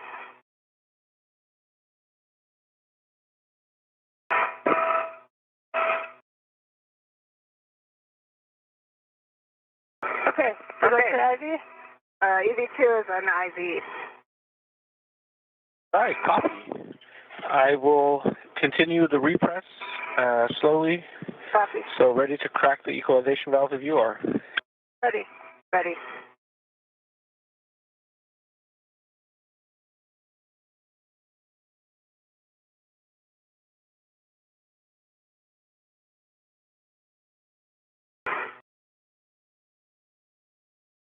After holding at 5 pounds per square inch, 5 psi pressure, to accommodate some routine leak checks, the repressurization has begun.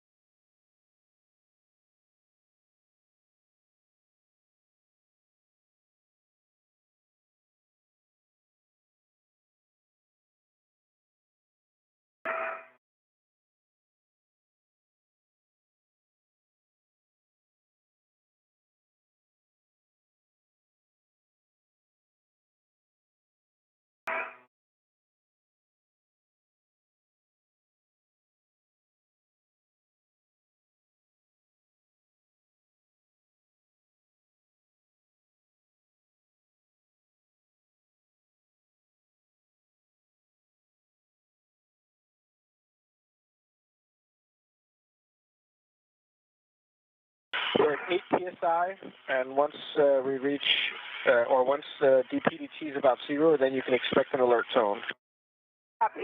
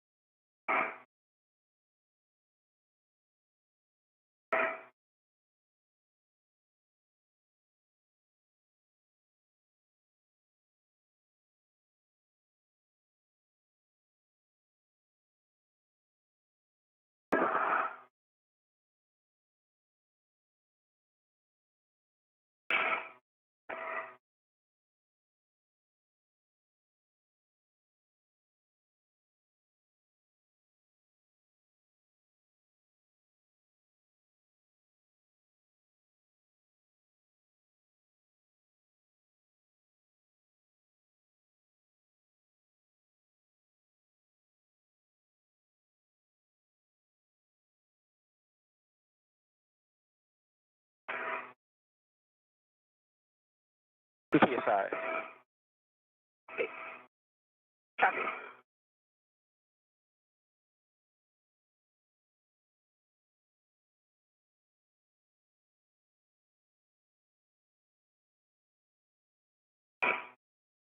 The airlock now over 10 psi as it works its way back up to about 14.7 to equate with the rest of the space station. Also, the percentage we're used to here on Earth.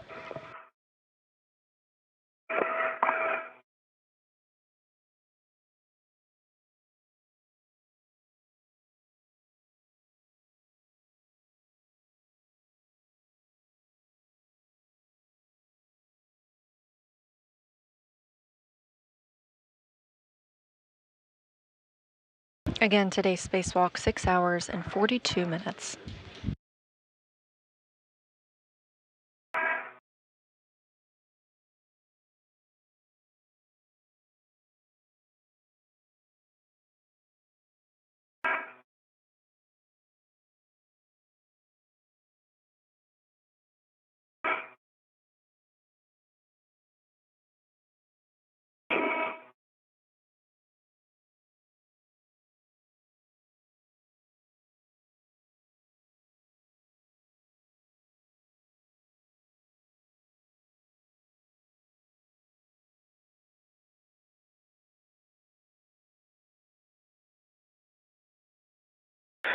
PSI. Copy 12.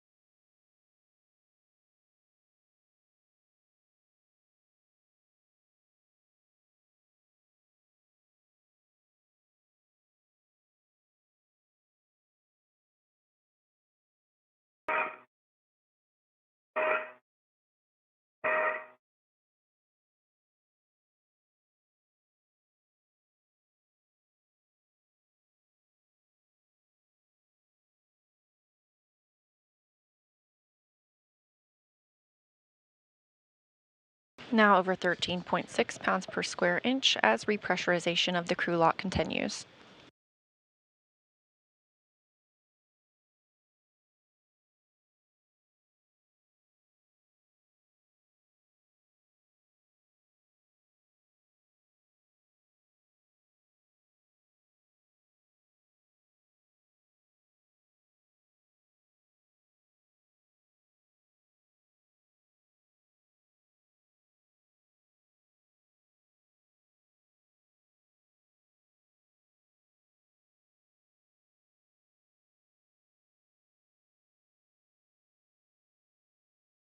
All right, I think we've equalized. We'll start preparing to open the hatch.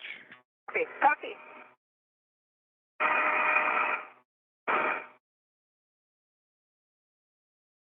With repressurization of the crew lock complete, Mogensen will prepare to open the hatch that separates the crew and equipment lock portions of the Quest airlock.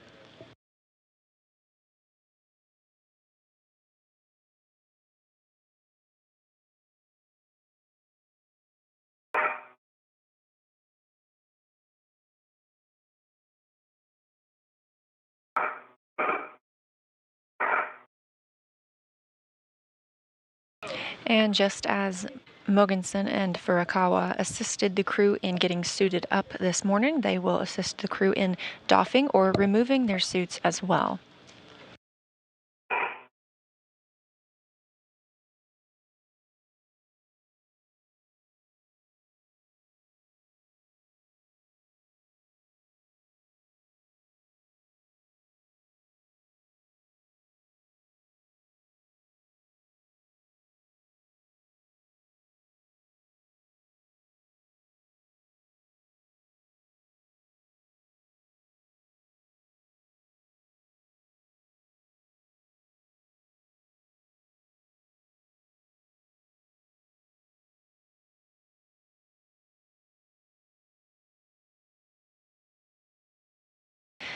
And the hatch is now open between the crew and equipment lock.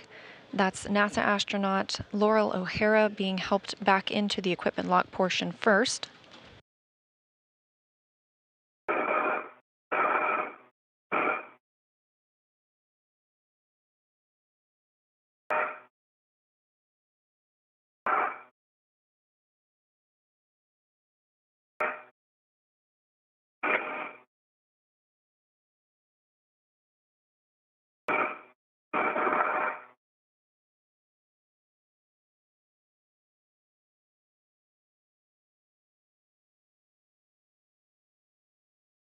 As O'Hara and Mogbelli are helped out of their suits, another recap of the tasks accomplished today, a complex spacewalk. First off, Mogbelli removed the... Would be appreciated.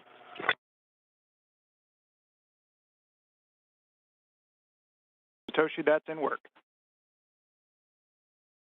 First today, Mogbelli completed removal of the H fixture, which allows for future installation of an IROSA solar array. That's a rollout solar array.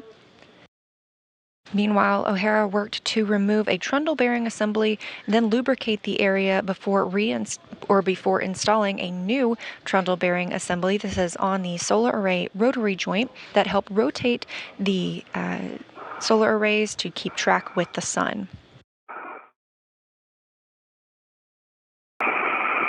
Mogbelli reconfigured an Ethernet cable, and the ground teams confirmed that was successful, and they have no conflicts with a camera that is in that area. O'Hara also completed a get-ahead reconfiguring the starboard crew equipment translation aid, also known as the SETA cart, working on a brake handle in that area. Ground teams also confirmed that the trundle bearing assembly O'Hara installed today is working as planned. The crew moved on to work on the radio frequency group, but did not have enough time to remove it as was previously planned. But the teams on the ground now have a better understanding of the configuration of that area and will make plans for a future spacewalk.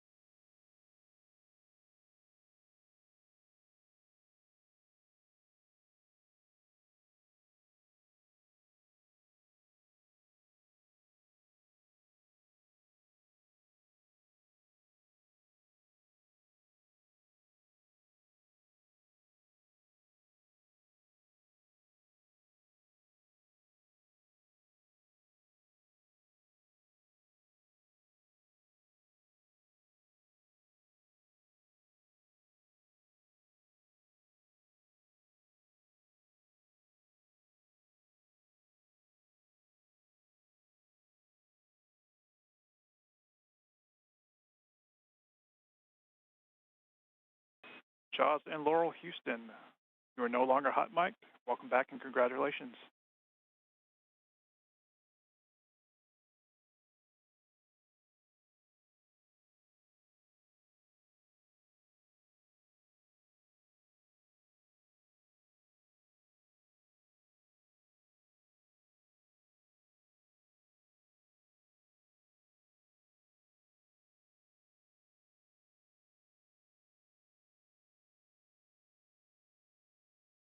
Both crew members are back in the equipment lock portion of the Quest airlock.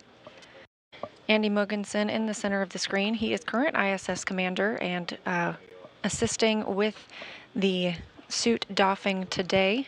Again, today's spacewalk, 6 hours and 42 minutes, the first spacewalk for both O'Hara and Nobeli.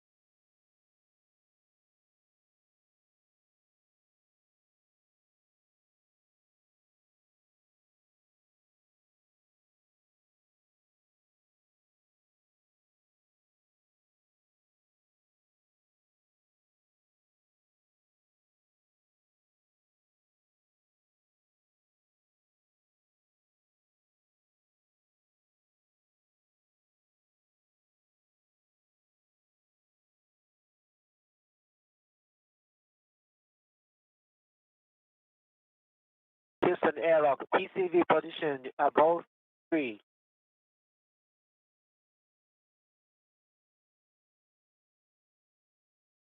Houston copies.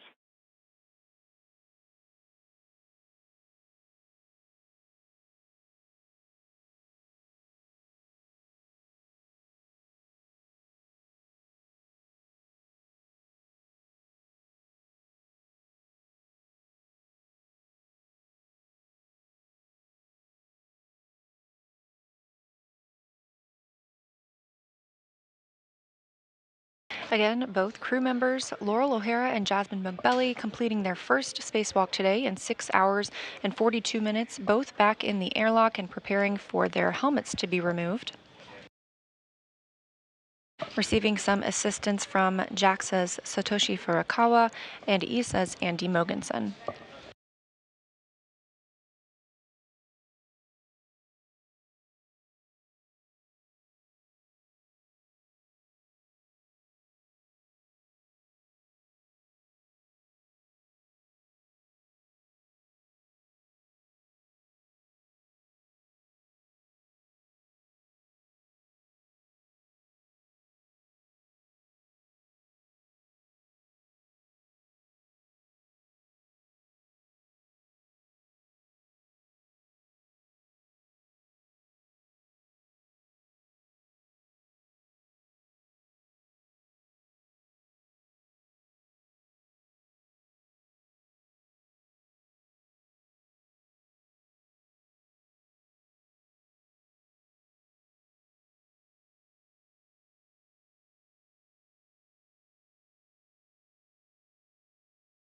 Airlock Houston on 1 for photo request.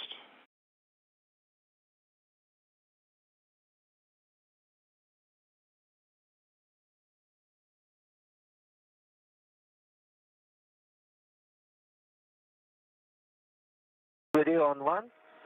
Hey Satoshi, we have a request for photos of Laurel's headband, so if you could take a few for us, we'd appreciate it. Be in work.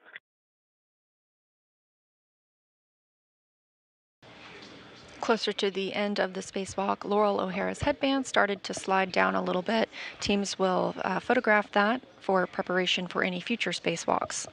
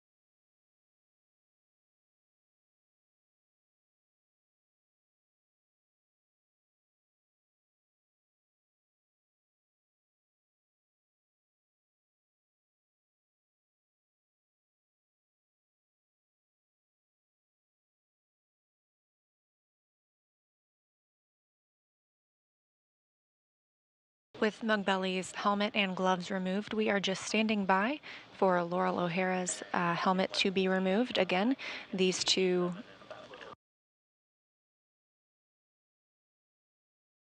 crew members having completed their first spacewalk, totaling at 6 hours and 42 minutes.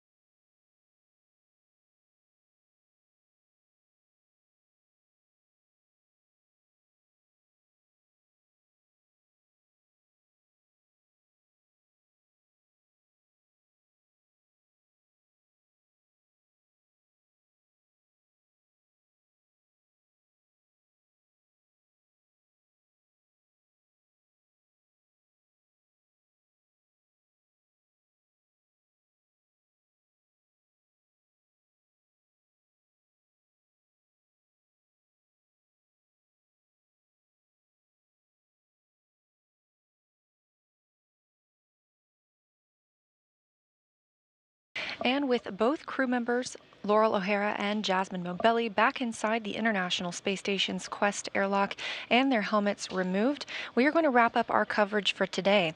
Again, today's spacewalk for these two, it was both of their first venture outside the hatch, totaled at 6 hours and 42 minutes. A successful spacewalk accomplishing some very complex tasks for the International Space Station, and we look forward to the next opportunity to see the work done outside the hatch. This is Mission Control Houston.